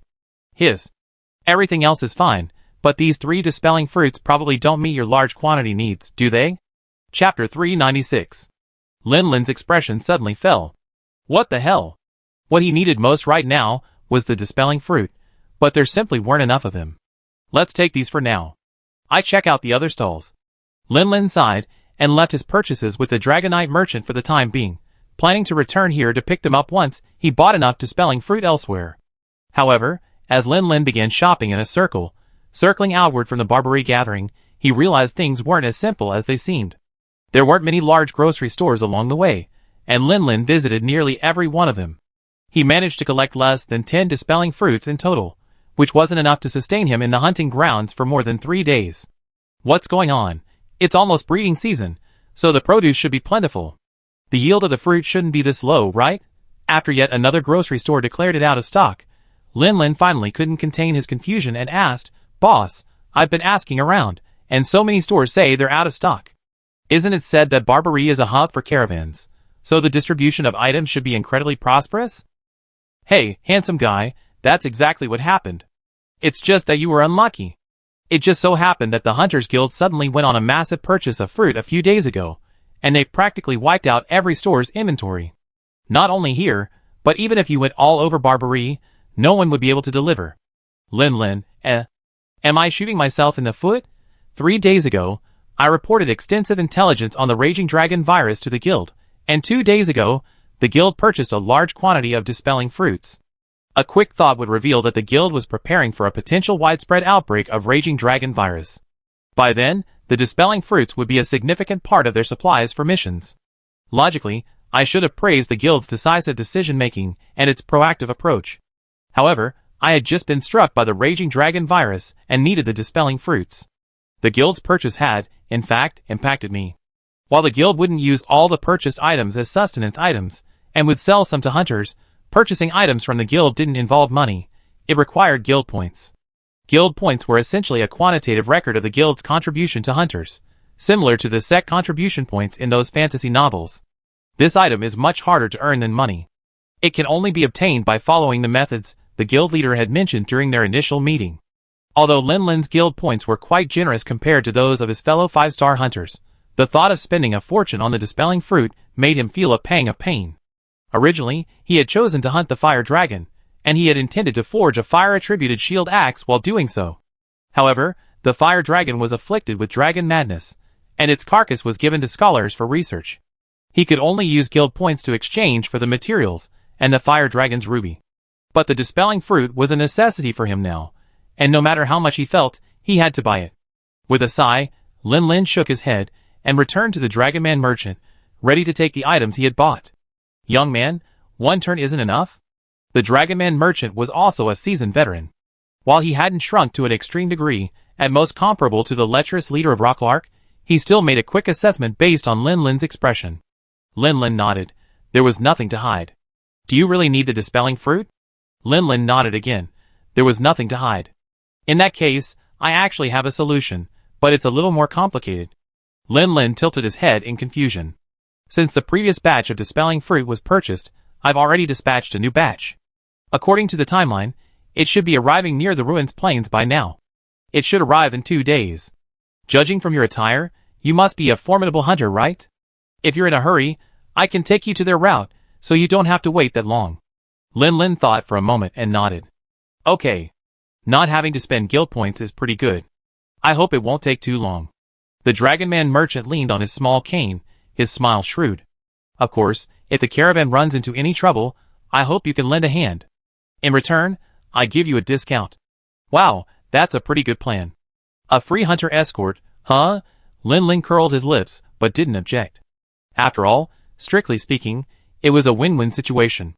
He got the goods he wanted, and the other caravan's safety was guaranteed.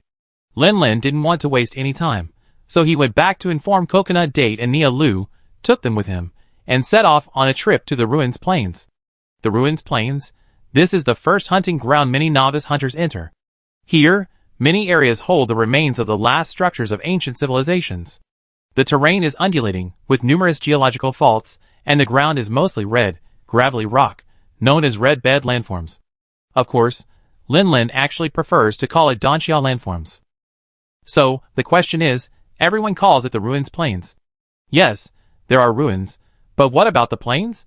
The undulations can stretch a straight line distance of 400 meters to a straight line distance of 1,000 meters. How can this be described as a plain? No matter how you look at it, it should be called not a plain, right? After observing it firsthand, Lin Lin came to the answer. In the game's Ruins Plains map, players only hunt within the ruins.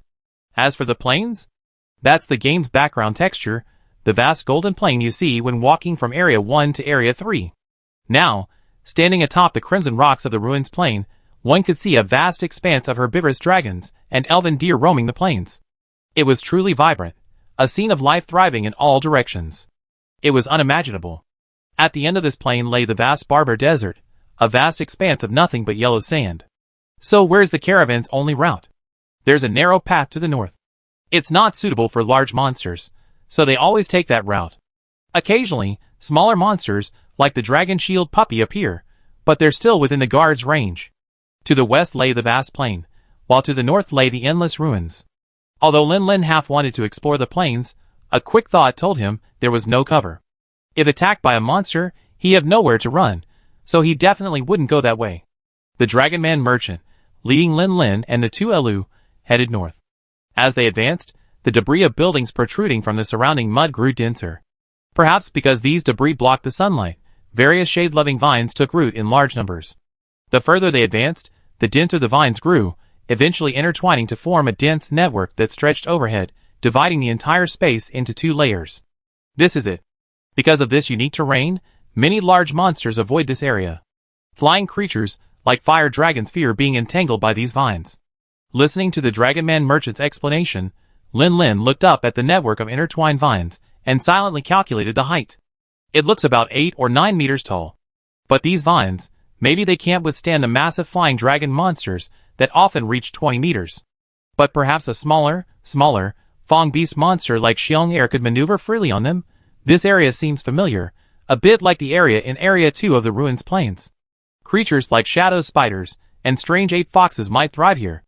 Lin Lin was pondering this when Nia Lu's ears twitched. Something's approaching, meow. Jujube, following closely behind, also noticed the movement. But since Nia Lu had warned him, he said nothing and simply drew his Thunder Wolf Dragon Cat sword. Lin Lin gritted his teeth and extended his hand in front of the Dragon Man merchant. Be careful. A monster is approaching. What? How could this happen? This shouldn't be the case. This route has always been safe. Lin Lin ignored the Dragon Man merchant's mutterings of disbelief. He simply turned his head and said to Nia Lu, be careful. If a fight breaks out later, protect the old man and stay away. Leave it to me, meow. Swish. Soon, the intertwined network of vines above swayed slightly, shaking off a few leaves. This movement instantly caught Lin Lin's attention. Whoosh. But when Lin Lin turned his head, he saw nothing except a few slowly falling leaves and a faint sound of wind. Swish, swish. The movement became clearer, and the location was right above. Lin Lin turned his head abruptly, and then met a pair of upside-down eyes.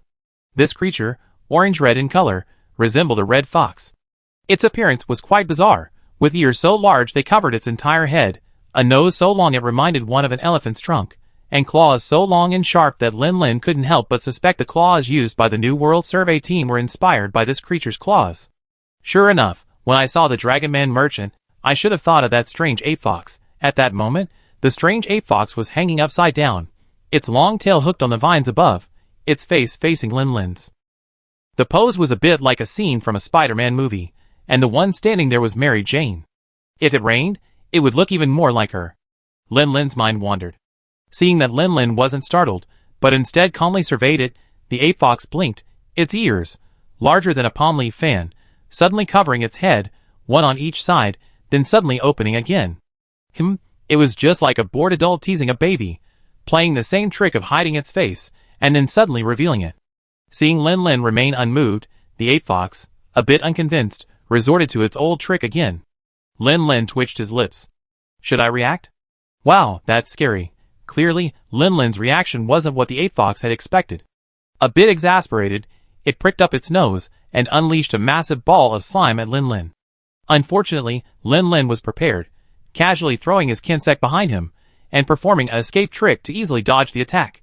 A monster actually exists. The dragon fox merchant, upon encountering the strange ape fox up close, didn't show much fear, but he still felt a certain strange fear that ordinary people feel when they see a monster. But he was a seasoned veteran, and now accompanied by a powerful hunter, so he took a deep breath and calmed himself. Hunter, this is a vital trade route. It would be dangerous if we let this creature roam free. Please defeat it. Lin Lin, Although once you submit a request to the guild after your return, they most likely accept it, and send a hunter to eliminate this creature, the proper procedures still need to be followed. Old man, you're not a receptionist, and you can't just hand out commissions at will. If I kill this guy right now, I'd be breaking the rules. Although this guy sprayed water balls at me, which is already a suspected offense of active attack, and if he really wanted to retaliate in self-defense, he wouldn't be unreasonable, but this guy is really a loser. If he had the ability to just chase him away, but instead went ahead and killed him, he'd probably be called in for questioning by the guild. Even if it was unlikely to be a big deal, Lin Lin was sure he'd be getting a lecture. Sigh. Lin Lin sighed, and drew the shield axe from his back, but only held the shield, leaving the slashing sword hanging on his back. With his current strength and the power of his horned dragon weapon, if he swung the axe, he wondered if it would instantly transform the strange monkey fox into a strange dog Yuan fox. This creature was a bit of a mischievous creature, like the dragon that had drowned Lin Lin, and wasn't particularly aggressive. Lin Lin didn't intend to kill it, so he simply elbowed it when it attacked and chased it off. Then, he saw this strange ape fox, like a gorilla, with one claw hooked on the vine network above its head, its large eyes staring at him in amazement, as if stunned by his incredible agility. Chapter 397. The strange ape fox stared blankly at Lin Lin for 2 seconds, as if contemplating something. A moment later, it twitched its nose, and another ball of slime pelted Lin Lin. This time, Lin Lin didn't release his kinsect to dodge. Instead, he rolled to the side, easily avoiding the giant ball of snot. Seeing this, the strange ape fox let out a short roar, as if quite dissatisfied with the result. It had originally intended to force Lin Lin to use his amazing agility again, so that it could see more clearly. Unfortunately, despite its good intentions, Lin Lin refused to cooperate, which irritated it greatly. After a roar, the strange ape fox finally gave up and swung its forearms on the vines above its head. Like Tarzan, it was on top of Lin Lin in the blink of an eye. Mount Tai's downfall. This time, Lin Lin didn't dodge again. Instead, he held his shield in front of him, ready to withstand the blow.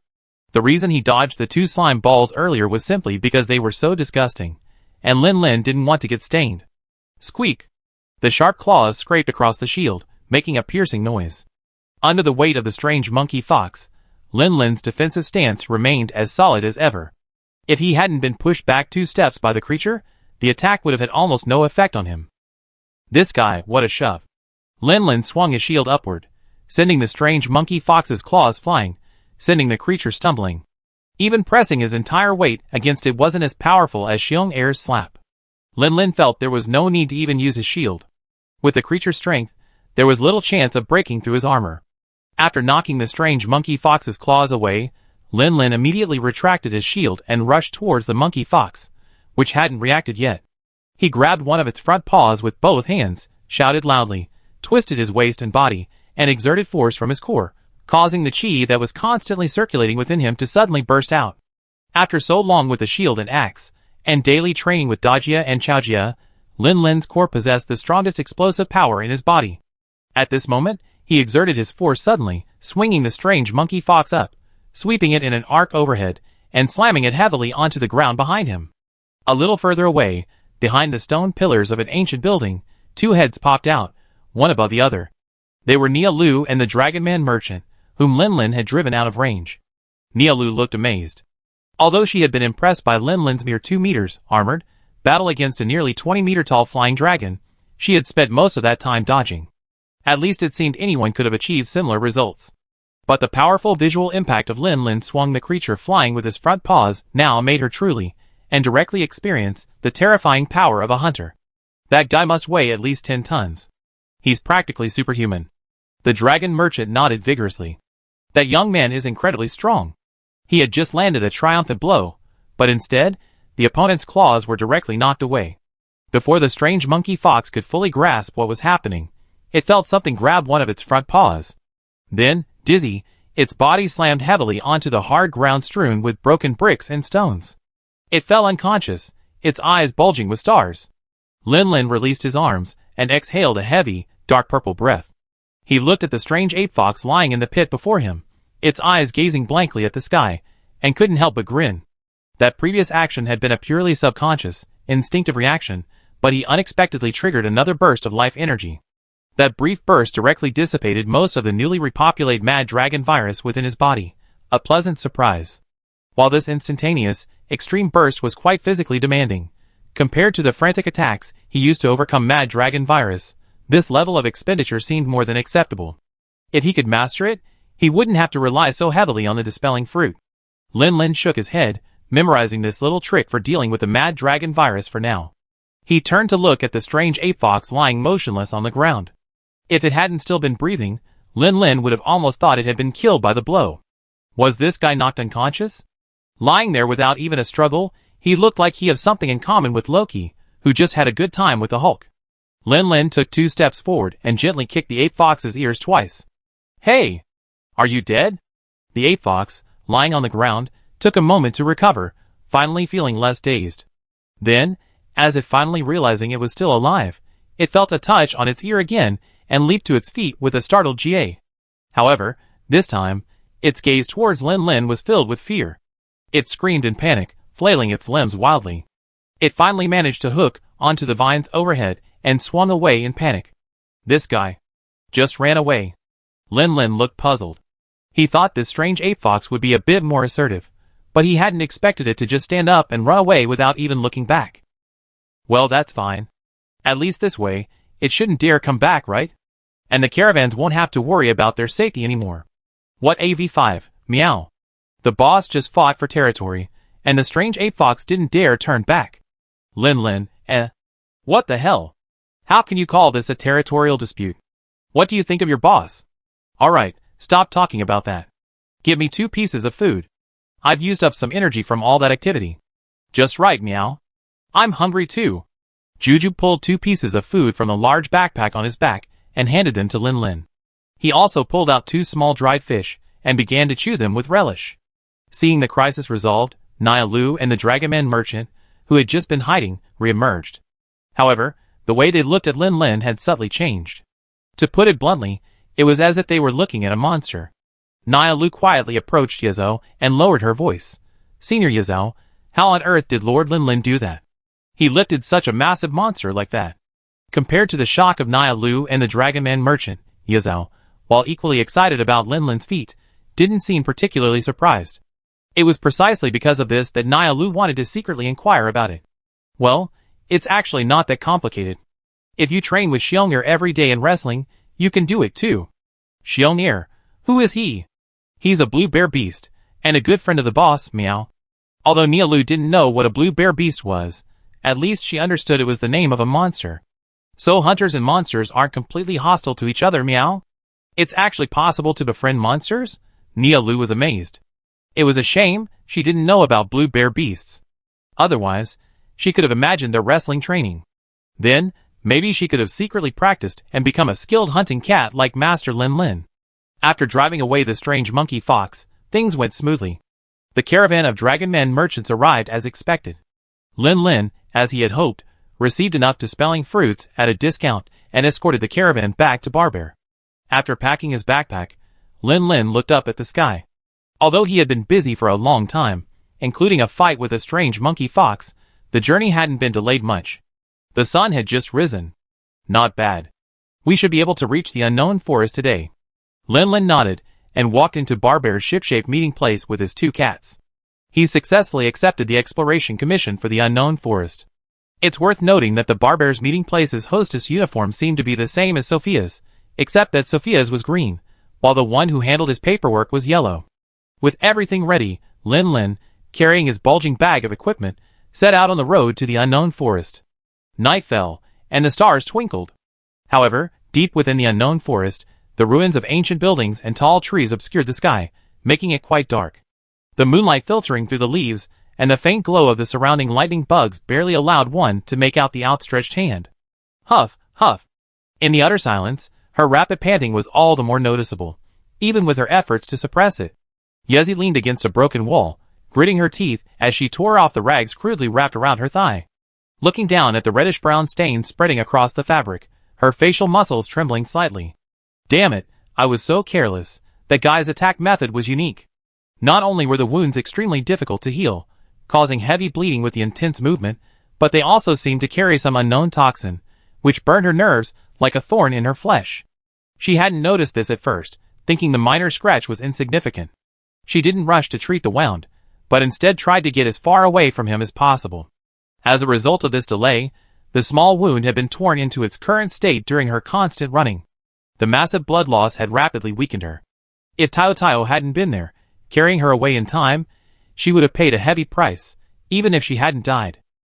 Waves of dizziness washed over her, and at the same time, a sharp burning pain intensified throughout her body. Yezi wiped the beads of sweat from her forehead and cursed silently. Damn it, what kind of poison is this? I've tried antidotes and traditional Chinese medicine, but nothing works at all. Yezi thought back to the image of the flying dragon covered in scales, but her mind couldn't find any relevant information. Considering that she had only encountered that creature after entering the deepest part of the unknown forest, perhaps it was a new monster that only inhabited this area, never before observed or recorded. Originally, discovering an unknown monster and reporting it back to the guild would surely yield a good harvest, which should have been a good thing. However, the unknown meant no corresponding information, which, now injured and poisoned, became a major problem for Yi Zi. Unable to overcome the effects of the poison, Yi Zi could only force himself down a bottle of healing potion G and sprinkle a handful of life dust on his wounds, hoping to enhance his healing power and forcibly withstand the toxin's attack. After drinking the potion, Yi Zi felt somewhat better.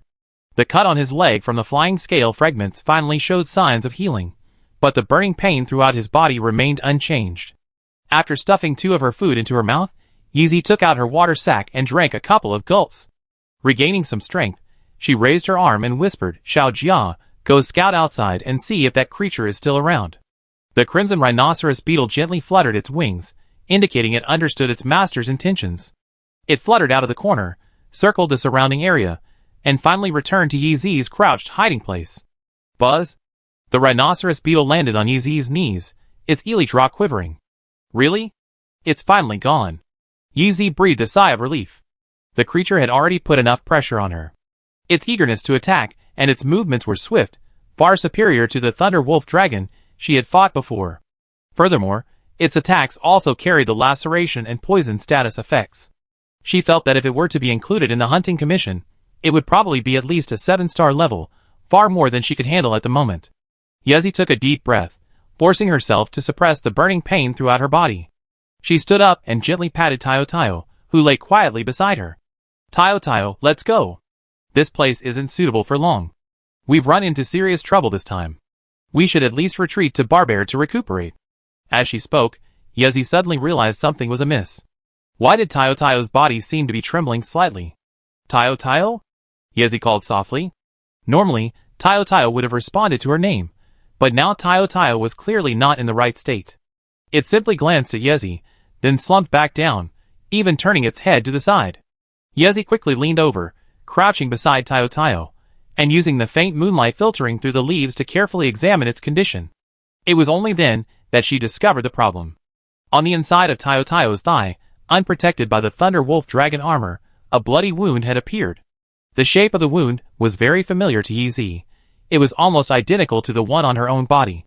Tayo had also been injured while running away with her. Chapter 398. Yezi hurriedly took out life dust and regeneration potion G, applying the 2 healing potions in turn. While remaining motionless, her activated self-healing ability quickly took effect. Soon, the wound on Tao's leg stopped bleeding and instead solidified into a scar. However, for a monster, such a wound shouldn't have much of an impact. Tao had been injured before, and the unusual reaction was likely related to the toxin in the attack. Yezi didn't understand the nature of the poison. In her opinion, large monsters should be much more resistant to toxins than humans. As long as the wound was healed, Tao should be back to normal soon. After a long wait, Tao finally shook his head, climbed from the ground, and gently nudged Yezi's arm. Finally recovered.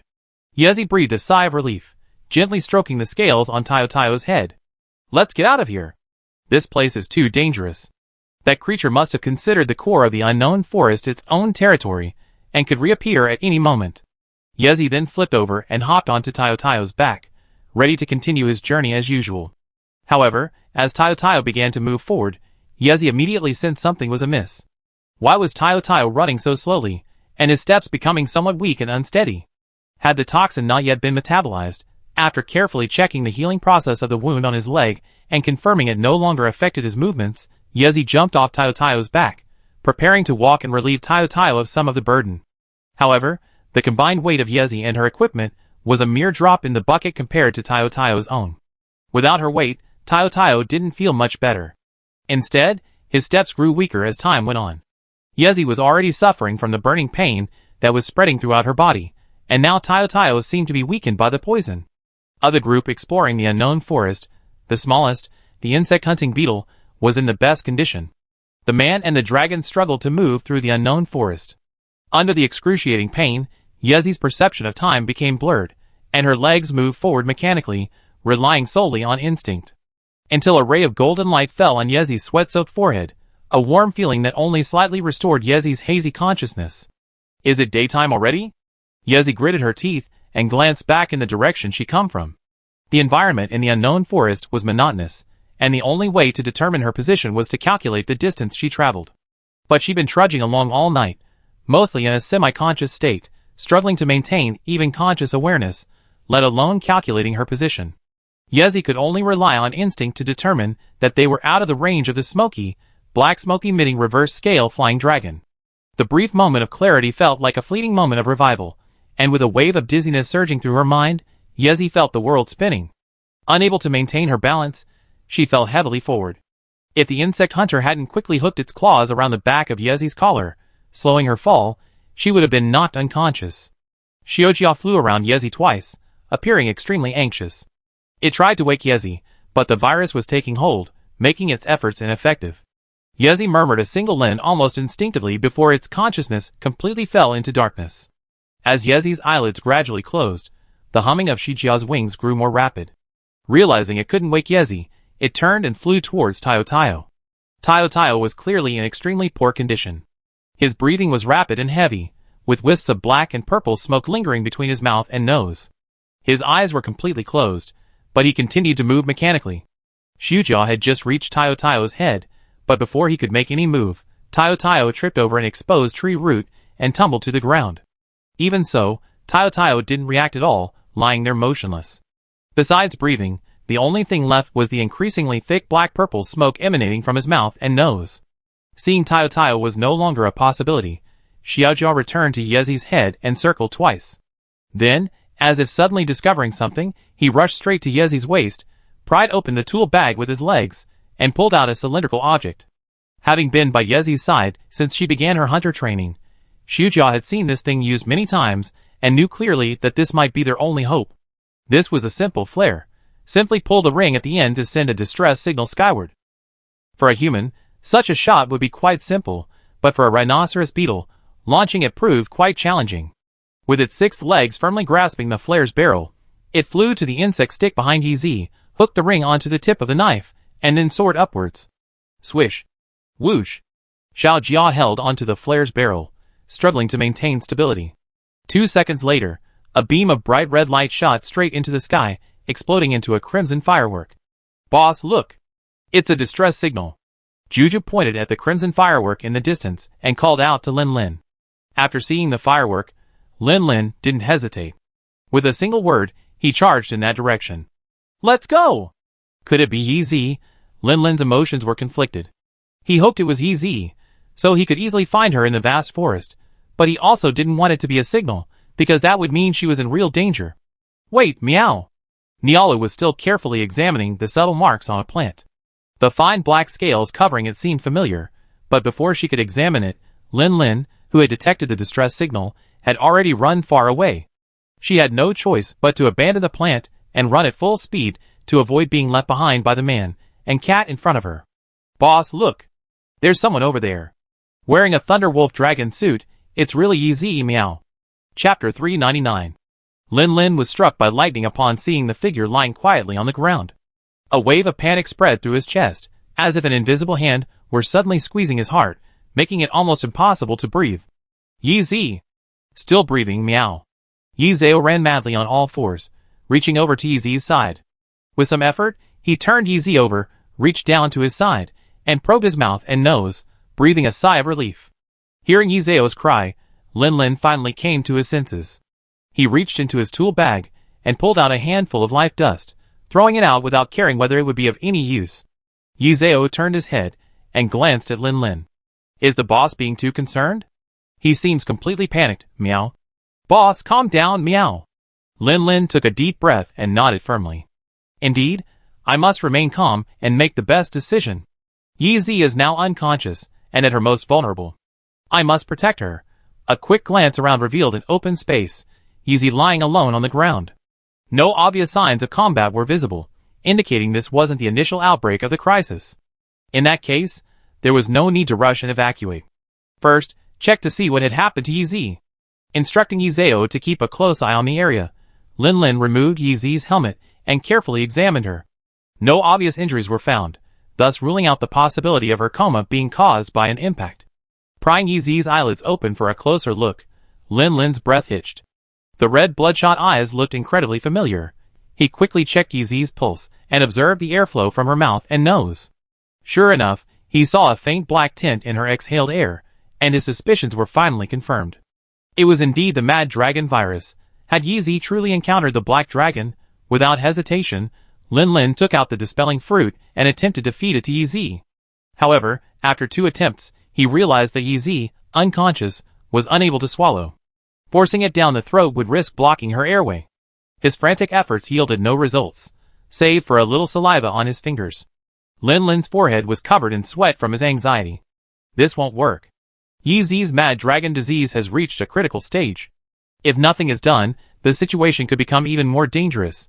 Pressing the dispelling fruit in front of his eyes for 2 seconds, Lin Lin took a deep breath, resolved to not hesitate any longer, and placed it in his mouth. His teeth gnashed together, piercing the pale blue peel and quickly grinding it into a paste emitting a bitter aroma. Gazing at Yi Zi, whose eyes were closed, brows slightly furrowed, and who rarely appeared to be a frail beauty, Lin Lin steeled his resolve and leaned over with his eyes closed. Parting his lips and teeth, he thrust hard, like an injection, slowly injecting the liquid medicine from the fruit. For a complete novice like Lin Lin, this method of administering medicine was difficult and required high precision. Furthermore, he had no experience at all, and frantically, struggling to get the medicine down. If the blockage hadn't been tight enough, Lin Lin, with his clumsiness, would have been thankful if he had managed to get even a 1/10 or a 1/12 of the liquid in. Feeling the liquid medicine had been administered, Lin Lin sat up again, breathing heavily. Having exchanged his first kiss, Lin Lin had no intention of feeling his own rapid heartbeat, nor of enjoying the mellow atmosphere. He simply stared at Yi Zi's face nervously and intently, trying to see if her condition had improved after the banishment fruit. The dark aura around her breath had faded a little, but not noticeably. Perhaps the mad dragon virus in her body had already multiplied to a point where a single banishment fruit wasn't enough. If one wasn't enough, then give her a few more. Luckily, he prepared enough banishment fruits beforehand. Otherwise, even if he found Yi Zi by now, he'd probably just be staring in despair. With a fleeting feeling of relief, Lin Lin pulled out another banishment fruit and, repeating the same procedure, placed it in his mouth. After grinding it into a paste, he leaned forward again. First time, second time, familiarity is key. With his previous experience, Lin Lin felt much more comfortable administering the medicine. After a few heated exchanges, he successfully passed the liquid through. Parting his lips, he rechecked Yi Zi's condition, prying open her eyelids. The redness had faded somewhat, much better than the initial crimson glare. However, Lin Lin estimated that he would need at least 2 or 3 more elimination fruits to completely suppress the virus. Taking a deep breath, Lin Lin stuffed the third elimination fruit into his mouth, his mind mulling over Yi Zi's symptoms. Unlike himself, who had already grasped the information regarding the Mad Dragon virus, Yi Zi was likely completely unaware of its mechanisms. Most likely, after being infected, she chose to remain cautious and chose not to continue fighting, thus missing the opportunity to activate her life energy to overcome the virus. She also didn't know that the elimination fruit could suppress the virus, allowing the virus to flourish unchecked within her body, resulting in such severe symptoms. Reconnecting with those soft lips, Lin Lin's mind raced for a moment. To prevent his wandering thoughts from continuing, he forced himself to continue his rapid mental activity. The effect of giving Yi Zi the dispelling fruit didn't seem as immediate as his own daily doses. Her virus-suppressing power seemed much weaker than his own. Was this due to individual constitutions?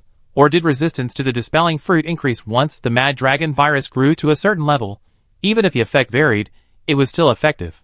If he continued feeding her the fruit, he would be able to suppress the virus. Once it reached a certain level, like his own, he would know which type it was. After parting their lips and licking them, Lin Lin's gaze drifted uncontrollably over those plump, moist lips. He shook his head vigorously, and pinched his thigh hard. Yi Zi is still unconscious. How could you possibly be thinking such nonsense? However, protected by this transformed ice shark's heavy armor, even a peeling knife wouldn't be able to penetrate this layer of defense, let alone pinch it. Lin Lin could only pinch his face hard, grimacing in pain, but he finally managed to stop the surge of blood. I command you to overcome your instincts. Chapter 400. It hurts, it hurts. My whole body felt like it was being thrown into a charcoal fire, searing every nerve. I felt like I was being pulled into a bottomless abyss, falling continuously, without any support. I wanted to reach out, to grab something, but my weak body made even a single movement incredibly difficult. I felt my consciousness being consumed by boundless chaos and frenzy. Someone, help me. I'm so scared. Suddenly, a coolness spread from my body throughout my body, like a handful of sweet spring water pouring down on a raging fire, slightly dampening its intensity.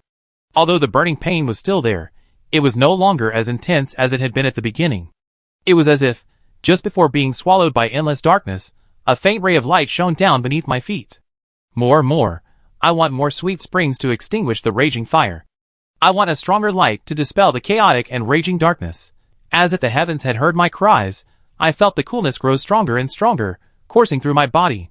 It started as a drizzle, gradually increasing to a downpour, bit by bit suppressing the indomitable flames, cooling them, extinguishing them, until only smoldering embers remained.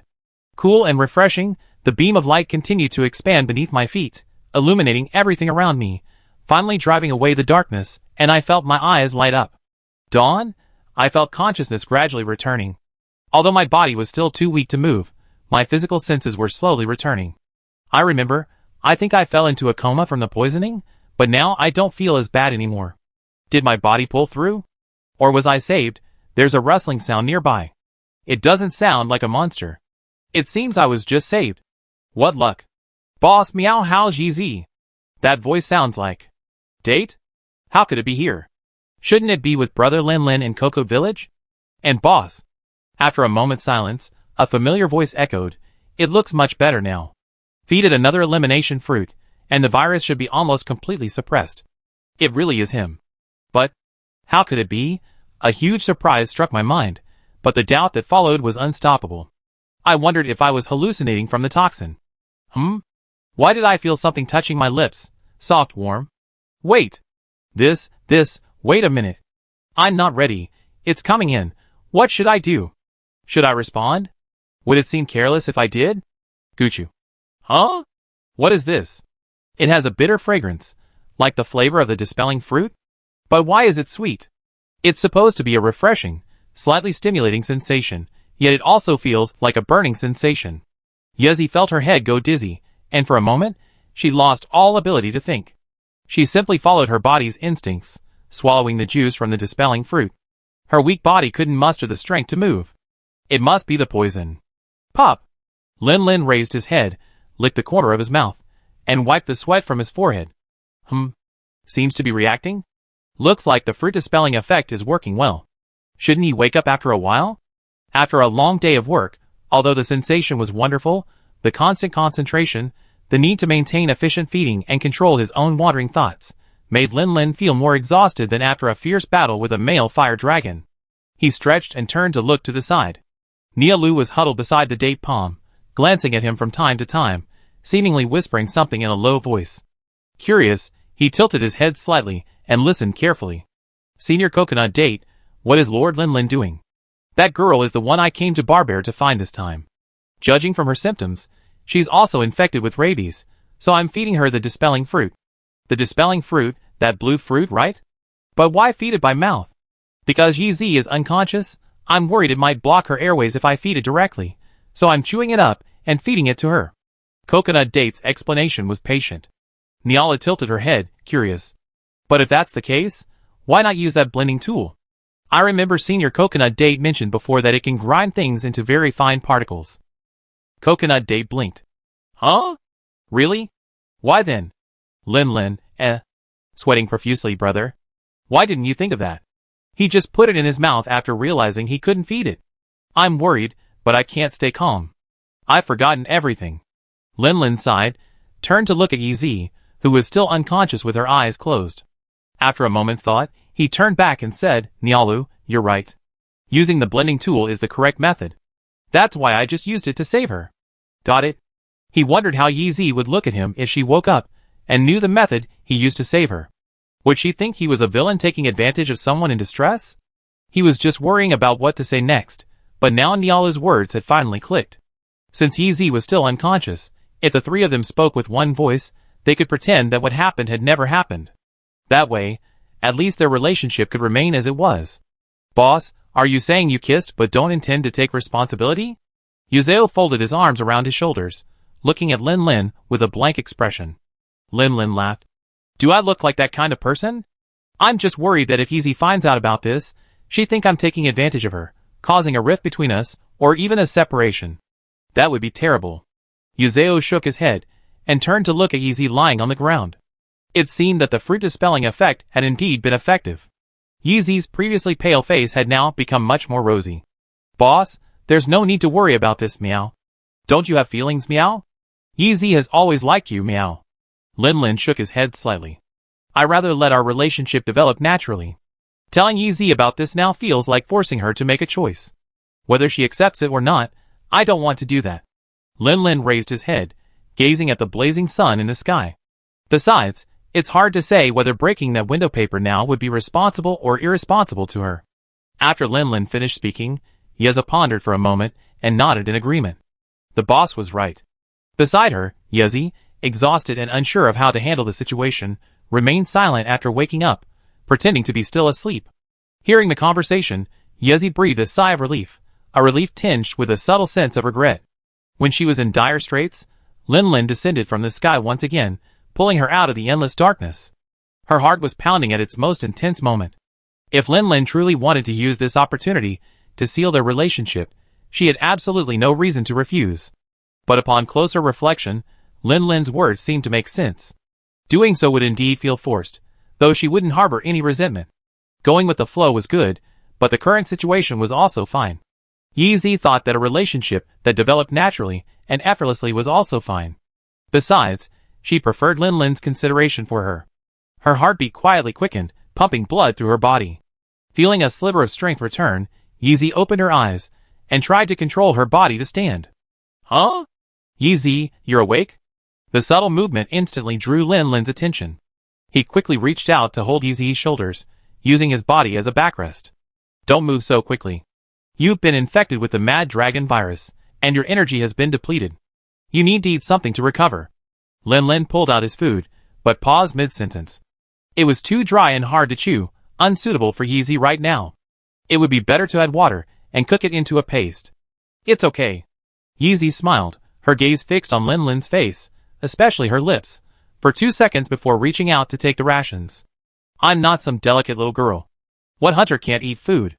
Chewed, swallowed, and seeing Yi Zi frown, Lin Lin quickly handed her the water bag. Take it easy. Yi Zi responded. Although still weak, the food had already made her feel better. She was no longer limp and leaned against Lin Lin. Although it was comfortable, now was not the time to indulge in that comfort. Okay, brother Lin Lin, I'm fine now. Tio Tio seems to have been poisoned too. Let's go check on him. Hearing Tio Tio's name, Lin Lin was silent for a moment. A question had actually arisen in his mind since he found Yi Zi, but seeing Yi Zi's condition had so distraught that he hadn't bothered to investigate. Isn't he with you? Huh? Yi Zi was stunned. What did this mean? According to her hazy memory, Tio Tio seemed to have been by her side until she passed out. Lin Lin glanced around, his uneasy feeling growing stronger. I only found this place after seeing the distress signal, but when I got there, I only saw you, no sign of Tio Tio. How could this happen? Yi Zi ate 3 pieces of food she had brought with her, and gulped down a large gulp of water. She stood up, her steps slightly unsteady, and glanced around. Sure enough, the surroundings were nothing but uneven ground and dense trees. If Tio Tio was still nearby, it would have been impossible to miss the 10-meter-long figure. I remember, before it fainted, it seemed. In this direction. Yi Zi took stock of her surroundings and staggered in a certain direction. Lin Lin hurried to support her, lest she stumble. Yi Zhao and Mia Lu exchanged a glance and followed. Lin Lin supported her, and Yi Zi didn't try to be tough, leaning heavily on Lin Lin. As they walked, they surveyed their surroundings. Not only is Tio Tio missing, but Xiao Jia is gone too.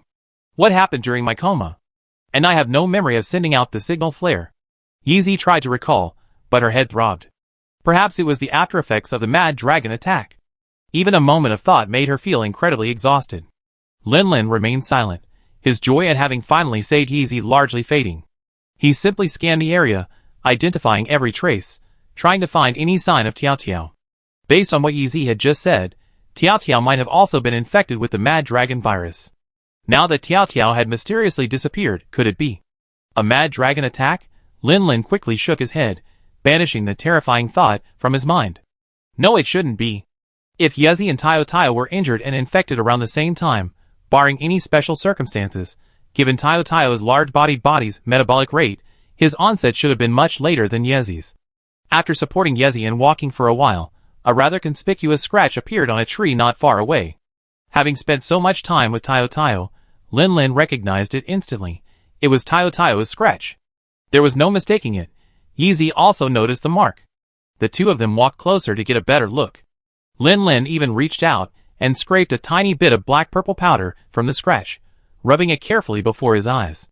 The two of them fell silent almost simultaneously. After a moment, Yi Zi spoke slowly, his voice a little strained. The flying dragon that injured and poisoned us also emitted this same dust. Lin Lin took a deep breath and clenched his fists. The attack was accompanied by the mad dragon virus, a classic sign of a mad dragon monster. Even if he didn't want to believe it, Lin Lin couldn't convince himself that there were other possibilities. Although he didn't know why it happened so quickly, Tio Tio might have already suffered a mad dragon attack. A mad dragon monster loses its mind and becomes extremely aggressive. The scratch marks on the tree were probably the marks left by Tio Tio, already in the grip of mad dragon. Buzz? The sound of its elytra fluttering rapidly approached. Lin Lin looked in the direction of the sound, and saw a rhinoceros beetle with a bright red shell staggering towards him from the depths of the dense forest ahead. After spotting Lin Lin and Yi Zi, who was being supported by him, the rhinoceros beetle seemed to relax, its flight becoming erratic. Finally, with a thud, it crashed into Lin Lin's waist, and he quickly reached out and caught it. Now he had a rough idea of what was going on. Chapter 401. With one hand supporting Yi Zi and the other supporting Xiao Jia, Lin Lin effortlessly grasped the full picture of the situation from Xiao Jia's thoughts. It was pretty much as he guessed.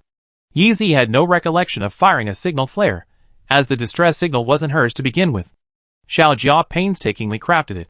Without Xiao Jia's cleverness, he wouldn't have been able to locate Yi Zi in such a short time amidst the vast forest. When they found Yi Zi, Tio Tio and Xiao Jia weren't around. Minutes after Tio Tio fainted, he developed a mad dragon attack. His eyes glowed red, and he became aggressive. To prevent him from harming the still unconscious Yi Zi, Xiao Jia painstakingly lured Tio Tio away. Tio Tio, transformed into a mad dragon, was so formidable and agile that Xiao Jia exhausted all his strength to lure him away. That's why, after finally shaking him off, he couldn't even maintain stability, flying crookedly. Where did you lead Tio Tio to in the end?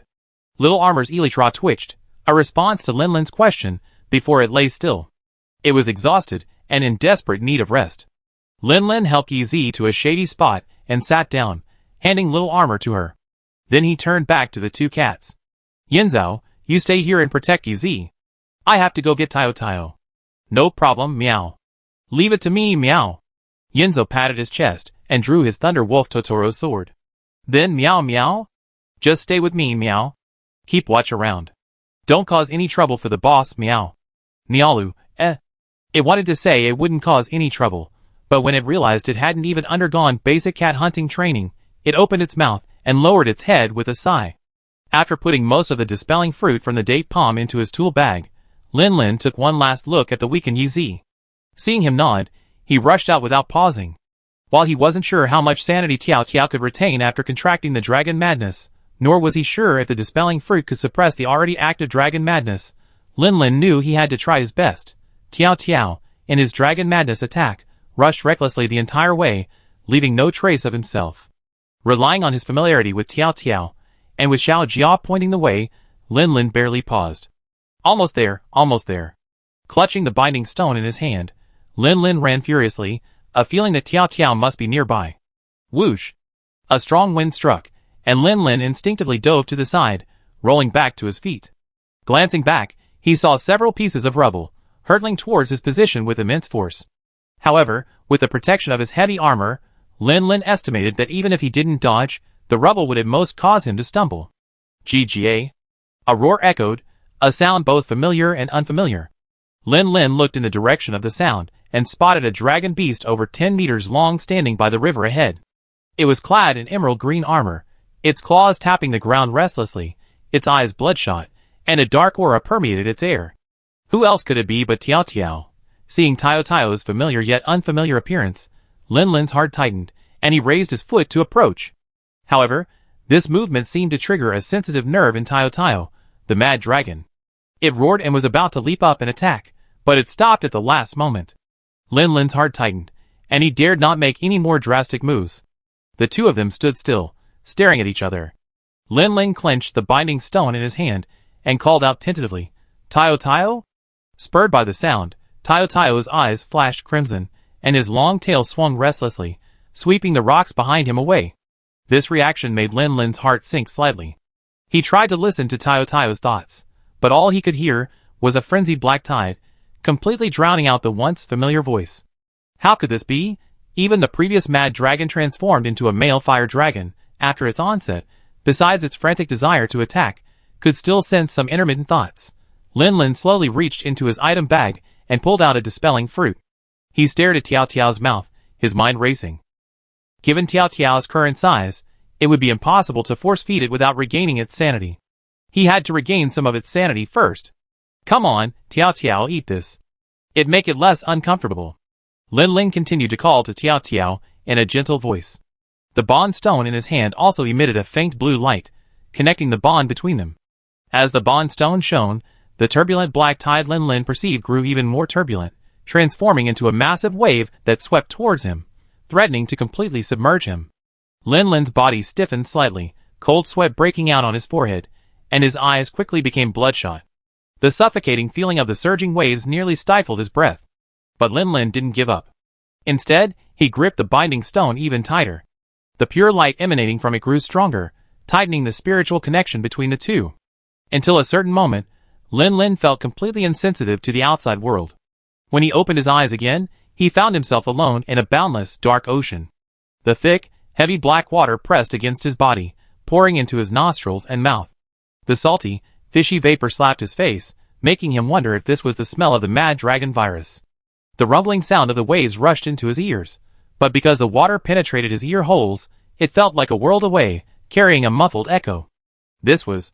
Looking up at the overcast sky, Lin Lin had a vague suspicion. Perhaps this is Tao Tao's current spiritual world, a powerful resonance evoked by their bond, transporting him here. The intense pressure and impact forced Lin Lin to expel the little air in his lungs. Raging waves crashed over him, pressing his head downwards, preventing him from breathing even a single breath. Swimming upward with all his might, he poked his head above the surface. Before the next wave could sweep him down, Lin Lin glanced around, seeing nothing but the rising tide. Tao Tao, where are you? Lin Lin struggled to move his limbs, swimming through the black water. He had a feeling that if he could find Tao Tao, he might be able to successfully restore its consciousness. The black water was thick, and Lin Lin, a not-so-good swimmer, felt increasingly exhausted. He was supposed to be in a spiritual world, yet the sensations were indistinguishable from reality. Lifting his arms became increasingly labored. No, if this continued, I'd drown in this black tide before I even found Tiao Tiao. I had to find another way. The wind howled, the waves surged, and everything felt so real. However, Lin Lin knew this wasn't a real place. He had simply entered Tiao Tiao's spiritual realm, harnessing the power of the binding stone and his own abilities. Raising his hand to wipe the black water from his face, Lin Lin was stunned. Since this wasn't a real space, but merely a manifestation of his spiritual consciousness, this water couldn't possibly be real water either. This was the manifestation of the Mad Dragon virus. Tiao Tiao's consciousness had been almost completely submerged. He hadn't felt its inner voice just now, so... Lin Lin suddenly looked down at the inky black sea beneath him, took a deep breath, and then plunged down. This is just a spiritual world. There's no need for oxygen. Repeating this sentence in his mind, Lin Lin opened his eyes as he descended, scanning the almost completely dark abyss. Lin Lin didn't know how long he had been underwater, but his body was almost numb. The seawater squeezed him in every corner, nearly crushing him into a pulp. The indescribable pain threatened to overwhelm him, but the thought of Tiao Tiao waiting for him gave him a new strength, pushing him deeper. Finally, his hand extended forward, only to touch not the inky water, but a crystal stone resembling glass. Lin Lin was startled, realizing with a start that he had reached the bottom, and at the bottom of this pitch-black sea lay not the fishy, stinking deep-sea mud he had expected, but a beautiful crystal stone with the texture of glass. Lin Lin gazed at the crystal stone for a moment, noticing a flicker of light. A picture emerged. A yellow velociraptor approached, holding a piece of fresh meat in its mouth, offering it to the mirror. Could this be Tiao Tiao's memory? Lin Lin swam along the seabed, noticing that the closer he approached a certain direction, the denser the crystal stones became. So he swam with all his might in that direction. The memory crystals that appeared around him gradually smoothed out from the scattered debris they initially presented, transforming into a dazzling wall of crystal stone. Amidst a star-filled desert sky, a fire crackled and flickered. A hunter and an elu sat there, turning a piece of meat on a bonfire. The scene quickly zoomed in, and the hunter nervously stood up, only to discover that the newcomer had merely stolen a piece of meat. He sat back down, a mixture of anger and amusement. Across the endless sea of sand, a sand boat sped through. The screen flashed across the swiftly passing scenery, then quickly lowered its gaze, staring at the boat's wooden planks for a long moment. Finally, the screen faded to black, leaving only the whistling wind and the somewhat helpless exchange between a man and a cat. A sound like a whistle rang out, and the towering beast dragon. With his head lowered, he felt the rumbling of a bulldozer plowing toward him. Within sight, a figure, unflinching and unevasive, held up a shield and blocked the sand dragon's path. They collided head-on with it. Though their tiny body was pushed back, they miraculously managed to halt its charge. Water flowed gently as a hunter pulled a small fish from a bucket and, with a gentle smile, stuffed it into the mouth of the purple dragon in his arms. The screen quickly shifted to focus on the hunter, who shook his head helplessly, picked the largest fish from the bucket, and stuffed it toward the bottom of the screen. At the peaceful village harbor, a young hunter, fully equipped, was about to board a large ship. The screen tried to follow, but was stopped by a smile. Pointing at the azure ocean, he shook his head slightly. Then, a dragon woman with a gentle smile appeared in the frame, spoke a few words to the hunter, then turned and gently caressed the screen's owner. On a peaceful farm, a young hunter and an equally young female hunter sat on a tree stump, chatting cheerfully. Suddenly, a fiery red figure appeared in the frame, howling childishly as it climbed up, completely blocking the screen. The screen's owner impatiently pushed it away with his mouth, but just as he was about to, continuing to look at the hunter and hunter, the fiery red shadow pounced upon them again. Beneath the boundless dark clouds, a raging storm nearly obscured all vision. The screen anxiously gazed toward the sky, but could only see a tiny fiery red dot flitting up and down, dodging the massive tornadoes that pierced the sky. Then the screen turned behind them, and a flash of golden lightning followed closely behind.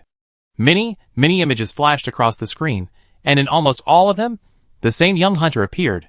The closer one got to the center, the largest oval crystal, the more frequently he appeared. Lin Lin floated silently before the oval crystal. His gaze passed through the flickering images, and caught sight of the curled-up figure at the innermost core. It was very different from the familiar Tiao Tiao, yet remarkably similar. It wasn't a yellow speed dragon king, but a yellow speed dragon, just as it had been when he first encountered it in the desert, thin and small. Lin Lin slowly placed his hand on the crystal. Despite being at the bottom of the ocean, he spoke aloud. I'm here, Tao Tao. The memories of the past are beautiful, but we still need to create more beautiful memories together. We can't let a mere mad dragon virus drown us. It's time to wake up. Lin Lin half-awakely opened his eyes. The sun was shining brightly, the breeze still gentle. A light insect that had flown from his left had only just flown to his right. It was as if everything that had just happened had been a dream. In reality, perhaps only a few seconds, or even a split second, had passed. He looked up again, at the yellow speed dragon king across from him. Its eyes were still crimson, the black-purple smoke still emanating from its breath, and even its restless claws still stomped the ground. However, Lin Lin smiled faintly, for one thing was different. He could hear Tiao Tiao's inner voice again. He wiped the sweat from his forehead, and waved the dispelling fruit at Tiao Tiao. Alright, don't just stand there like an idiot. Come and eat this. It'd make you feel much better. For the time being, rely on this to hold on. Once we develop the antidote to the mad dragon virus, everything will be fine. GOAO. Chapter 402. Watching Tao Tao's usual howling response, Lin Lin couldn't help but smile.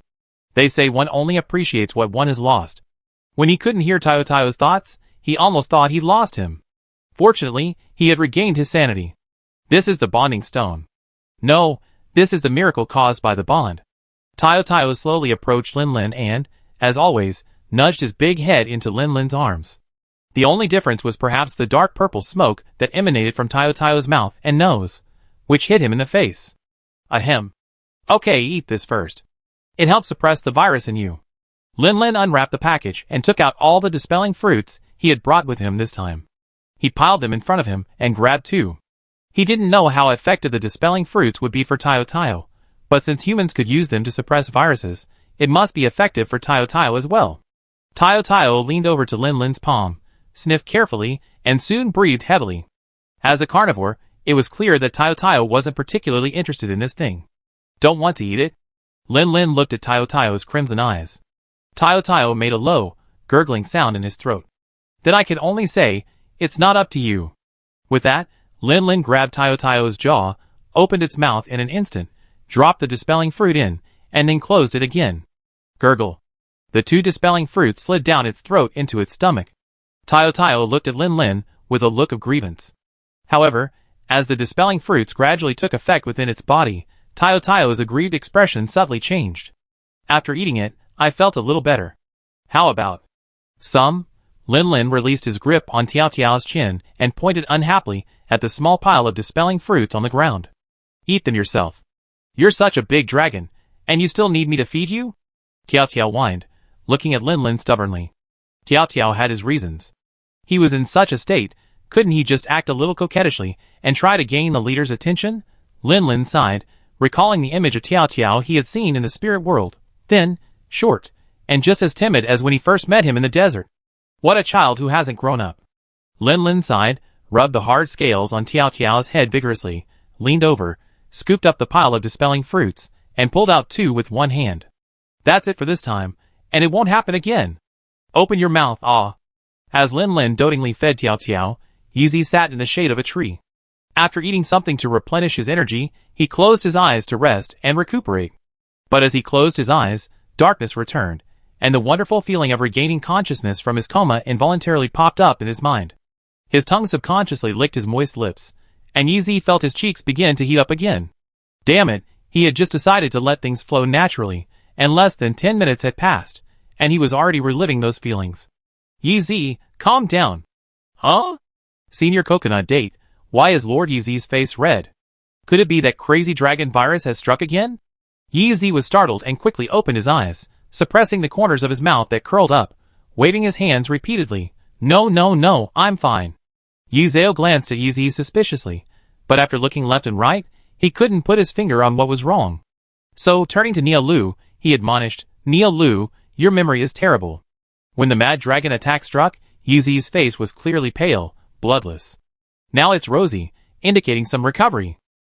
So that's how it is, meow. I understand. Yizi gathered himself, afraid to be noticed, so he didn't dare close his eyes again to reflect. Instead, he quietly chatted with the two cats, asking some questions. Date, Weren't you and Brother Lin Lin supposed to be hunting the rat halos? Why did you suddenly come here? And save me? And this Melalu, Nialu, right? What exactly happened? The two cats began to explain back and forth, and Yeezy quickly grasped the general situation, her heart beating uncontrollably faster. Even after being infected with that troublesome dragon virus, Brother Lin Lin still rushed over without stopping after finishing the hunt, perhaps simply because he was worried she might be in trouble. Lin Lin already held a special place in her heart, and now that she understood what had happened, she was deeply moved. Slow and steady? Slowly? She wanted to kiss him right back. Damn it. She was so confused when she first woke up that she missed such a golden opportunity, but calm down and think about it. Tiao Tiao's life or death is still hanging in the balance.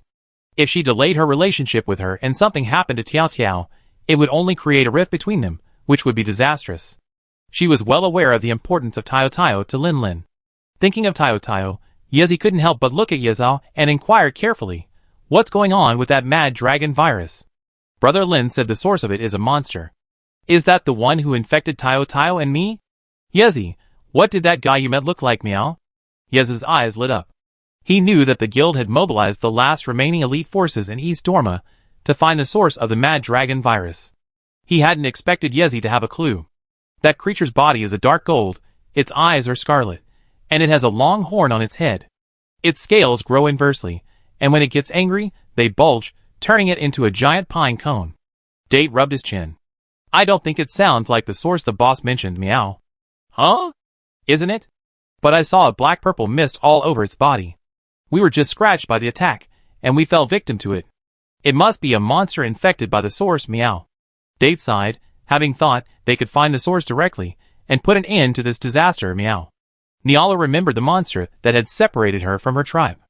Although her memory was hazy, the black-purple dust that filled the sky was imprinted on her mind.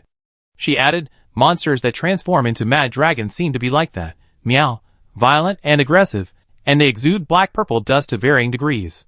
Lord Lin Lin said, "They all seem to have bloodshot eyes, meow." Though severely damaged and still weak, Yeezy reacted quickly. Although that creature wasn't the source, from my observation, that flying dragon has a very strong sense of territory and basically only lingers in the deepest parts of the unknown forest. Since it's infected with the mad dragon virus, does that mean the source that infected it is also in, or has been to, the unknown forest? Yada clapped her paws vigorously. "Indeed, meow." Yeezy sighed. She had a burning desire to kill the mad dragon-transformed pinecone chicken that had caused her and Tiao Tiao such a difficult situation. But now that she knew the mad dragon-transformed pinecone chicken was also responsible for the virus that had put her and Tiao Tiao in such a predicament, she began to harbor a murderous intent towards that source. "It's a shame there aren't any more clues." Niala glanced at Yezi and Yezao, then raised her hand weakly. "Well, I think I have a clue." Yezi and Yezao said in unison, "Tell me." Nialu shrank back. "Actually, I'm just guessing. Last night before I went to sleep, I thought I heard Master Lin Lin talking in his sleep." "Talking in your sleep? What's the connection between a clue and a dream?" Yuzeo shook his head helplessly. "It was all for nothing. A dragon clad in black. Meow. I heard Lord Lin Lin say that phrase. I think it's a clue, because hearing it brought back a vague memory of the attack on our tribe. I feel like that creature at the time fits the description perfectly." Yeezy slowly stood up, his eyes narrowed, his body tense. "A dragon clad in black? Nialu, was the creature that attacked your tribe completely black, with 4 legs and wings like a cloak, constantly covered in scales, and without eyes?" Nialu repeated the key words Yeezy had mentioned over and over again. The more she thought about them, the clearer the memory became. "That's right, meow. That's right, meow. That's the creature that attacked the tribe." "Lord Yeezy, how did you know that?" Nialu looked at Yeezy with admiration. He was able to recreate the image of that monster with just that simple description. It was incredible, meow. Even more amazing than Lord Lin Lin, meow. Because it just flew right over us. Yeezy clenched the horned dragon beetle staff tightly behind her, then released it again after a moment. "So what if she saw it? With her current weakened state, how could she possibly do anything to it?" Yinzao looked up quickly, but the dragon was flying very fast, and with the trees overhead obscuring its view, there was no trace of it left. Although the dragon had vanished, something else had remained. Yeza raised her paw and caught the fine black-purple powder that was falling from the air. She held it close to her eyes, examined it for a moment, and then sniffed it gently. "Yezi, meow, You just said that the monster's wings were constantly shedding dust, meow? Yuzi, nervous, was about to turn aside when she nodded slightly. She had just double-checked that the direction the creature was flying seemed to be the direction Lin Lin had gone to find Tayo Tayo. That must be it, meow. Yuzi waved her paw vigorously, displaying the black-purple dust in her hand. This is the crazy dragon virus, meow. I noticed some vegetation stained with it earlier on the road, meow. The essence of the crazy dragon virus is the scales on that creature's wings, meow. Turning around, he discovered that Yuzi didn't seem to be paying any attention to what it was saying. Instead, it was walking deeper into the forest. He quickly chased after it. Yuzi, meow, where are you going? That black-clad dragon just now flew in Brother Lin Lin's direction. I'm worried, so I have to follow and check.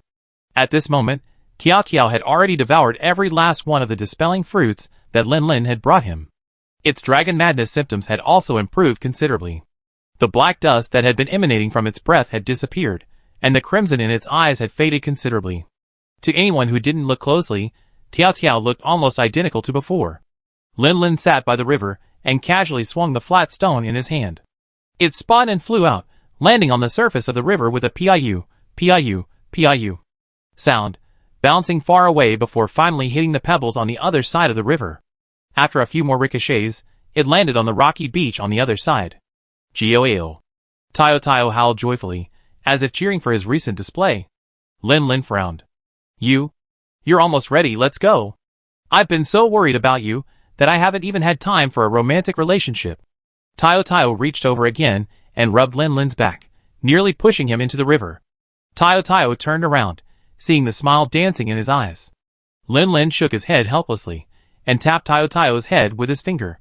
You're still like a little dragon. Tayo Tayo shrieked twice, deliberately squeezing past Lin Lin, poking his head above the surface of the river, and lowering his head to drink. Lin Lin was squeezed so hard that he sat down on the muddy ground. He patted his butt and stood up, sighing. Tayo Tayo, you've learned bad things from Dakong. You weren't this naughty before. Tayo Tayo drank a few sips of water, no longer thirsty. He turned to look at Lin Lin, with a hint of dissatisfaction in his eyes. What do you mean by learning bad things from Dakong? Couldn't it have learned from me? I was the one who arrived first, Lin Lin, This gratuitous competitive spirit is truly Tayo Tayo's style. Whoosh whoosh. A rhythmic sound of wind reached their ears, seemingly out of place amid the chaotic yet harmonious sounds of nature, alerting both Lin Lin and Tayo Tayo. The man and the dragon looked up, their gazes fixed on the slowly descending dark figure. Black Eclipse Dragon. Lin Lin's heart raced. After waking Yuzi and hearing her brief account of the Thousand Blades Dragon, whose ultimate power level had yet to be reached, he had subconsciously assumed the Black Eclipse Dragon would no longer pose a threat in the unknown forest. Unexpectedly, Yuzi had simply been lucky enough not to encounter it. Unlike Lin Lin, Tiao Tiao's muscles tensed as he gazed at the creature, his fangs and claws bared. He felt an instinctive hostility towards the inky black creature. The moment he saw it, the mad dragon virus within him, which had been calming, began to stir again, and the crimson in his eyes, which had been suppressed, intensified again. Chapter 403. Whoosh! Whoosh! With a flap of its wings, a massive dragon draped in jet-black feathers slowly descended onto the other side of the river. With each flap, large flakes of scales flew out, enveloping the surrounding area. This was the unique way the black dragon perceived the world. They lacked vision, and their hearing was not particularly developed. Their ability to move freely and unaffected by complex terrain stemmed from their ability to sense these tiny yet powerful scales. Lin Lin instinctively crouched, attempting to pull Tiao Tiao back. Although the black dragon's combat power was unknown, its ability to crush a top-tier team in the original plot meant it was certainly not to be underestimated. It was undoubtedly no match for a standard map king like the ordinary fire dragon horn. Already infected with the mad dragon disease, and having just consumed the dispelling fruit, he was already somewhat less confident facing the Black Eclipse Dragon. Furthermore, his assessment of its strength was unclear. If possible, Lin Lin preferred not to engage it for the time being. After returning, he could report the information to the guild and have the top team take it out. How easy would that be? This time, with the intelligence he provided, they wouldn't be in such a difficult situation, right? Unfortunately, Tayo Tayo's thoughts were clearly different. At the first sight of the pitch-black monster, Tayo Tayo's blood burned hot, and a fierce desire for battle surged. Even the mad dragon disease, which had been suppressed by the dispelling fruit's attack, began to flare up again. This thing was a rival, an enemy. Kill it! Geo. Tayo roared at the black dragon on the other side of the river, causing Lin Lin to shudder. No, buddy. You're a bit lost in your own weight, aren't you? While the black dragon's hearing wasn't particularly sharp, it wasn't so deaf as to be unable to hear such a loud roar. It suddenly turned its head toward Tayo, its wings fluttering slightly, and a cloud of scales blew toward him, accompanied by a gust of wind. Even though Lin Lin tried to dodge, a lot of scales still landed on him. In the black dragon's pitch-black world, two moving heat sources, one large and one small, appeared ahead. Because of the limited amount of scales attached, their perception was not particularly clear. All he could tell was that the two were quite different in size. Roar! Provoked, the black dragon roared back without hesitation, and the two monsters faced off across the wide river. Lin Lin, looking at the clearly agitated Tayo, then at the black eclipse dragon across the river, its wings and claws clasped around its shoulders. Lin Lin sighed, and slowly drew his horned dragon weapon. He didn't know what Tayo was thinking, why he provoked the other side for no reason, but it seemed like a fight was inevitable. Neither he nor Tayo could fly. The black eclipse dragon on the other side of the river waited for a moment, before finally ending the standoff. With a few flaps of its wings, it soared over 10 meters into the air. Even the most naive hunter wouldn't have thought the other side would flee without a fight. Sensing the other side's surging desire to attack, Lin Lin shouted to Tayo, "Be careful to stay out of the way." The next moment, the black eclipse dragon spun gracefully in midair and swooped down at Tiao at breakneck speed. Its massive, nearly 20-meter-long body, coupled with its sudden burst of speed, meant that it struck Tiao, whose slender frame was only slightly more than half its length, would inevitably be severely injured. Though the will to fight burned fiercely within Tiao's mind, at least he was no longer operating on instinct as before. He seized the opportunity, and when the dragon was halfway down, unable to change direction, he suddenly leaped, avoiding the black eclipse dragon's range. Lin Lin was already standing very close to Tiao, so even though the black eclipse dragon had locked onto Tiao, he was also within its range. However, unlike Tiao, he didn't dodge. Instead, he raised his hand and released the silk threads, simultaneously inserting his sword into his shield and holding it in front of him. Fully charged, counterattack. He needed to test the opponent's attack first. In a flash, the black eclipse dragon struck down, followed by a dull bang. Under the black eclipse dragon's 100-ton king-level charge, Lin Lin slid back several meters. The interlocking sword and shield plowed a deep furrow in the ground, the accumulated earth almost reaching half the height of the shield. Glancing at the 4 strands of silk wrapped around the hilt, connected to the ground and stretched to their limit, on the verge of breaking, Lin Lin grinned, waved his hand to loosen the silk, spun around, and swung his sword. As he struck the black eclipse dragon's head with a hammer, he also poured the energy he had just charged into the shield, activating red shield mode. The black eclipse dragon's head was surprisingly flexible. A swing of the club felt like hitting a knotted cloud-like wooden stick used in training. Watching the jet-black scale shatter and ooze purple-black blood, Lin Lin breathed a sigh of relief. Not bad, it caused effective damage, so there's still a fight. Using the sensory input provided by the scale powder, the black eclipse dragon noticed Tayo had dodged its dive before it even landed. Although it was too late to change its dive direction, its reaction was incredibly fast, instantly formulating a countermeasure. It landed and immediately turned around to strike Tayo with its winged claws. However, after being struck on the head by Lin Lin's club, the pain caused its brain to freeze for a moment. Its left brain told it to continue its original plan and strike back at the one who dared to challenge it, while its right brain told it that this little thing had dared to hurt it. It wouldn't tolerate it, and must teach it a lesson immediately. The conflict between the two brains caused it to hesitate for a moment. In that moment of hesitation, Tayo unleashed the paralyzing venom he had been brewing onto the black dragon. Even the paralyzing fangs of a yellow speed dragon could be used as raw material for a paralysis trap, and Tayo was the yellow speed dragon king, even more powerful than the yellow speed dragon. With this powerful spurt of paralyzing venom, the black dragon's thoughts were instantly interrupted by the intense paralysis, and its body froze in place for a brief moment. Lin Lin wasn't about to miss such a good opportunity. He gathered his strength right there, then launched a double slash at the black dragon's head. However, the black dragon was no weakling after all. While Tayo's venom took effect, it only temporarily paralyzed a portion of its muscles, and didn't completely control it. After being attacked repeatedly on the head, the black dragon immediately shifted its target to Lin Lin.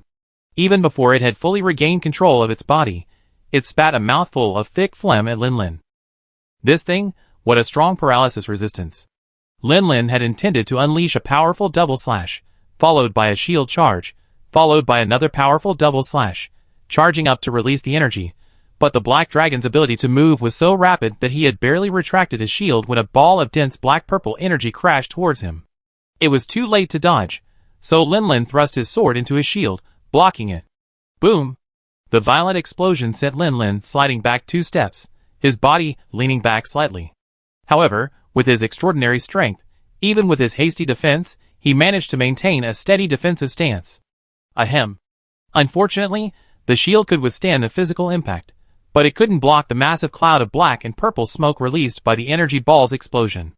If Lin Lin held his breath and tried not to inhale, the resulting weakness from lack of oxygen would make it impossible to withstand the black dragon's next attack. He was forced to resort to another epic lung attack from the Mad Dragon virus. Seeing one energy ball pushing Lin Lin back, the black dragon, without hesitation, spit out 3 more, 1 to the left, 1 to the right, and 1 in the middle. After doing all this, it didn't stop, charging forward on all 4s, intending to crush the tiny creature completely in one go. However, a powerful kick from behind forced it to abandon the pursuit, swerving to avoid the blow and refocusing its attention on Tayo Tayo. Bang! Bang! Bang! 3 energy balls bombarded Lin Lin in quick succession, leaving him no time to breathe. He was forced to block them with his shield. Frankly, the energy ball bombardment alone wouldn't have been a big problem for Lin Lin, even if he withstood 4 in a row. But the subsequent explosion of dense Mad Dragon virus posed a significant challenge. For successive bursts of the virus enveloped Lin Lin in a cloud of black and purple smoke. This smoke was composed entirely of a high concentration of Mad Dragon virus. Every second he stayed in it, the virus eroded his body further. Sensing that Tayo Tayo had temporarily entangled the Black Eclipse Dragon, Lin Lin quickly rolled several times to escape the massive cloud of virus. Cough, cough, cough. Coughing forcefully several times, Lin Lin cursed inwardly. This thing was truly powerful. Compared to it, Rick's 5th generation Hibiscus King was simply weak. Watching Tayo Tayo nimbly dodge the Black Eclipse Dragon's attacks, Lin Lin took a deep breath and strode closer. Tayo Tayo grabbed its attention. I'm going to give it a real smack. Having just finished his fruit and been bathed in the Mad Dragon virus, he felt the burning pain in his body reach a breaking point. He needed a burst of attack to overcome it, otherwise the situation would become very passive. Hearing Lin Lin's call, Tayo Tayo fought much more freely. Leveraging the dual protection of his Thunder Wolf Dragon armor and his own scales, he took on minor scratches, bites, and other harmless attacks. He bravely withstood the Black Erosion Dragon's attacks to inflict wounds. Lin Lin suspected that if he hadn't awakened his mind, Tayo Tayo would have just recklessly engaged the creature head-on and been crushed. However, Tayo Tayo's attacking style successfully bought Lin Lin some time. While the Black Eclipse Dragon was focused on attacking Tayo Tayo, he seized the opportunity to deliver several vicious blows to the creature's tail. However, the creature's tail was significantly tougher than its head, and Lin Lin's repeated slashes left only a few inconspicuous, tiny scars. But Lin Lin didn't care. Feeling the increasingly intense burning pain within him, listening to the nearly overloaded sizzling sound of his hammer-like sword, he had already formulated his next move in his mind. Charge, then transform into axe form, strike with the axe, leap, and then, with another aerial super slash, chop the creature's head off. However, in the fierce battle, Lin Lin overlooked one thing. The Black Eclipse Dragon lacked vision, and the usual front wolf feigning sleep to lure the enemy tactic didn't work for it. Lin Lin's position was always clear to it, clearly visible to its perception. A few blows to the tail didn't hurt, so it didn't turn its spear for the time being. But at this moment, Lin Lin, using the Kinsek to leap high, the axe poised in his hand instantly posed such a threat to the dragon that it ignored Tiao Kiao's attack, forcing it to withstand the blow with its feather-like, thick-wing membranes, then suddenly leap sideways. The black dragon's reaction was so swift that Lin Lin was caught off guard. By the time he sensed the dragon's attempt to dodge, the axe had already fallen, leaving him no time to turn. Bang! Boom! Boom! Even if Lin Lin tried to hold back, he couldn't do so in midair. The heavy axe blade easily split the earth and embedded itself into the ground. 5 golden fountains erupted from the ground with a mighty roar and incredible power, yet the strike missed, not even grazing the black dragon. Struggling to pull the shield axe out of the ground and dismantle it, Lin Lin's body swayed uncontrollably. His face paled, cold sweat dripped from his forehead, and his eyes flashed crimson. Dragon madness, it had begun to strike. The full force of his entire body erupted, ultimately slashing the earth. His life energy was already quite vibrant, and if he could successfully strike his target, he would surely be able to overcome and suppress the virus within him. But he had just fallen short. However, there was no time for him to sigh. The Black Eclipse Dragon, having dodged the attack, felt the might of the attack far surpassing its painless attack. It then realized that this tiny creature was the greater threat. It locked on to Lin Lin's target and charged towards him with all four legs. Lin Lin tried to sprint sideways to avoid the dragon chariot's impact, but the burning pain and weakness in his body made even lifting a foot extremely difficult. Seeing he could no longer escape the attack's range, Lin Lin gritted his teeth and raised his hand to unleash the insect silk, relying on his fully charged counterattack to resist the attack. Gaw! Bang! A howl echoed, and Lin Lin suddenly looked up to see Tayo Tayo leaping recklessly onto the Black Eclipse Dragon's back. Leaping forward and biting, he immediately engaged in a primal, bloody melee. Roar! Tayo Tayo's move successfully interrupted the Black Eclipse Dragon's attack, but it also thoroughly enraged it. The wing claws clasped on its shoulders suddenly lifted up, grasping Tayo Tayo's back and hurling it with all its might. Chapter 404. The Black Dragon's claws were incredibly strong and powerful. It snatched up Tayo Tayo like a chick, flinging him away with a flick of its hand. Watching Tayo Tayo being flung away, crashing through 3 ancient trees before collapsing to the ground and roaring in pain, Lin Lin, panting heavily, ignored his own weakness and rushed forward again, attempting to tangle with the Black Dragon and prevent it from finishing off Tayo Tayo. The Black Dragon, sensing the approach of Lin Lin, the more threatening opponent, had to abandon its plans to chase and crush the ignorant creature. Instead, it turned its head and spat a dark ball of energy at Tayo Tayo, who was struggling to get up from the ground. After doing this, the Black Dragon continued its movement, turning and swung its long tail towards Lin Lin, forcing him to retreat again, leaving him no time to intercept the energy ball. Boom! The energy ball slammed into Tayo Tayo. Even with the protection of the Thunder Wolf Dragon armor, the intense impact still caused him to let out another painful roar. The dense cloud of Mad Dragon virus that exploded immediately afterward nearly engulfed him. Lin Lin's heart sank uncontrollably, the knuckles of his hand gripping the slashing sword turning white from the strain. He had finally managed to regain Tayo Tayo's sanity, using the fruit to dispel its effects to improve her condition. However, the Black Eclipse Dragon's breath completely undid all his efforts. Perhaps, the only good news was that he could still sense Tayo Tayo's inner voice, his anger and fighting spirit. At least Tayo Tayo's sanity hadn't been overwhelmed by the virus again. Mindful of a way to break the impasse, Lin Lin launched a series of harassing attacks, preventing the Black Dragon from focusing on Tiao Tiao. After the previous encounter, the Black Dragon's response had left Lin Lin feeling quite uneasy. This creature was deliberately using its breath to attack repeatedly, even though Lin Lin primarily dodged, avoiding the virus-laden energy balls as much as possible. The Black Dragon's attack still filled the battlefield with a thick haze of smoke. This area, once lush with trees and abundant grass, was now filled with a thick, dark, purple cloud. Even the sunlight overhead seemed obscured by the thick dust, plunging the entire forest into a gloomy haze. Amidst this, the Black Dragon lowered its shoulder claws to the ground, and the inner edges of its feather-black wings glowed with an eerie purple light, like that of the underworld. It took a deep breath and let out a resounding roar. A pair of tentacles emitting a faint purple glow rose from its once smooth, flat head. Lin Lin raised his shield to block the sound waves accompanying the roar. Seeing the Black Eclipse Dragon enter this state, his heart sank slightly. Facing the normal Black Eclipse Dragon, he and Tiao Tiao were both at a disadvantage. Now that it had entered its Mad Dragon state, it was even more formidable. What should they do? You must understand that unlike those creatures known as Mad Dragon monsters due to attacks of Mad Dragon disease, Black Eclipse Dragons, as the spreaders of the Mad Dragon virus, are immune to the disease themselves. In their Mad Dragon state, their scales cover the ground, their perception is at its peak, and they fight with all their might. Just now, it had been using its breath continuously for this moment. Roar! With a roar, the Black Eclipse Dragon once again locked onto Lin Lin. Using all four limbs, it rapidly closed the distance, raising one of its sturdy talons high, intending to smack Lin Lin to death. Bang! Seeing the talon about to strike, Lin Lin quickly dove to the side, but instead of feeling the vibration of the talon's impact, he heard another muffled thud in front of him. Looking up, he saw Tiao Tiao had once again slammed into him, forcibly intercepting his attack. Retreat! Lin Lin was in a state of panic. The Black Eclipse Dragon, exerting all its might, was far more powerful than Tiao Tiao could match.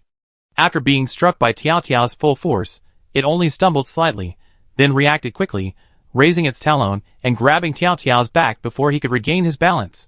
This time, the Black Eclipse Dragon was determined to crush Tiao Tiao completely. One talon held the opponent in place, while the other talon was raised high, about to strike Tiao Tiao's head.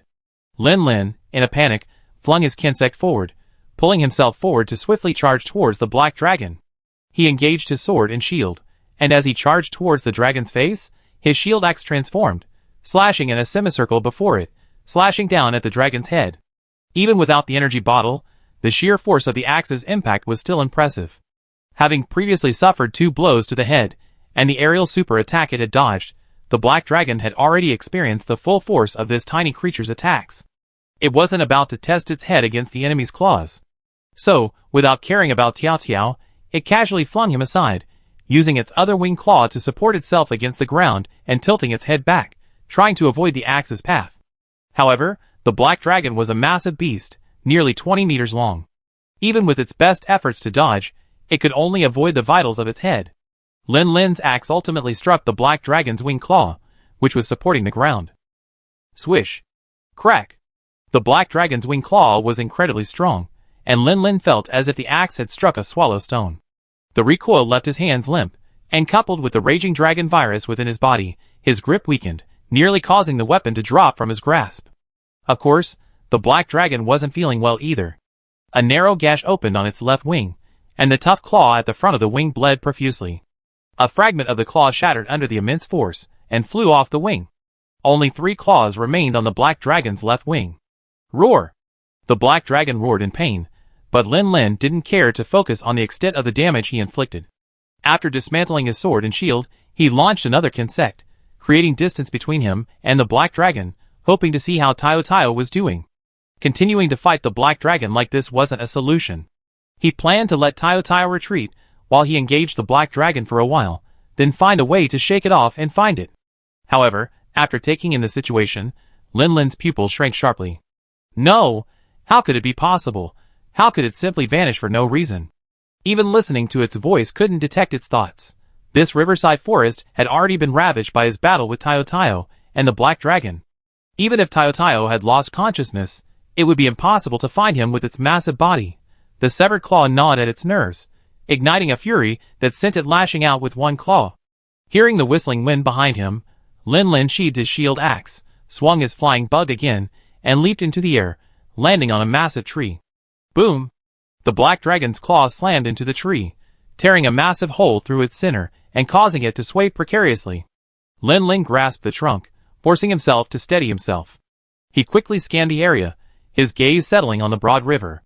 Although the current was swift and the river vast, near the shore, numerous rocks, dead branches, and aquatic plants protruded from the water, a striking sliver of emerald green among them.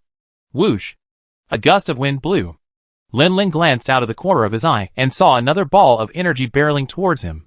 He leaped from the tree trunk, casually swung his kinsect, and swiftly moved towards the river. Boss, I'm here to help you, meow. Big guy, take my boomerang. A familiar voice rang out. Lin Lin tilted his head slightly and glanced back. From a distance, he saw Yezhao throwing an oversized boomerang and Yezi rushing towards the Black Dragon with his insect stick. Yezi and Yezhao had followed the noise. Damn, this is too much.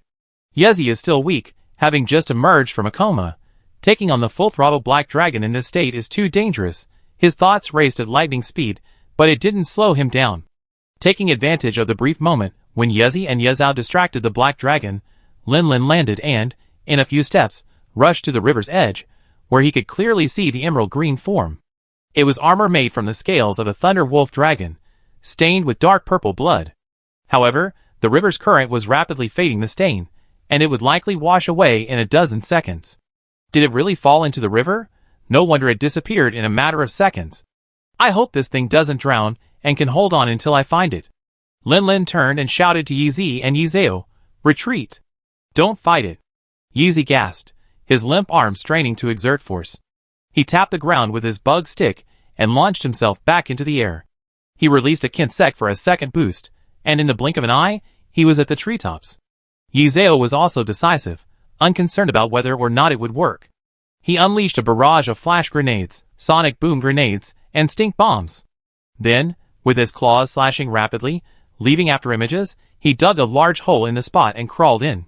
The black dragon had spotted 2 new enemies, and, in a rage, was about to smite them all to death.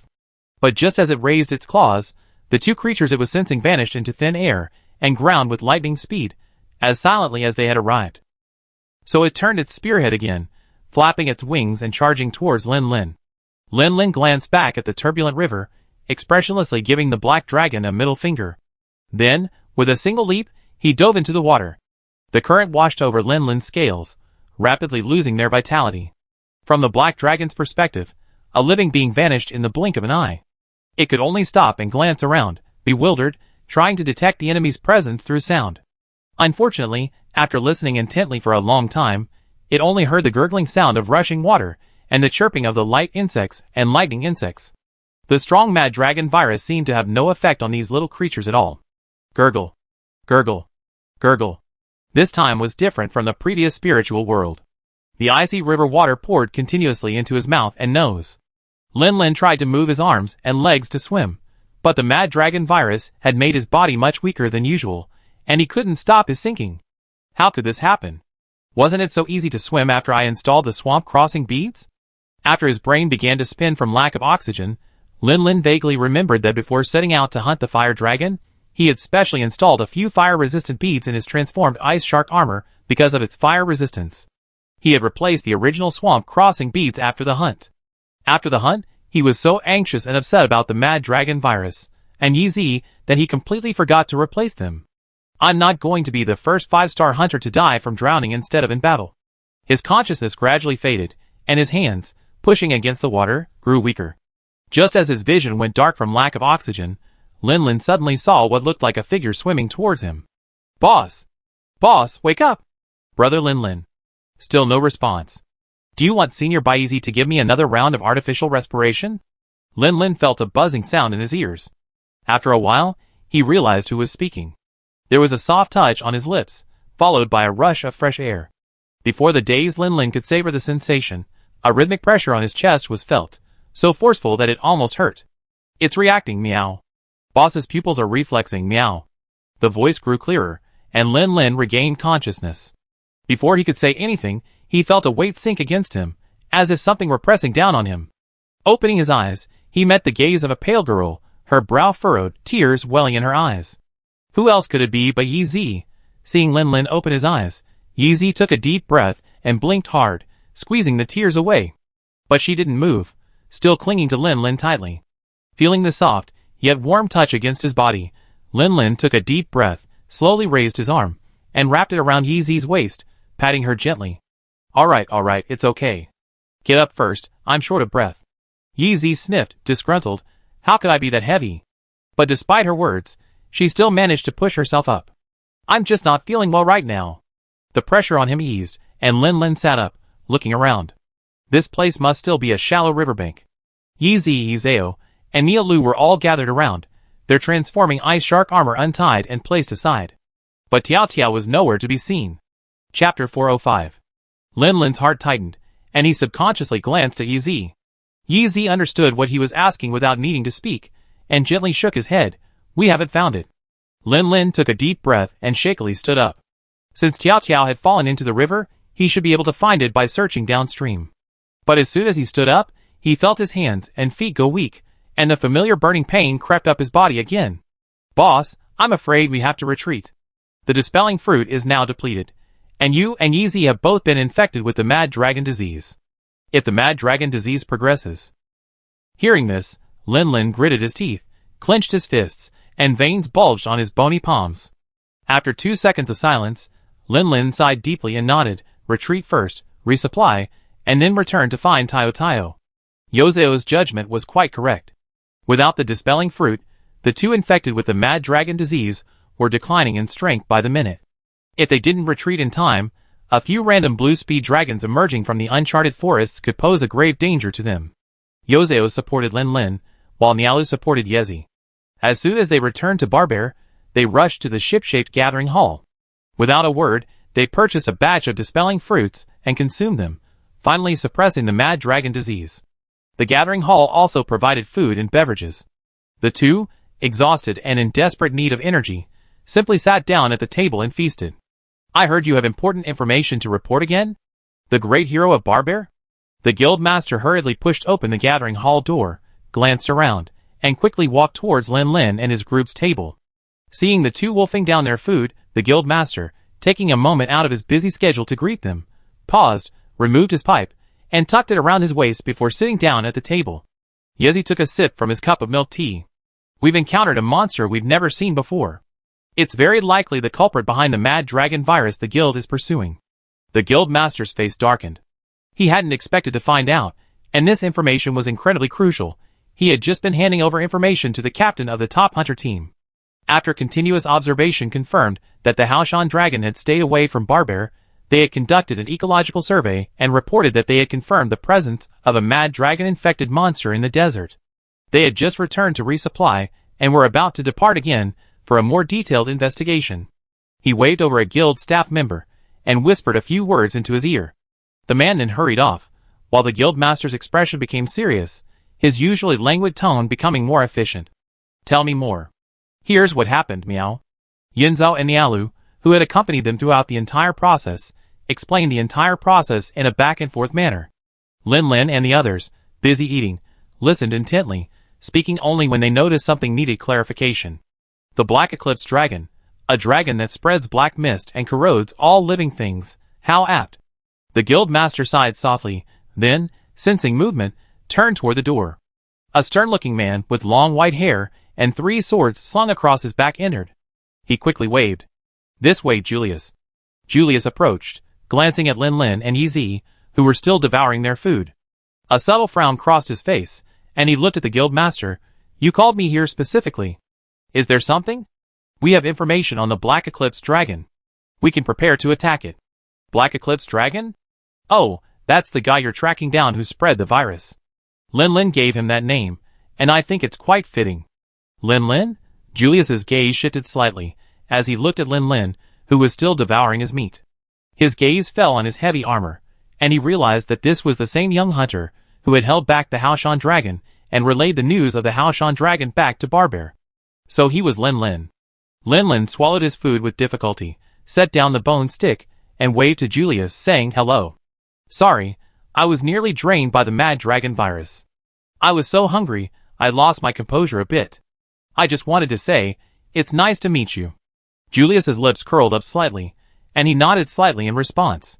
But his attention quickly returned to the main matter. You encountered that Black Eclipse Dragon in the unknown forest, right? Lin Lin nodded. With the guild master here, they didn't need to repeat themselves. As a professional, he summarized the intelligence efficiently and logically, explaining the entire incident in a few words.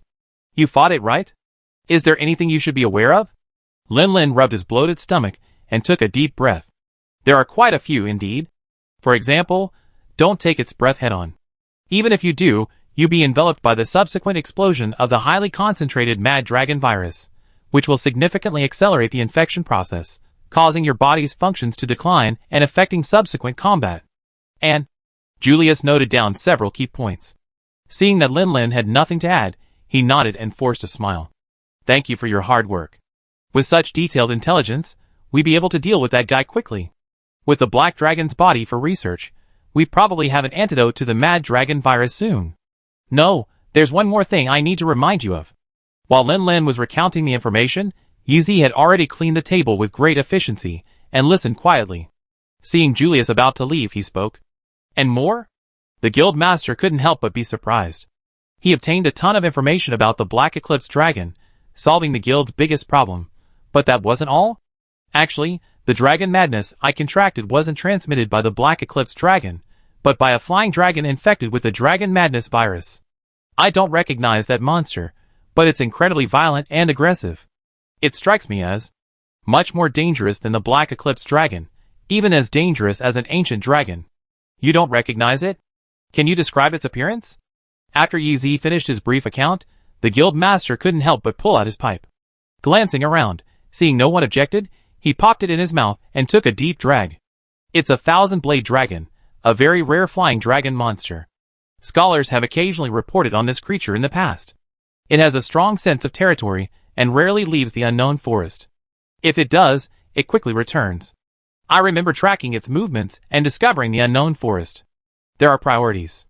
Although infected with dragon madness, the Thousand-Blade Dragon's territorial awareness means it likely won't leave its territory. Its potential threat isn't as significant as that of the Black Eclipse Dragon. Avoid it when you're attacking the Black Eclipse Dragon. Once you've dealt with it, you can investigate this creature in detail. The Guildmaster's judgment was convincing and well-reasoned. Julius and Yeezy agreed, though Lin Lin disagreed. Thousand Blades Dragon, the cover monster of Monster Hunter 4G, opened with a swarm of them flying across the globe, wreaking havoc on the local ecosystem. All of this was sparked by the emergence of a single individual among the Thousand Blades Dragons in the unknown forest, having overcome dragon madness and reached its ultimate state. Thousand Blades Dragons possess a strong sense of territory, and this ultimate Thousand Blades Dragon is no exception. Having gained power far exceeding that of its peers, it drove all the other Thousand Blades Dragons from its designated territory, leading to a massive exodus of Thousand Blades Dragons from the unknown forest, forcing the guild to dispatch significant forces to various locations to quell the unrest caused by the Thousand Blades Dragons. It's fair to say that the devastation caused by this ultimate Thousand Blades Dragon was no less devastating than those ancient dragons known as the Mobile Scourge. If the Thousand Blades Dragon that attacked Z and Tiao Tiao was the extreme Thousand Blades Dragon that was in the process of overcoming, or even had already overcome, its mad dragon disease, then defeating it before it could cause any major unrest would undoubtedly be nipped in the bud. However, the plot hadn't yet unfolded, so Lin Lin could only briefly speculate on the potential unrest that the extreme Thousand Blades Dragon would cause, suggesting a swift subjugation. The Guildmaster seemed somewhat bewildered. While he felt Lin Lin's words were sound, Yeezy's assessment of the Thousand Blades Dragon suggested it might be another troublesome creature. A single top-tier team wouldn't be enough to deal with both simultaneously. Julius frowned, pondering for a moment. After a moment, he slowly spoke, "How about luring the Black Eclipse Dragon and the Thousand Blades Dragon into a fight? Then, we can focus our forces and defeat them one at a time." The Guildmaster took a deep drag on his pipe. If that Thousand Blade Dragon really has the strength Yeezy described, even with 3 top-tier hunters, this mission will probably be extremely difficult to complete. I have a better suggestion. Lin Lin's eyes gleamed with fire as he spoke in a deep voice.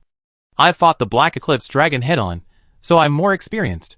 I can't guarantee a direct defeat, but at least I can wear it down, making the fight easier for you. You can focus on taking down the stronger Thousand Blade Dragon first, and then take down the weaker Black Eclipse Dragon. As for the fact that there are more than 4 of us, don't worry. Once you arrive, I immediately withdraw from the battlefield, and we still be a 4-man team. Julius nodded slightly, approving the plan. But you just returned from the unknown forest. The Guildmaster's gaze was filled with worry. Would this be too much for Lin Lin?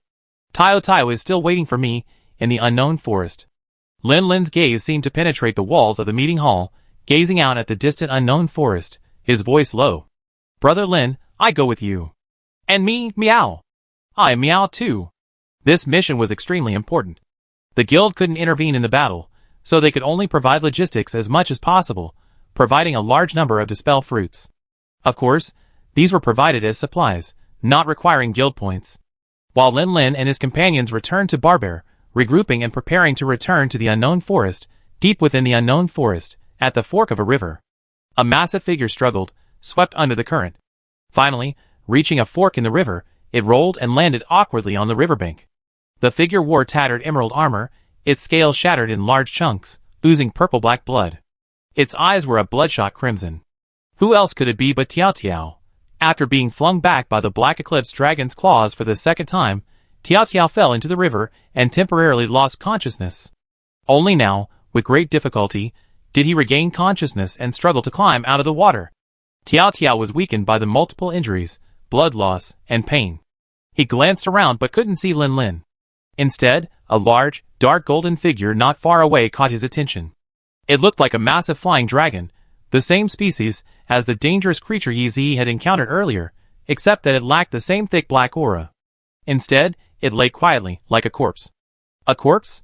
Ever since Lin Lin had awakened his consciousness, the mad dragon virus seemed to have reconciled with him, gradually lessening the pain it caused. Even now, he could no longer feel the burning pain at all, replaced only by a growing hunger and the weakness from blood loss and injuries. Tayo desperately needed to eat to replenish his energy, and he had no time to ponder the reason for the thousand-blade dragon's corpse. Now, Tayo could only think of one thing: eating. This thousand-blade dragon corpse, 15 or 16 meters long and larger than Tayo's entire body, was ready-made food. Tearing open the tough membrane of the abdomen, he drank the half-coagulated blood within, swallowing the tender, fatty organs with gulps. He felt the fresh flesh and blood transform into a constant warmth that spread throughout his body, dispelling weakness and exhaustion. Tayo felt a constant surge of new strength in his body, giving him even more energy to eat. In a short while, he had emptied the thousand-blade dragon's abdomen. Licking the blood stains on his mouth, Tayo tilted his head in confusion. Normally, after eating so much, he would have been bloated and lazily lying on the ground, but now the hunger hadn't subsided at all. Tayo turned his head to glance at his belly, but there was no sign of it bulging at all. He blinked and gave up. Since he was still so hungry, he might as well keep eating. Before he knew it, the sky darkened, and the light in the forest dimmed even more. Feeling his hunger finally subside, Tayo raised his head, and was startled to see the thousand-blade dragon's corpse, which he had gnawed almost to the bone. However, he soon stopped being amazed at his appetite. As his hunger faded, a deep sense of drowsiness slowly overcame him, making him want to fall asleep immediately. No, he couldn't sleep here. The smell of blood might attract enemies. Chapter 406. Hashingly finding a relatively secluded spot and surveying the area for a moment, Tiao confirmed it was safe. He no longer suppressed his sleepiness and lay on the ground, closing his eyes. He could sense that as he devoured the thousand-blade dragon's corpse, its life force was absorbed, blending into his raging dragon power, intensifying its power. Earlier, after Lin awakened it from its spiritual world through the resonance of the binding stone, the raging dragon power within it had gradually calmed. After absorbing the thousand-blade dragon's life force, it not only stopped destroying its body, but instead settled down completely, obedient like a soldier awaiting orders. Tayo had the feeling that, if he chose, he could completely control this immense energy and channel it into his body, strengthening his muscles and bones, making him larger, faster, and stronger. Of course, he didn't know it, but this was a miracle brought on by chance and a bond, allowing him to overcome the mad dragon virus and harness it for his own benefit, becoming known as an extreme individual. The reason for his sleepiness was that his body was overloaded with energy, but his body wasn't strong enough to fully absorb it, so he needed to sleep to digest it and strengthen himself. However, just as Tayo instinctively wanted to follow his instincts and allow this immense life force to strengthen him, his mind flashed back to several of his most memorable battles, hunting the Thunder Wolf Dragon alongside his leader, meticulously prepared, and heavily wounded by traps, yet he could only serve as a mount in battle, nearly losing his fighting power completely after a mere brush with the enemy's attack. Above the spiritual peak, gazing up at the sky, he watched as the great sky carried the leader on his way. Struggling amid the divine wrath, the wingless creature could only helplessly fret below. By the shores of the Sea of Trees River, the leader's condition steadily deteriorated due to the mad dragon virus. It desperately attacked the Black Eclipse dragon, but was easily tossed aside by its powerful wings and claws, offering no assistance at all. Even with the enhanced power of the mad dragon, how strong could the yellow speed dragon's frail body truly be? With its short front claws, slender frame, and lack of wings, it was simply unsuited for combat. It too wanted to grow wings. It also wanted to soar through the sky with its leader. Driven by Tayo's intense subconscious desire, the immense energy that had been slowly flowing through its limbs, gradually strengthening its body, quietly changed its course, with most of it now focused on Tayo's once thin shoulder blades. Perhaps, when I wake up, I too will have wings capable of flight. With this thought in mind, Tayo no longer resisted the growing drowsiness, and quickly drifted off to sleep. Elsewhere, the four members of the top team, Lin and Yi, along with their two cats, were heading towards the unknown forest. Just a sniff. The meow should have left from this direction. Niala leaned over, sniffing the ground carefully, then raised her head and pointed in a direction. Well done, Nialu. Yi rubbed her head and praised her, causing Niala to scratch her head sheepishly. This Melalu, picked up by Lin, is truly gifted. Cats, with their keen senses, are valuable aids to hunters during the hunt, and Niala's sensitivity is among the best even among cats. At least Juju couldn't have detected the lingering scent even after struggling for most of the day, even though they had deliberately masked their scent. Lin's face was filled with worry, and as he walked, he would periodically glance down at the bondstone clutched in his hand. I wonder how Tayo Tayo is doing now. As a desert native, he's not a great swimmer.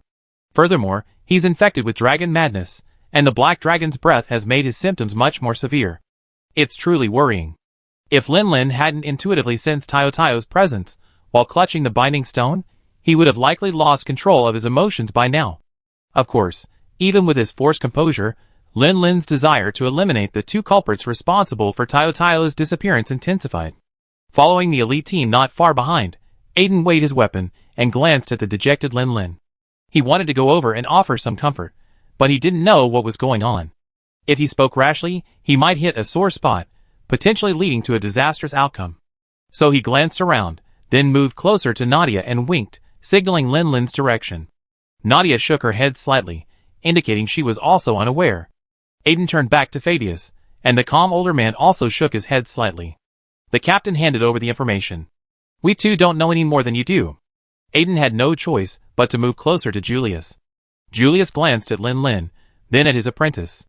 At the gathering, he mentioned that Tayo Tayo was still waiting for him. Aiden nodded in realization.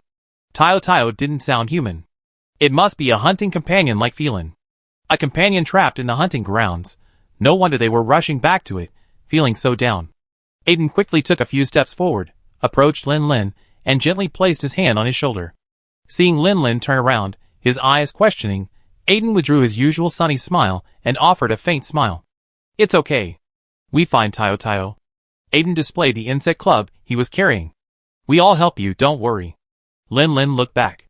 Julius nodded slightly, Nadia gave him a thumbs up, and Fabius pounded his chest. Despite the immensely difficult task, the members of the top team unanimously expressed their willingness to help Lin Lin.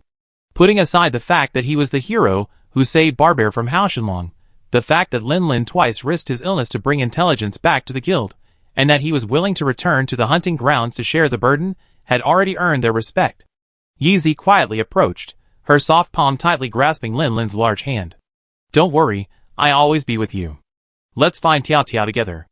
Lin Lin took a deep breath, exerted force, and grasped Yeezy's small hand in return. He nodded vigorously to the four members of the top team. Thank you. Led by Nia Lu, Lin Lin and his group successfully located the site of the battle with the Black Eclipse Dragon as the moon rose above the treetops. Moonlight filtered through the layers of branches, shattering onto the devastated ground. Shadows blurred, like the shadows of various monsters woven together, a frenzied scene. This is where we fought. I only managed to escape its pursuit by jumping into the river. Lin Lin walked to the edge of the ever-flowing river, following the current downstream. He wondered where Tayo Tayo had landed. The members of the top team dispersed to investigate the surrounding areas. Fabius, the team's expert ecological investigator, approached the broken tree trunks and carefully examined the remaining scale fragments. After a moment, he turned to look at Lin Lin with a strange expression. You said it was just you and the black dragon fighting? Yes. But the broken marks here are clearly from a fight between large monsters. Could it be that after you retreated, the black dragon engaged in another large monster fight? No, those were left by Jump. Jump is a yellow speed dragon king. Fabius, huh? Nadia, huh? Julius, eh? I think I heard some rumors within the guild before. Could it be true? Aiden, hunters and monsters fighting side by side? That's pretty cool. After a brief survey of the surroundings, the top team reunited and, after some discussion, reached a common conclusion.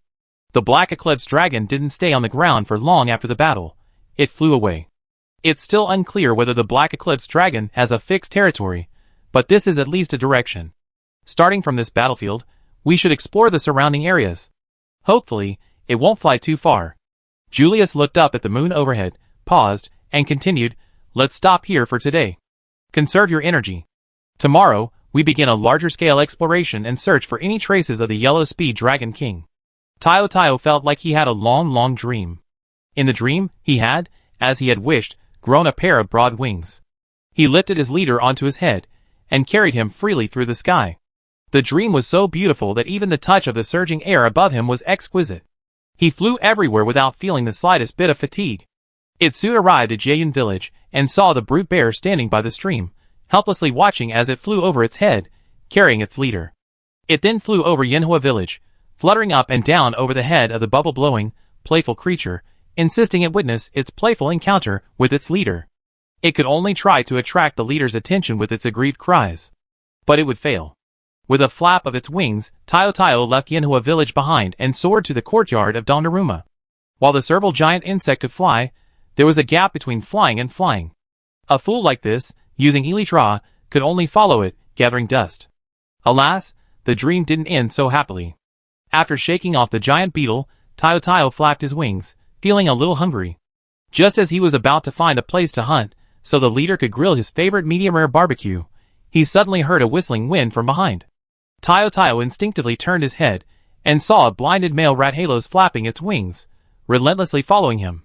He tried to speed up and shake it off, but its flying skills were so superior that Tayo realized that instead of being able to shake it off, it was actually slowly gaining on him. Huh, Dakong's here too? Tayo, be good, let's play together, okay?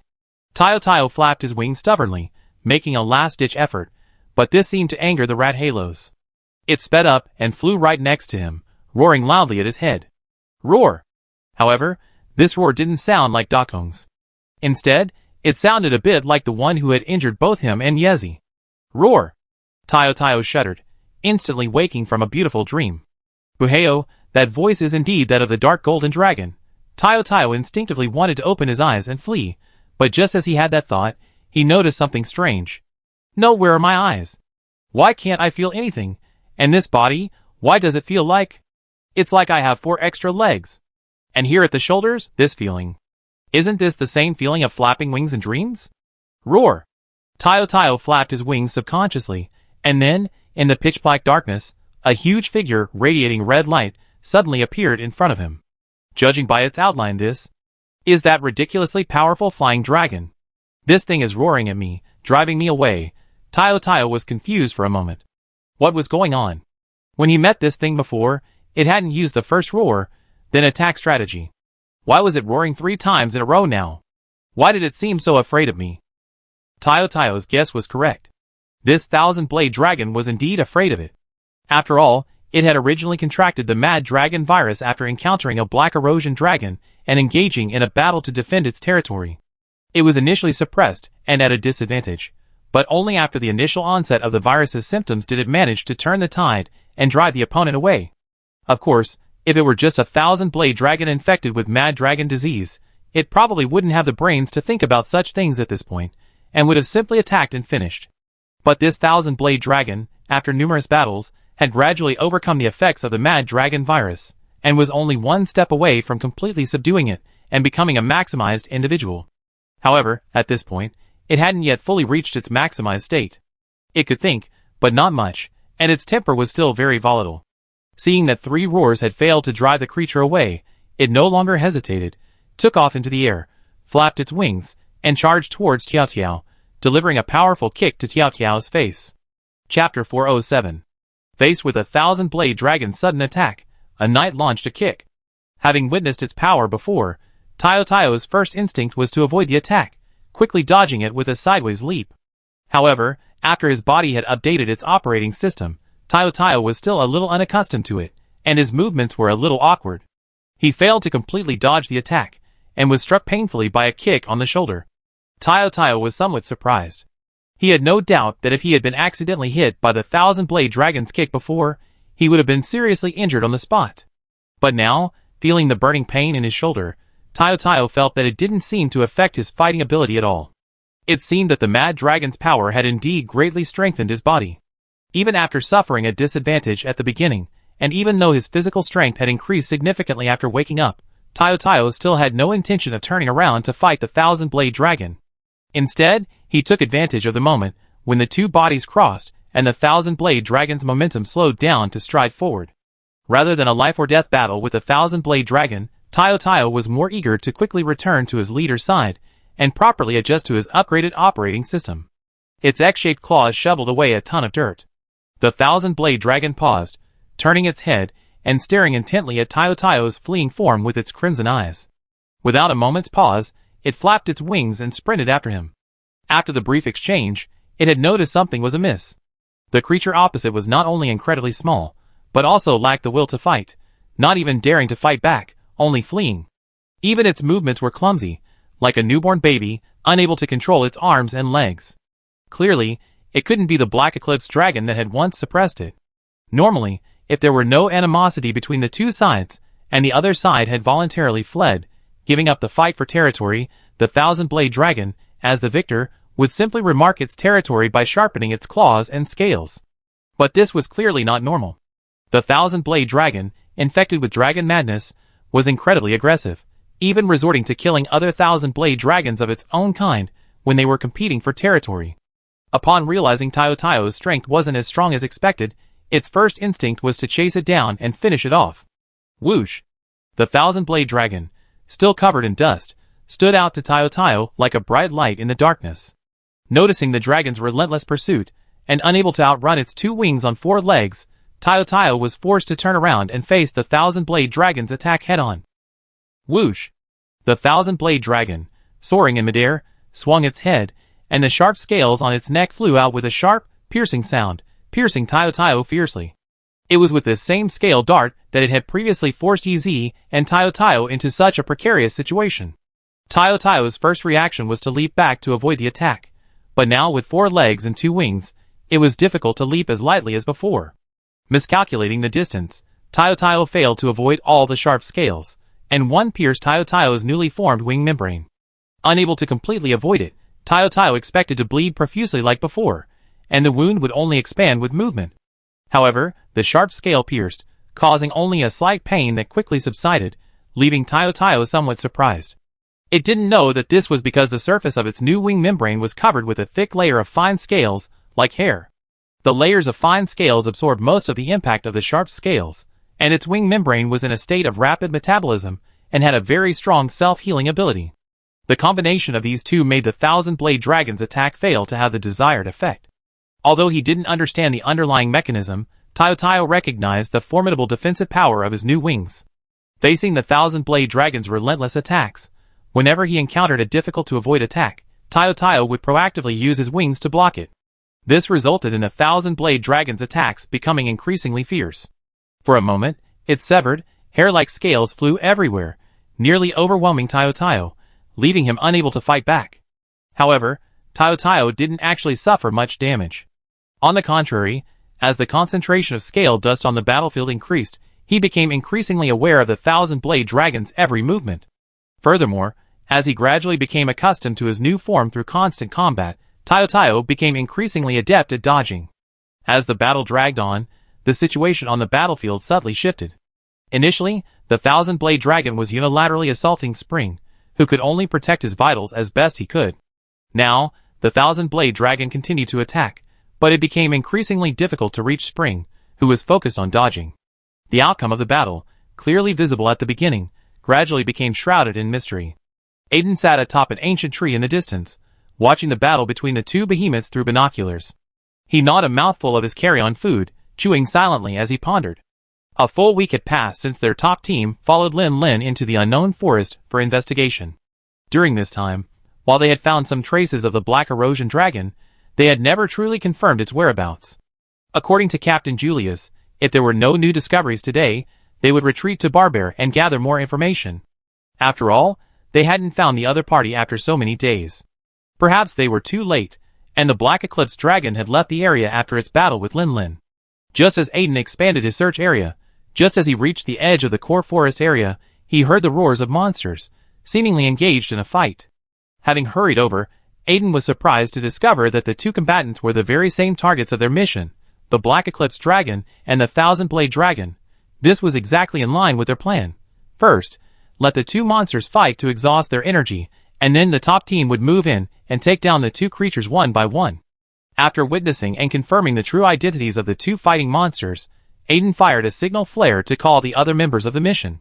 Before the others arrived, his task was to observe the details of the battle carefully, gaining more detailed intelligence on them to make the subsequent battle easier. Aiden glanced at the Thousand-Blade Dragon, shrouded in black energy, and couldn't help but smack his lips. This thing is seriously massive. It must be over 20 meters long, right? Previous Thousand-Blade Dragon sightings suggested it was only about 16 or 17 meters long. It's almost double that size. Add to that the aggressiveness after contracting the dragon madness. Lin's claim that this creature would drive all its kind from its territory seems quite plausible. Aiden took another bite of his carry-on food, silently pondering. This creature's stamina is truly formidable. Does it know no fatigue? They've been fighting for so long, and its offensive hasn't weakened at all. Meanwhile, the black erosion dragon on the other side has become somewhat sluggish. Perhaps it's running out of energy. Seeing this creature gradually turn the tide, I thought it could win. Aiden took another sip from his water sack, then pounded his chest, swallowing the dry, hard-to-swallow carrion food, and slowly breathed a sigh of relief. But that makes sense. This black eclipse dragon's length looks to be only about 12 or 13 meters. Compared to the thousand-blade dragon, it's incredibly tiny. With such a significant size difference, the difference in life energy must also be significant. It's not surprising that it's becoming exhausted after a fight. Hopefully, this creature can drain a bit of the thousand-blade dragon's energy. That way, we can have an easier time. As for this black eclipse dragon, it's in such poor condition, perhaps Lin Lin and the others won't need to participate in the battle anymore. We can just kill the black eclipse dragon quickly, and then defeat the thousand-blade dragon. 2 crisp bird calls echoed from a distance. Aiden listened for a moment, then quickly cupped his hands to his mouth and imitated the call of goo goo goo. A moment later, accompanied by a rustling sound, a figure appeared on the branch of the tree next to Aiden. Carrying a fire dragon heavy crossbow, with a healthy, tan complexion, it was Nadia. They all said you were lucky before, but I didn't really feel anything. Now it seems they're right. Nadia raised her heavy crossbow and observed the 2 dragon beasts battling on the battlefield through the scope. She sighed, there are so many of us, and we haven't found a single clue. Yet, you've hit both targets, and they've already started fighting without us having to try to distract them. TSK, if only I had such good luck. Aiden scratched his head sheepishly. Senior Nadia, please stop teasing me. At that moment, Nadia let out a soft huh? As if she had discovered something. Aiden hurriedly asked, what's wrong? Nadia's eyes remained glued to the scope, but her tone was hesitant. Aiden, do you remember Lin Lin telling us about his battle with the Black Eclipse Dragon? Remember? Any questions? He said he cut off a claw from the Black Dragon's left wing, right? Hearing this, Aiden quickly trained his telescope on the Black Dragon's left wing in the distance, and observed it carefully for a moment. But this creature's claw is intact. This means... It means that the Black Dragon has a very powerful self-regeneration ability. A cold voice came, and Aiden lowered the telescope. A figure, white hair flowing in the wind, had suddenly appeared on another ancient tree nearby. It was Julius. Or there are simply multiple black dragons, and this one isn't the one fighting Lin Lin. Under the tree, Fabius, dressed in a cast iron suit, finished what Julius hadn't finished. He glanced up at the 3 people in the tree, and unconsciously gritted his teeth. It wasn't that he was trying to stand out, standing still while everyone else climbed the tree to observe. It was simply that climbing with his Babel spear and the heavy cast iron sheath was too difficult. Even once he was there, the branches might not be able to support his weight. Nadia sighed softly. I hope it's not the second scenario. If so, we have our work cut out for us. Julius simply observed the battlefield carefully through his binoculars, not commenting. While he hoped for the first scenario, his intuition told him the latter was far more likely. That Black Eclipse Dragon can't defeat the Thousand-Blade Dragon. It's retreating. Aiden was eager to try. Should we leave the Black Eclipse Dragon behind? Julius shook his head in a relentless rejection. Let's stick with the original plan. Leave the Black Eclipse Dragon to Lin Lin and Yi, while we focus on the Thousand-Blade Dragon. Aiden, set the trap. Nadia, I leave the fire support to you. Fabius, we attract the Thousand-Blade Dragon's attention head-on. Prepare the fruit-dispelling weapon, and we attack. The top teams gathered, sharpening their blades as they charged towards the Thousand-Blade Dragon. Having seen the signal, Lin Lin and Yi, along with their 2 cats, quickly rushed to the target location. However, before they even reached the flare's origin, they were stopped. Looking at the massive black figure fluttering its wings and slowly descending before him, Lin Lin's breathing quickened. Without hesitation, he drew his Ceratopsian shield axe and charged at the massive black figure in front of him. Aren't we there yet? Didn't Aiden and the others' plan succeed? Yi also drew his Ceratopsian hornworm staff and called Xiao Jia to follow in the attack. I don't know. Let's do as we agreed. Leave the Thousand-Blade Dragon to them, and we take this guy down. Enemy after enemy, jealousy grows. After searching for days, they still couldn't find any trace of Tayo. Even through the senses of the Binding Stone, he could still sense Tayo's presence, but Lin Lin was still seething with rage. Seeing the culprit responsible for Tayo's disappearance, He immediately swung his sword and smashed it against its head. Roar! To sense its surroundings, the black erosion dragon constantly spread its scale powder. Even though it wasn't in combat mode and wasn't exerting its full strength, it still spotted Lin Lin once he was within a certain distance and roared. Quick reactions. Lin Lin quickly retracted his attack, raising his shield to block the sound, and paused slightly. Upon spotting its enemy, the black eclipse dragon flapped its wings, sending a cloud of scales scattering across Lin Lin's body, enhancing its perception. This heightened awareness immediately revealed the familiarity of the tiny figure before it, and it flew into a rage. After a roar, it roared even louder. Enemy resentment grows when they meet. The pain of this creature severing one of its claws was unforgettable. Even after the wound healed and the pain subsided, the rage and hatred it harbored towards Lin Lin would not easily dissipate. Therefore, upon confirming the identity of the man before it, it immediately descended into a rage. Still roaring? You're not done yet. Chapter 408. Still roaring? You're not done yet. Lin Lin cursed inwardly, but he continued to move. He thrust his sword into his shield and swung his hand to release the insect silk, instantly building a fully charged counterattack, blocking the second wave of sound waves. Then, without stopping, he turned and unleashed a powerful counterattack, striking the black dragon's head. Faced with the black dragon's roar, Yeezy swiftly exerted force with his legs, spinning his body forward. The sharp blade of his insect staff, swinging forward, split the sound waves spreading in front of him. He then used the momentum to leap into the air, closing the distance between him and the black dragon. Unlike the shield axe, which has a built-in shield to hold up in case of uncertainty, the insect staff weapon relies entirely on agility to maneuver around the monster.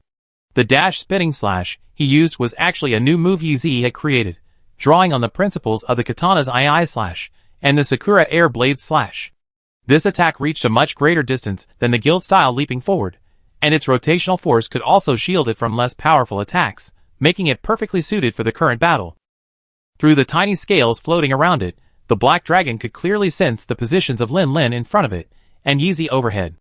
With a roar, it ignored Yeezy overhead and, exerting force with all four limbs, thrust its head forward, attempting to knock Lin Lin back. Lin Lin refused to retreat, raising his shield and charging forward, actually meeting the black dragon's charge. His dark head collided heavily with the hard shield, producing a dull thud. The black dragon was enormous, after all, and the size disparity between the two was staggering. The sudden burst of force from the impact pinned Lin Lin down. Despite Lin Lin's incredible strength and the full force of his attack, he still slipped backwards under the pressure of the black dragon. This won't go on. Lin Lin gritted his teeth and leaned his entire shoulder against the shield, bracing himself against the crushing weight. He thrust his left sword fiercely at the black dragon's head. The charged sword, formed from 4 horns, wasn't very effective when slashing, relying only on sheer force. But when Lin Lin thrust, the sword's lethality became terrifying, like a living, horned dragon charging forward. 2 thrusts left 8 tiny bloody holes in the black dragon's head. After 2 thrusts, Lin Lin could clearly feel the pressure on his shield weaken significantly. The black dragon, in pain, had to hold back. A good opportunity. Lin Lin took a deep breath, his life energy surging wildly. His entire body erupted in an instant, pushing the weakened black dragon away. His left sword thrust forward once more. Roar! Under the full force of his attack, the final thrust was far more powerful than the previous 2, which had required significant resistance. The soft scales on its head offered no resistance at all, and the 8 dense blood holes merged into a palm-sized, bloody pit of flesh. Who? Lin Lin breathed heavily. With that powerful outburst, the vital energy within him surged, allowing him to exert even greater power. His energized immune system also gradually cleared the mad dragon virus from his system. As expected, a sudden burst of full force could overcome the mad dragon virus to a certain extent. While Lin Lin and the black eclipse dragon wrestled, Yeezy wielded his insect-controlling stick like a fan, delivering a series of light slashes to various locations on the black eclipse dragon's back, testing its strength. The result of this mere attempt caused Yeezy's brow to furrow slightly. The creature's entire back was obscured by the black membrane of its wings, resembling a thick coat of feathers. She could clearly feel the force of her attacks being absorbed, and her frequent slashes failed to inflict many wounds. The flesh on its body was of poor quality. It would probably be difficult to inflict effective damage in an aerial engagement. Just as Yeezy was about to abandon the fight, Lin Lin unleashed his full strength, flipping the black eclipse dragon loose. Its head was forced back, and the back of its neck collided with the blade of the insect stick in Yeezy's hand, causing a soft "G" sound. Huh? The unmistakable feeling of the flesh piercing Yi Zi's face instantly changed. Without hesitation, she used the momentum to leap back up and flung a kinsek downward, propelling her downwards. As the black dragon struggled to right its head and regain its balance, Yi Zi's dragon-slaying strike landed simultaneously, piercing the back of its neck with pinpoint accuracy. The sharp tip of the insect stick penetrated almost halfway, causing the black dragon to roar in pain and twist its body violently, trying to dislodge the spike from its neck. Yi Zi gripped the insect stick's handle tightly with both hands, her feet planted on the black dragon's back, struggling to maintain her balance. However, the black dragon's struggles were too intense. If this continued, she would be thrown off in no time. Since that was the case, then use that move. Yi Zi gritted her teeth and pushed hard with her feet. Her body, following the force of the black dragon's struggles, spun rapidly, driving the Horned King horned insect stick, whose tip had pierced its flesh, into a drill, piercing downwards furiously, inflicting the excruciating pain that nearly drove the black dragon mad. Back in Jiayan village, during her first Thunderwolf dragon hunt, Yi Zi had accidentally used this move. Although she rarely used it in subsequent hunts, she had pored over its techniques during training and discovered that it was well suited as a finishing move while mounted, which came in handy right now. However, combat with different monsters also requires flexibility and adaptability. For example, the Black Eclipse Dragon, besides frantically struggling to throw its foes off its back, also possesses a countermeasure rarely found by other monsters: its pair of jet black claws. For example, right now, the Black Eclipse Dragon howled in unbearable pain, raising its claws to strike Yi Zi hard on the neck. "Yezi, be careful!" Lin Lin swung his sword to gather energy, while keeping a close eye on the black dragon. Noticing it had remembered its claws, he shouted a warning and quickly accelerated his attack. He fused his sword into his shield, and launched a powerful blow at the black dragon's head, hoping to disrupt its movement and buy Yezi some time. However, the black dragon was clearly aware of the immense power of Lin Lin's transformed weapon, and refused to withstand it head-on. He split his attention, striking Yezi with one claw and Lin Lin with the other. Yezi, dancing on the pole, was spinning in midair, making it difficult to see what was happening around her. However, the sudden sense of danger and Lin Lin's warning forced her to make a split-second decision. She loosened her grip and, using the speed of the spin, launched herself into the air. Snap! The black dragon's claws slashed down, striking the Horned King hornworm stick lodged in the flesh of its neck, sending it flying nearly 100 meters. If Yi Zi hadn't let go in time, he would have been nearly killed by that slap. Clang! The heavy axe blade collided with the falling claws, and the recoil, like a blow against a swallow's stone, cracked Lin Lin's mouth, sending blood gushing out. Of course, the black dragon, having forcibly blocked the blow head-on, wasn't feeling well either. Although it absorbed most of the shield axe's force in the collision, the axe blade, having deflected its trajectory, still slashed through its claws, leaving a bloody streak about half a meter long. The second clash, though brief, was far more intense than the previous one. Facing the fully conditioned Lin Lin and the other two, the black dragon didn't gain any advantage this time, and was instead left feeling rather embarrassed. Blood flowed from the wound on its neck. A bloody hole on its forehead etched a mangled mess of flesh. Its left wing claw was missing a fingertip, and its right wing claw had a long gash, its jet black scales shattered into dust. However, even in such a dire state, the Black Eclipse Dragon showed no sign of retreat. Instead, the rage from repeated wounds nearly ignited its sanity. Its wing claws rested on the ground, and it roared to the sky. A torrent of black and purple dust emanated from its body, spreading in all directions, illuminating the entire sky and earth in a murky darkness. It had forcibly activated its mad dragon state, looking at the pair of sharp horns gleaming with an eerie purple light rising from the Black Eclipse Dragon's alien-like head. Lin Lin took a deep breath, feeling the fighting spirit burning in his chest, a burning intensity that even the mad dragon dust he inhaled couldn't quench. Even if your strength increases dramatically after activating the mad dragon transformation, I won't let you go just like that today.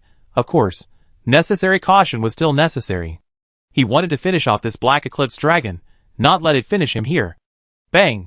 The Black Eclipse Dragon's claws sank heavily into the ground, and then, twisting its body, it suddenly swished forward, shattering the already shattered ground beneath its feet even further. But with this strike, it seemed to have misjudged its aim. Lin Lin stood still, and didn't make any hasty moves, but the Black Eclipse Dragon's claws still didn't touch him at all. Though somewhat puzzled as to how this creature's attack had deflected so far, he didn't dare to be careless.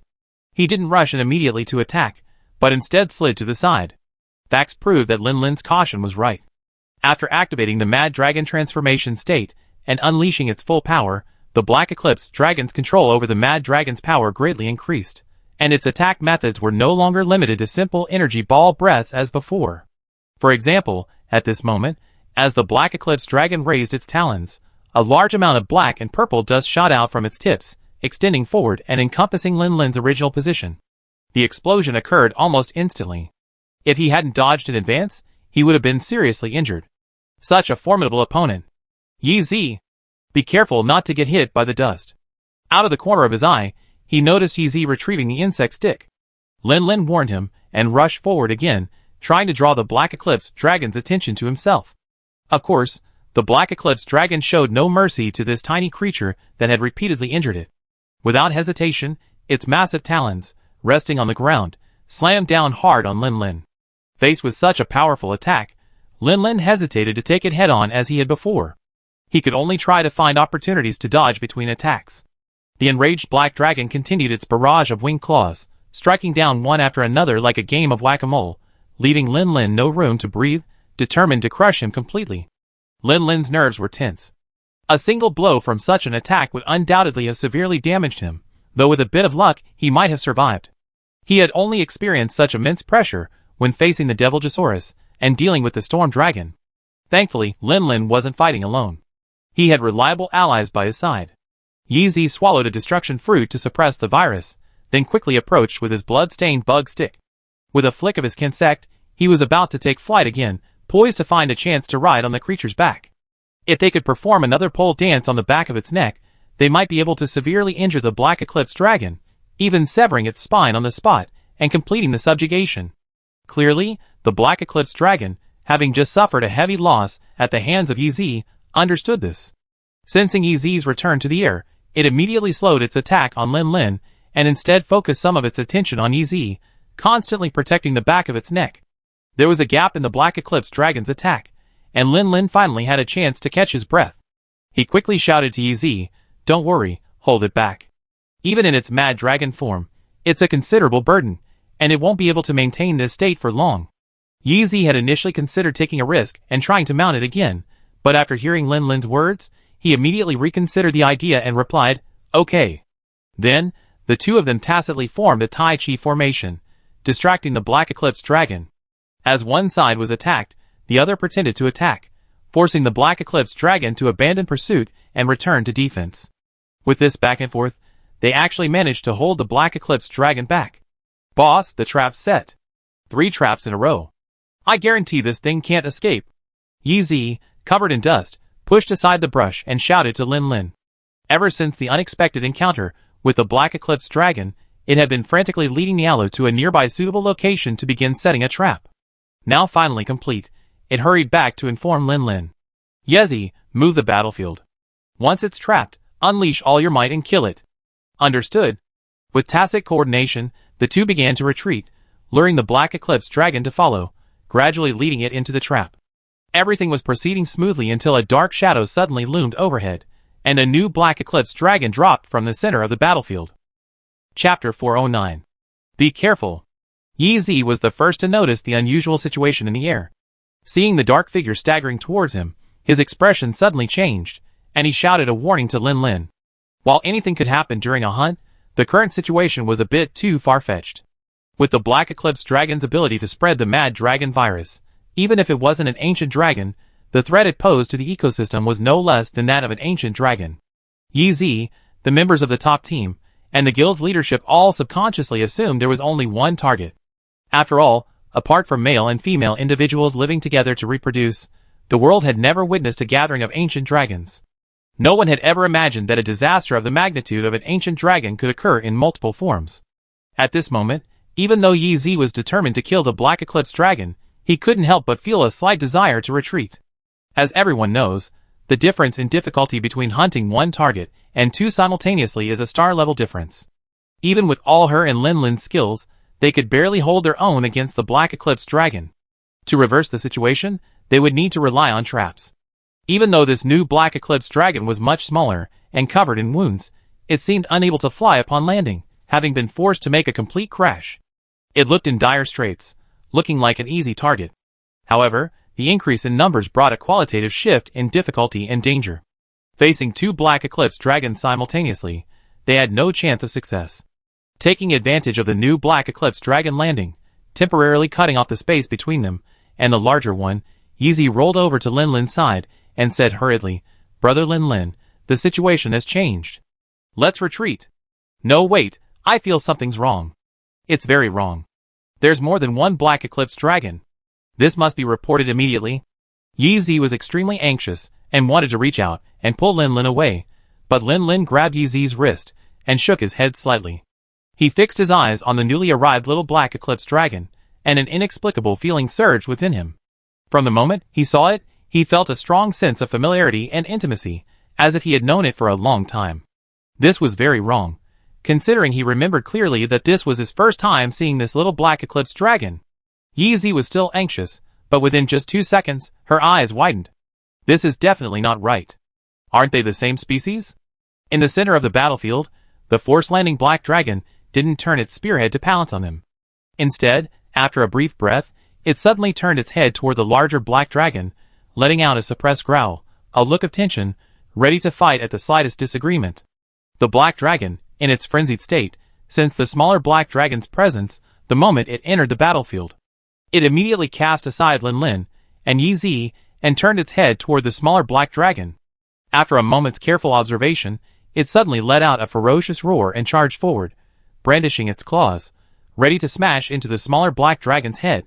It looked like a cultivator seeing an enemy blocking their path, determined to fight to the death. While it wasn't entirely clear why two of the same species would engage in such a brawl, Yeezy knew it was a good thing for them. Perhaps it could even drain both sides' energy a bit, allowing them to retake the battlefield. Just as she was about to pull Lin Lin back to a hidden spot, she heard Lin Lin's firm words. "Let's go, help Tiao Tiao." "Tiao Tiao?" Yeezy felt a little out of place. "Aren't there just two black eclipse dragons? Where's Tiao Tiao?" Lin Lin rushed forward, explaining without looking back. "The one behind is Tiao Tiao." Yeezy, huh?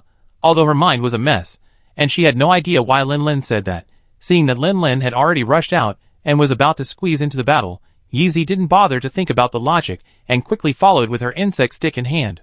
The large black eclipse dragon had already activated its raging dragon state, exerting its full strength to the limit.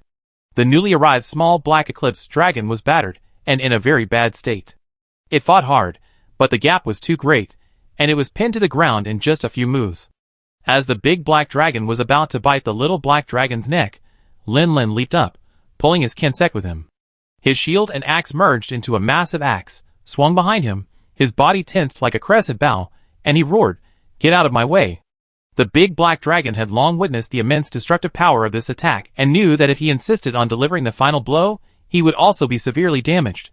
So, he decisively gave up suppressing this newly born kin and leaped backwards, exerting all his strength on all 6 limbs, striving to put distance between him and Lin Lin.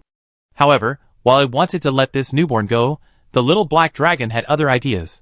Seizing the moment the little black dragon released its claws, it thrust out its own wing claws and grabbed the others. Although there was only a moment's delay, the big black dragon quickly broke free, but the delay did slow the big black dragon's movements, preventing it from gaining the distance it had hoped for from Lin Lin. The massive axe descended with immense force. The great black dragon desperately leaned back to dodge, but failed to gain distance. Its massive body offered little room for evasion, and the sharp axe blade ultimately left a narrow, diagonal bloody streak on its forehead. However, its efforts to evade did mitigate most of the damage. Feeling the slippery feedback of the axe brushing against the creature's head, Lin Lin knew that most of the force of the blow hadn't reached the creature, resulting in only a minor, superficial wound. Lin Lin was certain that if the axe had struck harder, it might have cleaved the great black dragon's head directly. Unfortunately, there were no ifs. However, you could dodge that attack just now, but how can you dodge this one?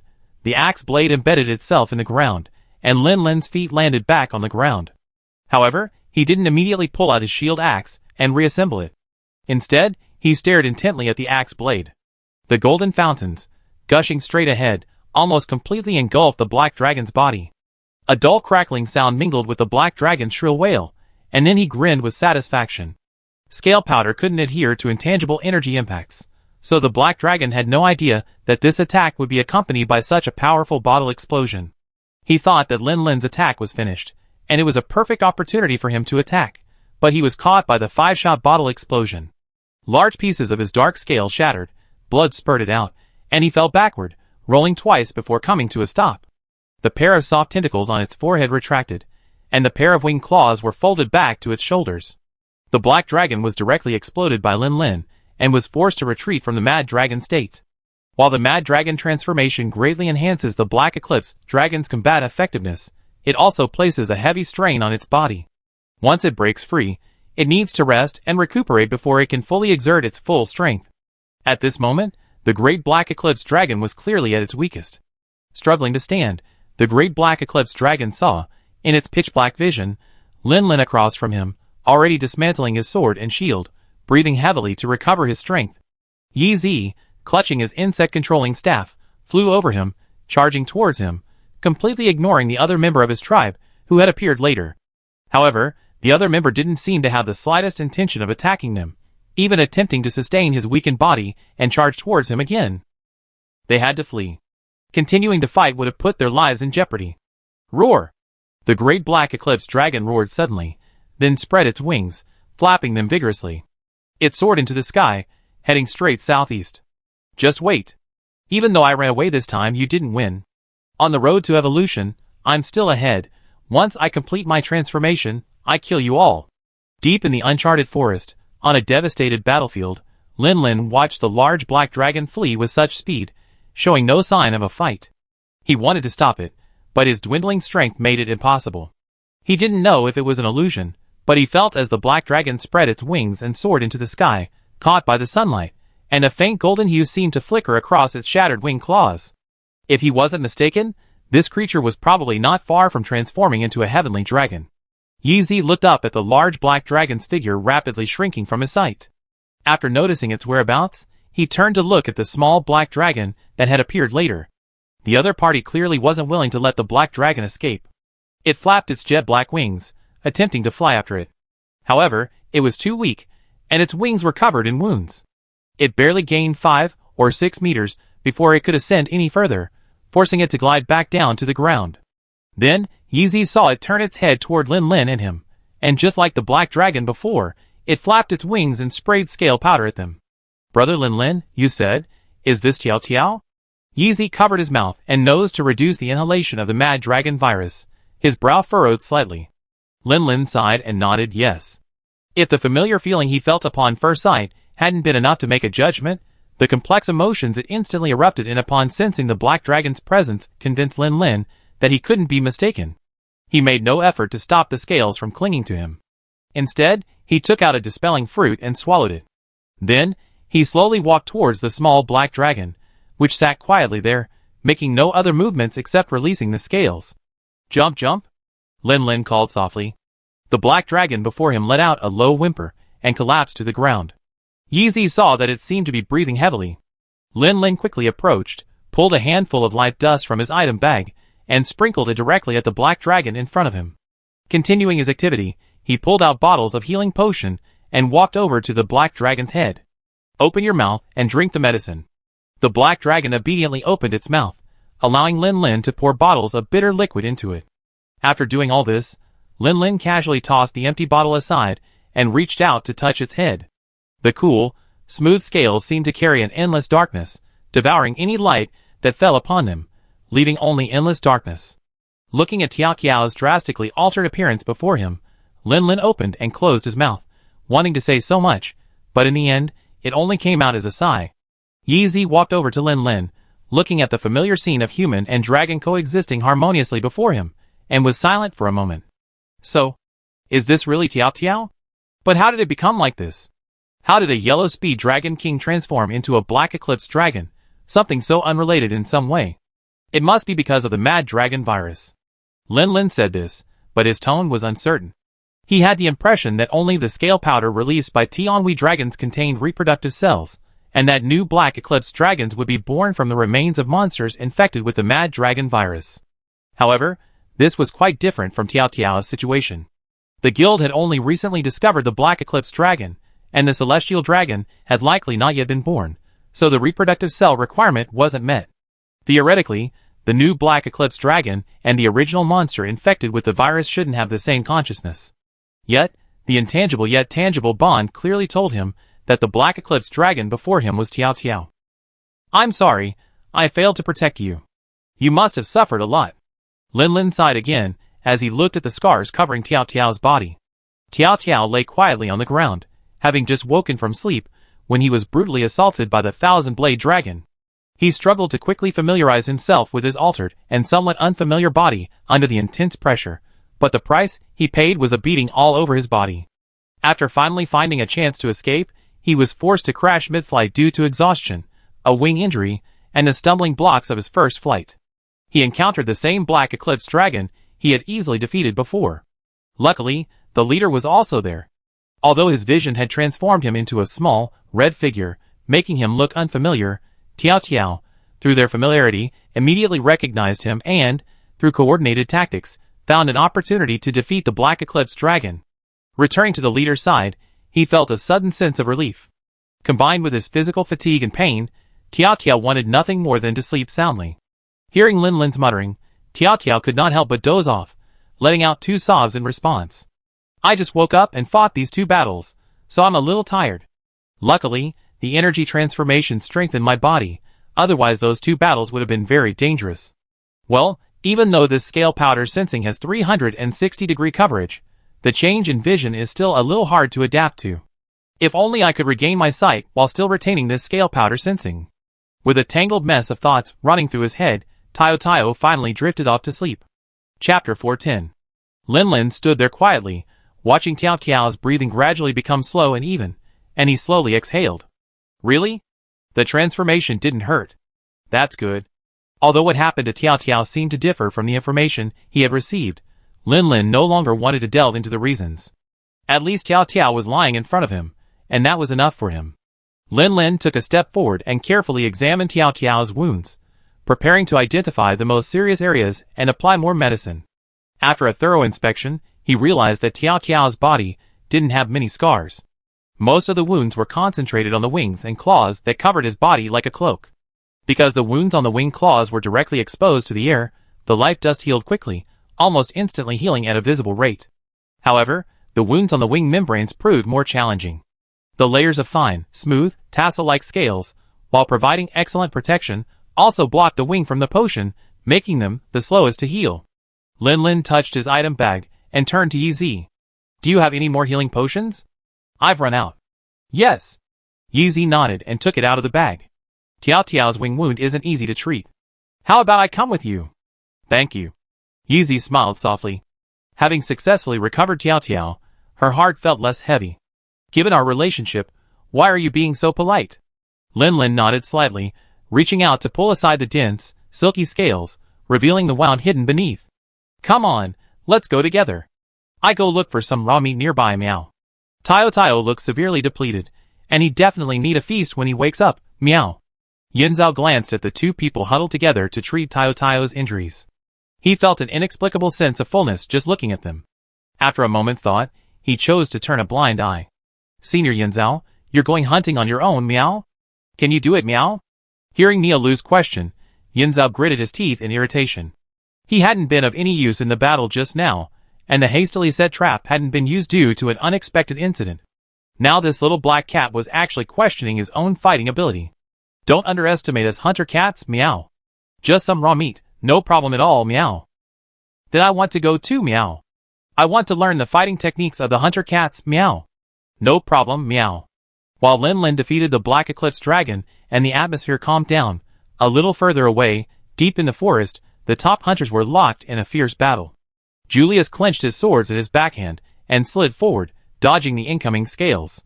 He then stomped his feet onto the tree trunk in front of him, using the momentum to fly upwards.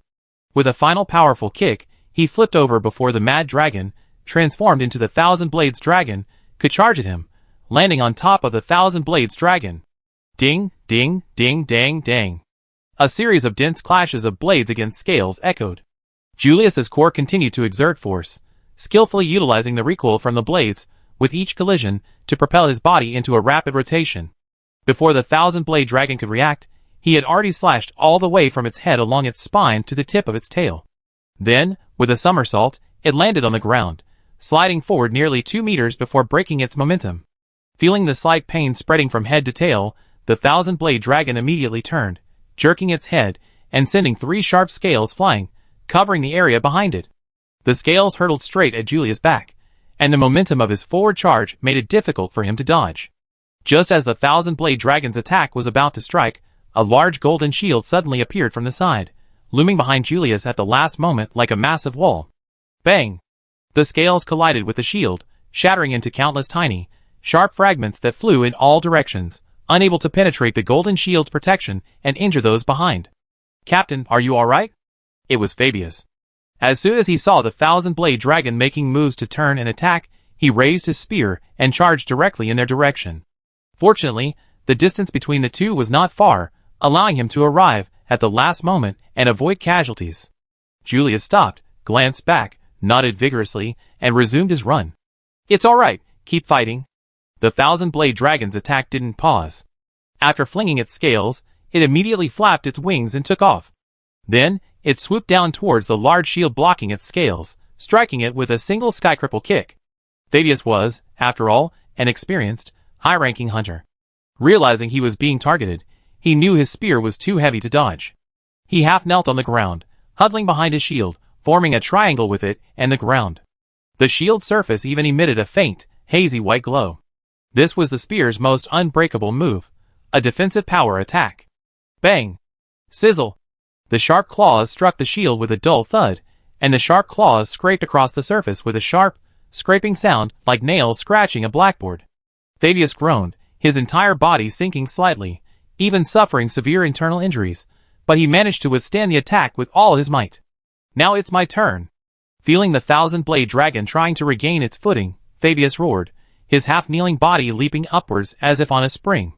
The spear, over 3 times the length of a human, pierced the thousand-blade dragon's head from midair. This leaping thrust wasn't just Fabius's own power. It also returned a small portion of the thousand-blade dragon's own attacking force. Even though the thousand-blade dragon deflected, attempting to block the blow with the upright scales on its neck, it was still pierced by the blow, leaving a dark, bloody hole. This attack caused the thousand-blade dragon considerable pain. It roared, but wasn't fazed. Instead, it attacked Fabius like a mad dog, frantically. Swoosh! A crossbow bolt flew from the shade of the trees, piercing the thousand-blade dragon's head with pinpoint accuracy. The slight pain didn't slow the thousand-blade dragon's movements. It flapped its wings and soared, delivering another night kick. However, this time, it didn't seem to lock onto Fabius, but instead rushed to his side, and at a slower speed than before, rendering his defense useless. Noticing the thousand-blade dragon wasn't attacking him, Fabius thought it had targeted Captain Julius again. He took a deep breath and tried to catch up, but out of the corner of his eye, he noticed something was wrong. After the thousand-blade dragon's kick, without a pause, it turned and launched itself at him again. "Oh no!" Fabius's face paled. He tried to turn to defend himself, but the thousand-blade dragon had deliberately held back its feint, preparing for its second burst. He had no time to react. He barely managed to raise his shield before being sent flying, both he and Julius being sent flying. "Fabius!" Julius had just downed a bottle of aphrodisiac to maintain his stamina-draining demonic form. Turning, he saw Fabius in danger and rushed over to distract the thousand-blade dragon and rescue him. But even faster than him were the crossbow bullets flying from the forest. After noticing the thousand-blade dragon's feint, Nadia, hidden in the shadows, increased her firing tempo considerably. With her masterful shooting and overwhelming firepower, one of the crossbow bullets successfully struck the armor-piercing grenade embedded in the thousand-blade dragon's head, detonating it prematurely. Having successfully knocked down the much harder-than-stone Fabius, the thousand-blade dragon was about to launch its next attack. However, the intense vibrations transmitted through the steel spikes at its head by the explosions caused it to lose consciousness, momentarily interrupting its movements and causing it to plummet from the air. Julius, maintaining his demonic form, rushed in front of the thousand-blade dragon almost the instant it hit the ground. However, Julius didn't target the head, where the flesh was relatively tender and more likely to inflict damage, but instead rushed to its wings and, without hesitation, unleashed his demonic dance. The 2 rapiers swung with impenetrable force, impervious to water. Even though each strike only left a tiny wound, When these wounds converged on the wing membranes within a few seconds, the result was a massive tearing of the membranes, sending a shower of purple-black blood splattering, nearly drenching Julius's entire body.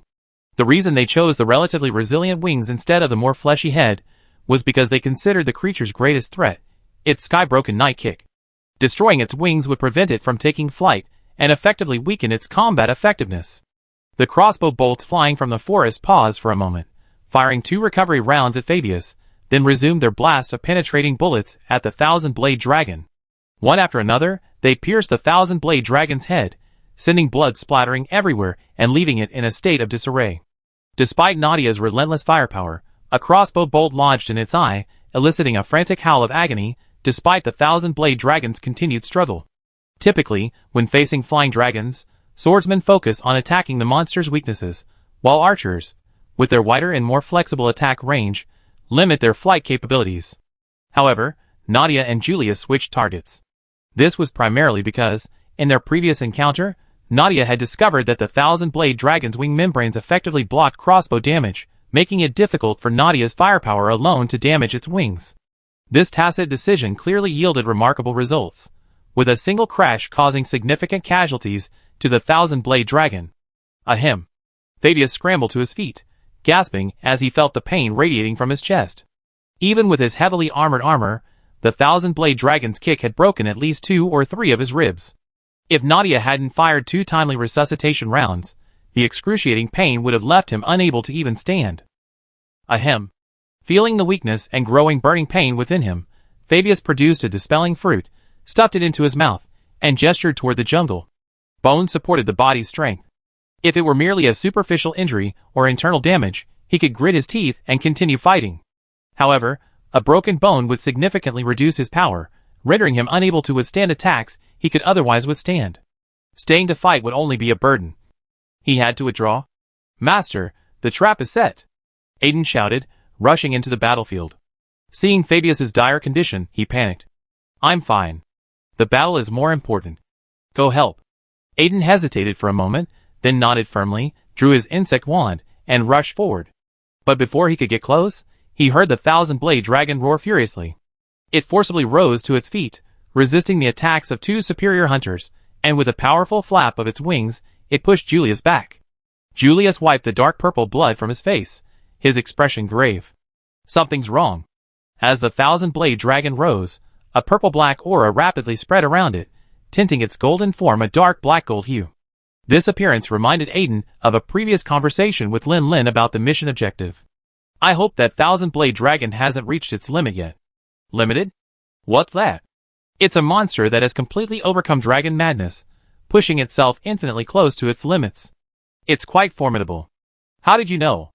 I found it in an ancient book I stumbled upon. It says that a dragon clad in black spreads frenzy.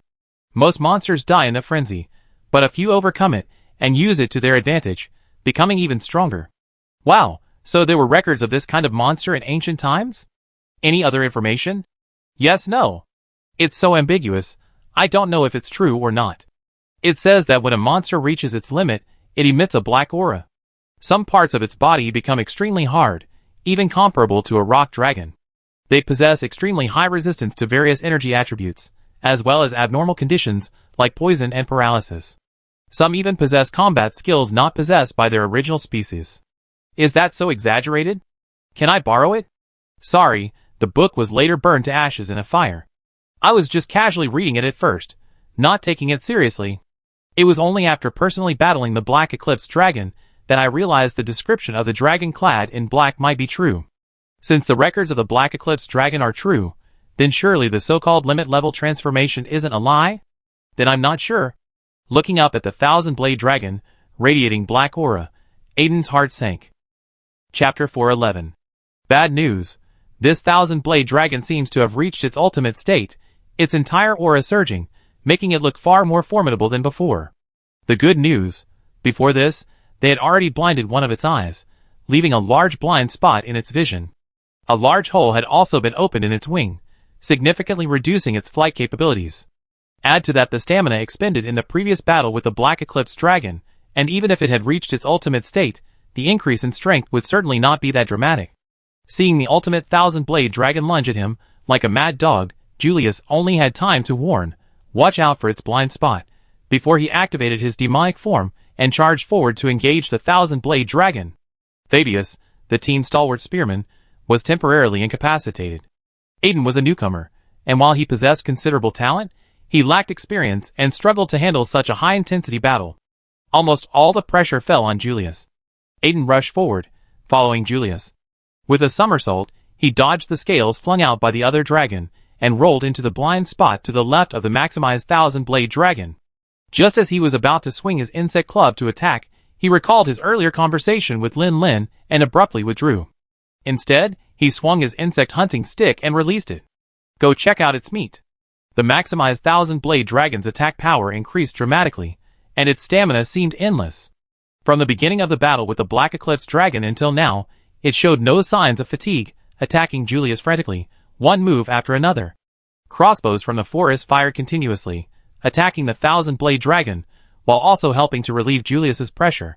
Amidst this chaotic battlefield, a catalpa insect with an emerald green shell dodged attacks from all sides, and collided headfirst with the thousand-blade dragon's wing.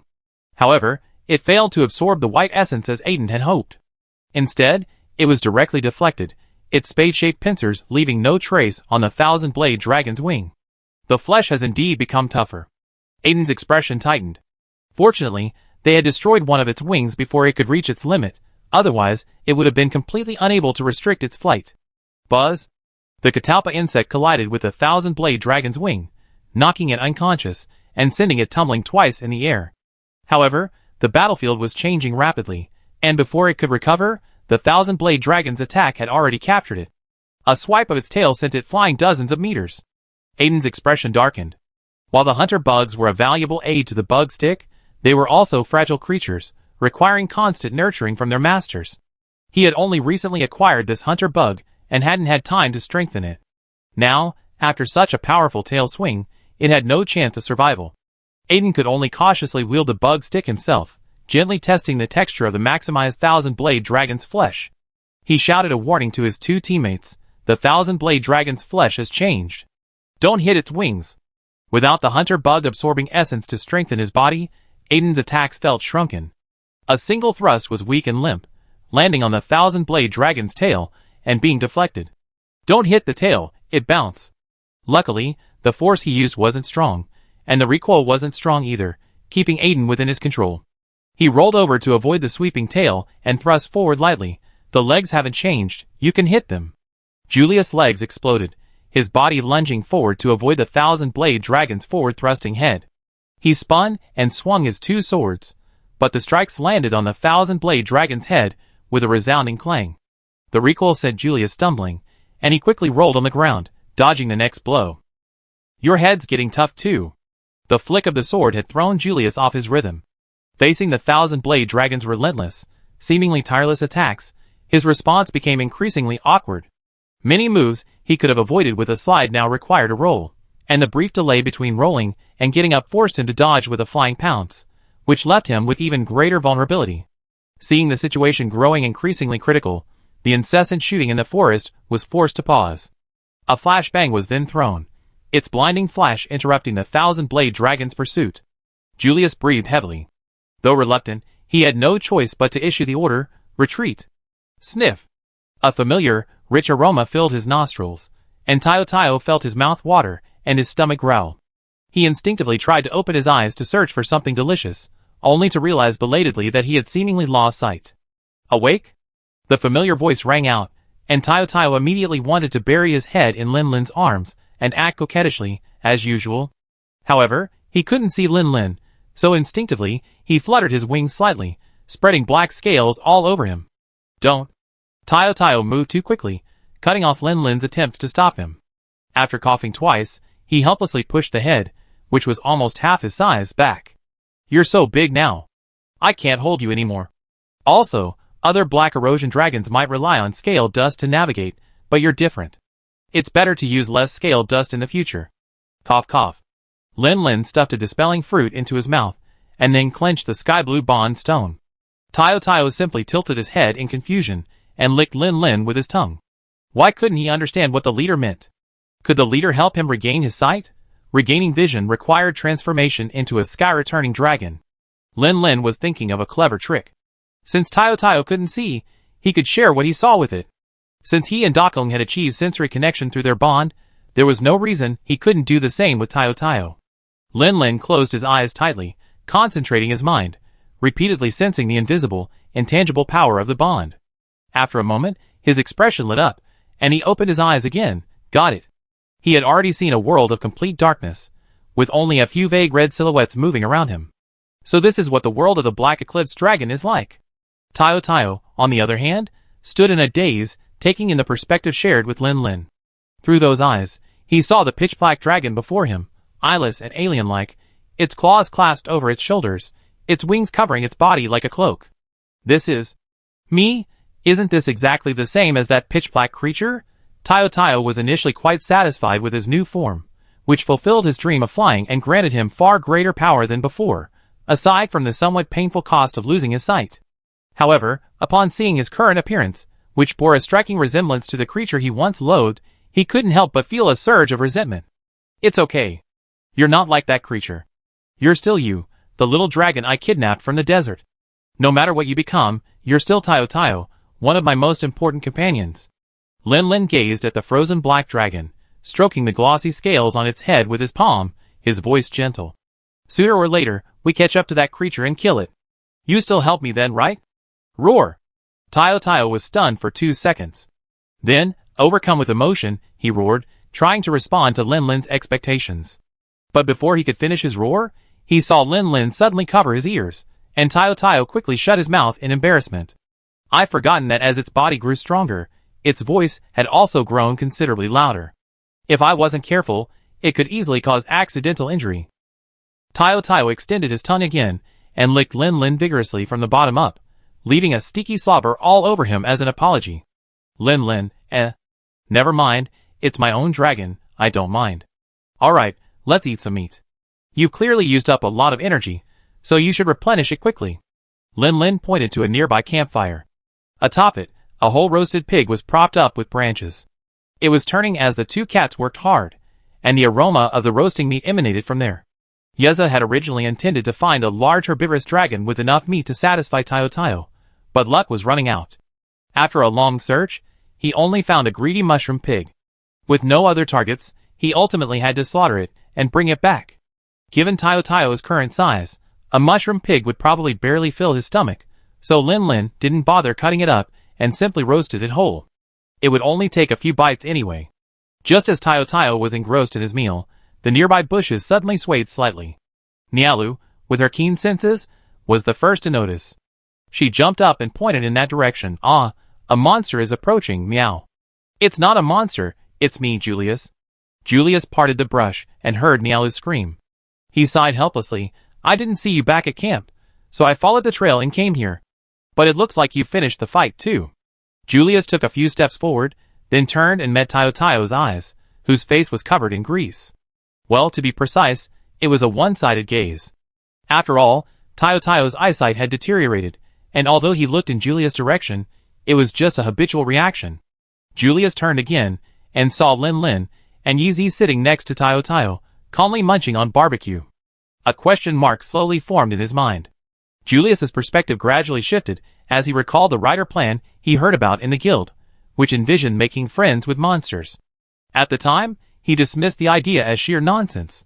But seeing the harmonious relationship between humans and dragons before him, with the dragon even being the target of a quest, Julius felt the world was transforming into something he didn't recognize. This is too outrageous, isn't it? Lin Lin guessed Julius's thoughts without even asking, and pointed at the large creature beside him. That's Tayo Tayo. Julius's usually stern and serious expression finally frayed. But didn't you say Tayo Tayo was a yellow speed dragon king? Yes, during the battle with the Black Eclipse dragon, Tayo Tayo was still a yellow speed dragon king. But when we met again, it had become like this. Julius watched Tayo Tayo with a wary gaze.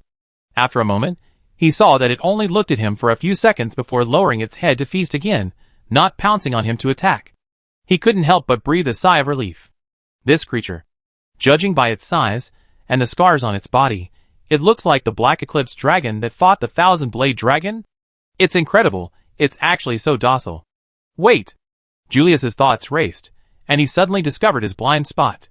You mean, it transformed from a yellow speed dragon king into this? Are you absolutely sure it's Tayo? Of course.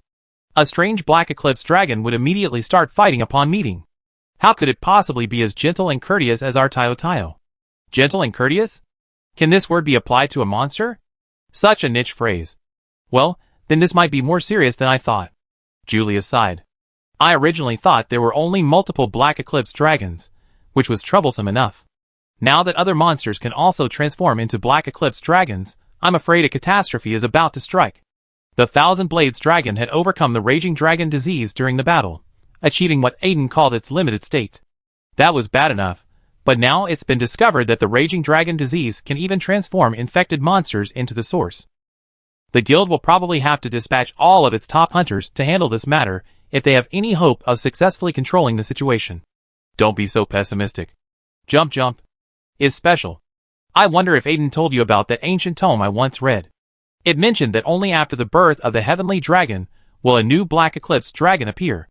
Many of the things mentioned above have come true, so I think this matter probably isn't wrong. Tayo might just be an exception. Lin said this, mentally apologizing to Puff, who was far away in Yinhua. Based on what was happening, it was impossible to reasonably infer much information about the Tianhui dragon and the black eclipse dragon. He could only find this excuse to force the information out.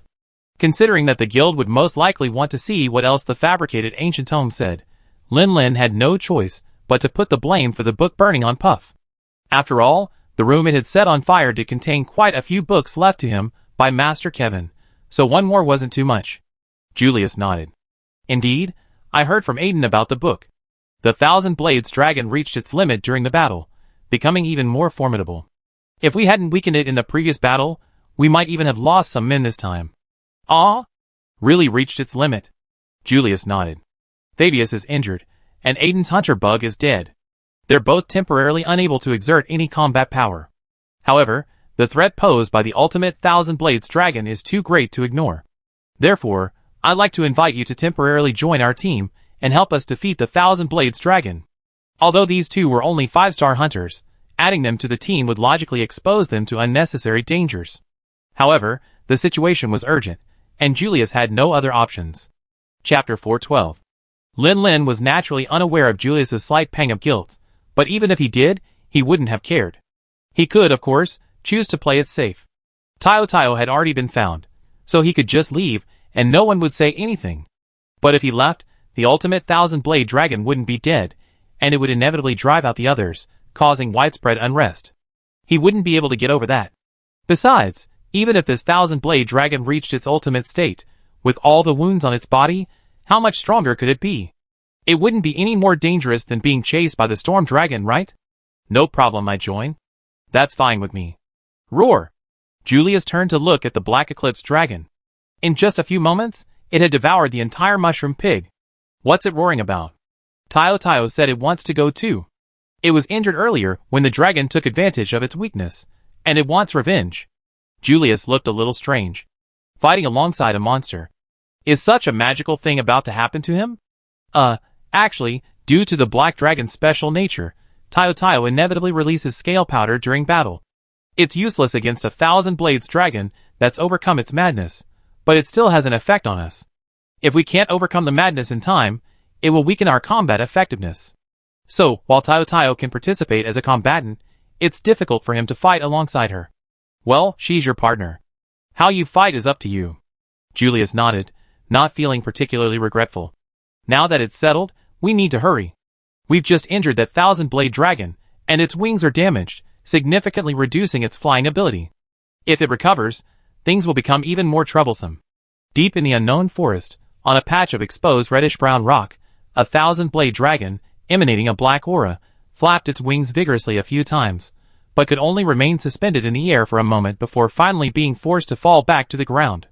It turned its head to look at its wing, which had a large hole in it. It brought its beak up to bite hard, nibbling away at the scales that had pierced its flesh, and then let out an angry roar. If it hadn't been unable to fly, it would have long since searched for the location of the top team and slaughtered them. Now, it could only sit there and sulk. The extreme Thousand Blade dragon glanced around anxiously, its single remaining eye seeing no sign of any living creature. Unable to vent its anger, it resorted to repeatedly scratching the ground, rocks, and tree trunks with its claws, marking its territory. While marking its territory with a cluster of pink crystals, the extreme thousand-blade dragon suddenly felt the ground tremble violently. Looking up, it discovered that the cluster of pink crystals before it was actually slowly rising. The extreme thousand-blade dragon couldn't help but take a step back, examining it with its single remaining eye. This was clearly just an ordinary stone. How could it suddenly move? Then it realized that it wasn't the stone itself that was moving, but rather that it was actually a dragon in disguise. Roar! The peach rock dragon pushed through the dirt and emerged from the ground. Watching the extreme thousand-blade dragon, which had inexplicably attacked its back, it instinctively sensed that its opponent was a formidable threat. Feeling the imminent threat, the peach rock dragon took a deep breath and let out a muffled roar, hoping to force the creature back. Alas, its roar didn't seem to intimidate the black-eyed creature at all. Instead, it gave the extreme thousand-blade dragon, brimming with rage, a target to vent its anger on. Without even a preface, it flapped its wings and pounced. Ouch! Instantly, the ground shook as the two behemoths engaged in a fierce battle. The dull sound of collisions filled the air, punctuated by agonizing howls, as the peach rock dragon's rocky shell was pierced. Hiss! Even the peach rock dragon couldn't withstand the attacks of the extreme thousand-blade dragon. Yezi, we must be careful later. Yezi nodded without saying a word, watching the two giant beasts fight each other, nervously gripping her insect wand. In her previous fight with this guy, she was almost always at a disadvantage. If it weren't for Tayo's help, she wouldn't have had time to treat her wounds. Now that he's achieved his extreme transformation, his strength seems to have increased significantly. If she relied on herself, Yezi really didn't have much confidence. But fortunately, she wasn't alone this time. This guy has strong physical strength. Nadia leaned closer, holding her heavy crossbow, lowering her voice. First, he fought with Tayo, and then was injured by our team. But he didn't show any signs of fatigue the whole time. You must be careful. Julius raised his telescope and peered for a moment. Every bit counts. Even an ancient dragon doesn't have infinite stamina. After personally facing the mad dog attacks of a max-strength thousand-blade dragon, Julius had already formulated a new battle plan: continuous harassment. With Lin and Yi replacing the team members, and with little time to get used to each other, their overall strength was undoubtedly reduced. A head-on confrontation with this creature was too dangerous. They had been forced to retreat before, and with their overall strength declining, the situation would inevitably become even more precarious. So Julius decided on a safer method, one more commonly used by hunters to deal with a max-strength thousand-blade dragon: grinding it down. As long as they didn't give it a chance to feed, grinding it down little by little, even the most abundant stamina would eventually run out. Once it weakened, they could launch a sudden, decisive attack. Captain, should we attack now? The peach rock dragon is almost dead. Lin turned to look at Julius. Since he was joining their team temporarily, he changed his address. If the peach rock dragon dies, it might just feast on its flesh, right? Lin's words made sense. Compared to the little energy consumed by the two beasts fighting to the death, it was more important to prevent the thousand-blade dragon from getting any food. Julius didn't hesitate, looking up and downing a bottle of ambulation potion. Then, crossing his swords above his head, he activated his demonic transformation. Let's go! Yi followed closely behind, pulling the insect away and flying directly. At the same time, he raised his hand and released the small armor, allowing it to attack on its own and absorb its essence. Although both were insect stick wielders, Yi and Aiden were very different. Aiden was an all-rounder, wielding all weapons. The insect stick was only his weapon of choice for this mission, and naturally, he hadn't put much effort into training the insect hunter. Yi, on the other hand, has specialized in insect wielding since her debut. Her insect hunting armor, constantly feeding insect bait to enhance her strength, speed, and endurance, also regularly feeds her mineral powder to strengthen her defenses. Earlier, during the battle at Lingfeng, she absorbed the essence of the Long dragon and drank the blood of the ancient dragon several times, undergoing some inexplicable changes. This difference caused Aiden's insect hunting armor to strike the wings that were deflected. The impact of the armor actually left a shallow scar. The recoil only caused it to pause slightly in midair, and then it immediately regained its mobility. It quickly dodged the thousand-blade dragon's attack and transferred the absorbed essence back to Yi in the form of insect powder, making her even more agile. Although Lin charged almost immediately, his shield axe was a heavy weapon, far less portable than the twin-bladed insect club. He was ultimately a step behind. By the time he reached the battlefield, the thousand-blade dragon had already abandoned the half-dead peach rock dragon and launched a fierce attack on Julius. This creature clearly recognized Julius, knowing he was the culprit preventing it from flying, and directed most of its attacks at him. Seeing Julius faltering under the relentless onslaught, Lin Lingji rushed forward, wielding his shield to deflect the incoming sharp scales. "I distracted. Captain, you can attack its legs. That should temporarily break its extreme state." Another record from the ancient text. Julius, upon hearing this, felt a sudden shift in his mind. He rolled over to avoid the thousand-blade dragon's bite, and without hesitation, slid forward again, diving directly under the extreme thousand-blade dragon's crotch. This creature was enormous. As a flying dragon, its skeleton consisted of only 2 wings and 2 legs, leaving a relatively wide open space beneath its crotch. Just be careful not to get stepped on. It was a relatively safe position for attacking. The extreme thousand-blade dragon looked up again, but didn't see the odious twin-blade cub. Just as it was about to take 2 steps back to find him, its single eye caught sight of another tiny creature brandishing a shield in a provocative gesture. It roared in anger, not even considering where Julius had gone. It jerked its head and flung its scales at Lin Lin. Ding-dang-dang. Metal and scales clashed, creating a continuous, crisp sound, interspersed with the clatter of crossbow fire, the buzzing of hunting insects' wings, and the gentle whir of blades slicing through the air. The battle reached a fever pitch almost instantly. While the extreme thousand-blade dragon's attention was almost entirely focused on the hunters, in a nearby corner, a peach rock dragon, its rocky shell shattered and utterly miserable, blinked its eyes, then snapped its mouth shut. It dug silently into the ground and dove underground, trying to get away from this terrifying creature. While firing, Nadia kept an eye on the battlefield. After a quick calculation, she sensed that the peach rock dragon had successfully escaped. She whistled and threw a flashbang. Retreat! Even though it had been fooled by the flashbang once before, the thousand-blade dragon, with only 1 remaining eye, still failed to spot the inconspicuous flashbang amidst the pile of crossbow shells. Its vision went blank. When its enraged vision returned, it was about to tear the damned hunters apart, only to find that they had vanished completely. Even the peach rock dragon, disguised as rock, had vanished. Its rage could only be vented on the devastated ground and the surrounding ancient trees. After finally calming down, the thousand-blade dragon felt a pang of hunger. It flapped its wings and staggered into the air, intending to seek food in its usual hunting grounds. Even if it couldn't fly properly now, the clumsy, moving flesh wouldn't escape its claws, or so it should have. Just as it spotted a plump herbivore and prepared to swoop down, a black eclipse dragon suddenly appeared from the side and slammed into it, sending it flying. This miniature black eclipse dragon was clearly not out to hunt. After landing, it ignored the fleeing herbivores and instead focused on dodging the thousand-blade dragon's attacks, maintaining a safe distance. Just when the thousand-blade dragon had no way to stop it, and no longer wanted to engage it, the black eclipse dragon rushed forward again, swung its talons, and dealt it a slap, then retreated again to distance itself. This seemingly teasing behavior infuriated the thousand-blade dragon once again. It abandoned its prey and focused solely on killing the black dragon. However, just as it finally closed the distance with a sudden burst of its legs and was about to finish it off, a flash bomb flew out of nowhere, once again blinding it. The eyeless black dragon was unaffected by the bright light. By the time the thousand-blade dragon opened its eyes again, the dragon had vanished. This situation continued for 3 days and 3 nights. When they encountered other monsters, or even other thousand-blade dragons of their own kind, they would painstakingly injure them, and, just as they were about to finish them off and eat their flesh, the 4 hunters would swarm out from every corner and engage them in a fierce battle. Once the defeated monster retreated to safety, they would drop another flash bomb and flee.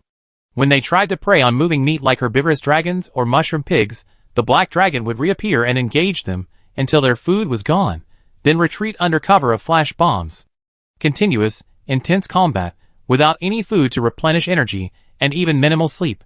Even the thousand-blade dragon, having overcome its mad dragon disease and reached its limit, could no longer withstand it, succumbing to a weakened state of hunger. Even the parts hardened by the influx of mad dragon power were becoming somewhat loose. It was already burning its own protein to maintain energy.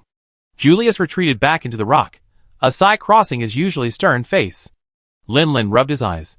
The tactics of the past few days of Ao Lao Gu had been highly effective, but because he had to command Tiao Tiao from the shadows, His surveillance time had been relatively long. Feeling the drowsiness creeping into his mind, Lin Lin unscrewed a bottle of refreshing drink and downed it. The spicy flavor shot straight to his head, instantly energizing him. Let's finish it off today. Chapter 413. Julius nodded, not specifically admonishing them for being more cautious as the final moments approached. Everyone was a 5-star hunter or higher. While there might be differences in physical fitness, combat experience, and equipment, having reached this level, no one was lacking in these basics. I think it's best to wait a little longer. Yeezy lowered the telescope and turned to look at Lin Lin. We've been harassing this creature for days, interrupting every time it eats or sleeps. It's clearly alert now, maintaining a light sleep. Should we wait until it's a little deeper before approaching to wake it? Nadia raised her heavy crossbow, observed it from a distance for a moment, and nodded. I agree. Given its current state, approaching it would likely wake it, which wouldn't be a good idea. Then wait a little longer. Everyone's been quite tired from the surveillance these days. You guys should rest for a while. I keep an eye on it. I call you when we start. Julius nodded slightly, then glanced at the 2 large barrels of explosive bombs placed nearby. They'd taken time out over the past few days to collect materials and mix explosives, crafting them for today's gift to the ultimate Thousand Blades dragon. Lin Lin, should you have told me earlier? I just had a bottle of energy drink and I'm so energized. How can I rest?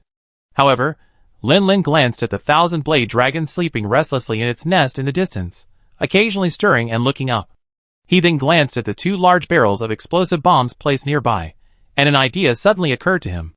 Captain, when we wake up later, let me use the super explosion to detonate the explosives for maximum damage. Julius had no problem with that. Neither his twin blades nor Nadia's heavy crossbow were weapons that could inflict massive damage in a single burst. In the past, when they needed to wake up, they just have to deploy the barrel explosives, which Nadia would then detonate. Be careful then. The barrel bomb has a wide blast radius, so don't get caught in it. Lin Lin gave an okay sign. Don't worry, I manage my position, and use the bottle bomb to detonate the bomb. Julius didn't comment further on this. He wasn't particularly worried about it. He wanted to discuss something else. By the way, the shield axe needs to attack to build up energy, right? If it's dormant, it can't attack the Thousand Blade dragon to build up energy. Could it be? Julius looked a little strange. His first instinct for building up energy was to use the Black Eclipse dragon named Tayo Tayo as a punching bag, but he had a feeling Lin Lin wouldn't do that. That's easy. Captain, do you have any barrel bombs? Julius spread his hands, but Nadia, upon hearing this, casually pulled one from the ammunition cart beside her and gestured to Lin Lin. What do you need the barrel bomb for?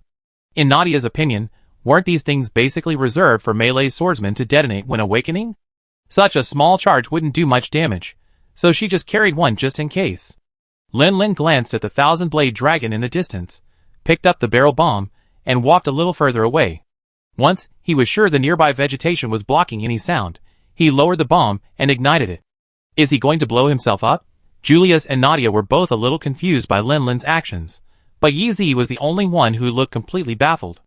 The next moment, Lin Lin inserted his sword into his shield and released his kinsect. The silk threads wrapped around the handle, firmly blocking the impact of the barrel bomb's explosion. The 4 trembling threads continuously strengthened this kinetic energy and transmitted it back to the charging device, completing the charge. Julius, Nadia, oh? So the shield axe can be used like this? I've learned something new, but this little barrel bomb only has one, and even after charging it, it only activates the red shield state. What should I do next? Next. Please, Captain, to recharge, use demonic dance on me. Julius, ? Lin Lin had no choice but to explain. Shields also accumulate energy when attacked. For example, blocking a Tachibana's dragon ascent once is enough to instantly recharge the energy. I imagine demonic dance should be similar. Even if it can't be fully recharged in one go, using it a few times should be enough. Julius, Is he worthy of being Kevin's apprentice? It seems a similar scene played out when he and Kevin were hunting together. Okay, but this will ruin the slashing power of the dual blades. I pick up 2 branches. While the attack power will be weaker, using it a few times should have a similar effect. Julius dropped the broken branch in his hand and let out a soft breath. Finally, it's done. The branches I picked up were too fragile, and I had to change them 6 or 7 times before I finished charging. But after doing this exercise, I can be considered a warm-up, and I should be able to perform better when I fight later. That thing's practically sound asleep. After observing the Thousand Blades dragon again for a moment, Julius made his decision. Let's go! At the command, the 4 hunters sprang into action. Julius and Yeezy each picked up a large barrel bomb. Lin Lin rushed ahead to plan and calculate the position, while Nadia supported him with her heavy crossbow. Almost no one made a sound throughout the entire process, relying solely on hand gestures to communicate. Place one here on the wing, one here on the leg. I stand in front and perform an aerial super release. The range of the bottle explosion will just cover this area. Perfect. Julius and Yeezy followed Lin Lin's instructions to place the bombs and quickly retreated from the blast range. Lin Lin took a deep breath and released a kinsect. Aerial super release, activate. Zika. The sound of the mechanism rubbing and deforming reached the ears of the extreme Thousand Blades dragon, causing it to stir slightly. However, the weakness from not being able to rest or eat for several days slowed its reaction. Failure to awaken immediately meant it had missed its final chance to dodge. The heavy axe, packed with immense force, descended, striking the Thousand Blade dragon's single horn. Crack! A crisp, shattering sound echoed. Even though the Thousand Blade dragon's body had been significantly strengthened by its extreme strength, its weakened state, lacking energy, significantly diminished this strength. Lin Lin's long-prepared axe fell, severing the Thousand Blade dragon's single horn at its root. The next moment, golden lotuses erupted from the ground, and a violent explosion instantly resounded through the sky. The Thousand Blade dragon's agonized wail served as the clarion call for the decisive battle. Lin Lin wasn't feeling well after the Thousand Blade dragon's horn was severed. The terrifying recoil cracked his knuckles. His hands trembled slightly as he disassembled the shield axe, only to discover cracks on the edge of the shield that formed the axe blade. Oh, this one nearly destroyed the weapon. I need to get it repaired immediately, or I won't be able to fight with peace of mind. Thankfully, the initial attack dealt a heavy blow to the already weakened extreme Thousand Blade dragon, leaving it sprawled on the ground for a long time. Even if Lin Lin didn't participate in the rest of the battle, the hunt was already a foregone conclusion. 2 days later. Barbear. A cart carrying the massive corpse of a Thousand Blade dragon slowly rolled into town. Accompanying it were 4 hunters, 2 cats, and a massive, pitch-black dragon. Despite being accompanied by hunters, the pitch-black dragon remained quite docile, showing no signs of attacking. The surrounding residents remained somewhat uneasy, standing at a distance, not daring to approach. What is that black dragon? Just looking at it gives it an ominous feeling. That creature doesn't look like a tamed herbivorous beast like a dragon beast, does it? It seems quite docile, but is it really appropriate to let it into the middle of town like this? What a massive dragon carcass. It must be over 20 meters long. It looks like a flying dragon. What a formidable hunter. That's Julius from the top team. He led the last repulse of the Haoshan dragon. I've met him before. He's a high-ranking hunter. Listening to the surrounding discussions, Julius turned to glance at the quiet black eclipse dragon, then at Lin Lin. Honestly, even after our previous battles together, I personally accept that Tayo is a worthy companion, but I still don't think bringing him to Barbear is a good idea. Lin Lin reached out and touched the smooth scales on Tayo's head. I know, but I don't want to upset him. Lin Lin shook his head. If it were in the New World, there probably wouldn't be such trouble. Besides, even putting aside my subjective wishes, Tayo is coming back with us this time. As he spoke, Lin Lin looked up at the group heading up ahead. Aside from the leading guild master, and Aiden and Fabius, who had returned to Barbarie to rest after Lin Lin and Yeezy joined the hunt, the rest, young and old, men and women, all dressed like scholars. There was even an old dragon man among them whom Lin Lin knew. Lin Lin wasn't surprised. When Aiden and Fabius returned to Barbear, he had specifically instructed them to relay information about the Black Eclipse dragon, Tayo's condition, and the news of the extreme Thousand Blades dragon back to the guild. So, he had been prepared for the large crowd of scholars surrounding Tayo's return. The only slight surprise was that the old dragon professor, who had examined him, also came over.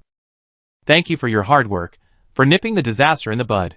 You're all great contributors to the guild. The guild master glanced at the massive Thousand Blades dragon carcass on the trailer, then glanced at Tayo, who was lying obediently beside Lin Lin, and stepped forward. Guild master. Julius nodded in greeting. The guild master smiled and pointed at the old dragon professor. Let me introduce you. This is the director of the Mad Dragon Virus Research Institute from East Dorma. He heard about the Black Eclipse dragon and rushed here with his men. Wow, so many scholars. Did they move the entire institute here? The old dragon professor. No, I should call him director now. The director waved at Lin Lin. Hello again, young man. You've really given me a big surprise. I thought having a Black Eclipse dragon corpse for research was a luxury, but I didn't expect you to bring back a living Black Eclipse dragon. Come on, haha, it won't be long before we can create a complete antidote to the mad dragon virus. Lin Lin pursed his lips and stood in front of Tayo, extending a hand to shield him behind him like a hen protecting her chicks. Professor, let me make this clear. You can collect some harmless samples for research, but absolutely no experiments on Tayo. I brought him back because the guild urgently needs to resolve the chaos surrounding the mad dragon virus. He's my comrade, and I don't want him to come to any harm. Tayo gently nudged Lin Lin with his head and let out a low growl, as if to say it was all right. Of course. The director waved his hands repeatedly. We're scholars, not experimenting madmen. Besides, this is a vibrant black erosion dragon. Honestly, if you weren't watching, we wouldn't even dare to collect samples. His worst fears were reassured, and Lin Lin's tense expression eased considerably. So, under Lin Lin's watchful eye, the two young scholars cautiously approached Tayo. One collected a vial of scale powder, and the other collected a vial of blood. They found Tayo barely reacted, staring at it with a look of surprise. Then, they returned to the director with the samples. Seeing that the samples were almost complete, Lin Lin gestured toward the trailer and said that Thousand Blade Dragon has reached its limit and should be quite helpful for your research. You can experiment on its carcass as you wish. We've been out in the wild for nearly half a month, exhausted from intense combat. We're going to rest now. The scholars, true to their word, only used samples collected from Tayo. However, they were also filled with curiosity about this new and unknown monster, the Black Eclipse Dragon. Although they didn't engage it, they gathered in a large group, carefully observing Tayo's every move, which made it difficult for Lin Lin to remain calm. Don't you all have anything to do? Hurry up and research the antidote. What are you all staring at here, Tayo and me? But everything has two sides. The presence of these scholars was a bit of an eyesore, but their gathering formed a barrier, separating Tayo from the unsuspecting bystanders. Lin Lin let them go. Right now, he just wanted to lie down on his bed and have a good sleep, then wake up and figure out how to repair the Ceratops shield axe. P.S. Correction. In the game, Nadia is supposed to be using a Charmeleon-like crossbow. In fact, Rat Halos doesn't even have a heavy crossbow. Tawa hasn't touched a crossbow before, so I didn't make the distinction when I wrote this and wrote it as a heavy crossbow. Please assume that the Monster Hunter world I'm writing about has developed a Charmeleon heavy crossbow, and that Nadia in my story is using a heavy crossbow. Chapter 414. When Lin Lin yawned and climbed out of bed, he turned to see Dave sleeping soundly in the cat bed. He glanced up at the sky and realized it was only just dawn. Alas, this mad dragon virus is really disturbing my sleep. I hope the director and his team can quickly develop a cure for the mad dragon virus. Lin Lin stuffed a dispelling fruit into his mouth, his damaged ceratopsian armor on his back, and quietly exited the RV without waking Date. Turning his head to the open space to his left, Tayo lay there quietly, resting his head on his forelimbs, soundly asleep. What made Lin Lin even more nervous was that even though Tayo was sleeping, there were still quite a few scholars watching him. Almost all of them had dark circles under their eyes, some looked tired, but most still couldn't hide their excitement. These guys. Haven't they been watching Qiao sleep all night? No, don't you all have nothing to do? Lin Lin glanced around, shook his head helplessly, and was about to turn and leave, when he suddenly vented that he had found someone familiar among the onlookers. Sophia? Considering her personality, it's not surprising that she's here. But he's been out in the wild for nearly half a month. Could the brigade still be stationed in Barbear? The girl in the green receptionist uniform was nodding her head repeatedly, seemingly dozing off. She didn't react to Lin Lin's voice at first, then drifted off for a few seconds before coming to her senses. Lin Lin? Are you awake? Sophia looked up at the sky. So early. Lin Lin walked over to Sophia, not even bothering to sit down on the dirt. It's obvious, isn't it? Sophia pondered for a moment. Is it the mad dragon virus? I've heard some intel about the Black Eclipse dragon. It's a very tricky problem indeed. But with a live Black Eclipse dragon as a sample, I'm sure an antidote will be developed soon. Lin Lin propped his chin on his fist and nodded. Then, after a moment's reflection, he continued, actually, when I first contracted the mad dragon disease, I wake up at least 5 or 6 times a night, relying on the dispelling fruit to barely manage a few moments of sleep. Now, perhaps it's been a while, my body has adapted and developed resistance, and now I can at least get a full night's sleep. Perhaps after a while, I won't even need the antidote. I'd be able to ignore the mad dragon virus on my own? Just like the 1,000-blade dragon you hunted this time, it's been extremely effective. Limited. Sophia's thought startled Lin Lin for a moment, then he couldn't help but laugh. If that's the case, then maybe it's actually possible. How about I just not use the antidote, and wait a little longer to see if I can reach the limit? Sophia thought for a moment, then shook her head. Forget it. I just had this sudden thought. What if there are other hidden dangers? Once the remedy is developed, I have to use it. Sophia gently poked her chin with a finger, looking at the sleeping black dragon with a hint of emotion. When I first met you in Jian Village, I felt like you were different from the other hunters. It seemed like you could easily forge friendships with those monsters. I never thought that a monster like the black dragon, the supposed source of the plague, would be no exception. Lin Lin then looked at Tiao Tiao, and was silent for a moment. This is Tiao Tiao. Sophia, huh? How is this possible? Transforming from one species into another. Lin Lin spread his hands. Strange, isn't it? But these are mysteries for you scholars to explore. All I know is that this is still my friend Tiao Tiao. These 3 words perked up Sophia, who had been feeling sleepy, and her thirst for knowledge burned brightly. However, Lin Lin didn't continue the conversation. He took off the shield axe from his back, gently stroked the cracks on it, and showed it to Sophia. I remember there's a blacksmith in your brigade. His craftsmanship seems quite reliable. I'm planning to ask him for help with some repairs. Could you give me some directions? Sophia puffed out her cheeks. What do you mean your brigade? Didn't you agree to join our brigade? Lin Lin, distracted by the events of the Black Eclipse Dragon and the Extreme Thousand Blades Dragon, thought for a moment, and then remembered that he did seem to have told the brigade commander about it, but at the time, I was anxious to get Tiao Tiao back, so I said if he hadn't found a suitable replacement by the time I was done, I'd join.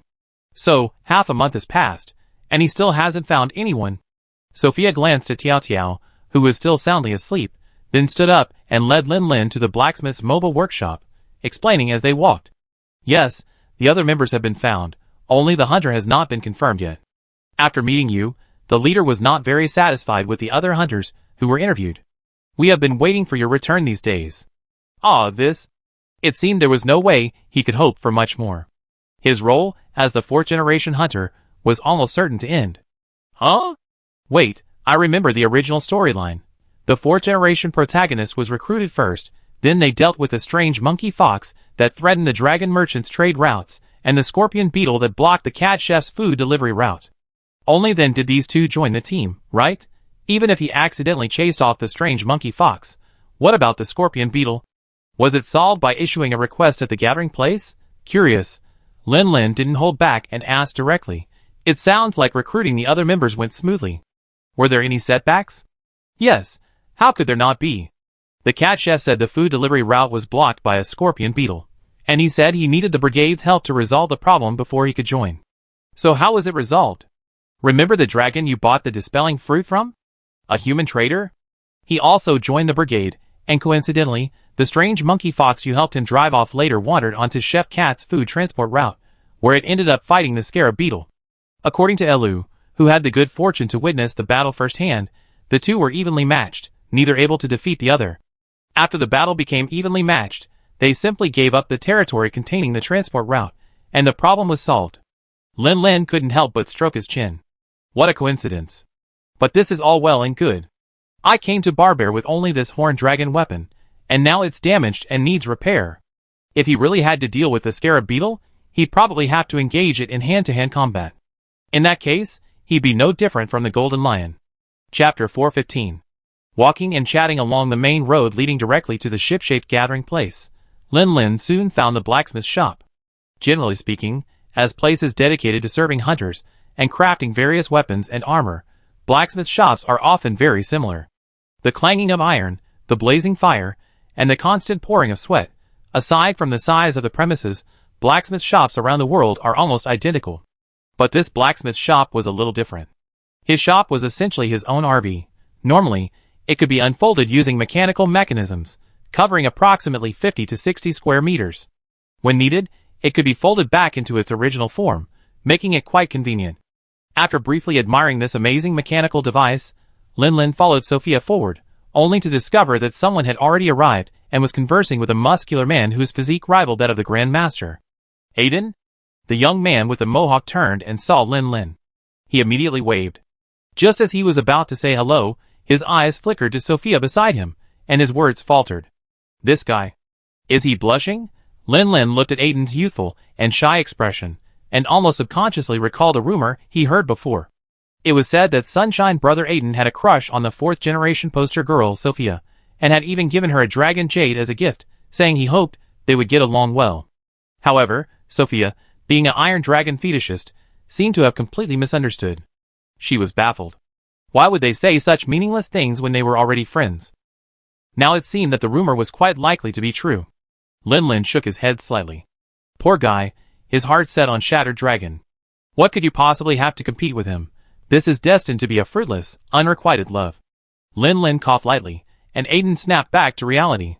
He scratched his head and smiled sheepishly. Good morning, Lin Lin, Sophia. What a coincidence, you're here at the blacksmith shop too.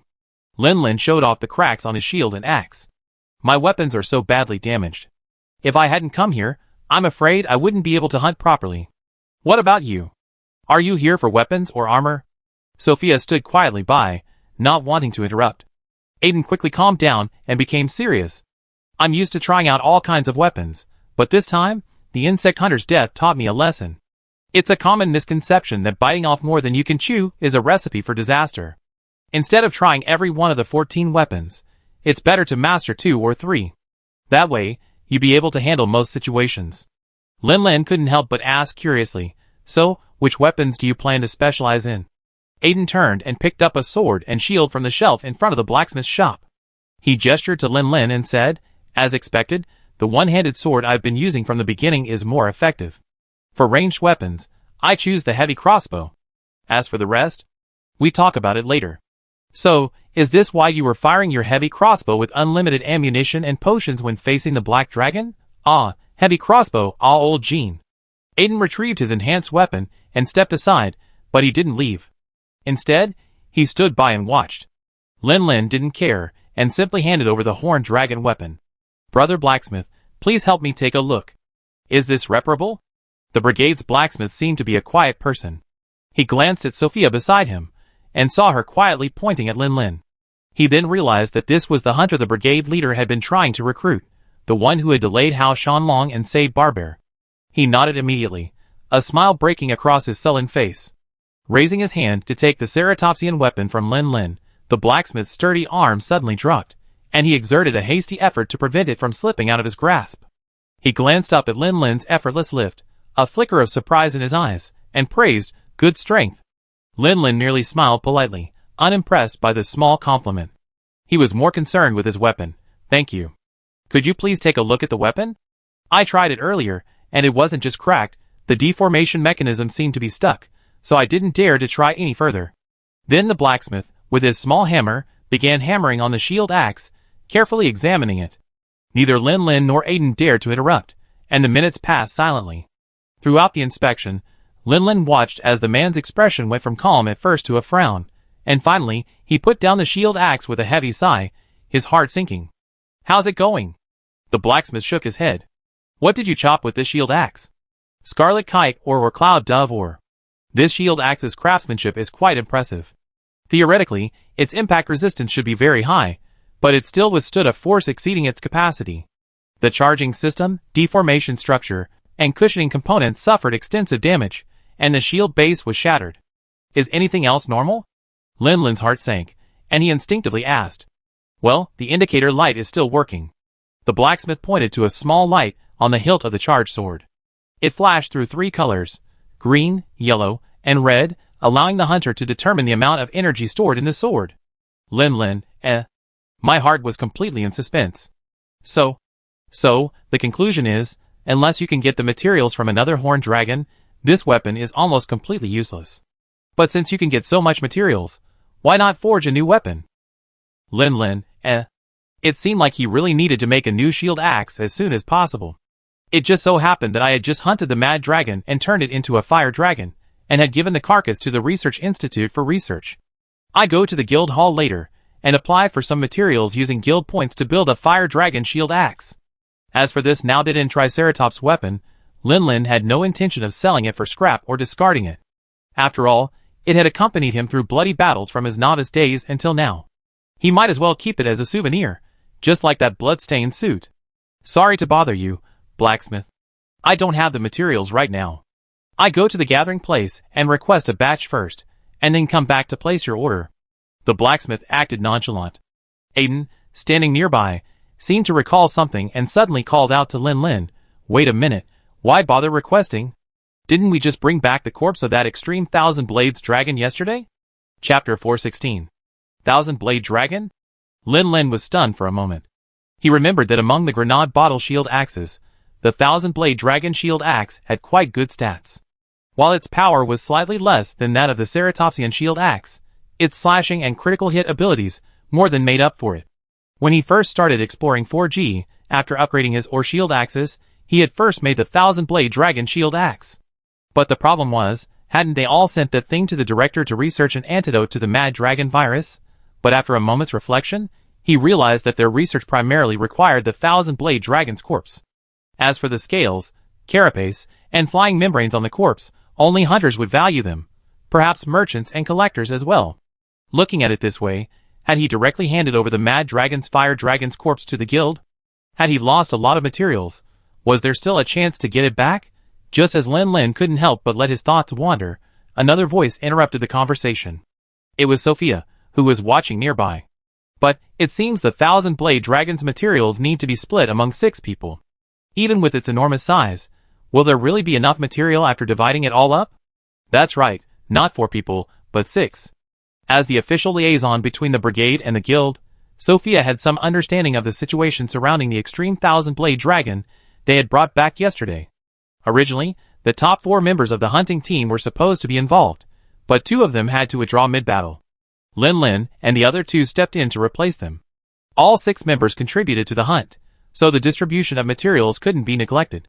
Aiden scratched his head sheepishly, and waved his hands repeatedly. No, I didn't play much of a role in the subjugation anyway, so I won't be involved in the material distribution. Sophia spread her hands. Alright, 5 people will share, but crafting weapons still seems a bit much. Ahem. The blacksmith coughed softly, attracting the attention of several people. I stripped the materials from that Thousand Blade Dragon. I've got some ideas for a shield axe, and some of that material will suffice. Since you haven't finished the distribution yet, how about I come along and give you some advice on how to gather the weapon materials as much as possible? Inside the ship-shaped gathering hall. When Lin Lin and the others arrived, they happened to run into Julius, Nadia, and Fabius. Seeing them fully equipped and ready to go, Lin Lin couldn't help but be surprised. Captain, didn't we just get back from hunting yesterday? Why are you guys? We're heading out again, aren't we? Julius smiled faintly, then turned to Aiden, motioning him to rejoin the group. Lin Lin nodded. He was indeed quite surprised. The intensity was a bit too high, wasn't it? No breaks needed. Julius pushed open the door to the gathering hall. Come in and talk. The sun was just rising over the horizon, and the ship-shaped gathering hall was quite quiet. Aside from a few hungover drunks, only waiters were quietly moving around, cleaning up the mess. The night shift manager yawned as she prepared to leave. Mornings at any gathering hall were generally deserted. Hunters mostly gathered in the evening, when the place was at its busiest. You understand the mission of our team, right? Having hunted together once before, it's no exaggeration to say that they were already comrades in arms, sharing life and death. While Julius still maintained his poker face, Lin Lin could sense that they had become much closer since their initial encounter, even their conversation becoming more casual. For the Black Eclipse Dragon, right? Yes, although we defeated the Thousand Blade Dragon this time and prevented a brewing catastrophe, the Black Eclipse Dragon escaped. It's not Tayo Tayo. In order to sense its surroundings, it must have continuously spread its scale powder, causing the Mad Dragon virus to spread. If that happens, it's hard to say whether new Black Eclipse dragons like Tayo Tayo will be born.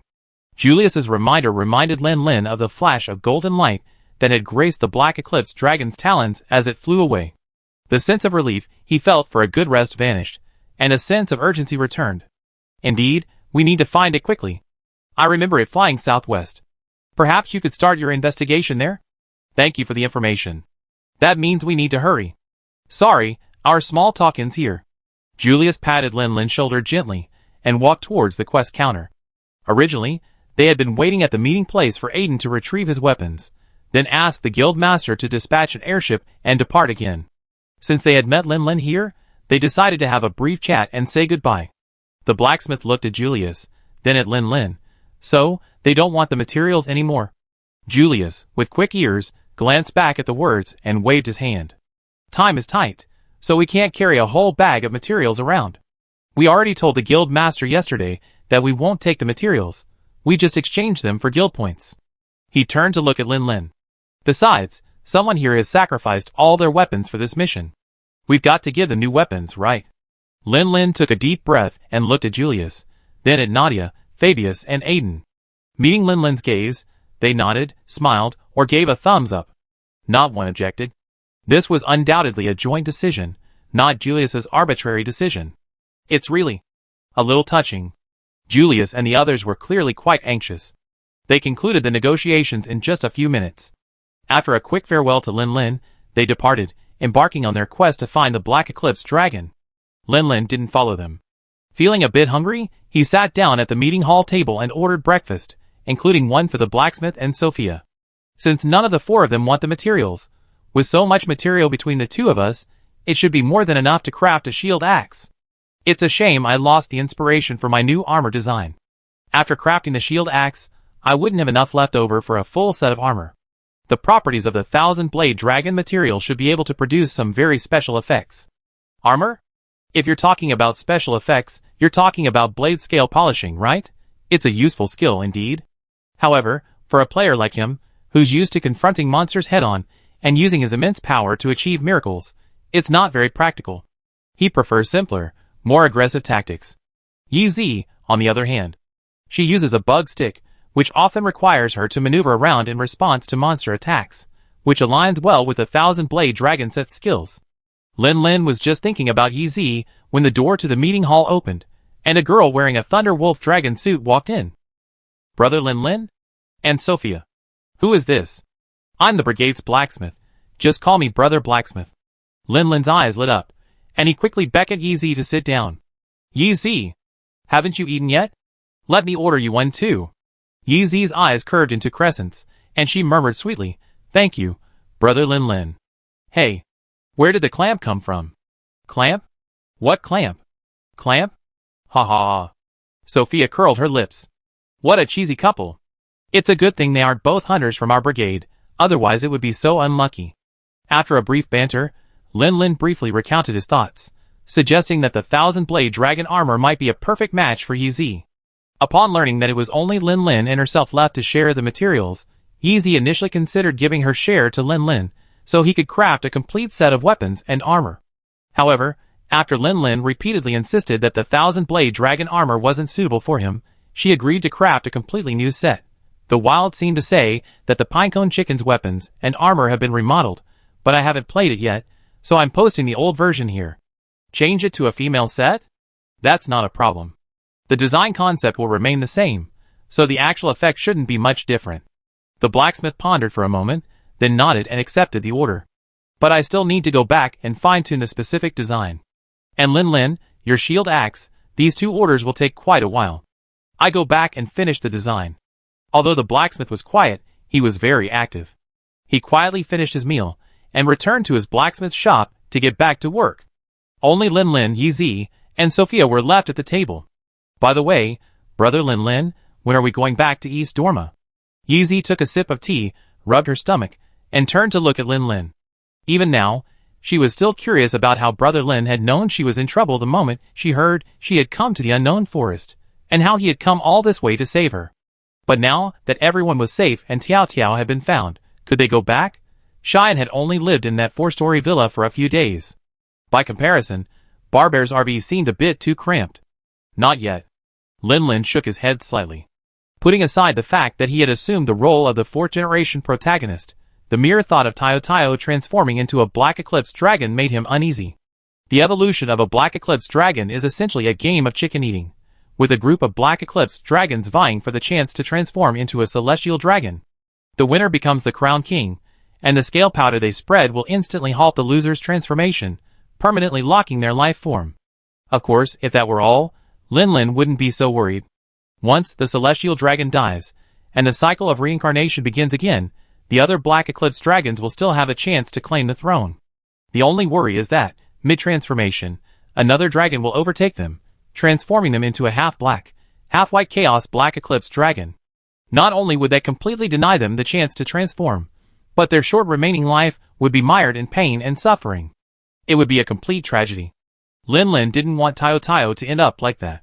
However, these things were difficult to explain out loud, and it wouldn't be appropriate to bring up the fictitious ancient book too many times.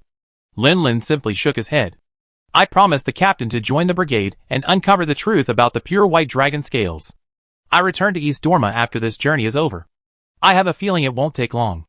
Sophia cupped her cheek. You're quite confident then. Even the captain isn't as sure. Lin Lin curled his lips. After all, he was a time traveler who knew the plot. Even if the actual events deviated significantly from the game's plot, at least the general direction was sound. Yezi, what do you think?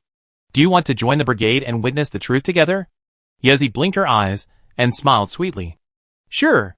With Lin Lin and Yezi joining, the brigade's final piece was complete. Upon learning of Lin Lin's buy one, get one free offer, the captain was overjoyed. He decisively ordered the entire brigade to pack their bags and head for the next leg of their journey. After all, Barber was a well-informed mobile city. After some time spent inquiring in Barber, they learned that in the village of Naguli, far away in the Leisho volcanic region, lived a race called the Earth Dragon Clan. They were knowledgeable and skilled in craftsmanship, and they might be able to find clues to the pure white dragon scales. So, they made a decisive decision. Everyone in the brigade had their own RV. Logically, as long as they connected, only one strong Bobo would be enough to lead the entire group. However, thanks to Lin Lin, things took a slight turn. Tayo Tayo had transformed into a black dragon and lost its sight. If it didn't stay by Lin Lin's side, it would have to rely on spreading its scale powder to perceive the world. However, that would cause the mad dragon virus to spread again. Lin Lin would undoubtedly not do that. But for the guild and the scholars, the Black Eclipse dragon was, after all, a newly discovered and unknown monster. And the Barbarese scholars had a once-in-a-lifetime opportunity to observe a live Black Eclipse dragon up close. Almost everyone was reluctant to let Tayo Tayo and Lin Lin leave. After Lin Lin explained Tayo Tayo's reasons for leaving, they were willing to let Tayo Tayo go with him. But they insisted on accompanying the group on their journey. The group already had so many people, each in their own RV, which was already a considerable burden. Adding these scholars to the mix would have created a miniature Barbarie. If they encountered a flying dragon attack along the way, the chaos would have been unimaginable, with countless casualties. How could two hunters handle it all? Finally, after consultation between the group leader and the Research Institute director, the scholars abandoned their pursuit of Tayo Tayo and focused their efforts on developing an antidote using the samples Tayo Tayo had left behind. A representative would accompany Tayo Tayo throughout the entire journey. Naturally, that representative was Sophia. Chapter 417. Naguri village is located southeast of Barber, built in the underground caves of the Ratio volcano.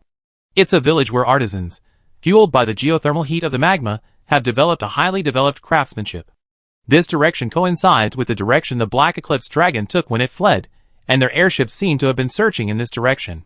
If one were to take an airship like the top team, the journey from Barber to Naguri village wouldn't take long. However, if one were to travel by RV like the brigade, it would take at least 3 to 5 days. However, with Tayo Tayo accompanying them, the journey wasn't boring. If they got stuck in the car for too long, Tayo Tayo could even take them for a spin. While Lin Lin and his group were enjoying a peaceful journey, the distant giant city of East Dorma was experiencing a bit of unrest. Bang! Cheyenne righted the overturned metal basin and sighed helplessly at the giant beetle before her, which was thrashing around like a pig while eating. This thing is really no different from a pig. All it does every day is eat and sleep. Not only does it like to burrow while eating, but it's also incredibly efficient at growing flesh. Look at that shiny, smooth carapace, the translucent soft shell stretched out between the joints, and the tips of the elytra at the back. Its belly is so fat that the carapace can't even cover it. Hey! Can you move around a bit? Don't just lie there after every meal. Cheyenne reached out and poked the large horn on Guga's head. The lazy axe beetle's only response was a twitch of its mouthparts. Cheyenne, is this guy really just here to enjoy his leisure time? Damn it. If he's left lying there like this, he'd probably get fat and have problems. If Lin Lin and Yeezy come back and see him in this state, they definitely think she didn't care enough, Alas, if it weren't for the serious spread of the mad dragon disease, she would have just taken Gu Jia to the hunting grounds for some training, just like Lin Lin used to do with Tiao Tiao. Watching Gu Jia lying there asleep, Xiwan sighed worriedly. After gathering her belongings, she got up and left the courtyard, heading to the Donnarumma Theater. Forget it, she didn't want to think about it anymore. She might as well go listen to some music. Right now, only the singer's voice could make her forget her worries. She found her familiar seat and sat down. The singer's performance hadn't started yet. Xiwan turned around, about to talk to her friend, who she'd been frequenting at the brothel recently, but she found him, too, with a worried look on his face. Anxia? Why are you looking so gloomy? This friend was, of course, Anxia from Moga village. It was here that Xian had met her and Sophia. In their free time, they both loved to come here to listen to music. Later, Sophia decided where she was going and joined the brigade as a front girl, leaving only the two of them to listen to music together. Over time, the two girls naturally became close friends. Still undecided about where to go? Donnarumma and Lokrak are both good choices. I'd probably be torn too. No, not really. Anxia shook her head. It's nothing to do with that. I'm just worried about my hometown. My hometown? Xian was stunned, remembering the other person's unique accent. Moga village? What's going on there? I just received a letter saying there's been unusually frequent earthquakes in my hometown lately, and that a sea dragon has been sighted. Maybe it's related to this. Our Moga village relies primarily on fishing. If a sea dragon is causing trouble, it'd have a serious impact on the village. So, I was thinking, why not just go back? Go back to the village and take a look. Then let's go. What's the hesitation? Ziyuan paused, sensing something was wrong. Wait, you're not going back to the village to be a sign girl, are you? Unexpectedly, after hearing what she had just said, Anxia nodded vigorously, as if something had clicked in her head. Ziyuan, thank you. That's my hometown. If the village is in trouble, of course, I have to go back and help. There's really no need to hesitate. I'm going back to be the poster girl and help the village through this crisis. Xian, She actually gave up the chance to stay in the big city, and resolutely returned to the small fishing village that gave birth to her. Well, come to think of it, it's not that surprising. Just like me, I gave up my job as a wealthy merchant to become a hunter, didn't I? But Moga village seems to be a village on the sea south of East Dorma. It seems the mad dragon virus is spreading mainly in the west. If I go there to join in the fun. Xian's suicidal instinct stirred again. Although she wasn't a hunting fanatic, she was really bored from spending all day in East Dorma. How about I go to Moga village with you? Anxia was immediately touched. What a good friend. She really goes all out when there's something going on, but while she was touched, she hesitated. You're only 3 stars. You can handle creatures like the water beast lantern dragon, but if you face a formidable creature like the sea dragon, it's hard to say whether you make it back alive. Of course, Anxia had a high EQ. While that was reasonable, she couldn't say it like that, but if it's really a sea dragon, it's the king of the sea, at least a 5-star monster. That's too dangerous. Xiwan thought carefully and felt that with her abilities, she would likely be badly beaten if she encountered a sea dragon. But staying stuck in East Dorma was too boring. That's true, but I'm not just a 3-star hunter. I have 3 very strong teammates. Anxia, wait until I get back and ask. I think they might be interested too. Having discovered something interesting, Xiwan didn't even bother waiting for the singer to take the stage. She sprinted out of the theater and headed for the public tavern club. The main reason he came here instead of returning to the villa was because Brave had been hanging out here lately. Despite participating in several 5-star monster hunts, his rating was still only 4.5 stars. He'd been hoping to find time to upgrade, but when Lin Lin returned from a hunting trip, the mad dragon virus had begun to spread again. Until a complete antidote was developed, he could only spend his days in the tavern, catching up on news through chatting with other hunters. Huh? Going to Moga village? Or hunting sea dragons? Brave stared blankly at Ziyuan, his eyes widening. He was about to ask, Team Ziyuan, are you awake? But then he thought better of it, and suddenly felt more inclined. With Ziyuan's current equipment level, going to fight the sea dragon would be a complete waste, but if he went along, perhaps an opportunity for advancement would be right before his eyes. Based on Lin Lin's previous account, combined with the information he gathered at the tavern these days, it's been confirmed that the area where the mad dragon-transformed monsters appear is concentrated in the eastern Barber area, a vast distance from Moga village. It seems feasible? Thinking about it, I think it might be feasible. However, there hasn't been any news from Lin Lin and Yeezy yet. I'm wondering if we should wait for them to return before setting off together. Although he'd been worried about Lin Lin and Yeezy's safety recently, after all, he was ill when he went to Barber and looked frail. He still had faith in his comrades after so many battles together. He believed they would return safely, though he wasn't sure about the timing. Lin Lin? Yeezy? Those two names sound familiar. Brave and Shine weren't trying to keep their voices down, so a female hunter next door overheard their conversation and casually interrupted. Seeing Brave and Shine turn their heads to look at her, the rather burly female greatsword user raised her glass to them.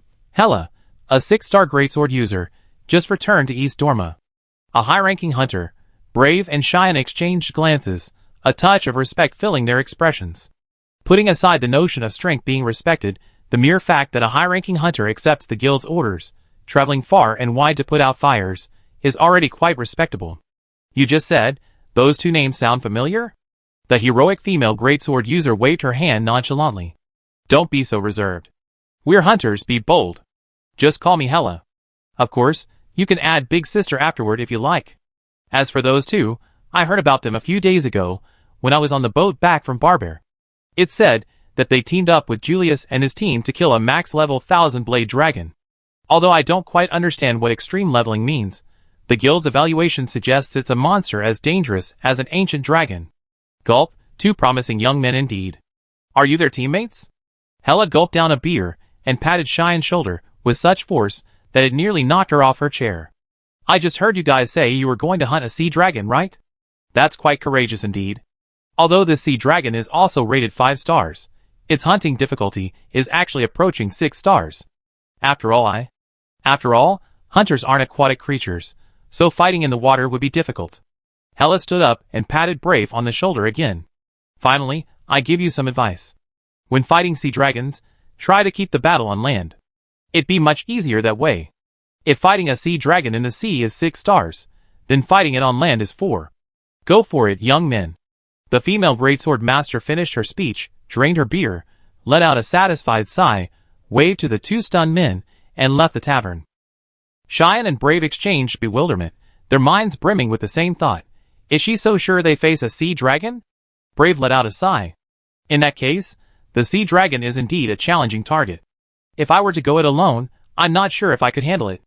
I don't have much experience in naval warfare. Although he was born in Tangia Harbor and received some basic naval warfare instruction during his hunter training, he soon left his hometown to join the fortress guerrillas in Lokrak. Later, while traveling and fighting with Lin Lin, he had virtually no experience in naval combat, leaving him with virtually no experience. Why are you going alone? Don't forget I'm here. I learned water combat from my teacher. I'm sure I won't be a drag. Brave glanced at Shine in surprise. Had he really not known that Senior Rachel was so skilled in water combat? This had been mentioned when Rachel led Lin Lin in hunting water beasts. I was just saying. Listen to what Sister Hela said just now. Lin Lin has already reunited with Yi Zi, and will probably be back soon. We can go together then, so we can help each other. Brave had barely finished speaking when a waiter suddenly approached. Excuse me, is this Mr. Brave, the 4-star katana wielder? Brave, Damn it, I need to quickly add that last half-star. Yes, what can I do for you? Here's a letter for you. Taking the letter from the waiter, Brave tore off the wax seal, pulled it out, and read it carefully. What's wrong? Whose letter is it? After a long pause, Brave twitched his lips, unsure what expression to make. It seems like it's just the two of us going to Moga village this time. Oh, and we need to bring Guga along, otherwise he might starve to death at home. Cheyenne, ? So Brave handed the letter to Cheyenne. This? After a long pause, Cheyenne rubbed his temple and complained feebly, that's a lot of information. It seems like a lot has happened in just 2 weeks. Brave followed up with a grumble, honestly, if I hadn't confirmed the handwriting was his, I have suspected the content was forged. What does it mean when Tayo Tayo turns into a black dragon? Cheyenne followed up, and he even destroyed that newly enhanced Ceratopsian shield axe. How tough must the monster he chopped down must have been? Brave rubbed his forehead. Let's go back and find that Destiny shield axe Destiny. It's just right. Write him a letter explaining our plans, and mail it to him together. Cheyenne reminded him that shield axe is incredibly imposing. An ordinary person would probably faint upon seeing it. A peregrine falcon wouldn't be able to carry it, would it? Bref, Could it be that without any mental influence, a peregrine falcon could actually carry a shield axe weighing hundreds of pounds? Is it possible that your company has an airship? Wouldn't it be easier to just have someone bring the item with them when they go to Barbear? Cheyenne, huh? So that's actually possible? Why didn't I think of that? Chapter 418. Although Ziyuan often seemed unreliable, she was, after all, the eldest daughter of the Zijin Chamber of Commerce, so she was quite worry-free when it came to these matters. After preparing their belongings and saying hello, the rest was no concern to them. They could simply board the ship and depart for Moga village with Anxia. As a girl from the desert, airships were commonplace for Ziyuan, but sailing on the ocean on a sea ship was a truly novel experience. Previously, when she practiced underwater combat with Rachel, they had only found lakes and rivers. Standing on the deck, feeling the sea breeze, the seabirds hovering overhead, and the occasional small fish popping out of the water, Ziyuan felt incredibly excited. She even cried out, leaving Brave and Anxia bewildered. Of course, this excitement only lasted for less than a day at the beginning of the voyage. Seeing the unchanging scenery, as if nothing would change, Ziyuan's initial excitement quickly faded into apathy. Anxia, how long will we have to drift on the sea? Xian stood by the fence, her hand resting on her cheek. The salty sea breeze blew her hair into a tangle, but she was too lazy to tidy it up. It's still early. Sea vessels are much slower than airships. It'd take at least a month to get from Donnarumma to Moga village. And it's only the second day. Huh? That much longer. Over the sea, Xian's wails drifted far away, eventually dissipating amidst the boundless waves. While Ziyuan Brave and Gujiao were drifting on the sea, Lin Lin and his group's RV had already successfully arrived at Naguli village. However, when our group arrived at Naguli village, they found it quite different from what they had expected. Logically speaking, this village, built in the underground caves of an active volcano, relying on the flowing magma for smelting and forging year-round, should be a place filled with a vibrant red glow. But this deserted village, filled with dilapidated earth and stone houses, looked nothing like the Naguli village described in the rumors. The convoy slowly came to a stop. Lin Lin patted Tayo Tayo's head and jumped off its neck. Although he had expected this scene, he couldn't help but feel a little nervous when he saw several figures lying or sprawled on the rocky ground, which could be called a street. The primary inhabitants of Naguli village are the Earth Dragons, a race distinct from humans, Dragonfolk, and Sea Folk. They are industrious, intelligent, and dedicated to labor. Leveraging these traits, combined with their advantageous geographical location, they have developed exceptional forging and smelting techniques. According to their memories, the reason they arrived to such a desolate scene was because the ghost frog's activity hindered their ore mining, while the shadow spider's webs blocked the lava flow, rendering them unable to work or overtime, leaving them with nothing to do. No, there's no such thing as a chosen worker. Those who know would think the lava flow had stopped, preventing mining and forging. Those who don't would have thought the village was facing some irresistible, devastating disaster. This bereaved figure, sprawled on the ground. He didn't even react to Tiao Tiao. Is he truly broken? Brother Lin Lin, look. Yuzi gently tugged on Lin Lin's wrist, and lowered her voice. The atmosphere here felt strange, making her feel uncomfortable speaking loudly. Those people look. Special? Lin Lin then looked at the figure Yi Zi was referring to. It looked like an old man, short and fat, like a large potato. The special thing Yi Zi was referring to was probably the physical features that distinguished him from both humans and dragonkin. If he were human, then his hands, much wider than normal, had only 4 fingers, clearly a characteristic of the dragonkin. But if he were dragonkin, then his ears and calves were indistinguishable from those of a normal human. He lacked the pointed elf ears and recurved feet, yet he looked human. This is the Earth Dragon tribe. They're different from humans and dragons. Lin Lin lowered his voice and explained. Yi Zi blinked. She hadn't noticed at first. Her focus was on the man's imaginatively tied white beard, resembling high-raised horns. Such a novel design was truly unprecedented. But she still agreed. So this is the Earth Dragon tribe. I'd never seen one before. As the leader stepped forward, wanting to negotiate, Yi Zi noticed something else interesting and quickly pulled Lin Lin's hand. Brother Lin Lin, look over there. Is that a workshop? What a unique design. Lin Lin turned his head and saw a massive workshop shaped like a helmeted human head, with a pair of giant horns symmetrically arranged on either side. No, that's a beard tied into giant horns. Turning his head to look at the old Earth Dragon man lying on the ground, Lin Lin blinked. It really was. Exactly the same. Hello?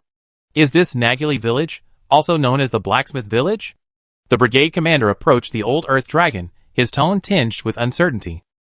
Could it be that they had strayed from their route? After all, this place didn't look like a place for forging. He had originally planned to build a ship of his own to make the journey easier. Yes, this is Naguli Village, and I'm the village chief. But we're no longer a blacksmith village. The old earth dragon with the oxhorn beard weakly rose to his feet in response to the inquiry, his tone still quite dejected. Can you tell me what happened? Perhaps we can help? The brigade commander breathed a sigh of relief when he realized they had found the right place, but the next words, "We're no longer a blacksmith village," immediately made his heart sink. They came here to gather information and build a large ship. If they couldn't build a ship now, wouldn't their trip be in vain? Thus, the brigade commander enthusiastically offered to help. Lin Lin twitched his lips. Well, even if he offered to help, in the end, it would still be him and Yi Zi who would have to do the hard work. Of course, Lin Lin only grumbled internally. After all, even if it weren't for the storyline, if a village like this was in trouble, and he happened to be able to solve it, he would definitely help. The Earth Dragon village chief seemed to perk up for a moment, but then sighed again. This puzzled Lin Lin. Logically, shouldn't he be delighted and say, "Then I leave the hunting of this monster to you? Thank you for your kindness, but it's a monster that's affecting the village. It requires a powerful hunter." The Earth Dragon village chief paused, as he suddenly spotted the massive black monster quietly standing beside Lin Lin not far away. His mind went blank, and he forgot what he had been about to say. Before he collapsed, he was completely immersed in the grief of being unable to mine or forge, and hadn't noticed anything around him. It wasn't until the brigade commander approached him, and called out to him several times, that he snapped back to reality. If you can get such a powerful monster to obey, maybe we can actually defeat the guy. At this point, Lin Lin couldn't hide any longer. He patted Tayo Tayo's head, signaling it to wait, and he and Yi Zi stepped forward. "Hello, village chief. I'm Lin Lin, and this is my partner Yi Zi. We're all 5-star hunters, so we take care of the monsters threatening the village. Could you provide me with some relevant intelligence?" 5-star hunters. The Earth Dragon chief was visibly excited, yet still a little hesitant. "Are you guys just stopping by to rest and recuperate? A few days ago, a team of high-ranking hunters did the same thing. They just said they were willing to help, then suddenly rushed off on an airship." Lin Lin twitched his lips. He probably knew who they were talking about. Julius and the others, right? They're on a guild mission to hunt down a monster. Time is short, so they can't stay here. But we're different. We've come to Naguli Village to ask for your help in building an airship. How can you not help solve the problem? The brigade commander had been listening silently for a while, but when he heard the word airship, his expression changed. Hey! Don't push the envelope. We can just build an amphibious ship. Going straight to an airship is a bit extravagant, isn't it? We're not that wealthy, are we? Airship? No problem, leave it to us. As long as we can restore the lava flow and mine the ore again, our Naguli village will absolutely burst with enthusiasm. We have it done within 2 weeks. The Earth Dragon tribe leader agreed readily, not giving the brigade commander a chance to correct his objection. Seeing this, the brigade commander could only cast a helpless look at Lin Lin, who responded with a thumbs up. According to the original storyline, the brigade first built a boat in Naguli village and prepared to set out in search of Zinard village. However, shortly after setting sail, they encountered the Black Eclipse dragon and ran aground near an island inhabited by Elu called Warm and Sunny Island. Eventually, they learned from the village chief that Zinard village was located high in the mountains and only accessible by airship. They were forced to return to Naguli village and refit the airship. But now, Lin Lin had already fought the Black Eclipse dragon twice, with the top team chasing it in an airship, not to mention Tiao Tiao. Even if they did encounter it at sea, Lin Lin was confident he could protect the brigade safely, and there was no chance of a shipwreck on Warm and Sunny Island. If they had continued with the original plan of building a boat first and then converting it into an airship, they would have wasted countless hours at sea. It would have been better for them to just complete the conversion and fly directly to Zinard village. "No need to thank me, Captain. This is what I should do." How could the brigade commander have known the hidden meaning behind Lin Lin's words? Seeing Lin Lin giving him a thumbs up, he showed no sign of realization and could only sigh helplessly, covering his face. "My little treasury. Well, let me briefly explain the situation." The Tulong village chief paid no attention to the small talk between Lin Lin and the captain. Seeing a chance to resolve the village's predicament, he perked up and excitedly pulled them together to begin his explanation. "Although we still don't know the exact cause of the lava flow interruption, One thing is certain. The area where we mine ore has been occupied by a ghost frog. Although I'm just a craftsman and am quite familiar with processing materials, I'm less clear about the monster's strength and danger level. Do you have experience dealing with monsters like this? Are you confident you can handle them? Ghost frog? That's a lot of experience. This wasn't said by Lin Lin, but by Yi Zi, who had been watching Lin Lin's talk with a smile. She wasn't kidding. Although she never hunted an amphibious monster like a ghost frog before, her familiarity with them. Well, she was from Yinhua village. She often played with the baby ghost frog that President Sui Fengmin raised. Until now, she only ever seen the baby ghost frogs, but now she finally had the chance to see what a full-grown ghost frog looked like. Wasn't it still as adorable as when it was young? Lin Lin glanced back at Yi Zi, guessing what she was thinking. His lips curled slightly. Indeed, ghost frogs are generally rated 3 or 4 stars dangerous. We can handle them. Haha, I leave it to you. You're our village's heroes. Dad. Just as the Earth Dragon village chief was dancing with excitement, a vibrant girl's voice suddenly rang out from a distance. He turned his head. It was a petite girl wearing the same bright yellow blacksmith's uniform as the village chief. She stood no taller than 160 centimeters, a blue headband adorning her forehead. Her long, light blonde hair curled into waves at the ends. A few faint freckles dotted the bridge of her nose, but rather than diminishing her beauty, they only added a touch of liveliness and flair. The Tulong village chief seemed a complete daughter-obsessed man. Just hearing the girl's voice tinged with pride, "Hello, this is our daughter Gemma. How is she? Isn't she full of life?" "Full of life, you big-headed fool. Dad, something's happened. We've found the cause of the lava flow disruption." Hearing that it was something serious, the Tulong village chief couldn't stop praising his precious daughter. He demanded, "Tell me, what's going on?" Chapter 419. It's a shadow spider. The blonde girl gasped heavily. The shadow spider blocked the lava channel with rocks to build its nest. The Earth Dragon village chief couldn't help but wonder, "How did you know?" Gemma was about to explain, but before she could utter a single word, the Earth Dragon village chief interrupted her. "Never mind, it's not important." He then turned a hopeful gaze toward the 2 hunters beside him. Although he didn't say anything, the meaning in his eyes was clear. "So, can you handle the shadow spider? If so, I leave it to you." The shadow spider is rated a 4-star monster. Sophia, who was holding a receipt and recording the commission, suddenly interrupted. As if worried that Lin Lin and Yi Zi didn't understand this monster, she opened her portable hunter's encyclopedia G and quickly searched for information on the shadow spider. Although only a 4-star, the shadow spider is no easy target. The horns hidden in its mouth parts are highly poisonous, the needles on its abdomen can secrete a highly hypnotic fluid, and it can also flexibly use its silk sacs to produce highly sticky threads. Its tactics are quite varied. If you're going to hunt it, be sure to prepare antidotes, energy drinks, and dispersants. Lin Lin smiled. In short, it's still within our reach. Then, the order is finalized. Please review it. After the Earth Dragon village chief, Lin Lin, Yezi, and Gemma reviewed it, Lin Lin and the others completed the paperwork at Sophia's and began preparing for their departure. Just as Lin Lin returned to the RV to check on the props, there was a sudden knock on the door. "Come in." The door opened, and Lin Lin turned to see Sophia standing at the door, peeking in with a furtive look. He couldn't help but feel a little helpless. "What's wrong? Like a thief?" Sophia hesitated for a moment, then shook her head. "Never mind, it's nothing." Lin Lin rolled his eyes. "We've known each other for over a year, right? Just tell me what you think. Why are you being so secretive?" Hearing this, Sophia thought for a moment and agreed. Didn't Lin Lin already know her personality? So what was there to hesitate about? So when you go hunting, can I come and watch? Don't worry, I hide well. You've seen the camouflage skills that teacher Mia and I learned before. It won't affect your hunt." She took out her notebook and showed it to Lin Lin. This was where she usually recorded information about the monster she'd seen and learned about. Unlike standard academic books, the monsters here were all cutely illustrated, and the descriptions were quite simple. Eden, from the top team, had borrowed this notebook from her before, saying the entries were very interesting. Lin Lin, TSK okay? After all, it was me who suggested she switch to a poster girl. The chance to get up close and personal with monsters was also the promise I made her back then. Of course you can, but I'm afraid you can only choose one.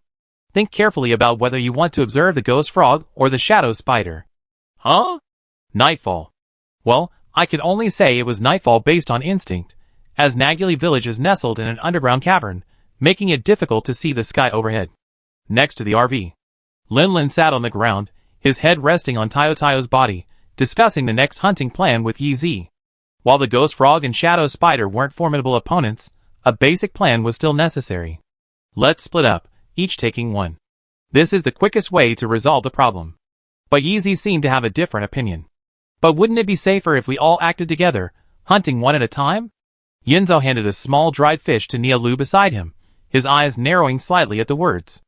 It's been a year since his debut, and when did Yi Zi's hunting style become more cautious? In my opinion, this might just be an excuse to get close to them. A 3-star danger level and a 4-star danger level, there's no need to be so conservative. Lin wasn't considering what Yinzhou was thinking.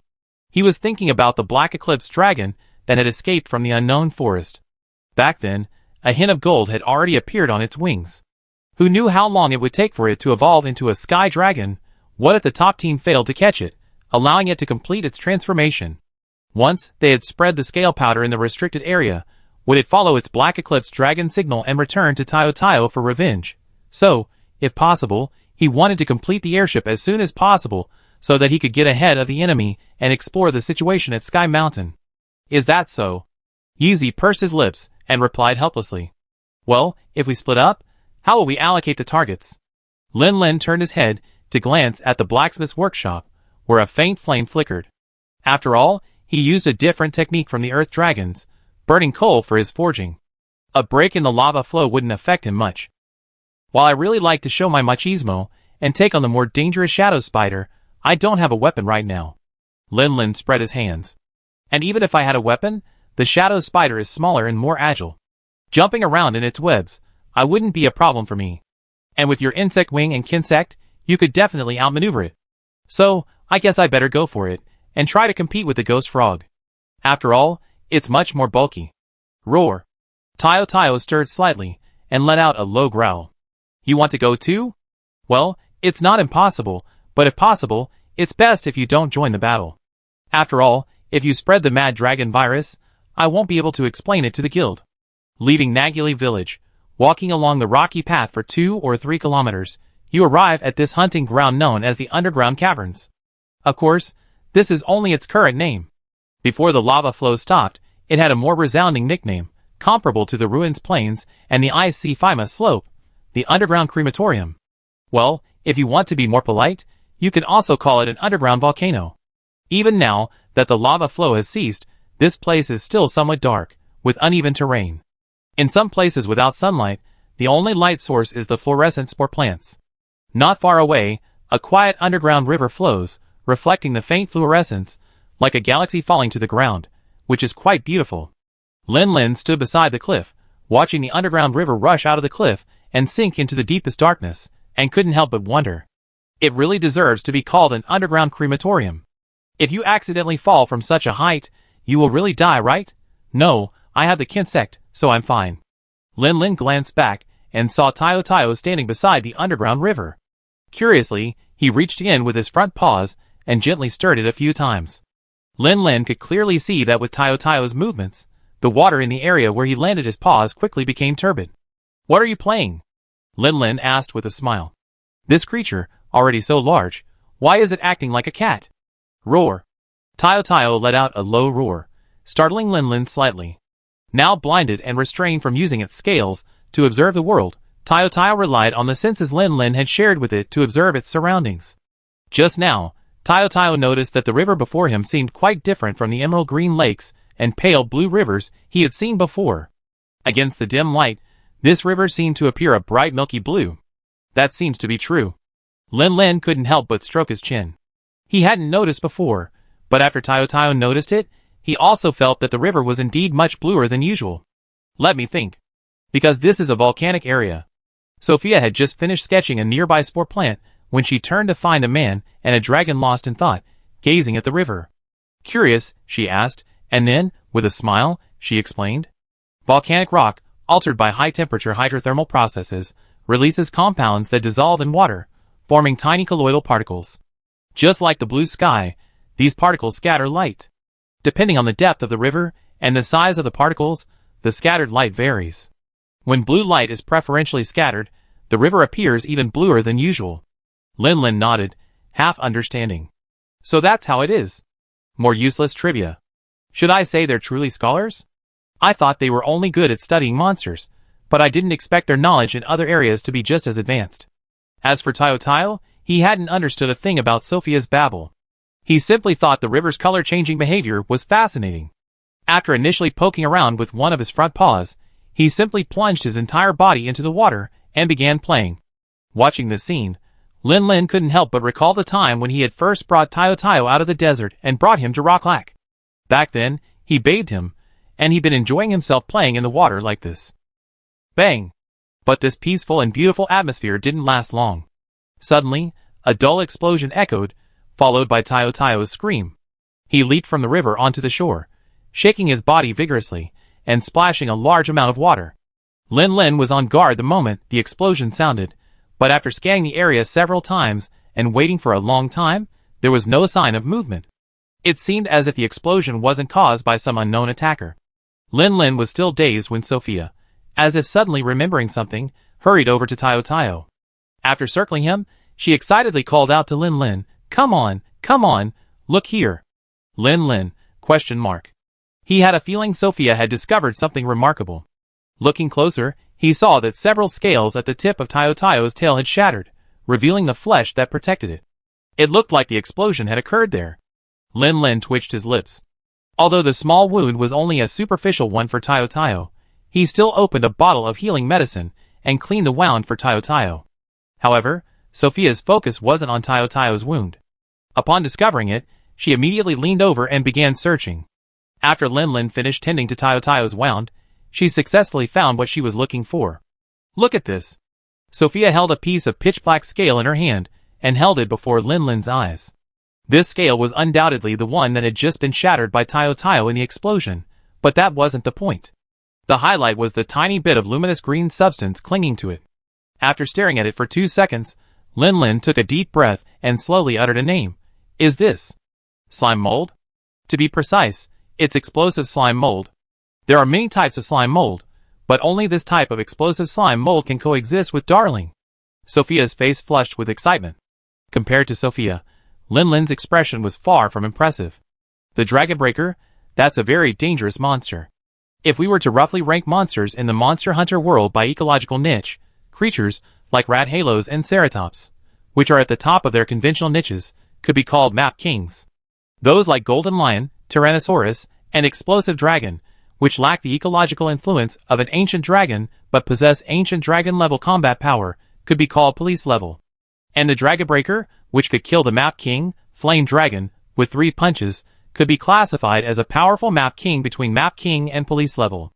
Its danger level could also be ranked 6-star, along with subspecies like the Azure Rat Halos. Though Lin Lin was still a 5-star, he had experience fighting Storm Dragon, the Ultimate Thousand Blades Dragon, and the Black Eclipse Dragon, which was showing signs of transformation. Even if he couldn't defeat 6-star monsters, he had a certain degree of confidence that he could escape unscathed. But that required him to have a weapon. The Thousand Blades Dragon Shield Axe was still being crafted. The letter had only just been sent back to East Dorma, and the Devil Dragon Shield Axe was probably still on its way. He thought it was just a ghost frog, and if he tried a few more times, hunting without weapons wouldn't be too dangerous. If things didn't work out, there was always Jump. With his wing claws spread out, a few slaps could kill the ghost frog. But the ghost frog was the ghost frog, and the Shattering Dragon was the Shattering Dragon. They were fighting the ghost frog like small animals, and the Shattering Dragon was fighting him, unarmed, like small animals. The danger level suddenly increased. How about we retreat first? Lin Lin was a little unsure. Without a weapon, he still felt unsafe facing a competitor like the Shattering Dragon. There's no need to be so nervous. Sophia finally noticed something was wrong with Lin Lin's expression, and after recovering from her excitement, she offered a soothing reassurance. Just finding slime mold doesn't mean we're guaranteed to run into Darling. Chapter 420. Sophia, with a look that was hard to tell whether it was regret or a lingering desire, explained to Lin Lin, this explosive slime mold that coexists with Darling will spread out during battle. A large portion will quickly explode, but a small portion, buried, doesn't explode immediately, and instead enters a dormant state until unearthed and reactivated by other dragon shatters. Of course, this is a low probability event. More often, They simply exhaust their energy and perish in dormancy, or, as just now, are ripped open by other monsters, leading to a belated explosion. Sophia pointed to the barely visible trace of slime mold remaining on the scales. These slime molds, like these, have already been depleted by the explosion. Having consumed most of its energy, the tiny remnant won't last long and will soon completely disappear. Sophia put down the scales and turned to look at the underground river. Tayo must have accidentally uncovered the slime mold hidden underground while playing in the water.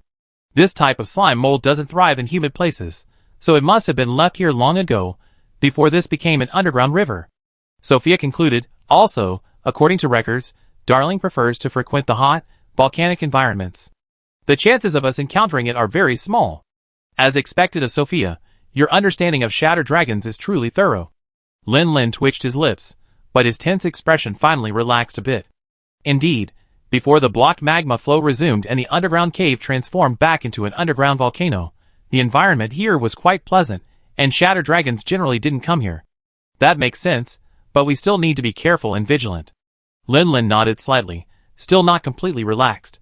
He couldn't help but remind him again, if you really encounter a shadow dragon, don't get too excited.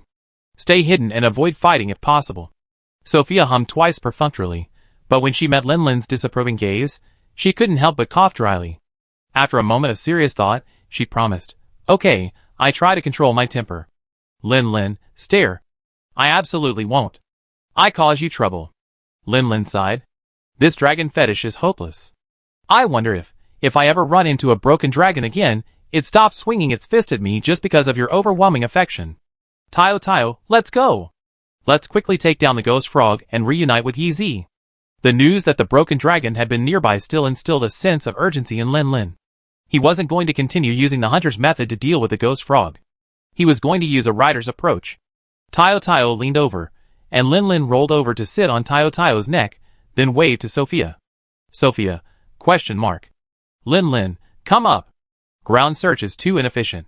Let's search from the sky." Sophia subconsciously pointed at herself. "Me?" During the journey to Nagili village, Tiao would take Lin for 2 spins in the sky every day. She was surprised that she could even receive such an honor.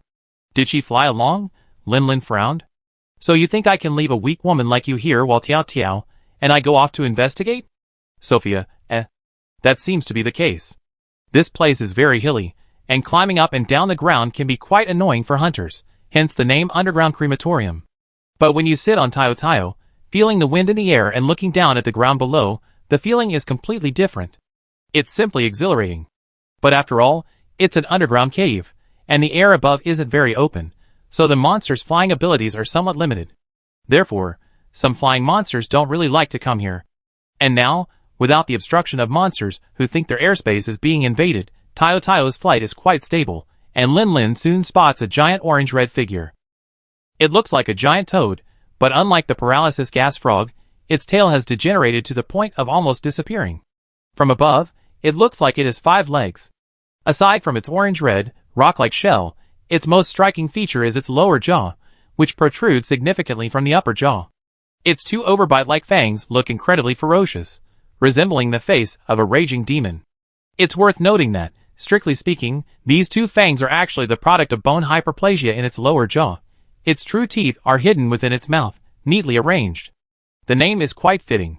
Lin chuckled, ready to call Tiao, and swooped down to give the creature 2 slaps. Wait a moment. Sophia steadied herself, quickly pulled out her notebook, and began recording the scene. It'd be there soon.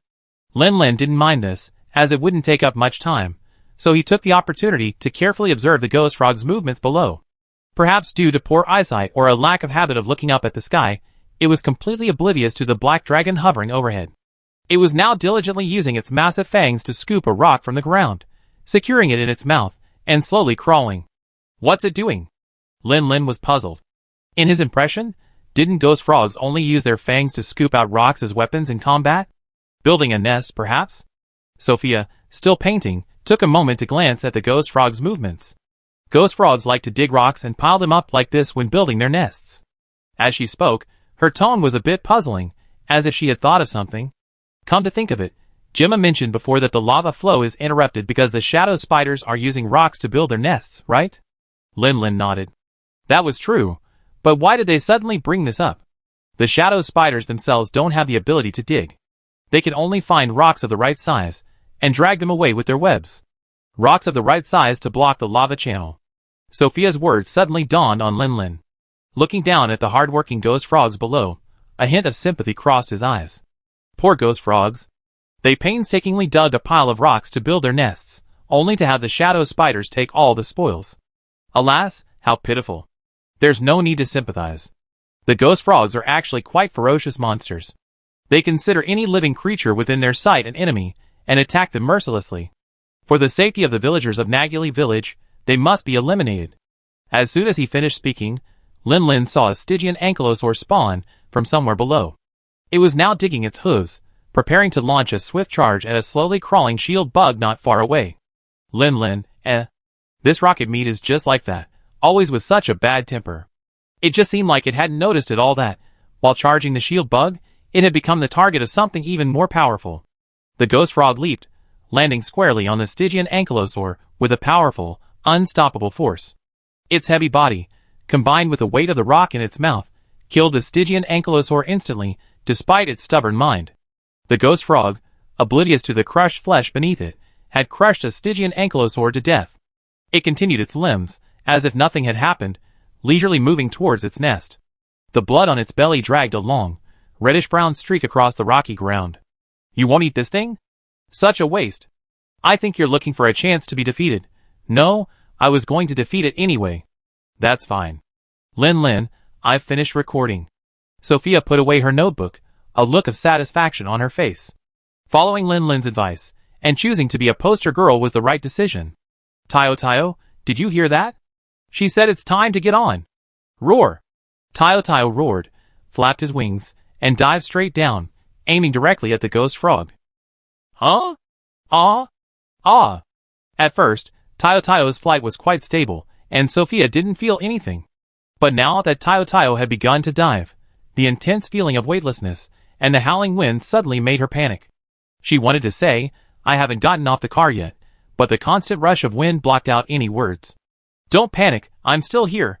Lin Lin pulled his visor back, unaffected by the wind pressure, and quietly estimated the distance between them and the ground. With only 10 meters remaining, Lin Lin stomped on Tiao, grabbing Sophia by the collar. The upward momentum collided with the speed of their descent, causing their bodies to pause in midair for a moment before resuming their free fall.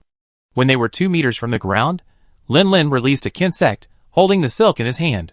With the kinsect's effort, he hovered steadily in midair. After 2 buffers, the slow speed of their descent was enough to keep even a clerk like Sophia safe from injury. As for Lin Lin, he didn't even need to roll to absorb the force.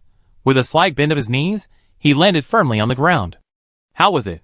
Was it thrilling? Sophia gasped for air, her fair face now pale. She patted her chest, still terrified. You big-headed idiot. I felt like I was almost dead. Lin Lin reached up to catch the returning insect. He grinned and apologized. But Sophia couldn't help but feel the apology was insincere. Lin Lin turned his head to look at the battlefield. Just as Tayo was diving the final 50 meters, the ghost frog had finally noticed the movement. Even if it had, its bulky body couldn't react instantly. Before it could turn around, Tayo's wing claw slapped it on the head. The slap left it dizzy and swaying, unable to move. At this point, the next move was no longer a foregone conclusion. Even with its smaller size, Tayo's transformation into the Black Eclipse Dragon was no less powerful than Map King's, like the Fire Dragonhorn. Fighting monsters like the Ghost Frog was no different from a small animal, not to mention the huge advantage of a sneak attack. Even if Lin Lin wasn't watching the battlefield, Tayo could still defeat them blindly. Lin Lin simply explained to Sophia, after all, we're quite conspicuous in the sky. If the Ghost Frog spotted us and made us flee, it would be a bit troublesome.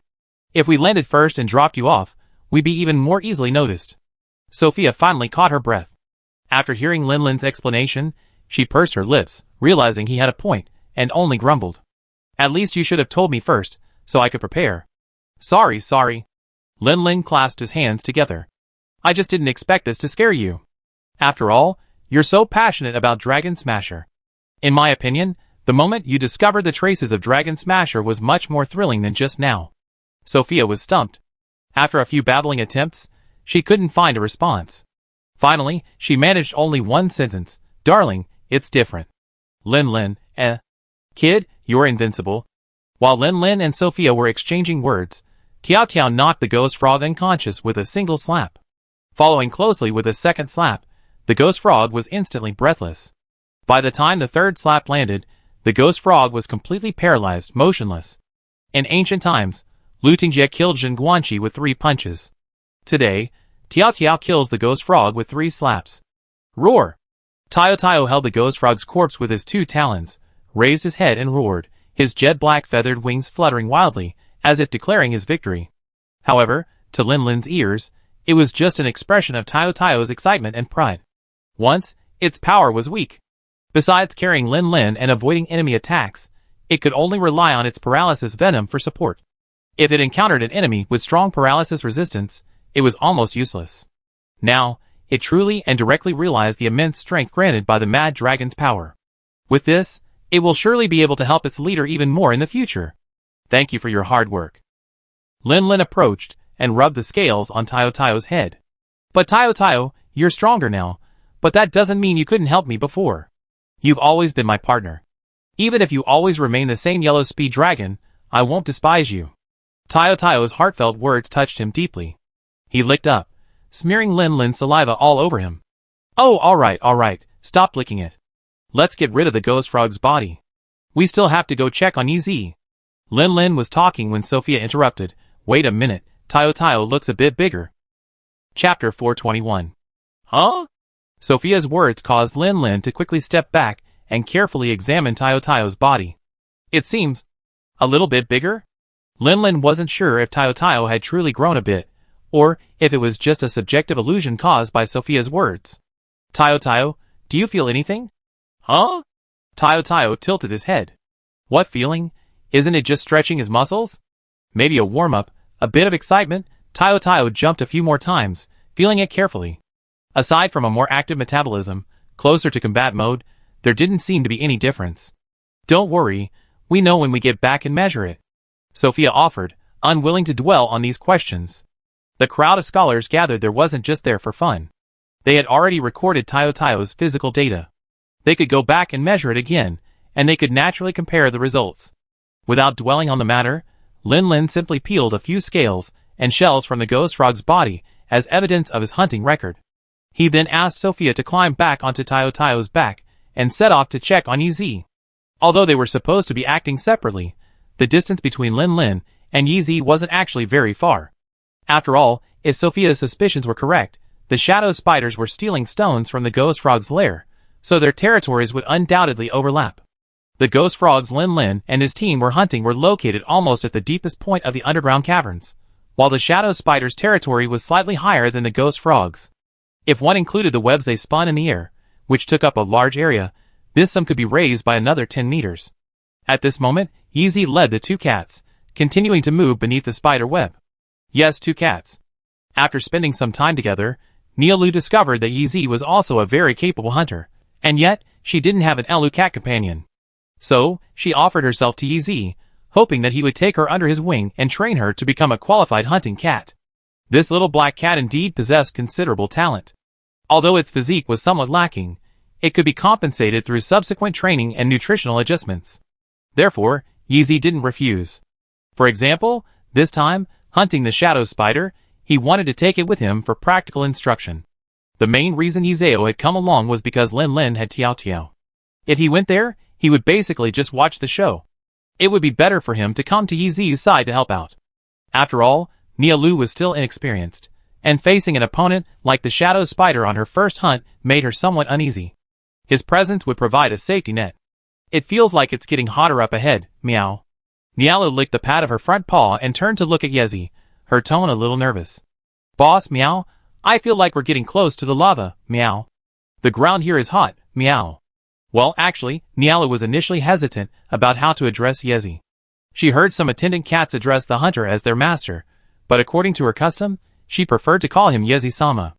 Later, the two of them discussed and decided to just call him boss, like Lin Lin and Yezao did. Be careful, meow. According to Gemma's description, the shadow spider used a huge rock to block the flow of lava in order to build its nest. This means the shadow spider's lair is near the lava field, meow. We're probably very close, meow. This was naturally addressed to Nialu. After all, Yezi's experience was no less than hers, and there was no need for Yezo to warn her. Meow. As she spoke, Nialu suddenly screamed, attracting the attention of Yezi and Yezo. Looking closely, they saw that Nialu had stepped on a sticky web of spider silk. No matter how hard she twisted, she couldn't pull her foot free. Yezeo was speechless. Just as I warned you to be careful, you stepped into a shadow spider's trap. Could you not let me down so quickly? Despite his inward complaints, Yezo stepped forward, ready to lend a hand and pull the unfortunate child out of the pit. But just as he took 2 steps closer, Yezi shouted, "Watch out!" The next moment, a stream of sticky silk shot out from the spider web overhead, aiming directly at Nialu, who was stuck and unable to move. However, even faster than the silk was Yezao's figure.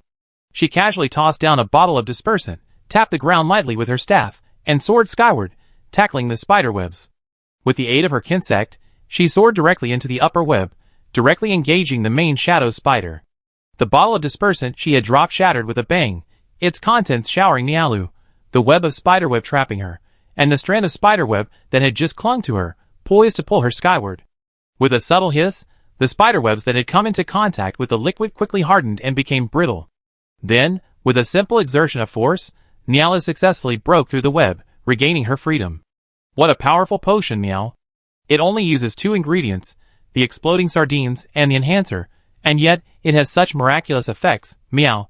Nialu shook herself to get rid of the excess potion, a look of emotion and relief in her eyes.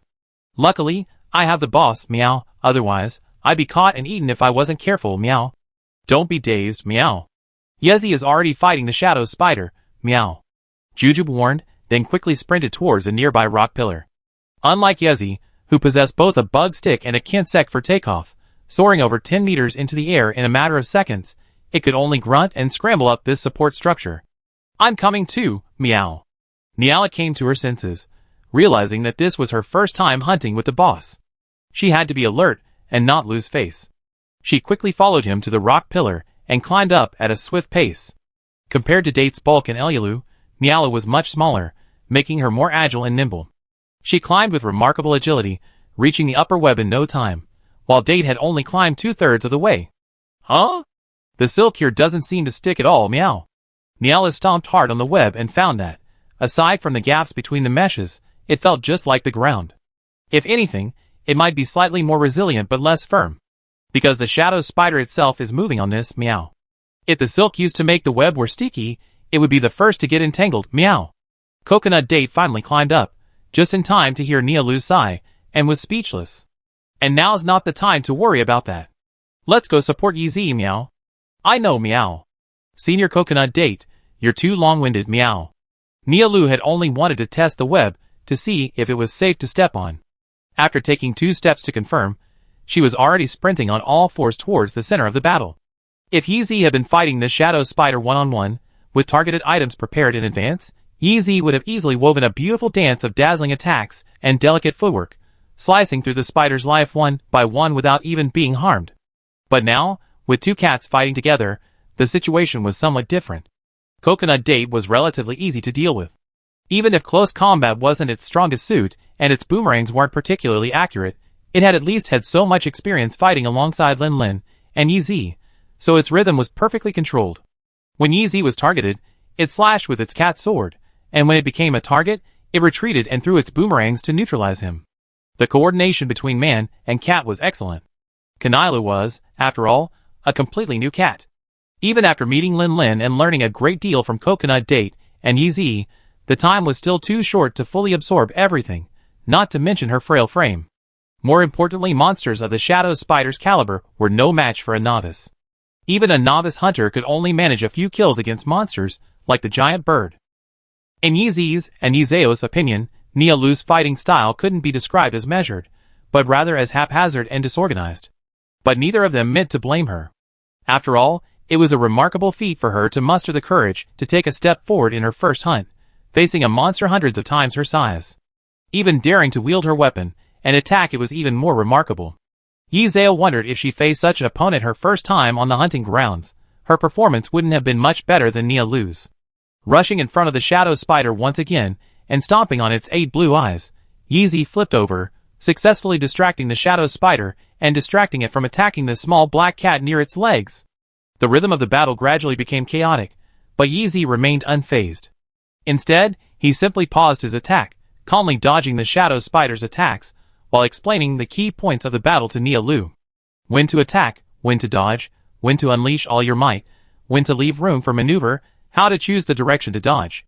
These things are usually too abstract and difficult to grasp when described, but now, in the midst of actual combat, they suddenly took on a concrete form. Nia Lu felt herself rapidly absorbing this knowledge, bit by bit, becoming less reckless and more focused on attacking. As she dove and moved, a sense of structure gradually emerged. Nia Lu truly possesses a talent. Yi backflipped out of the way of the shadow spider's claws, swinging his insect club and leaving a small wound on its front paw, further enraging the spider. It suddenly stopped moving and let out a powerful roar. This sudden, unusual movement startled Yi and the others, and they quickly became alert. Any experienced hunter knows that if a monster suddenly makes an illogical move in the heat of battle, don't assume it's lost its mind. It's definitely preparing some untold, unpredictable weapon. Just like when the dog dragon leader pauses in battle and lets out a long howl, it's calling its minions. Just like when the thunder wolf dragon suddenly pauses in battle, stands still and growls, it's summoning lightning bugs to enter a supercharged state. Just like when a mated fire dragon calls for its mate to join the fight when the going gets tough. Although Nia Lu had no experience with this, she was no fool. Seeing Yi and Yizeo's reactions, she knew she had to be cautious. Sure enough, as they were on guard, the spider web beneath their feet suddenly trembled slightly, as if something was approaching. Nia's sharp eyes flashed, and she quickly pointed ahead. Look over there, meow. A swarm of spiders is coming this way. A swarm of spiders? Yi took a deep breath, peered closely, and her expression immediately darkened. It wasn't that the situation had taken a sudden turn for the worse. It was the sheer density of spiders that nearly gave her a panic attack. Even if hunters weren't afraid of these giant insects, they still made her nauseous. Those are probably shadow spider larvae, meow. Jujube shuddered as she watched the swarm of spiders, like a tidal wave, crawl along the web, ignoring the constantly hissing shadow spider and closing in on them. There are too many, meow. If we get drowned, even with armor, we'd probably be gnawed to pieces. Didn't this thing just build its nest? How come there are so many young already? Yi gritted her teeth, but didn't hesitate any longer. Let's retreat for now. Although she was confident that she could decimate the spiders with her Horned King hornworm staff, and that if she swung it continuously, they might not be able to get close. If that didn't work, she could still take off and run. But while she could fly away, Nia Lu and Yizeo couldn't. Their armor wasn't as fully encased as Lin's. If any flesh was exposed, the spiders would surely gnaw and bleed. Another point is that, according to guild rules, hunting young animals is generally forbidden. Although the current swarm of young shadow spiders is outrageous in number, Yi is still a little unsure. What if he kills them, and gets called in for tea by the guild knights? Sophia, what should we do? Up in the sky, on Tao's back, Lin also witnessed this terrifying scene. Sophia raised her glasses, gazing at the shadow spider standing tall among the spider swarm below, and said in a deep voice, "In the name of the guild, we hereby authorize the subjugation of the young shadow spiders." Chapter 422. Lin's lips curled up slightly. That's what I've been waiting for. Tao, let's go! At that, Tao roared, flapped his wings, and was about to dive downwards. Sophia, who had just so coolly shouted her approval of the attack, was now extremely nervous. She instinctively grasped Tao's shell tightly. Wait! Can you let me down first? The wind howled as the massive black dragon swooped down, aiming directly at the swarm of young spiders on the web. This time, however, Lin didn't drag Sophia along for the thrill of bungee jumping. Tao, in tune with him, spread his wings as he neared landing, rapidly slowing down, and finally landing smoothly on the web. As for the gathered young shadow spiders, their small bodies and lack of strength made them unable to withstand the intense wind pressure from Tao's landing. They were blown away one after another, clearing a large area in the middle of the black mass of spiders. Roar! Tao planted his winged feet on the ground and roared loudly at the shadow spiders across from him. The shadow spiders immediately raised their forelimbs and roared several times, unwilling to be outdone. However, to Lin, it was clear that they were somewhat timid and fearful of Tao. These young shadow spiders also seemed to be bullies. They had fearlessly surrounded Yi, but now, after Tao landed and roared, They were afraid of his imposing presence and fled in panic. No matter how the shadow spiders screamed, they couldn't get back. Huh? It seems there's no need to defeat these little creatures? Lin Lin rolled over and jumped off Tayo Tayo, smacking his lips, his tone a touch of regret. He still wanted to see Tayo Tayo unleash his might and mow down the spiders. It seemed these little creatures weren't that foolish. Sophia followed suit. After the previous airborne experience, the thrill was noticeably less intense this time. Her heartbeat was just a little faster. Brother Lin Lin. Yeezy explained in surprise the moment Tiao Tiao appeared, but was slightly taken aback when he saw Sophia. Sophia? Why are you here? Sophia patted her chest. Well, it's a long story. To cut a long story short, she wanted to observe our hunt firsthand, so she followed us. Tiao Tiao and I were searching for targets in the sky, so we couldn't afford to worry about her safety, so we brought her along. Lin Lin briefly explained, then paused as he looked at the shadow spider, which was baring its claws at Tiao Tiao to make itself appear even larger. Should Tiao Tiao take over next, or should you guys continue? Yeezy gave Sophia a strange look. Although he had witnessed the fanatical nature of these scholars in Barber, he still couldn't understand their train of thought. Never mind. I don't understand, but I respect them. Yeezy retracted the bug stick behind her, and the insect-hunting armor landed on her arm again. Let Tayo Tayo take over. The purpose of this training has been achieved, so let's not waste any more time. After all, the bug stick wasn't a weapon capable of delivering a powerful, decisive blow. While the fight could continue, there was absolutely no need. With approval, Tayo Tayo finally stopped confronting the shadow spider and pounced directly, slapping it with his wing claws. I don't care about your poisonous horns, sleeping tail stings, or sticky spider silk. I just use my might to achieve a miracle. If one slap isn't enough, I give you two. However, the shadow spider was indeed much stronger than the ghost frog. Seeing Tayo Tayo's ferocious attack, it didn't dare to take it head-on. With a nimble side jump, it dodged and, using its silk sac, released a large stream of silk that adhered to the wing claw that Tayo Tayo had attacked. Then, its abdomen remained connected with silk, and its 6 legs took small steps, attempting to circle around Tayo Tayo, enveloping him in its silk and restricting his movement. Once the silk was fully encased, it would use its sleeping venom to weaken his resistance, and finally inject its digestive venom to soften his flesh. In the past, this move had always worked. Even those foolish, poisonous birds, even those with larger bodies, were rendered powerless when entangled in the spider silk. As long as it could avoid the dazzling flash of light above their heads, it could hang a new, large spider silk cocoon in its nest to store food. But now, it was no longer effective. Feeling the pull of its claws, Tayo Tayo resisted without hesitation, swinging its claws in the opposite direction with all its might. The immense force sent the shadow spider at the other end of the silk stumbling. Instead of circling around Tayo Tayo as intended, it was dragged headfirst into Tayo Tayo. Although Tayo Tayo hadn't spread scale powder to detect the shadow spider's location, with Lin Lin watching, he could clearly see the shadow spider fighting him from a third-person perspective. Without hesitation, it swung its other wing claw and slammed it down hard on the shadow spider's head. One break, the crouching dragon emerges. The shadow spider's defenses were significantly weaker than the ghost frog's. After a fierce fight, the ghost frog was only dizzy, but the shadow spider's skull had shattered, dark green fluid splattering everywhere. It was already 1.4. Only the occasional twitching of its limbs, driven by reflexes, spoke of the tenacious vitality of the horned monster. Tayo Tayo wanted to attack again, to finish it off completely, but Lin Lin quickly stopped him. That's enough, that's enough. The shadow spider materials are still good. Don't destroy them all. Yeezy heard the key words. Brother Lin Lin, are you planning to use the shadow spider materials to make a shield axe? Or armor? Lin Lin shook his head slightly. No, shadow spider materials are too light. The weapons made from them won't have high attack power, so they're not suitable for me. But the insect gripper is a light weapon, which is actually an advantage for you.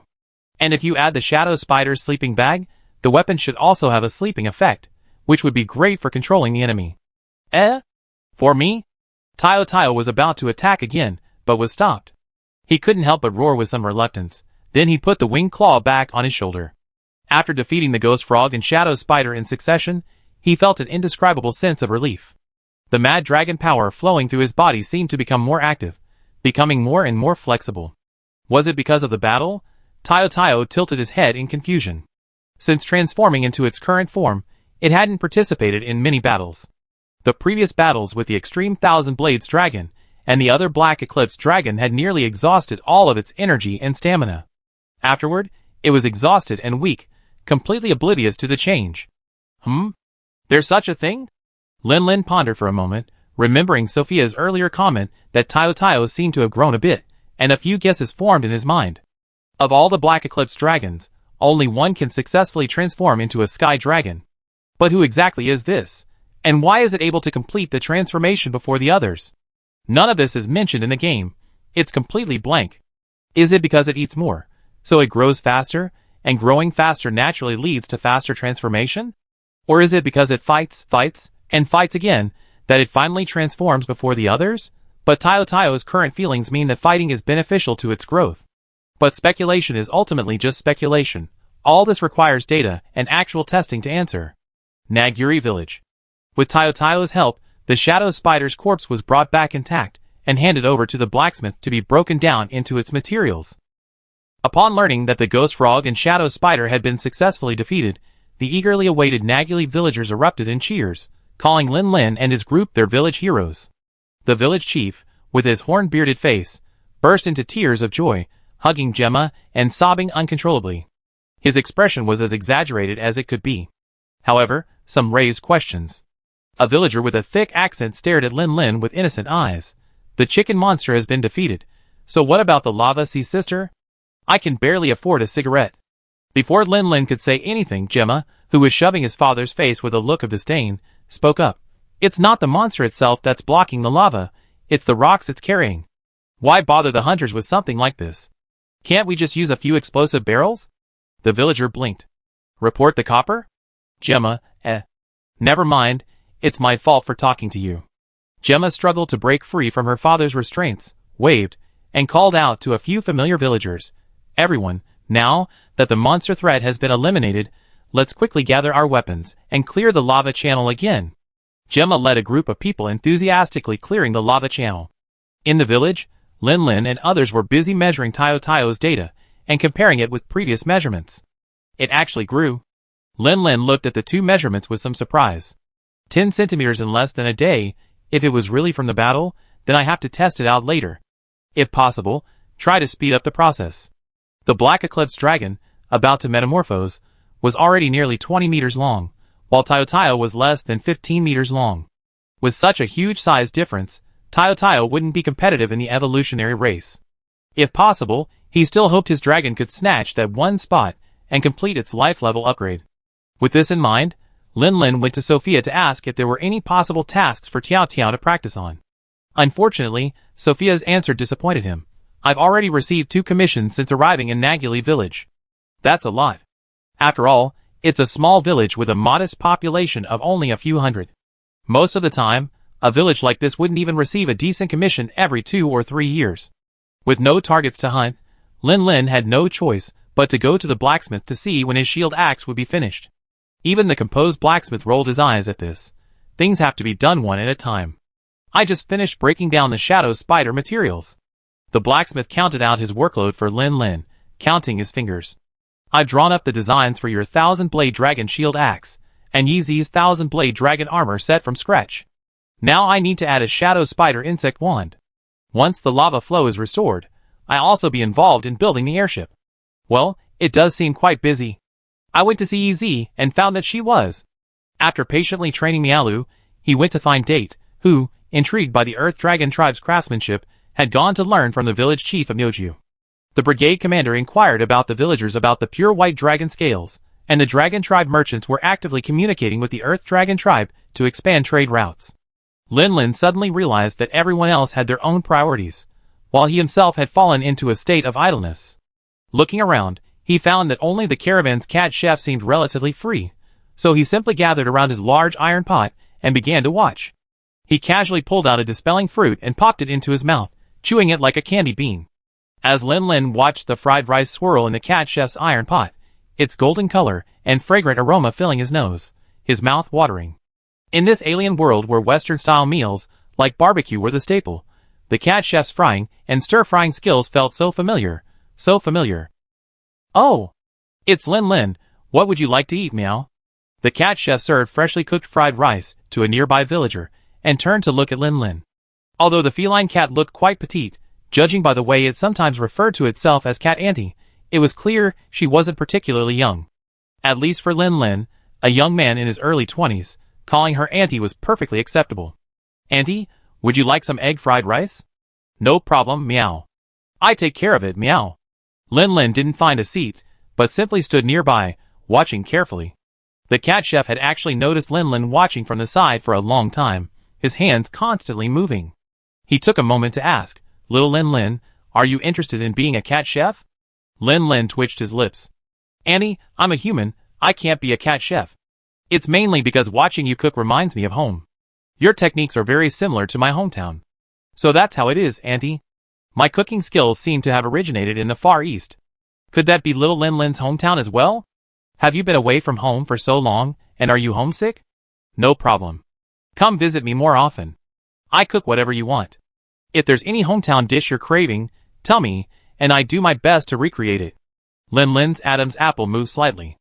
After a moment's silence, he slowly nodded. "Thank you. You're welcome, meow. This is Auntie's motherly love, meow. Just accept it with peace of mind." Chapter 423. Auntie, your freshly cooked rice is so delicious. I'm sweating all over. Lin Lin wiped the sweat from his forehead and leaned back, a look of satisfaction on his face. By the way, can you make another portion? I want to bring it to a friend. That's no problem, meow, but you're probably sweating from the heat, meow. The cat chef pointed to a wide tunnel beside the village. Lin Lin turned and looked. At the end of the tunnel, a fiery red light was rapidly flowing towards them. As it approached, the temperature of the entire underground cavern rose quietly. It was magma. The magma blocked by the shadow spiders was flowing back. Lin Lin stood up, watching the surrounding scenery turn crimson at a visible speed. He knew that Gemma and the others must have successfully blown up the shadow spider's nest. Feeling the temperature gradually rising with each breath, Lin Lin wiped the sweat from his forehead and couldn't help but twitch the corners of his mouth. I hadn't felt anything before the lava stopped flowing, but now that it's flowing again, I realize that even in normal conditions, Naguli Village is a bit too hot. How do those earth dragons manage to adapt, especially with the excellent thermal insulation properties of this transformed ice shark suit, which locks in heat so effectively? Lin Lin feels like he's in a steamer. This can't go on any longer. I have to go back and get a cold drink. After bidding farewell to Chef Cat, Lin Lin returned to his RV. He rummaged through the item box, finding the cold drink he had stored there. His gaze paused, then fell on a small, gleaming stone. Oh, I almost forgot, I still have a heat-resistant stone. He removed his queen-level stone and put it back in the box. He then replaced it with the heat-resistant stone. A wave of coolness and comfort immediately enveloped his entire body, causing Lin Lin to let out a long sigh of relief. The feeling of being immune to cold and heat was truly wonderful. I truly envy Z's special stone. Bang! The RV suddenly shook slightly, as if something large was crashing into it. Lin Lin quickly poked his head out, only to discover it was Tiao Tiao's doing. It was scratching the RV with its claws, looking slightly anxious. It only stopped when it saw Lin Lin. Roar! Tiao Tiao let out a low growl, as if feeling a bit uncomfortable. If he remembered correctly, the Black Eclipse Dragon had very low resistance to fire. Its scattered scales could easily ignite in the heat and flames, disrupting its perception of the outside world and turning it into a true black blind dragon. So, under normal circumstances, Black Eclipse dragons wouldn't appear in volcanic areas. This was also reflected in the original game. Black Eclipse dragons offered numerous commissions, but none of them would involve underground volcanoes or lava caves. And Lin Lin glanced at the thick wing membrane Tiao Tiao wore. The thick layer of fine, tassel-like scales not only increased its resistance to impact, but also its thermal insulation. Now it seemed that it wasn't just the scales that would ignite. Black Eclipse dragons themselves weren't very tolerant of high temperatures.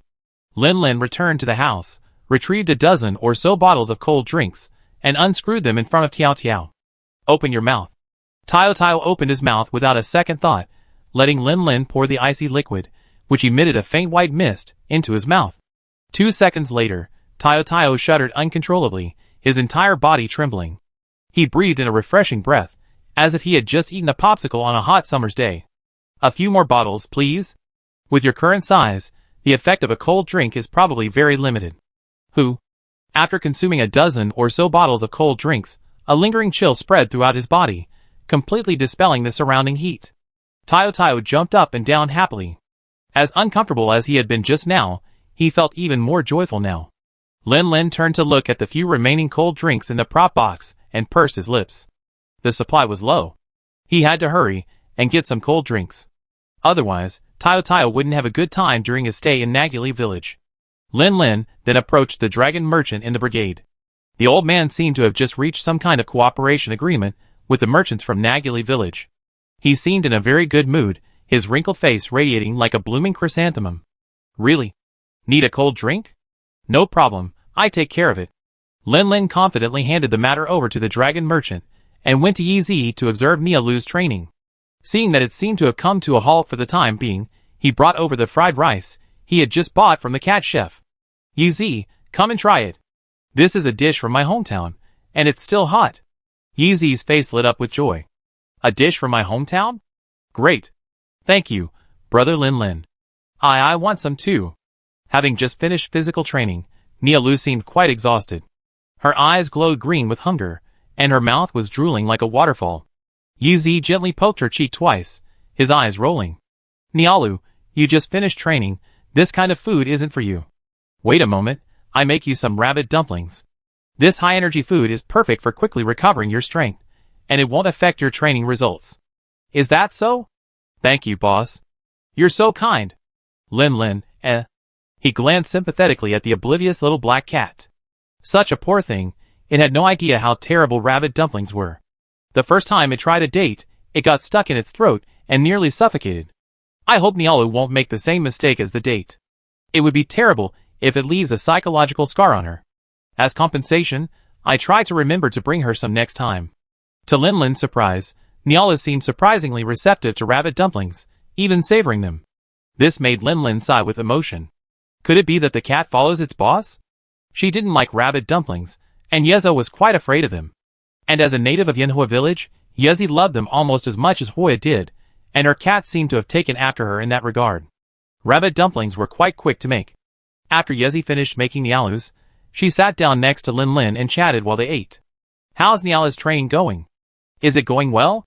This kid is certainly talented. He can handle weapons and gadgets quickly, but his physical fitness needs some time to improve. Is he planning to become a battle cat? Lin frowned slightly. Wouldn't that be a bad fit? After all, even if his physical fitness improves with training, the foundation is there, so it's hard to develop it into an advantage. There's not much difference between a hunting cat and a hunter. Hunters choose a weapon from 14 different types, and hunting cats choose their preferred path from a variety of development options. These can be roughly divided into 4 main categories: combat, support, healing, and gathering. For example, Date is particularly adept at both support and combat. Support was Lin's primary focus when he first joined his team, setting traps, manipulating monsters with gadgets, and the cat-style crossbow he used with Tayo. Combat, on the other hand, allows him to step in when Lin is unavailable. No, Nialu is probably better suited for gathering and healing. Yezi pondered for a moment, recalling Nialu's performance against the Shadow Spider, and spoke slowly. After all, it was Marilu, not Elu. Her Enshurlu talent was there, coupled with her senses, which were far more sensitive than a date palm. She was perfect for detecting monster traces, and gathering various environmental creatures to aid hunting.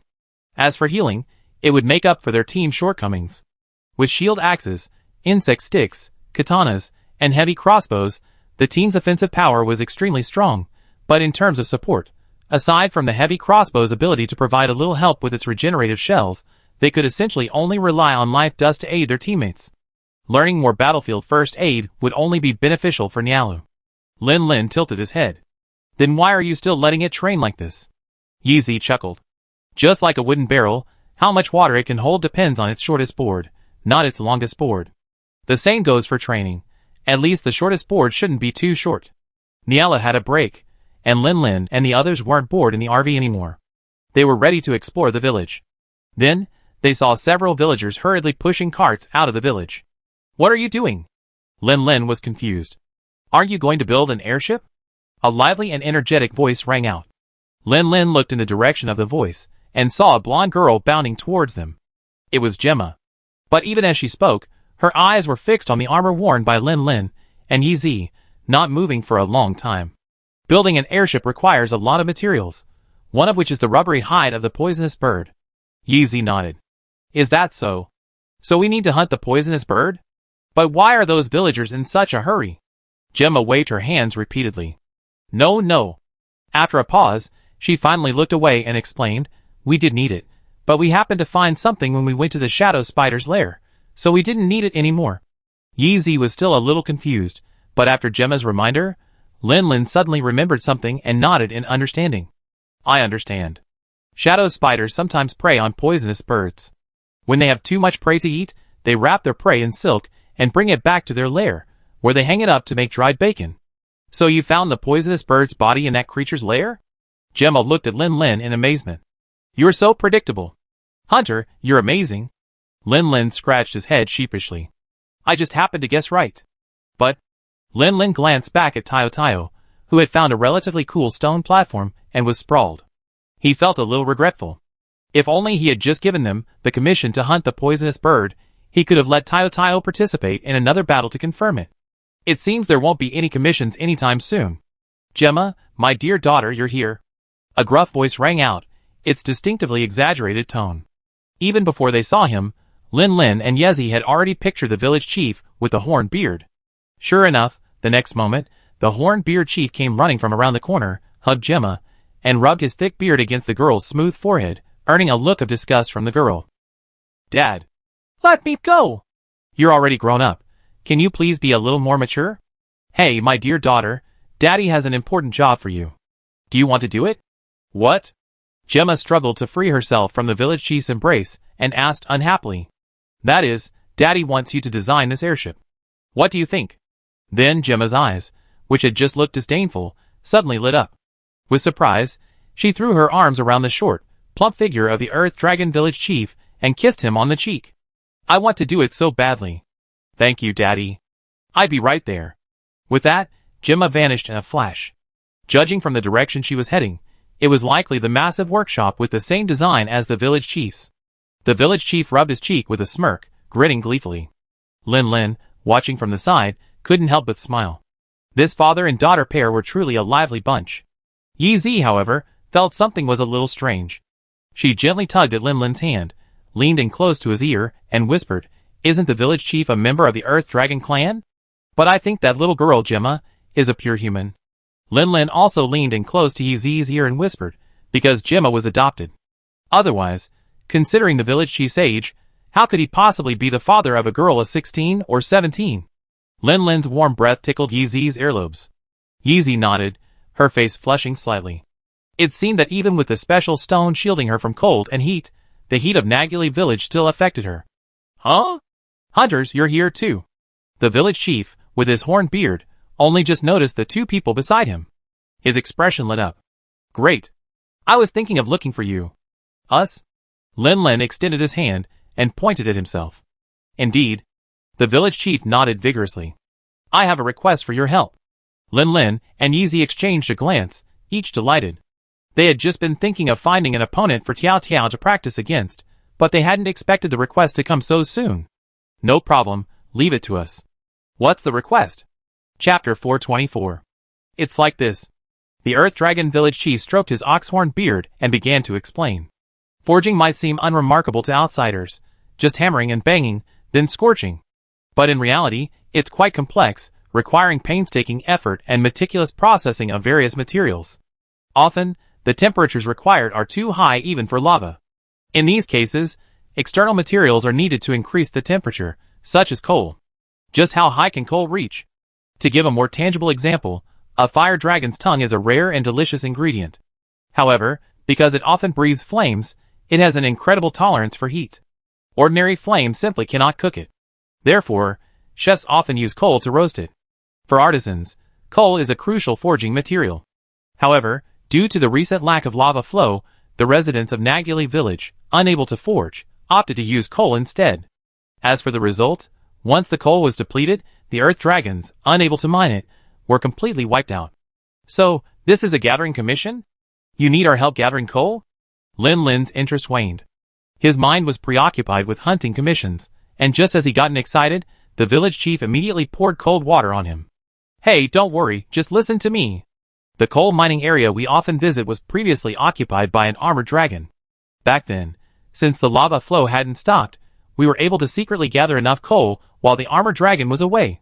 But then the lava flow dried up, and with ghost frogs blocking the way, we couldn't find any opportunities to mine coal. We could only watch helplessly as the coal was completely consumed. Now, to build an airship, the little coal we secretly mined simply isn't enough to fill the gap. So, I'd like to ask you to subdue that armored dragon. The village chief paused, then added, of course, if you could help collect some coal, that would be even better. Armored dragon. Lin Lin pondered for a moment, suddenly feeling a surge of regret. It wasn't that I regretted anything else, but why, when I sent the letter, I only thought about asking Brave and the others to send the Dragon Shield Axe Desnetta, and completely forgot about the Water Shield Axe Viking Shield and the Ice Shield Axe Shark Guard. If I had the Water Shield Axe and the Thunder Wolf Dragon set that boosted attribute damage, if the armored dragon dared to attack, it would be crushed, but... Lin Lin turned his head to look in Tiao Tiao's direction. Actually, not having the Water Shield Axe didn't really matter. Besides the hunter's methods, he could still fight as a rider. Don't worry, village chief. We take care of the armored dragon. Armored dragon. Armored dragon. After hearing about Lin Lin and the others' hunting target, Sophia became quite excited and even spoke incoherently. Lin Lin looked a bit strange. Aren't you my favorite shatter dragon? Why are you so excited about the armored dragon too? Sophia chuckled sheepishly, scratching her head. Of course I like Darling the most, but the armored dragon is also exciting. Don't you think it'd be really cool when it spewed out heat rays? Lin Lin, Yeezy, You're truly worthy of me.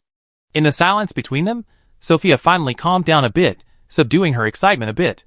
She cleared her throat and said seriously, Ahem, the Kylong is quite a formidable opponent. Its shell is incredibly tough, and its heat ray is incredibly powerful. Be sure to be prepared before you attack. Well, the Kylong is quite formidable even among 5-star monsters. I won't go with you this time and cause you any trouble. Keep up the good work.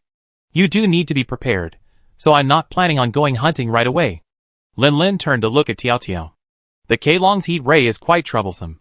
I'm a little worried if I let Tiao Tiao go alone, so we should at least wait until Is it the 1000-blade dragon shield axe you're crafting? Or the Destiny Tower, whichever arrives first? Yezi was a little worried. That Devilfish shield axe? It's got a pretty strong mental impact, right? Is it really okay? Lin Lin smiled. It's okay. After Master's guidance and training, I shouldn't have any problems fighting for a while. Besides, after leaving East Dorma, I've been through a few battles, and even fought a max-level 1000-blade dragon. I'm not completely unimproved. Even if I face a Devilfish again, I'm confident I won't be so embarrassed. It's just one weapon, I can handle it. So, if you don't plan on going hunting right away, why are you accepting the commission now? Sophia was puzzled.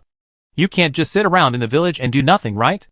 Some preliminary reconnaissance would be helpful. Sophia nodded. That's true. But besides hunting armored dragons, I have other commissions. It's not like I'm just sitting there doing nothing. Other commissions? Seeing Lin Lin's obvious interest, Sophia said helplessly. That's the only hunting commission right now, but there are other gathering commissions, like the ice mushrooms the village grocer wants to buy, and the coal the village chief has commissioned. Is that so? Yezi nodded. It doesn't really matter. Just take them all. If you come across any during your reconnaissance, you can just collect them. As the lava returned to Naguli village, the stalled airship construction finally resumed in full swing. The sound of metal clacking filled the workshop, but without coal, the crafting of some components remained difficult. To ensure the smooth mining of the coal, Lin Lin Yezi, while collecting supplies along the way, tracked the armored dragon roaming the mining area for 3 or 4 days. It wasn't until yesterday that a new airship arrived, delivering a chainsaw-like shield axe and a letter, that their hunt officially began. Although armored dragons absorb water attributes best, dragon attributes are also quite good. Destinita is more than enough.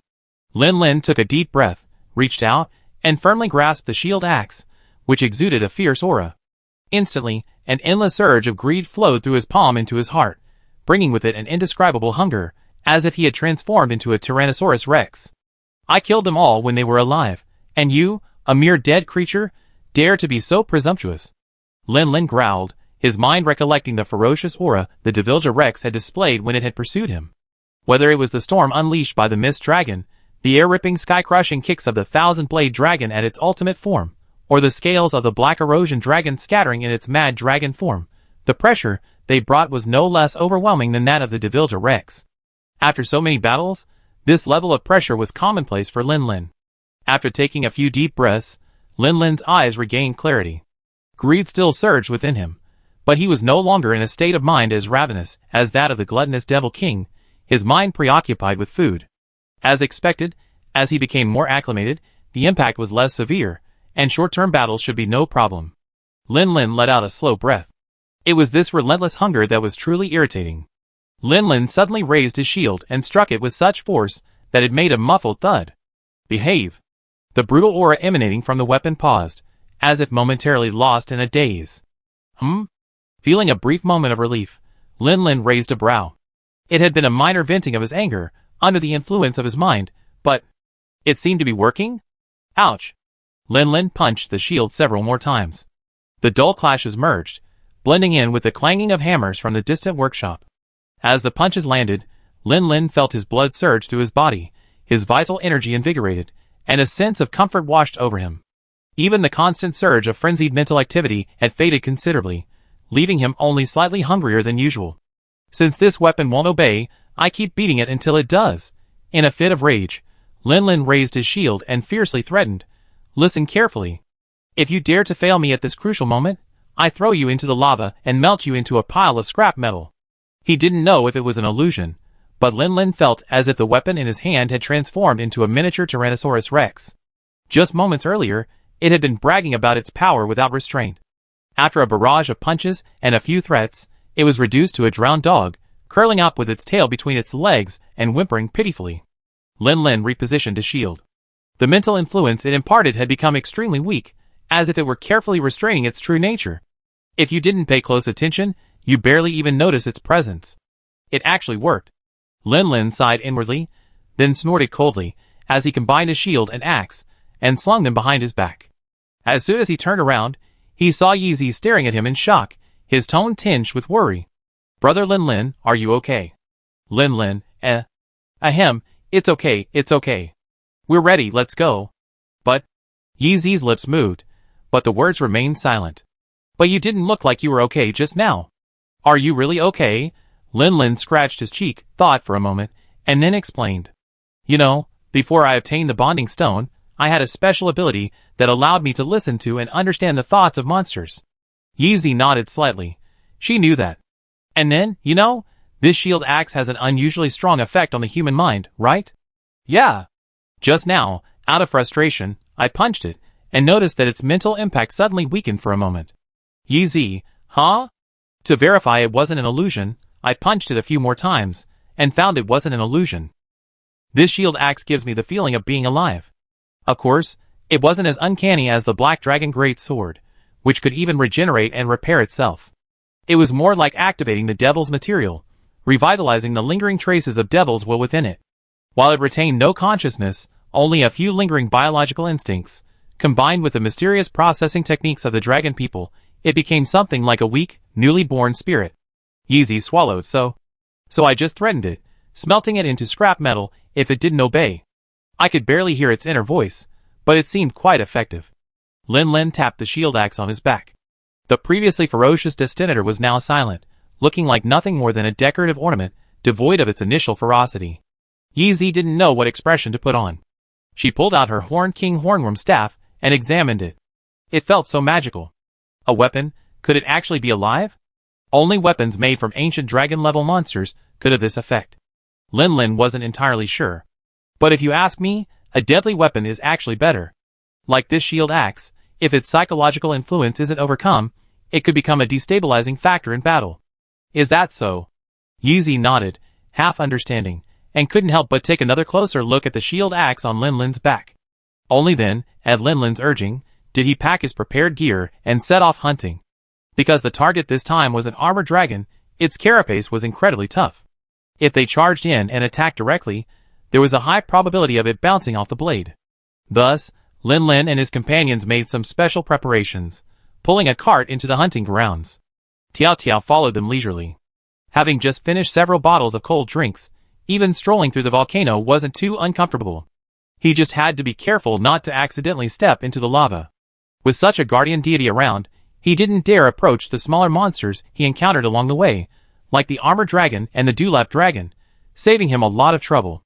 It's worth noting that when he passed the underground river where he jumped and played last time, the water flowing through it was no longer water, but scorching lava. Lin Lin took a closer look. Protected by the heat-resistant stones, the heat from the lava wouldn't hurt him at all, as long as he didn't plunge headfirst into it. Brother Lin Lin, what's wrong? Nothing. I found Dragonbreaker slime mold here while hunting ghost frogs last time, so I took a closer look. TSK, Dragonbreaker is really heat-resistant, able to inject slime mold into flowing lava. GOAO. Just as Lin Lin was about to withdraw his gaze, a familiar cry suddenly reached his ears. He turned his head, and saw movement coming from the cave entrance ahead. Lin Lin and Yi Zi exchanged glances, then quietly moved closer. Peeking out, they saw a group of figures in the cave ahead, leaping and chasing a drake, rapidly approaching the entrance. The drake, seeing the entrance just ahead, and knowing it could escape if it ran even harder. However, just as it was about to burst free, a volley of paralyzing venom sprayed onto it, instantly causing it to fall to the ground, its body frozen. It was a yellow speed dragon king, leading a group of its minions on a hunt. Lin Lin pursed his lips, took small steps, and stepped back, not intending to disturb the little creature's meal. The yellow speed dragon king seemed incredibly perceptive. Lin Lin barely moved, and its gaze flickered towards him. TSK, I've been discovered. Seeing the yellow speed dragon king's expression rapidly shift, from vigilance to greed, Lin Lin sighed helplessly. Brother Lin Lin? Yi Zi turned, seeking Lin Lin's opinion on whether to attack or retreat. Because of Tiao Tiao, Lin Lin had always held a fondness for the yellow speed dragon race. Since his debut, he had hunted so many monsters, but he hadn't killed a single yellow speed dragon. Huh? Leave it to Tiao Tiao. Lin Lin shook his head slightly, and continued to retreat. But the yellow speed dragon king interpreted his retreat as a sign of weakness. With an excited roar, it leaped from the cave and pounced on Lin Lin. Then, a slap from one of its wing claws sent it flying back, landing on the ground like a bowling ball, knocking over several of its minions. GOAO. The yellow speed dragon king scrambled to his feet in fear, staring at the massive black shadow appearing at the cave entrance. His gaze had already shifted from greed to terror. Without hesitation, he turned and ran, paying no attention to the surrounding minions. Through Lin Lin's gaze, he saw a familiar scene before him, jumped and growled, and did not pursue. Perhaps he was thinking back to when he was still the yellow speed dragon king, pinned down and beaten by the black erosion dragon. Lin Lin reached out and touched Tiao Tiao's scales. Next time we meet the guy, we'd definitely be able to take him down. Forget it, just keep moving forward. Roar. Tiao Tiao responded, ignoring the fleeing yellow speed dragons. He turned, grabbed the rope on the cart, and continued to pull. Tiao Tiao's strength was far greater than Marutori's, and pulling a cart was effortless for him. The deeper they got, the less rocky ground they could stand on, and the flickering crimson magma almost dominated their entire view. In this harsh, extreme environment, geological activity is frequent, so the deeper they got, the denser the exposed mineral crystals on the ground became. We've arrived. This is the mining site of Naguli village. Clusters of red and indigo or stood in clusters. From time to time, a large bulge would form on the ground, followed by a burst of molten lava. The acrid smell of sulfur filled the air, and overhead, volcanic ash gathered into a dark cloud. If the legendary hell really existed, would the environment be something like this? Lin Lin glanced around. The surroundings were remarkably quiet, with no sign of the armored dragon. Looks like that guy's out patrolling his territory again. We arrived at the perfect time. The past few days of tracking and investigation hadn't been in vain. Lin Lin and his team had already thoroughly investigated the armored dragon's habitat, range, and habits. They specifically chosen to arrive when it wasn't in its territory, so they could prepare the traps in advance. Boss, set up a few traps, meow? Juju jumped onto the cart, picked up 2 discs, one on each side, and looked at Lin Lin.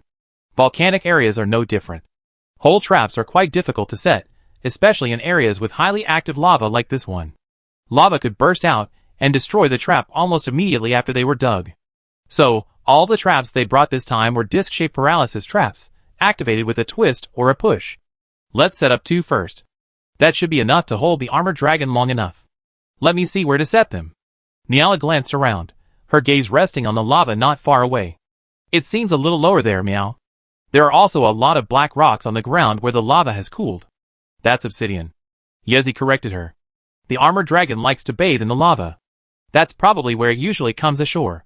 The lava it carries with it cools as it falls, turning into this obsidian. Then set them up here, meow. This area wasn't particularly large, but it was quite open. Besides the platform they were on, there was almost no height difference. Aside from the exposed mineral crystals, everything was visible. No matter where the trap was set, it would be easily discovered. In that case, it would be best to set them up where the enemy usually stands, distracting their attention and distracting them from the traps beneath their feet. Big barrel bomb G? Setting them up now too? The newbie hunter cat, Nia Lu, humbly asked for advice. No, it's too hot out here. Even a spark could cause an explosion.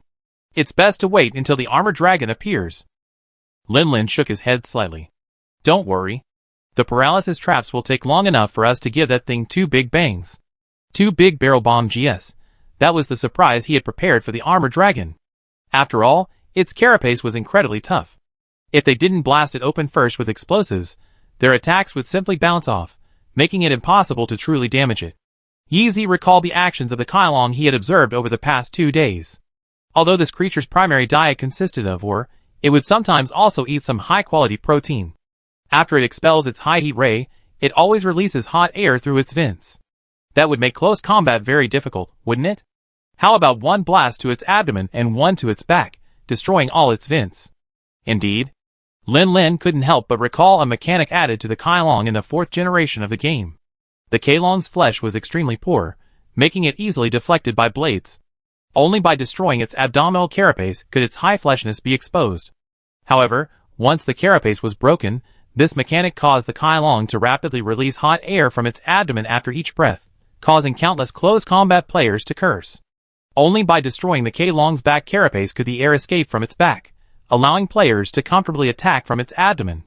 While this was just a game, and likely different from reality, Yeezy's considerations made sense. If possible, it would be best to destroy both the upper and lower shells. In that case, let's do this. Deep in the volcano, the magma seemed to flow ever so slowly. The sky was invisible overhead, and everything was a sea of red. Spending too long here could easily blur one's sense of time. It was unclear how long they waited, but after Lin Lin Yeezy had finished a portion of their food, and Date Nia Lu had eaten 2 small dried fish, movement finally came from deep within the magma.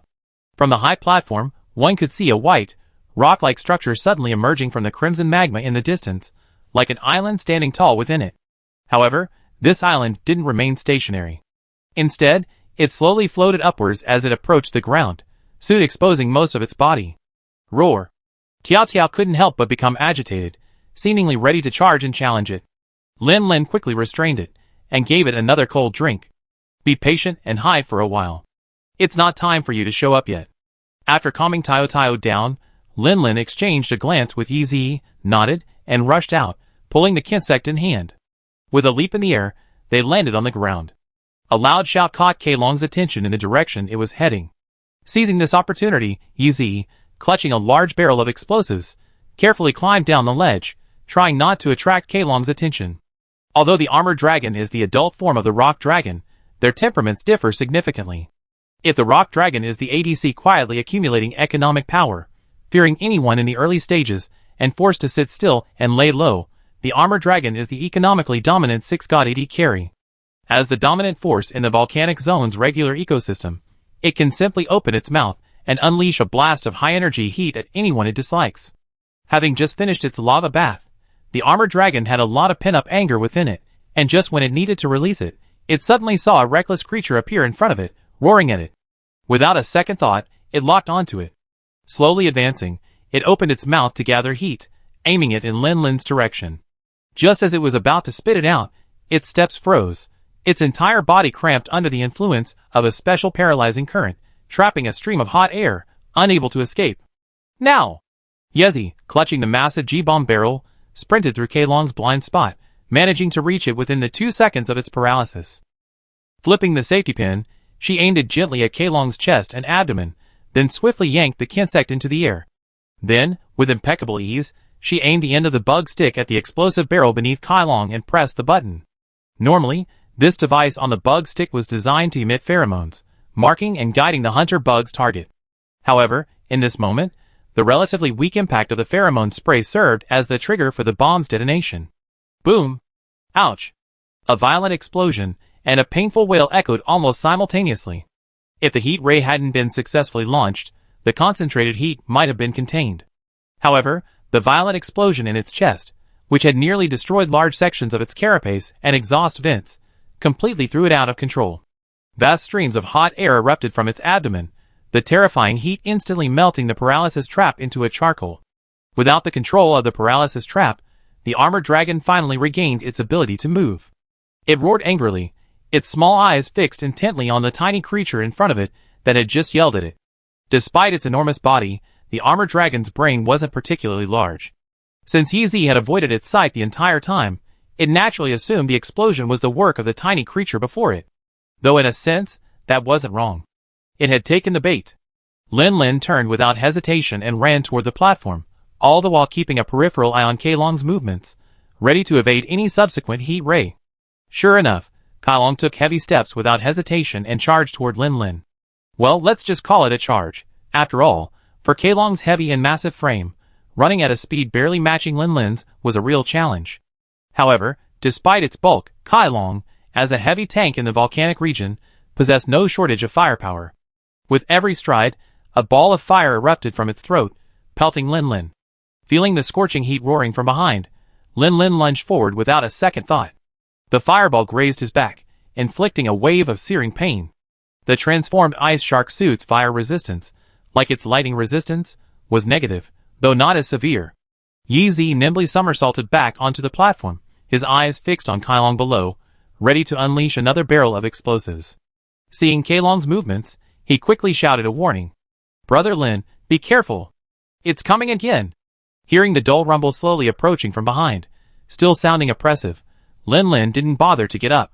He flung his hand and released his kinsect, pulling himself sideways and successfully avoiding the fireball. Boom! Ziz! The heavy footsteps suddenly paused, replaced by a subtle crackling of electricity. Lin felt a surge of joy. The second paralysis trap took effect. Without hesitation, Yi threw the barrel of explosives from her arms. Boom! The roar of the explosion echoed through the scorching earth, officially signaling the start of a bloody battle. As soon as Lin regained his balance, he sprinted forward, aiming to get under the armored dragon's crotch and attack the crimson flesh exposed by its shattered shell. Yi's movements were equally swift. Immediately after throwing the barrel, she unleashed her small armor to absorb its essence.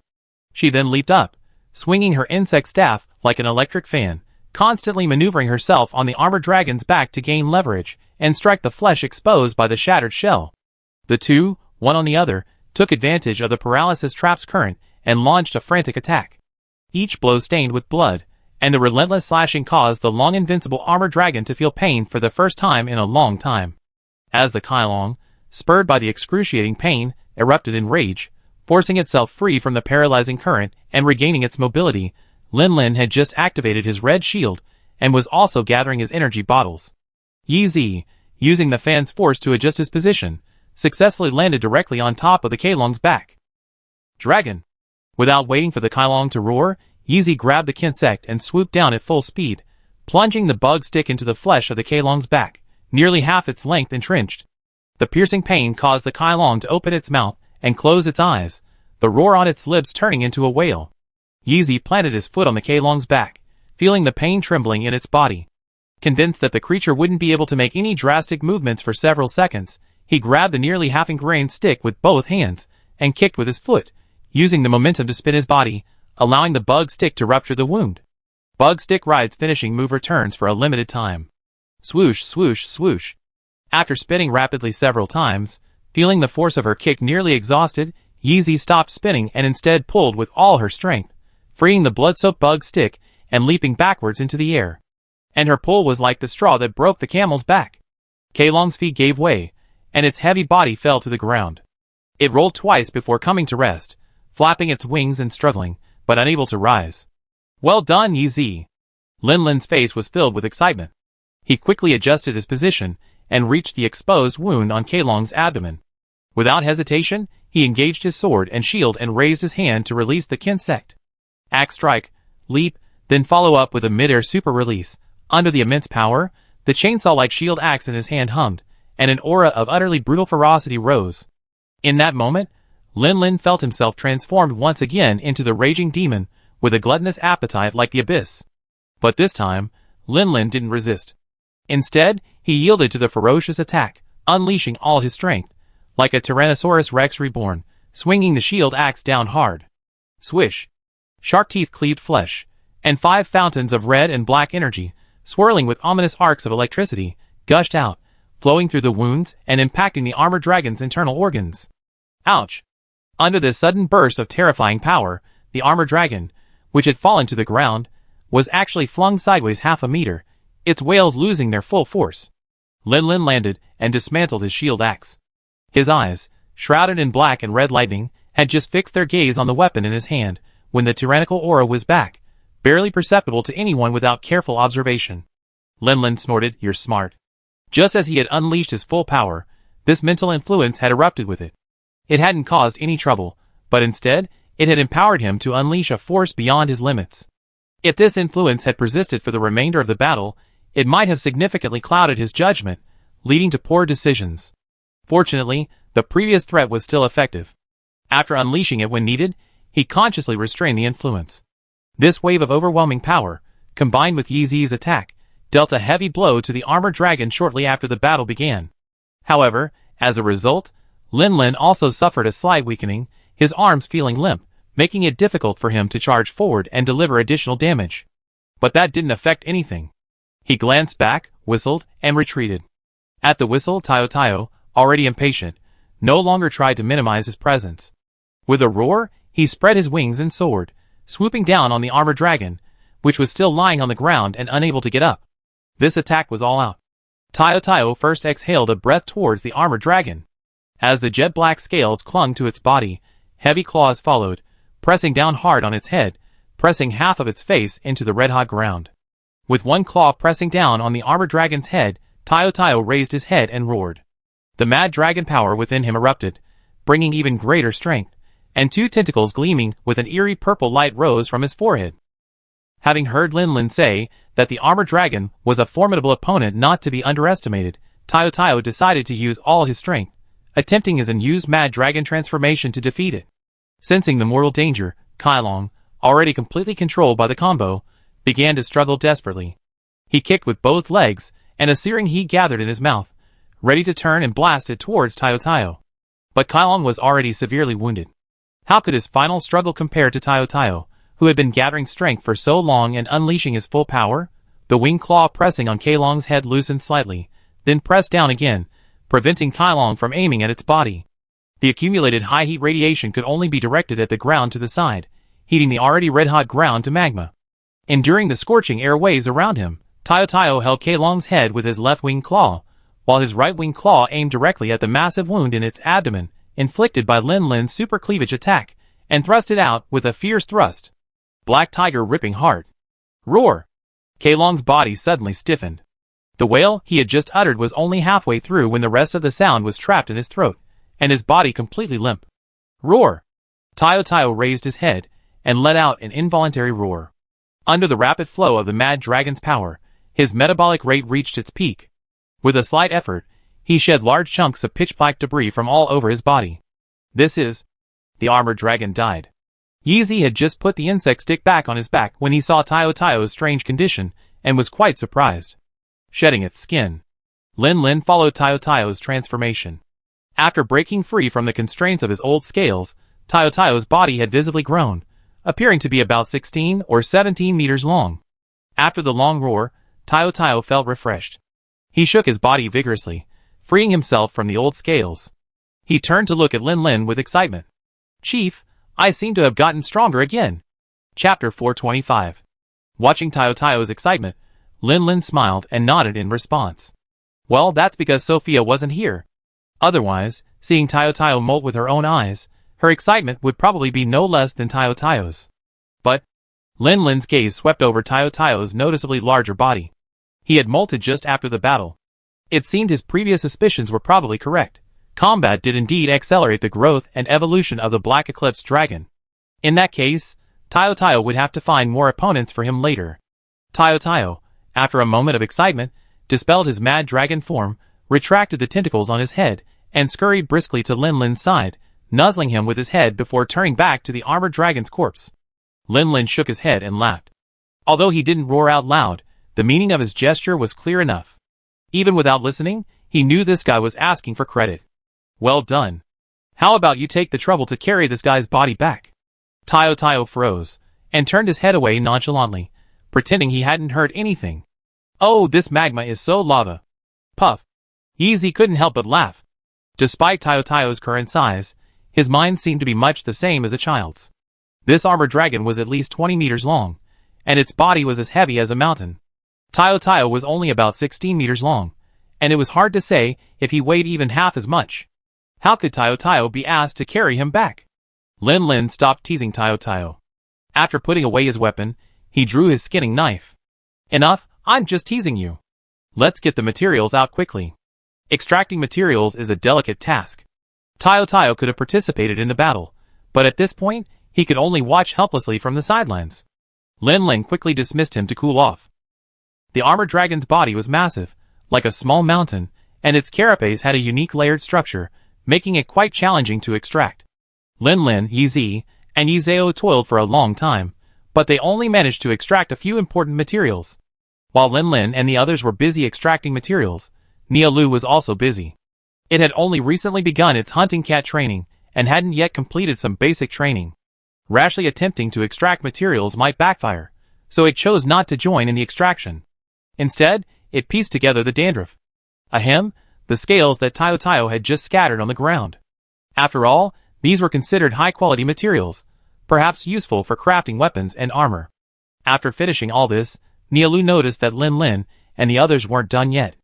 Then, seeing the exposed mineral clusters scattered around them, she felt her hands itching again. Grabbing her pickaxe, she began diligently digging for the burning coal. For a moment, the clanging of the pickaxe and the scraping of the blade cutting through the material echoed one after another. Thanks to thorough preparations and the powerful combat power of Tio Tio, the armored dragon, while a particularly formidable 5-star monster, didn't hold out much longer than the shadow spider once the fight officially began. It was instantly overwhelmed by a series of attacks, succumbing to many of its most despicable tactics before it could even execute them. Although the battle was brief, the subsequent processing took considerable time.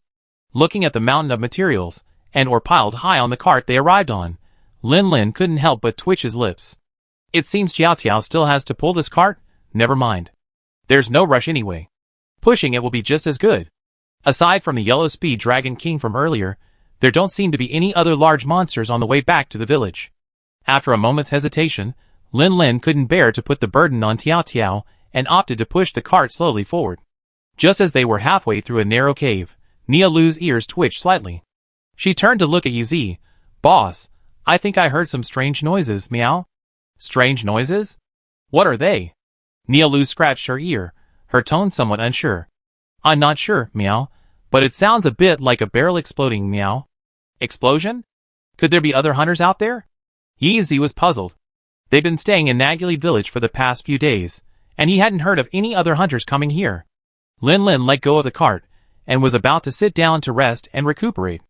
After hearing the conversation between Yi Zi and Nia Lu, he lowered his gaze, lost in thought. Coconut Date noticed something strange about Lin Lin's expression and asked curiously, Boss, what's wrong? Lin Lin rubbed his head. In a volcanic area, there's a lot of things that can explode, not just the hunters. Remember what I said on the way here? When we were hunting ghost frogs, Sophia and I discovered near that lava river that the slime mold that lives in symbiosis with the Dragonbreaker is very prone to explosion. Yi Zi looked a bit worried. Should we go check it out? This place isn't too far from the village. If it's really a shattered dragon, it might threaten the safety of the villagers, right? Lin Lin glanced at the cart piled high with materials, then back toward the direction of the sound. He calculated silently for a moment. Indeed, we should go check it out. But this is just preliminary reconnaissance. If we really want to hunt the shattered dragon, we have to make some special preparations. Wait here for a moment. Tiao Tiao and I will go scout. After all, flying is more agile. If it's really a shattered dragon, it won't pose a threat to us as long as we don't land. The action plan was quickly agreed upon, and without further ado, Lin Lin climbed onto Tiao Tiao's back. Right on! Let's go! The underground volcano's terrain is quite complex, with numerous tunnels and passages. If you were walking on the ground without a map, it would be very easy to get lost. But if you were flying, that wouldn't be a problem.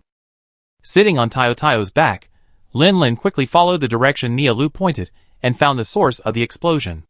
To Lin's surprise, it wasn't the shattered dragon he previously spotted, but a beastly dragon-like creature with a resemblance to Yao Ming and a super square jaw. A blast hammer dragon. This creature was a veritable mobile mine cart in a volcano. Its body was thick and massive, almost the same width from head to tail. Its back was covered in a dark golden carapace, covered in prismatic protrusions. This monster, like its New World cousin, the bone hammer dragon, liked to curl up into a ball and roll around. These prismatic protrusions provided tire-like grip during rolling, preventing it from drifting while racing. The explosion Nia Lu heard wasn't the slime mold explosion Lin had assumed, but rather dark red rocks flung from the blast dragon's body as it rolled. Thrown upward, the rocks landed on the ground, and the high temperature of the volcanic ground seemed to in turn affect them, causing the dark red glow on them to gradually brighten. A few seconds later, with a loud bang, they exploded. Lin rubbed his chin. He remembered that these explosive rocks had a unique name, gunpowder rocks. It was said that the shells for the dragon cannon at Donnarumma were made of this material, but he didn't know if that was true. Roar! Tayo, hovering in the air, let out a questioning growl. Is that the thing? Should we charge down and finish it off? TSK. Blast Dragon. Logically, blast dragons aren't as aggressive as shatter dragons. As long as you don't provoke them, and keep your distance, they won't specifically charge at you. There's no need to attack them. But this creature has a very unique trait. It eats ore. And unlike the rock dragon armor dragon, which has been consuming ore since childhood, this creature seems to have been a herbivore when young, only switching to a different diet as it matures. More importantly, it doesn't have much ability to digest ore on its own, relying primarily on a specialized bacteria in its body to break it down for energy. This results in a poor digestion, requiring it to consume large quantities of ore daily to meet its energy needs. This creature's presence will likely compete with the villagers for ore, and Lin's impression of the blast hammer dragon is that it places great importance on food. If it discovers villagers mining, it will likely become enraged and attack. Forget it. Let Sophia handle the final decision when we get back. We're just here to see what it is. Lin couldn't decide whether to kill or spare this creature, so he simply gave up on it and decided to leave the problem to the others. He patted Tiao and was about to call it a day and head home when a roar, unlike that of the blast dragon, suddenly erupted from the underground cave. Lin, huh? That sound. He glanced quickly, only to find that the rolling blast dragon had suddenly stopped, looking ahead with a wary expression. Across from it, in the darkness of the cave, muffled footsteps slowly echoed. A beast dragon-like monster covered in an ultramarine shell slowly emerged, its dark red eyes fixed intently on the giant beast before it. This newly emerged beast dragon's carapace had an obsidian sheen, and its head was peculiarly shaped, resembling a boom hairstyle. Its two front claws, unlike those of most beast dragon monsters, were not abnormally short and regressive. Instead, these creatures' claws were well developed, their tips covered in a shell resembling a boxer's gauntlet. Unlike its ultramarine body, its booming gauntlets were coated in a slime-like substance, giving them a luminescent green appearance. And indeed, it was indeed slime mold. Sophia's favorite. Shatter Dragon, here we go. It really showed up. Lin rubbed his brow in a nagging headache. If he were to hunt, wouldn't he have to take out both of them? While he wanted to find some opponents for Tayo to level up, these two weren't going to be easy to deal with. Roar! The hammer dragon looked at Shatter Dragon, which was slowly approaching, and became a bit agitated. He slammed his heavy jaw twice on the ground and roared a warning at Shatter Dragon. See that invincible chin of mine? I'm telling you, I'm not to be trifled with. Don't even come close. The shattering dragon's reaction was simple. It roared back unceremoniously. Get lost, you bastard. This is my territory. How dare you race on my side? Are you tired of living? The two dragons roared back and forth, each spewing trash, successfully irritating the other. The monster world is simple. When you meet, you roar. If you can drive them away, you chase them away. If you can't, you fight them. Let's see what's really going on. After a polite exchange of insults, the two beast dragon monsters were already warming up, ready to officially begin the fight. The hammer dragon raised its chin and pounded it down, as if stretching its muscles, while the shattering dragon bit each of its front paws with its mouth, performing a hand-eating trick. Of course, Shatter Dragon's hand-sucking gesture isn't just a cute trick. It's using the saliva in its mouth, rich in nutrients for the slime mold, to nourish the slime mold on its hands, energizing them and preparing them for combat. Soon, both combatants prepared themselves. Blast Hammer Dragon took the initiative, lunging toward Shatter Dragon. Its heavy body shook the earth with every step, its momentum formidable. Compared to Blast Hammer Dragon, which was over 20 meters long, Shatter Dragon was much smaller, about the same size as Tayo Tayo, estimated to be 16 or 17 meters long. Furthermore, due to its size, Blast Hammer Dragon's tonnage far outweighed Shatter Dragon. If they were put in the ring, it would be like a heavyweight sumo wrestler versus a lightweight boxer. In every way, Blast Hammer Dragon would have a much greater chance of victory. Blast Hammer Dragon itself thought so. It stomped forward repeatedly, swinging its chin back and forth like a sledgehammer. A single strike against Shatter Dragon would surely inflict severe damage. But Shatter Dragon clearly knew this. Its nimble steps led it to a few close calls with the pendulum, narrowly avoiding it, but never being touched. The heavy jaw served as both a weapon and a burden. After several consecutive swings, the intense exertion forced it to slow down and catch its breath. And to Shatter Dragon, this breath was the opening it had been waiting for.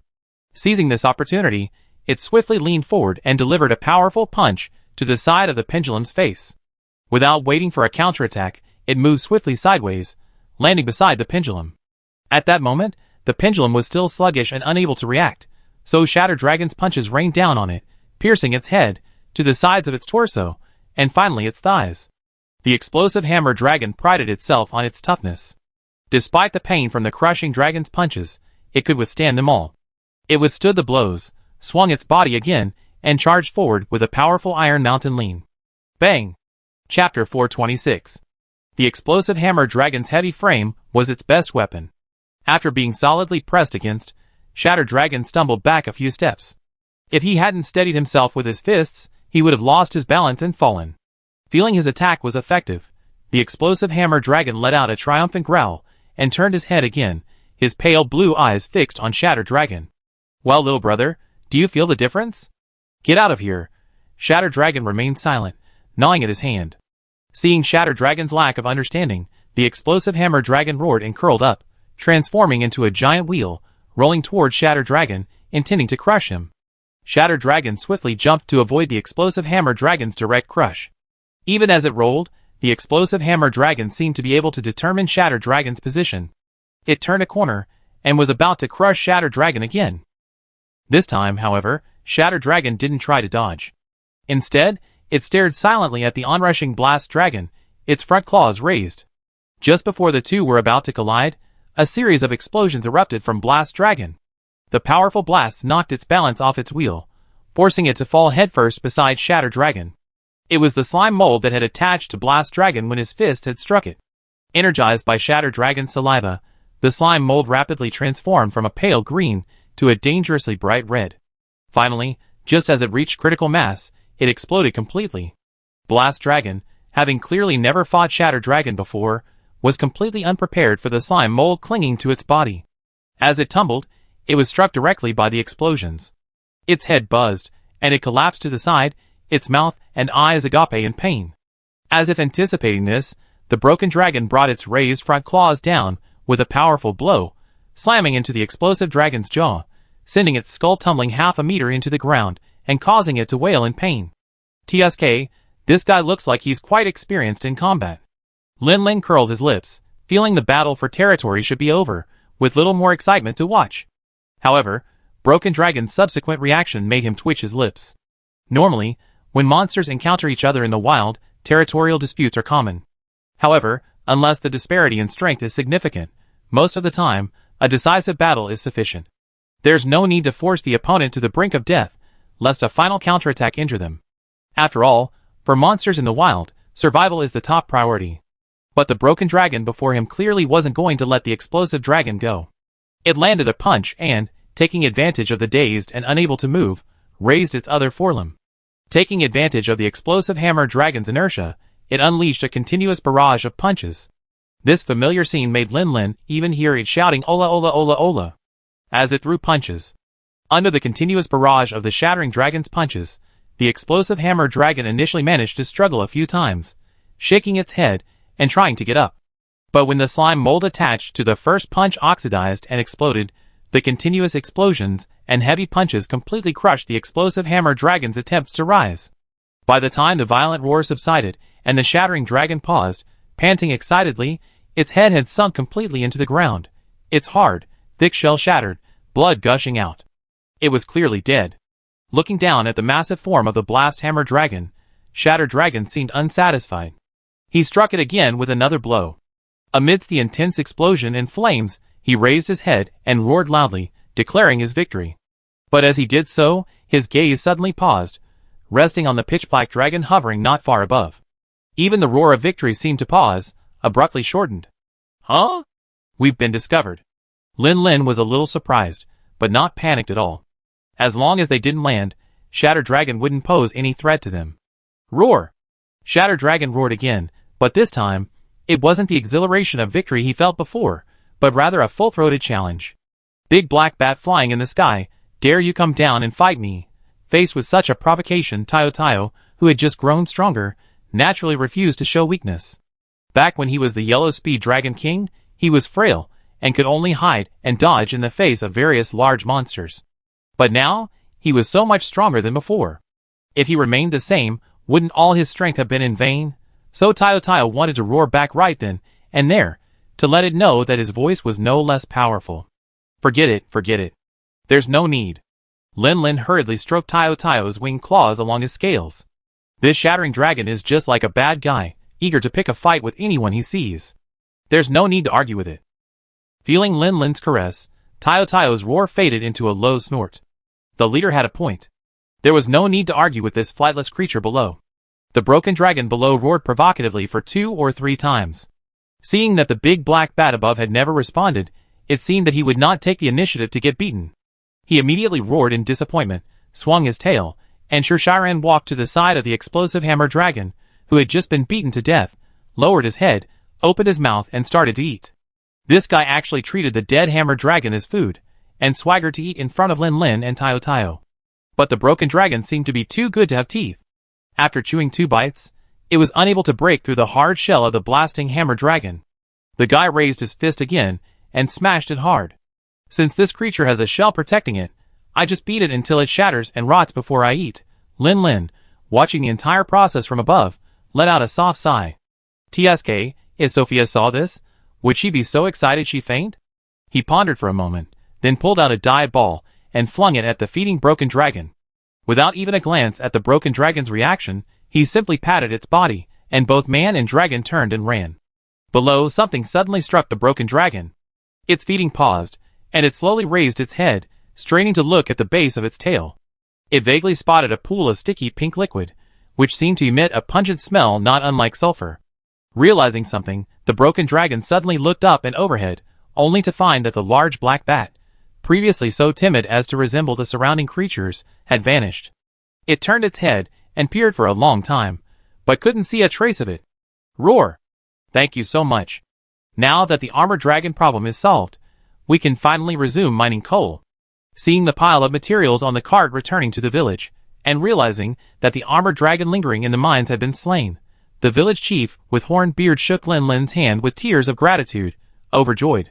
With the armored dragon, the forging of those stalled parts can finally resume. The successful launch of the Isana won't be far away. Gemma arrived, leaning on a massive forging hammer, her face brimming with excitement. Ever since the brigade arrived in Naguli village, everyone in the village has been working feverishly. She had also successfully completed her first independent design of a new airship, and the brigade members were getting along surprisingly well, so she'd been in a very good mood recently. Isana? Yezi repeated. That's the name of the airship you're going to build. Gemma gleefully ran her thumb across the tip of her nose, a look of pride barely concealed. I designed this airship. Not only is it cute, but the name is also quite nice, isn't it? Yezi nodded slightly. Although the ship hadn't been built yet, so she couldn't judge the design, the name was indeed quite nice, like a little girl's name. Yezi felt it suited Gemma surprisingly well, and it wouldn't feel out of place as her nickname. The shape of a large orange whale. Lin Lin had a deep impression of this ship. Besides appearing in the CG, the Isana's cartoon design was also used during the loading animation when the game's black screen was loading. The dragon-slaying spear that the whale was hesitatingly spitting out had once reminded him of something unhealthy. Well, whether it was cute or not was aside from the question, Compared to the other similar-looking airships he had seen before, the Isana was at least quite distinctive and instantly recognizable. By the way, after exchanging a few polite words with the village chief, Oxhorn Beard, and Gemma, Linlin's expression darkened slightly, and he changed the subject. Although the armored dragon has been defeated, everyone in the village should still exercise caution when mining. The village chief, noticing Linlin's strange expression, couldn't help but feel a pang of worry. What's wrong? Are there any other hidden dangers? Linlin nodded. On my way back, I happened to encounter a battle between an explosive hammer dragon and a shattering dragon. Although it's still some distance from the village, and shouldn't pose a threat to the village itself, there's still a chance of encountering one if I'm mining. Given Shattering Dragon's temperament, it's very likely to attack directly if it spots the villagers. Shattering Dragon. The Earth Dragon Chief wasn't sure what kind of monster Shattering Dragon was, but seeing Linlin's serious expression, he knew it was definitely not comparable to the Ghost Frog, Shadow Spider, and the like. I know. Sister Sophia really likes Shatter Dragons. From what she says, Shatter Dragons seem to be incredibly powerful monsters, generally only faced by high-ranking hunters. Gemma raised her hand. Since the group's arrival, during Linlin Yezi's hunting trips, she had spent the most time with the group's blacksmith, followed by Sophia, who possessed a uniquely intellectual beauty. Yezi nodded. Gemma was right. Compared to 5-star monsters, like Rat Halos and Ceratops, Shatter Dragons were far more formidable, carrying the same 6-star danger rating as subspecies, like the Azure Rat Halos. 6-star status already placed them within the realm of high-ranking hunters. Although he wasn't sure about the difference between 5-star and 6-star hunters, he was clear about the difference between high-ranking and low-ranking hunters. After Gemma's explanation, the village chief with the horned beard finally understood how formidable this guy was, and his expression, which had only just brightened, fell. Then, he glanced cautiously at Linlin and Yi. Can you still hunt such a powerful opponent? Linlin and Yi exchanged glances, but hesitated to say anything final. Well, we need to discuss this with Sophia before we make a decision. Found Darling? As expected, Sophia became excited upon hearing Linlin's news. Tell me, what did you see? Linlin's lip curled, knowing exactly what he would say. But he didn't refuse, and he recounted the entire story in as much detail as possible to satisfy Sophia's restless heart. After he finished, he noticed that the girl's mood had suddenly become quite depressed, and she sighed while hugging the doll she had sewn. Linlin couldn't help but feel a little puzzled. Haven't I explained everything in detail? Isn't that enough? You're not asking me to imitate the Dragon Crusher's moves, are you? Sophia quickly shook her head. No, I just have a little regret. Regret what? I regret not coming with you to the hunting grounds this time, so I could see Darling in person. Yi's mouth twitched, and he glanced at Linlin, his eyes clear and meaningful. This dragon fetish is hopeless. Linlin pursed his lips, but said nothing. Actually, Linlin himself was somewhat dragon fetishist. After all, what initially attracted him to the Monster Hunter series, and led him to its name, was a Thunderwolf X Bubble Dragon book. So, he could understand Sophia's enthusiasm. Sophia was depressed for a moment, but quickly regained her composure. Even if not having seen it with her own eyes was a slight regret, it was good enough now. She took Linlin and Yi's hunter's notebook and registered the Kailong mission. Seeing that the two men remained standing there after receiving their notes, showing no sign of leaving, she couldn't help but feel a little puzzled. What's wrong? Anything else? Yi considered his words carefully before speaking. The Shatter Dragon is probably a rather aggressive monster. It haunts the underground volcano. Doesn't it threaten the villagers' safety? Should we take any action? Sophia froze, an indescribable sadness on her face, a stark contrast to the slight disappointment she had felt earlier at not having seen the Shatter Dragon in person. She lowered her head, remaining silent for a long moment. Yi couldn't help but want to speak, but Linlin held her hand and shook his head slightly. I understand. In the name of the guild, I now demand that you subjugate it. No, we won't subjugate it. Let's capture it. Release it somewhere far away from the village, where it won't pose a threat to the inhabitants. Chapter 427. Capture? Sophia's eyes lit up instantly. Indeed, this way, we can protect both the villagers and the darlings, achieving coexistence. But then, her eyes flickered slightly. But, it's a Shatter Dragon after all. That's a bit too difficult. Sophia seemed to suddenly remember that the Shatter Dragon is a 6-star dangerous monster. According to guild rules, to prevent the premature death of hunters still developing, opponents of this level are often handed to higher level hunters. And Lin Lin and Yi Zi are both only 5-star hunters. Sophia. Lin Lin interrupted her. Don't underestimate us. The extreme 1,000 blades dragon we caught before was at least a 7-star dangerous, and we still managed to hunt it, didn't we? And we still have Tayo Tayo. Besides, this would suit your tastes better, wouldn't it? Sophia looked up at the smiling Lin Lin, her expression slightly startled, then nodded vigorously. Yes. Thank you, Lin Lin. Sophia picked up her quill again. I prepare the capture request for the Shatter Dragon. Feel free to come over and complete the paperwork when you're ready. Oh, by the way, there's one more thing. Just as Lin Lin and Yi Zi were about to start their hunting preparations, Sophia suddenly stopped them. Yi Zi? ? Anything else? Sophia nodded gently. I forgot to mention that besides the Armor Dragon request, which I've settled, I still have 2 other gathering requests. Have you completed the payment for the burning coal and the ice mushroom? The plan to capture the broken dragon was tentatively set, but it was, after all, an opponent beyond their current star rating, and the situation wasn't particularly urgent. Before officially commencing, it was best to complete a significant amount of preparatory work. Before embarking on these preparations, Lin Lin pulled his cart to the processing workshop and grocer in Naguli village, delivering the coal and icy mushrooms he had collected along the way. Needless to say, the coal was delivered. The group of forging enthusiasts were ecstatic to finally have coal to forge relatively high-end components. However, while delivering the icy mushrooms, an unexpected incident occurred, leaving Lin Lin speechless. The Earth Dragon Tribe grocer had been eagerly awaiting the delivery, since Sophia had sent him the commission. Finally, when Lin Lin delivered the icy mushrooms he so desperately needed, he was overjoyed, his stocky frame swirling with joy as he walked. Hunter, you've been so helpful. Thank you so much. Lin Lin was momentarily curious. In this isolated, almost semi-enclosed volcanic village, what urgent matter could have compelled this grocer to urgently purchase such a large quantity of goods? The Earth Dragon Tribe grocer was straightforward. After Lin Lin raised his doubts, he offered no evasive explanation and cheerfully began to explain. You know, besides us Earth Dragons, who live in the volcanic region year-round, cold drinks are essential for other humans who want to operate here. Lin Lin nodded.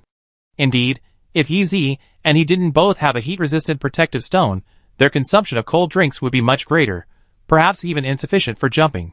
As for cold drinks, most people only know that they can be made with bitter worms and ice crystals. In places like volcanoes, bitter worms can be found if you look carefully, but ice crystals, which are cold minerals, are absolutely impossible to find. Lin Lin nodded again. Before the old era, cold drinks were made using the recipe the grocer had just given. After the world, cold drinks only required a single ingredient called ice-cold mushroom. Yes, that was the contribution he was delivering this time. During his recent scouting, he had discovered quite a few ice-cold mushrooms. After keeping enough for the mission, he put the rest into a box, intending to research how to make a cold drink for Tiao Tiao. After all, if they could be self-sufficient, there would be no need to spend money on bulk purchases from dragon merchants. Huh? Wait. But we, the Earth Dragon Tribe, have lived here for so many years, and we've slowly developed a recipe for a cold drink that works just like the traditional one. It uses the same ingredient you just sent us, called the ice mushroom. As he spoke, the grocer sighed with emotion. Nature truly possesses endless mysteries. You mentioned that the ice mushroom is clearly icy in nature. Theoretically, like ice crystals, it should only be found in cold regions. But based on our years of observation, it prefers to grow on the edges of particularly hot areas. Isn't that strange? Lin Lin, This is the ecology of our monster hunter world, truly bizarre, and yet truly captivating. Steamed buns? You don't want to help? Then ask the amazing TGY. He surely know what's going on. The Earth Dragon Tribe grocer was a down-to-earth man. Seeing Lin Lin's silence, he seemed a little unconvinced.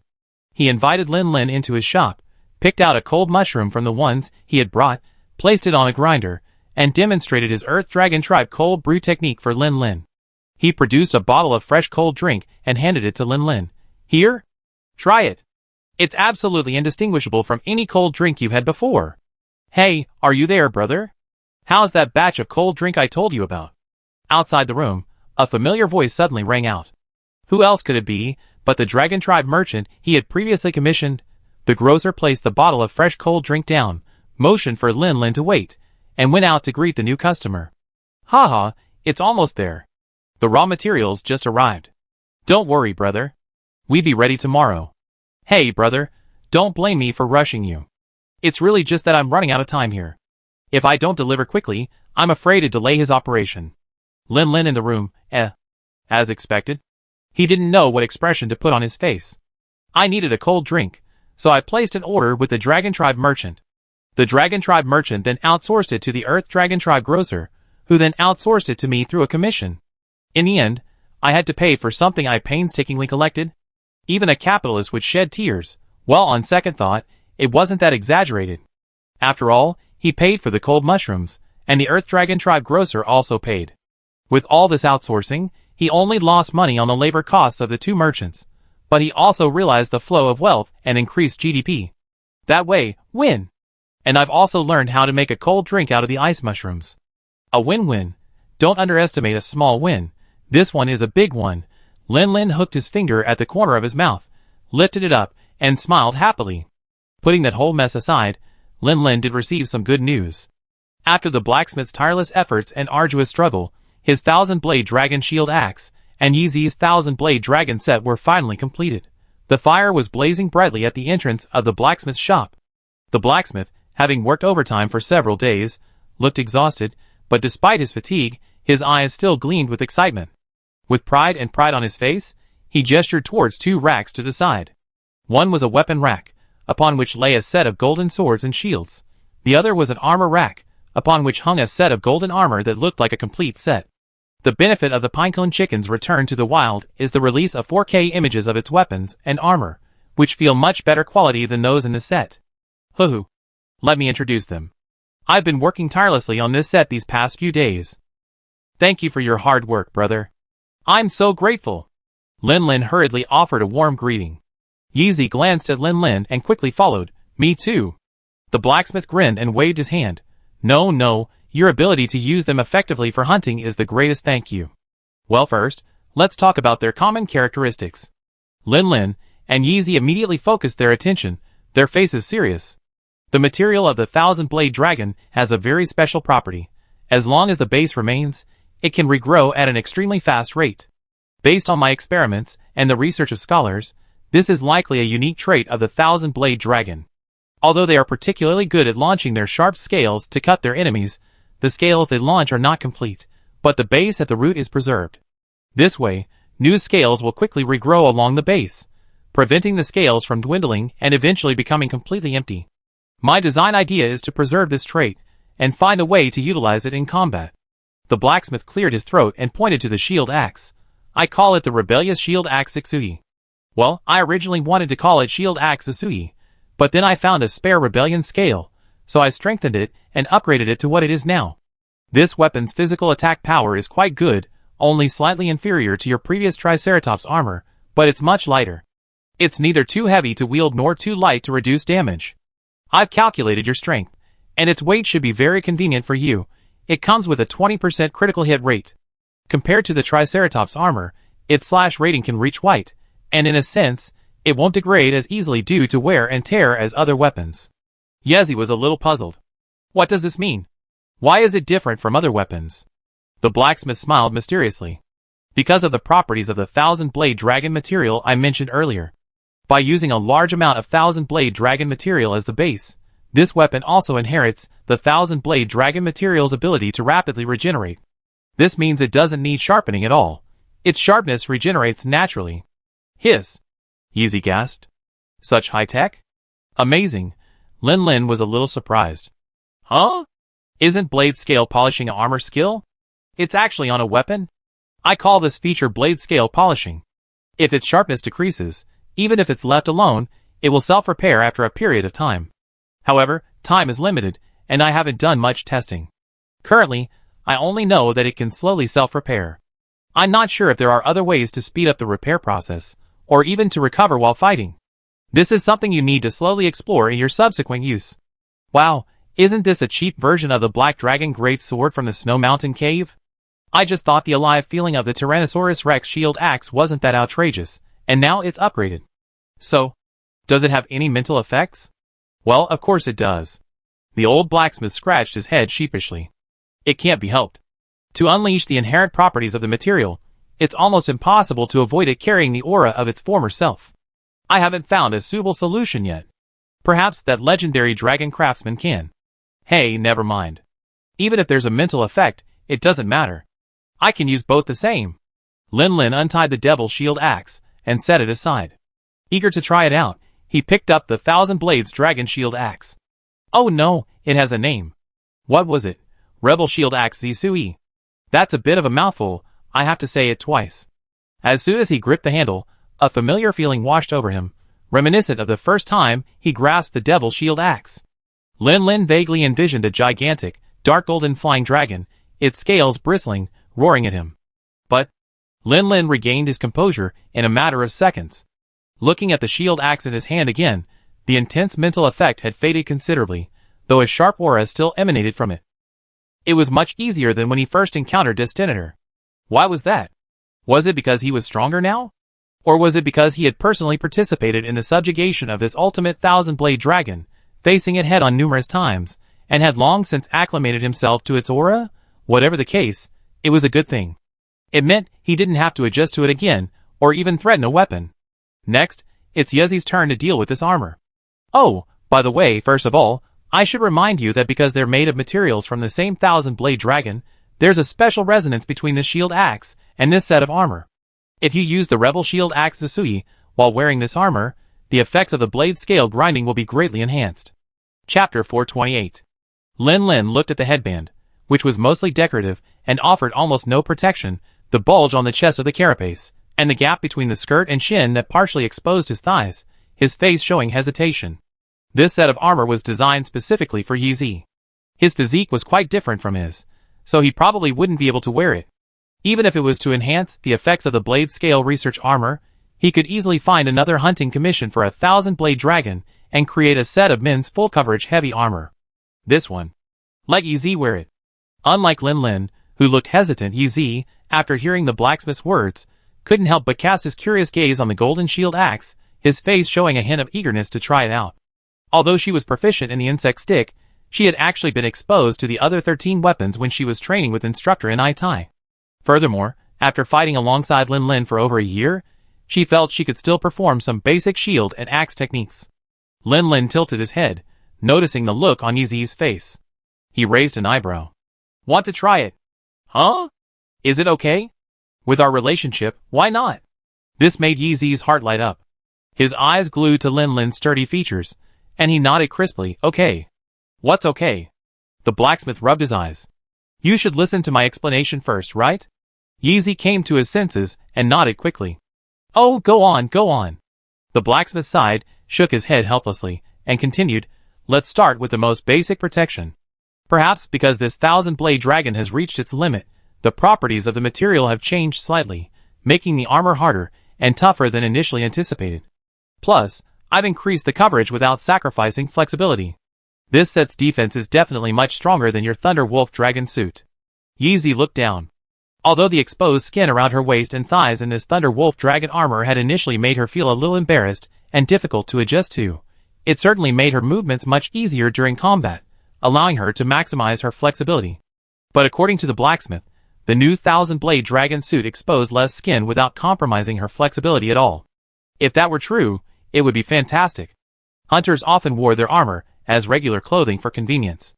After receiving the Thunder Wolf dragon suit, she had changed back into her regular clothes unless she was going hunting. Changing back and forth was quite a hassle, but with this set, she could go back to wearing the thousand-blade dragon suit as her regular clothing, which was much easier. As for this Thunder Wolf dragon suit, save it for when I'm alone with brother Lin Lin. Let's talk about the protections of this equipment. The blacksmith, unaware of Yi's ulterior motives, continued his narration. First, as I just said, this equipment not only doesn't affect the wearer's movements, but actually assists them, making it easier to dodge and exert more force when dodging. This also allows them to escape from attacks with larger ranges in time. Increased evasion performance and evasion distance. Yi nodded secretly. For a bug club user like her, dodging is practically the only way to deal with monster attacks, so this protection is extremely useful. And then, thanks to the thousand-blade dragon's habit of fighting with its sharp scales, its material is also very resistant to cutting. As long as you have this equipment's protection, you won't suffer from the abnormal status mangle. You can be a little more aggressive when facing attacks that are sharp but lack power. Mangle resistance? Sharp attacks? Yezi couldn't help but recall her previous encounters with the ultimate Thousand Blades dragon, as well as the one battle before it reached its ultimate state. If she had this equipment then, she would have avoided the cuts and subsequent infection with the mad dragon disease. However, this protection doesn't seem very versatile.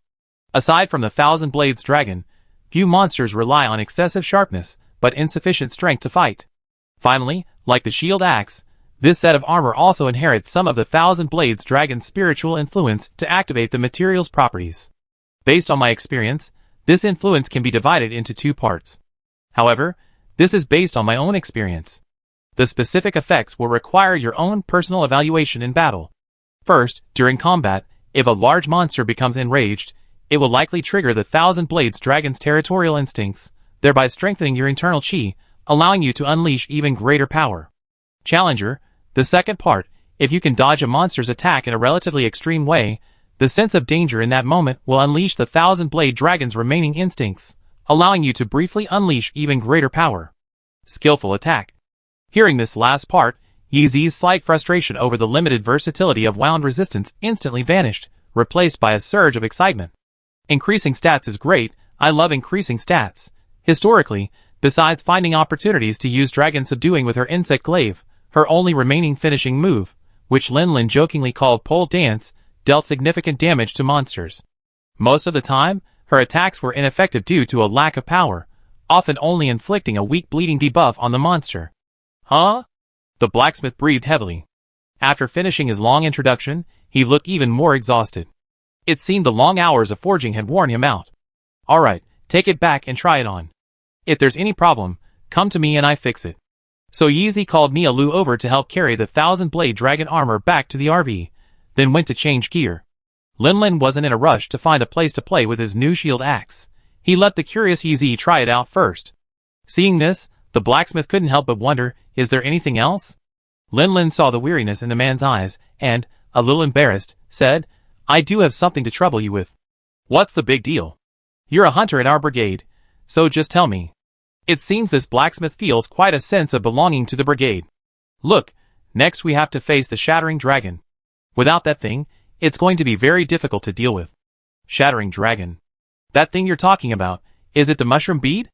The blacksmith, also an experienced hunter, stroked his chin in thought for a moment before speaking slowly. Mushroom bead? Lin Lin was slightly startled. He meant to say the explosion-resistant bead, but after a moment's reflection, he nodded in understanding. He hadn't touched the old stuff since the world, so he subconsciously thought that he needed explosion-resistant beads to smash the dragon. He almost forgot that in the old generation, there was no such thing as explosion-resistant beads. The skill explosion abnormal resistance was combined with strange smell celebrity and stink resistance, and was called the skill bacteriology. Considering that there was no such thing as reconciliation failure in the new generation, the effect of reconciling the fertilizer jade is guaranteed to succeed must be added. No, that's not accurate enough. Lin Lin thought carefully for a moment. In the old era, depending on the skill points, a 15-point doctor of bacteriology had an additional benefit compared to a 10-point bacteriologist. It delayed the onset of dragon madness, that is, when he traveled through time. The trailer for the wilderness had just been released. If he had played the game later, and then traveled through time after reaching the wilderness, the level of bacteriology would have had to be integrated with the state of selflessness. However, a closer look reveals that the effects of Selfless Realm differ slightly. Bacteriology delays the onset of the virus, while Selfless Realm makes it easier to overcome the Mad Dragon disease, increasing critical hit rate after overcoming it. In reality, the two mechanisms are likely quite different. With more thorough research, perhaps both abilities could be activated simultaneously. A hypothesis is just a hypothesis, after all. Lin Lin had no idea what Capcom was up to in the wilderness. He knew that the group would likely be battling the Mad Dragon virus for a long time during this journey. Even if the Mad Dragon Virus Research Institute developed an antidote that could completely cure it, there was no telling if they would be infected again in a later battle. If he could stack the effects of Bacteriology Doctor, not only would the battle against the Shattering Dragon be much easier, but later on as well. He couldn't wait to create a bunch of bacteriology beads and equip himself and Yeezy with them. Let me think. The blacksmith pondered for a moment, then spoke slowly. As for the Mycobacterium bead, in addition to the Vajra bead as a carrier, it also requires the hard shell of a red armored beast. So, if you want to forge this thing, You have to find a way to hunt a red-armored beast. And I have to remind you of one more thing. While the mycology beacon suppress the activity of explosive slime mold, it also makes you more susceptible to monster aggro. Some monsters that normally ignore hunters might actively attack if you encounter it. I'm not entirely sure how it works. Perhaps after you craft it, you can wave it in front of Tayo Tayo and see how it feels. Lin Lin couldn't help but glance downward. So, if I really craft it and embed it in my armor, Tayo Tayo won't dislike it, right?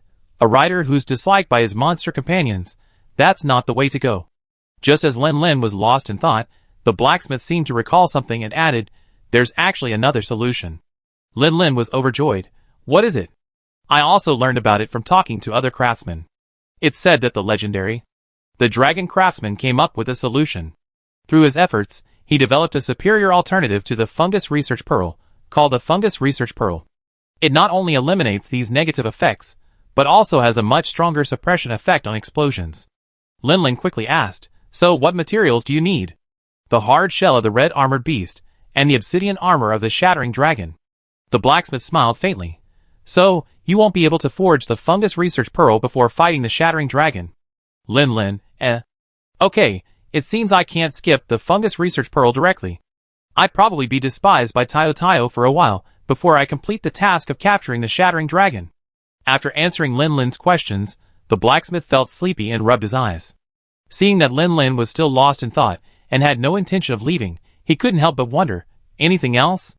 Lin Lin's smile grew even more awkward. He extended his hand, making a gesture with his index finger and thumb that would have infuriated the great cold netherworld. "Yes, there are 2 more things I need to trouble you with. I told you, no need to be so polite. First, Sophia doesn't have any hunting requests for red-armored beasts yet, and I can't go poaching in the wild against guild rules." The blacksmith was quite understanding. "Understood. I send Sophia a request later." "What's the other thing?" Lin Lin winced. "The other thing is, we just hunted the armored dragon not long ago. I saw my master have a set of armored dragon armor, and it seemed incredibly powerful, so I thought I'd try making one myself." Lin Lin's words were sincere. After all, he had witnessed firsthand how his master, Kevin, with the combined protection of the black-horned dragon shield axe and the armored dragon armor, withstood the storm dragon's mountain-shattering breath with only a few days of bed rest and a few months of recuperation. The blacksmith rubbed his brows wearily and scoffed with a smile. "You always find work for me, boy." Lin Lin, then, "Don't worry, this is also a great opportunity for me to hone my skills. I take the job. But it shouldn't be so urgent this time, right?" "Yeah. Then I rest for 2 days before returning to work. I try to get it done for you before the airship is finished." "Thank you, big brother." Near the outskirts of Nagyali village, on a relatively open, exposed rocky site, a golden figure twisted and turned in the air, soaring up and down, brandishing the insect wand with great vigor. She seemed to have transformed into a golden eagle, the entire sky her domain. After a while, Yeezy landed on the ground, took the towel Lin Lin offered, wiped the sweat from her forehead, and said sweetly, "Thank you, brother Lin Lin. TSK, this girl, she's doing it again." "But so what? It sounds nice, I love it, a couple more." Lin Lin smiled, and raised the golden shield and axe in his hand. "Let's try this. I'm curious what effect this set will have when combined." Chapter 429. Faced with the sword and shield offered by Lin Lin, Yeezy naturally had no reason to refuse. She handed the horned dragon horned worm staff to Lin Lin, letting Xiao Jia rest on him for a moment. Then, in the standard left sword right shield stance, she took the weapon. It's still a little heavy." Yeezy waited. The 1,000-blade dragon shield axe didn't look particularly heavy, but in her hands, it felt quite substantial. For someone used to light weapons, she was a little uncomfortable. "Heavy?" Lin Lin only then felt the difference in strength between them more directly. To him, the 1,000-blade dragon shield axe felt incredibly well-tuned. He tried swinging it twice before, and it felt like a natural movement, his movements more fluid. It was truly incomparable to the heavy horned dragon weaponry he used before. "Heavy." Yeezy pouted, feigning weakness. Lin Lin twitched his lips. He was clearly a genius hunter capable of opening monster skulls, yet he couldn't even open a bottle cap. How ridiculous. A truly ordinary person wouldn't even be able to hold a steady hand while dual-wielding a power sword. Ahem. Lin Lin coughed softly. "Let's first see what that blade scale research suit is all about. I'm curious to see how much of its slashing power can be restored with the suit's power." Yeezy nodded, stopping his antics. He glanced around, found a piece of dead wood, excitedly ran over, and began to chop. Since he wanted to test Slashing Power's recovery ability, he naturally had to wear it down a few times first. Then, with one strike, the dead wood split open. Yeezy blinked, raised his power sword, and glanced at the blade. There was no visible wear at all. Lin Lin, as if remembering something, returned to the village and soon returned, pushing a cart. Under Yeezy's watchful eye, Lin Lin picked up several pieces of ghost frog carapace and tied them to a small tree, about the thickness of a wash basin. Try this. Huh? Just chop them for material? Lin Lin waved his hand. The ghost frog's materials are useless anyway. Might as well put them to good use. So Yeezy swung his sword again. After a few slashes, he switched to axe form and swung a few more times, chopping the ghost frog's carapace into shreds before stopping. Separating their sword and shield, Lin Lin and Yeezy approached, carefully examining the blade. It's really recovering. Lin Lin rubbed his chin. It feels much faster than when I used it alone before. But how is it recovering? We Tuckers. Monster Hunter World is a science-based place. We should at least respect the law of conservation of mass and energy. This blade can't have just grown out of thin air, right? Yeezy felt it carefully and nodded in understanding. It must be chi. I can feel it. After wearing this armor, I feel like this shield axe and I are connected as one. Chi circulates through my body, passing through the shield axe. Stimulated by life energy, it slowly recovers. So that's it. It's consuming life energy. Yeezy lifted the shield again and examined the sharp edge. The shield is also recovering, and the chi consumption isn't that high. If I were in intense combat, with my metabolism more active, the recovery rate would probably be even faster. Relying on consuming ki to restore sharpness is essentially similar to the katana's Denglong and Kamui techniques. This reminded Lin Lin of Brave, far away in East Dorma. Oh no, they should be drifting on the sea right now. That makes sense. Let me try it again, to see how far its recovery capacity can reach without the set's amplification. Testing the new shield axe didn't take too long, and Lin Lin was quite satisfied with the results. Even without the 1000 Blades Dragon set, after several attempts, Lin Lin successfully infused it with ki, achieving a preliminary level of rapport with the shield axe. The reason he didn't practice further was because the blacksmith's commission from Sophia had been approved. He had to hurry and find a red-armored beast to give the blacksmith time to forge the fungus science bead. This way, the dragon smashing problem could be resolved before the airship was completed, and the brigade departed from Nagyuri village. Don't you want me to go with you? Lin Lin sat on Tiao Tiao's back, looking down at Yeezy, who looked so eager to go. He gave a helpless smile and said, forget it. There's a broken dragon near the village. Finding the red-armored beast might take us further away, and there's no telling how long it will take. If a monster threatens the village during that time, we need a reliable fighting force. Besides, the red-armored beast isn't a formidable opponent, and it loves to fart. If we get caught, it's no better than getting hit by the peach-haired beast king's stinky bomb. Tiao Tiao, and I will be enough. Tio Tio let out a restless growl, not wanting to stink. Alright, it's settled Tio Tio, let's go. Considering that a broken dragon roamed the underground volcanic area near Nagyuli village, the scarlet armored beast might not dare approach. This time, Lin Lin didn't follow the previous route. Instead, he and Tio Tio soared into the sky, searching from high above. While both the volcanic surface and the deep underground caves were within the ELD volcano's boundaries, the environments were significantly different. From underground, all one could see was the glowing red magma and the dark red ground. Overhead, towering rocks blocked the sunlight, creating a relatively enclosed and stuffy space. It was fine for a short stay, but prolonged periods of time would become extremely oppressive. The surface was quite different. Here, gray and black dominated, with crimson lava merely embellishing the landscape. From a distance, the vast mountain range appeared as smoky gray, with occasional patches of heat-resistant vegetation visible. Volcanic ash poured out of the crater, gathering overhead in thick clouds. While still relatively unsightly, at least the space was vast and open. Even the temperature wasn't as high as underground, so it wasn't impossible to survive without a cold drink. Let's search along the foothills. Lin Lin vaguely remembered the CG of the scarlet armored beast appearing in Rise. It rolled down the mountaintop into a giant ball, finally using its accumulated potential energy to knock over a dewlap dragon. Based on this, there should be a chance of finding traces of the scarlet armored beast in the volcanic foothills. Their bodies were also bright red, so once they rolled, they would be quite conspicuous against the mostly gray mountainside. They should be easy to spot from the sky. Tayo let out a low growl, and after reaching a certain height, it spread its wings and began to glide slowly. It was blind now, relying entirely on Lin's own eyes to find everything. All it could do was fly more steadily, allowing Lin to see more clearly. At this moment, it couldn't help but think of Dakong. That crimson creature was not only an expert flyer, but also seemed to have exceptionally sharp eyesight. Although it had finally grown wings and carried Lin into the sky, the price it paid was a complete blindness. It was ultimately too weak. If Dakong had been here, perhaps this wouldn't have been so troublesome. Don't let your imagination run wild. Lin tapped Tayo's head with a little force. Dakong can't come here. If he gets the mad dragon disease, it'd be troublesome. Not every monster is as lucky as you to harness the mad dragon's power.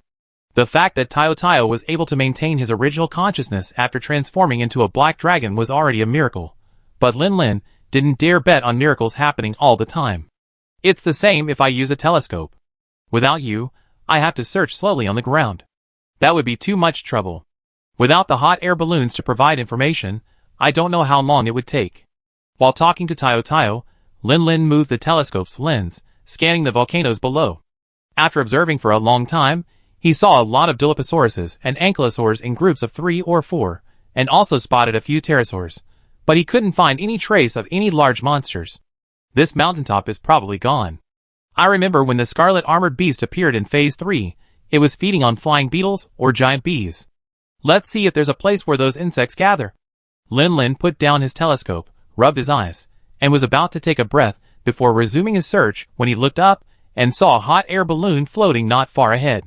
His eyes suddenly lit up. It's the Ancient Dragon Observatory's hot air balloon. I didn't expect to encounter one in a volcano. This saves us trouble. I remember when he first met Tayo, he sought help from the Ancient Dragon Observatory's hot air balloon in order to find his hunting target, the Sand Dragon King. That's how it found its way. Lin patted Tayo gently, and Tayo understood his intention. With a slight flap of his wings, he sped up and chased the hot air balloon. Meanwhile, inside the hot air balloon, an elderly dragon man, holding a telescope, observed the ecological information of the ELD volcanic zone as usual. A young scholar, with a quill, wrote down the information the elder dictated. Yawn. As the young scholar wrote, he couldn't help but yawn, and the traces of his quill pen began to slip. Unable to hear the old dragon man's lullaby-like chants of normal, his eyes drifted away, his mind drifting off into the universe. Today was another day without polish. The young scholar subconsciously tapped his chin with his quill, his state languid and indolent. The old dragon man glanced around, lowered his telescope, and prepared to rest for a moment. He glanced back at the young scholar's state, sighing slightly without any rebuke. The young scholar hadn't always been like this. In his memory, when the child first joined the Ancient Dragon Observatory, he was full of ambition and confidence, resolute to himself, vowing to uncover the mysterious ancient dragon and contribute his part to combating natural disasters. However, after completing his studies, actually boarding a hot air balloon, and becoming a glorious observer, the child discovered that the job wasn't as exciting as he had imagined. The repetitive and tedious observations quickly wore away the youth's freshness and enthusiasm.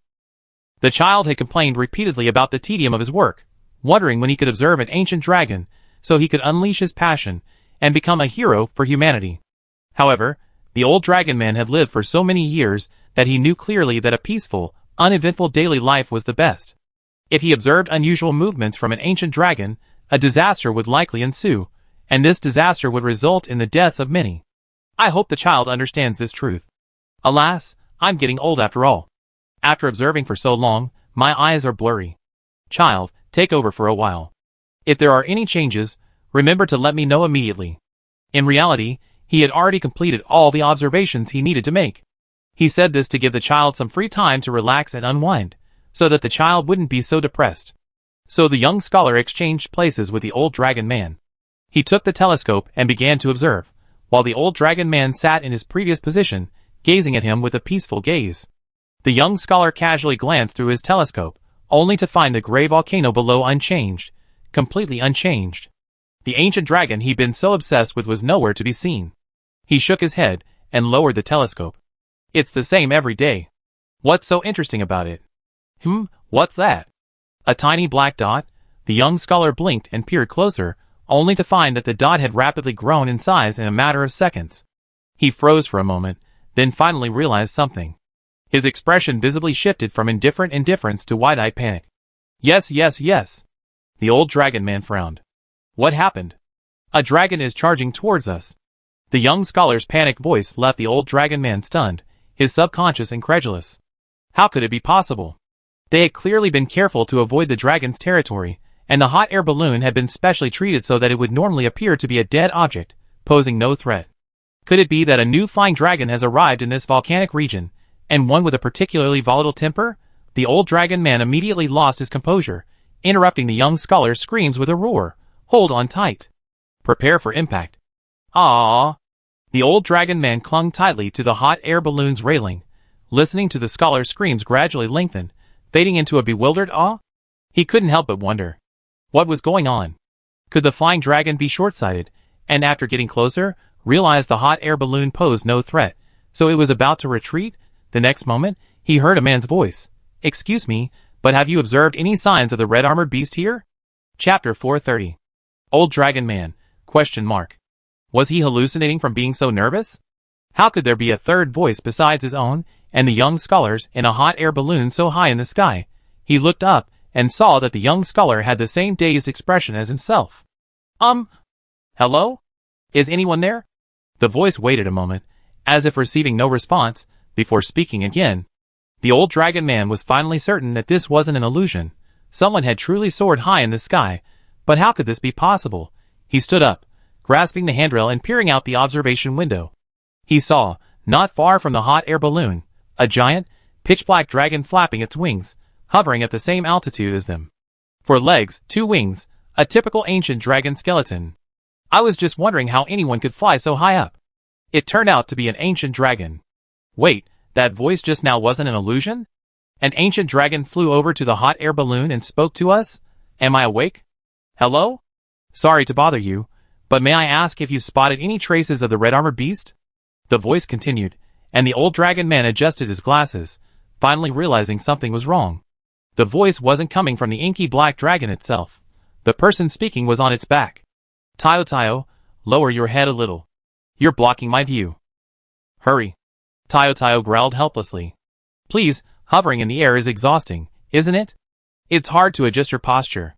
The massive black dragon, now so close, lowered its altitude slightly, and the old dragon man saw a human figure sitting on its back, waving and greeting him. Hello, old man. My name is Lin, and I'm a hunter. I've just been commissioned to hunt a red-armored beast. I'd like to ask if you can find any clues here. Seeing the hunter's notes Lin displayed, the old dragon man couldn't help but recall the rumors that some scholars at the Observation Bureau had been circulating privately some time ago, claiming that humans could communicate with monsters and make them obey their commands. At the time, he had dismissed them as the unrealistic fantasies of a young man, but he had never imagined that such a stubborn old man would be the one to cling to his old ways.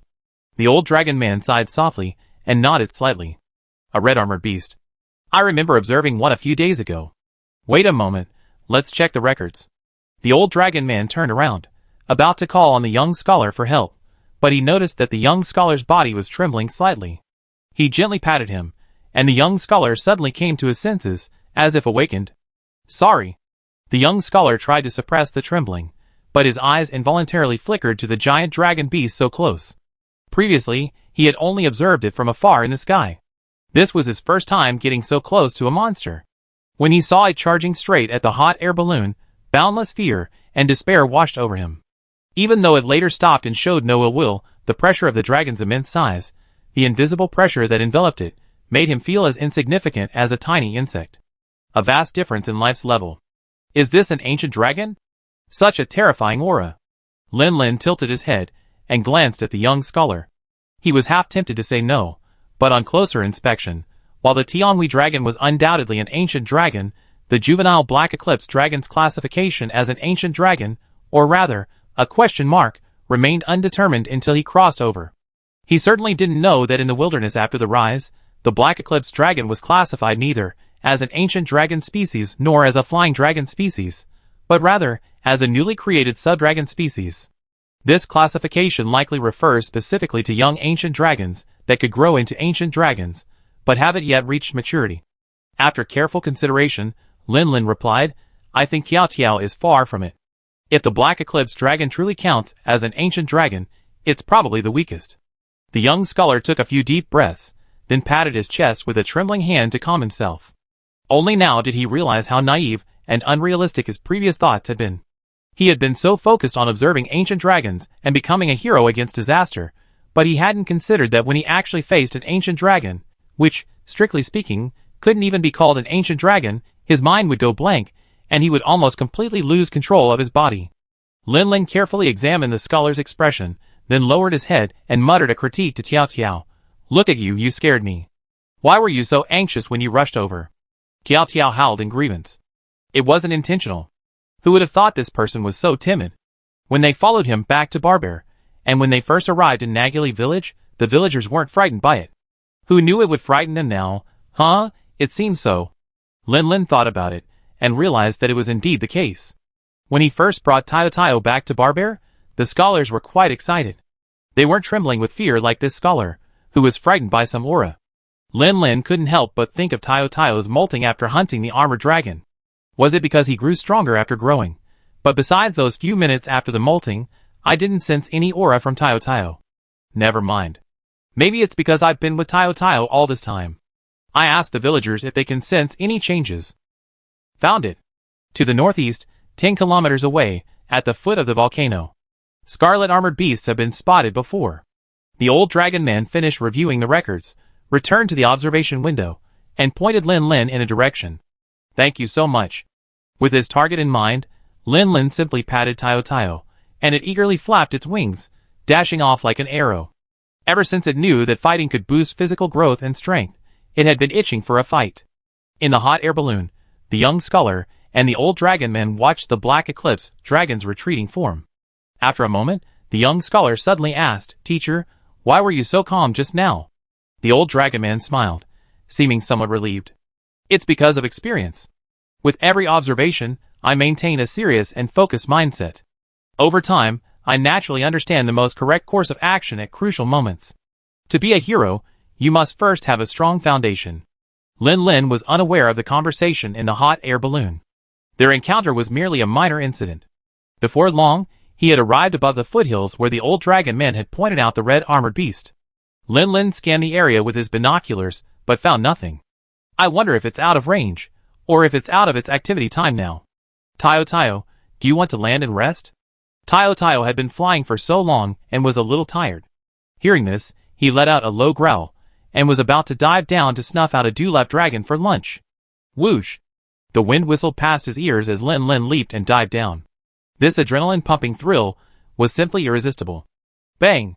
Without Sophia around, Tayo Tayo didn't need to hold back in his dive.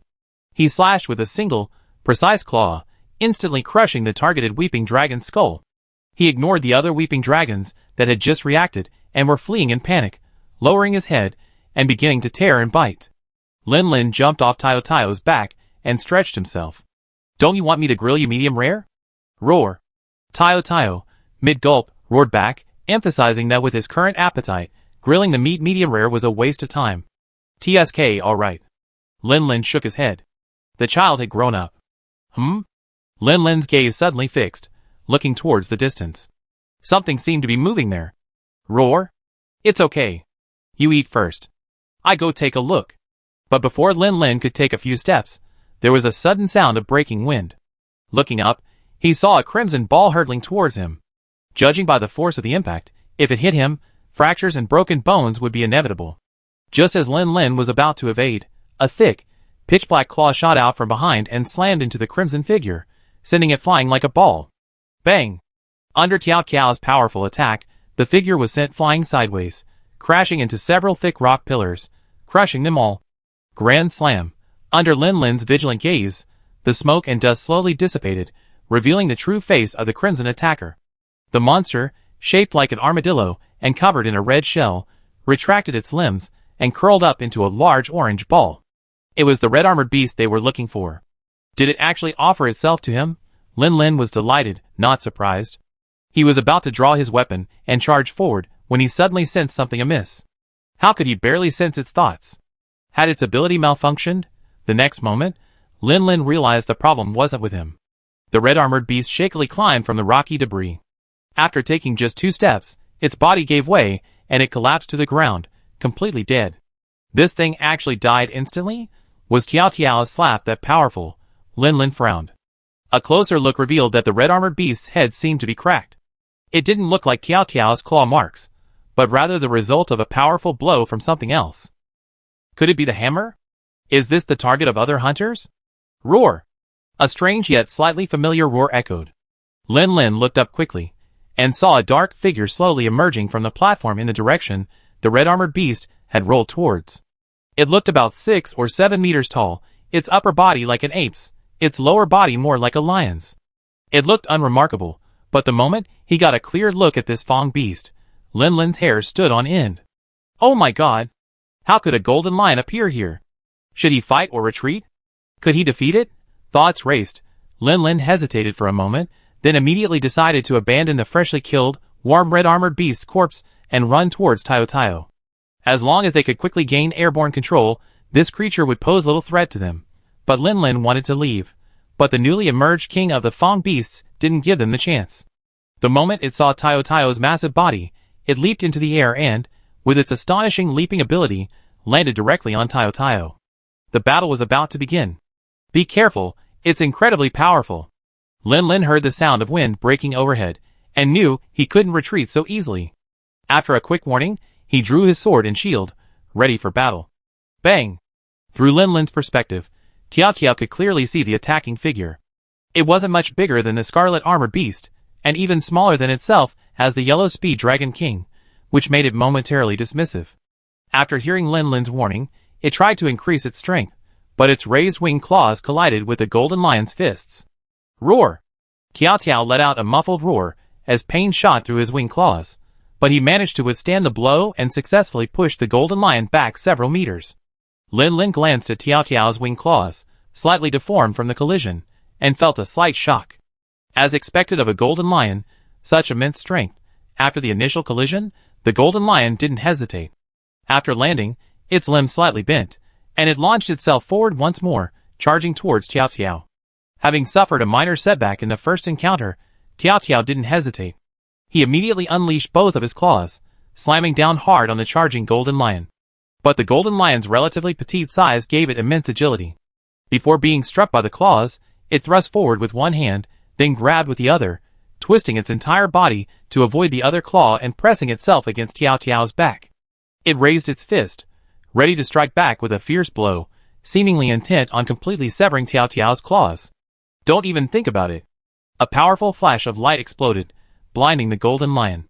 His hands, momentarily dizzy, relaxed their grip, allowing Tiao Tiao, unaffected by the flash, to swing his claws and slammed him into the ground. The powerful impact left a spiderweb-like crater. Lin Lin's face sank. The golden lion was too agile, and Tiao Tiao's size ignored him. Lin Lin, with his shield and axe, couldn't catch up for a moment, and was unable to offer any help. He could only throw flash grenades and use his props to support Tiao Tiao. Thankfully, the flash was effective. Having nearly suffered a serious blow from the golden lion, Tiao Tiao was determined not to give up.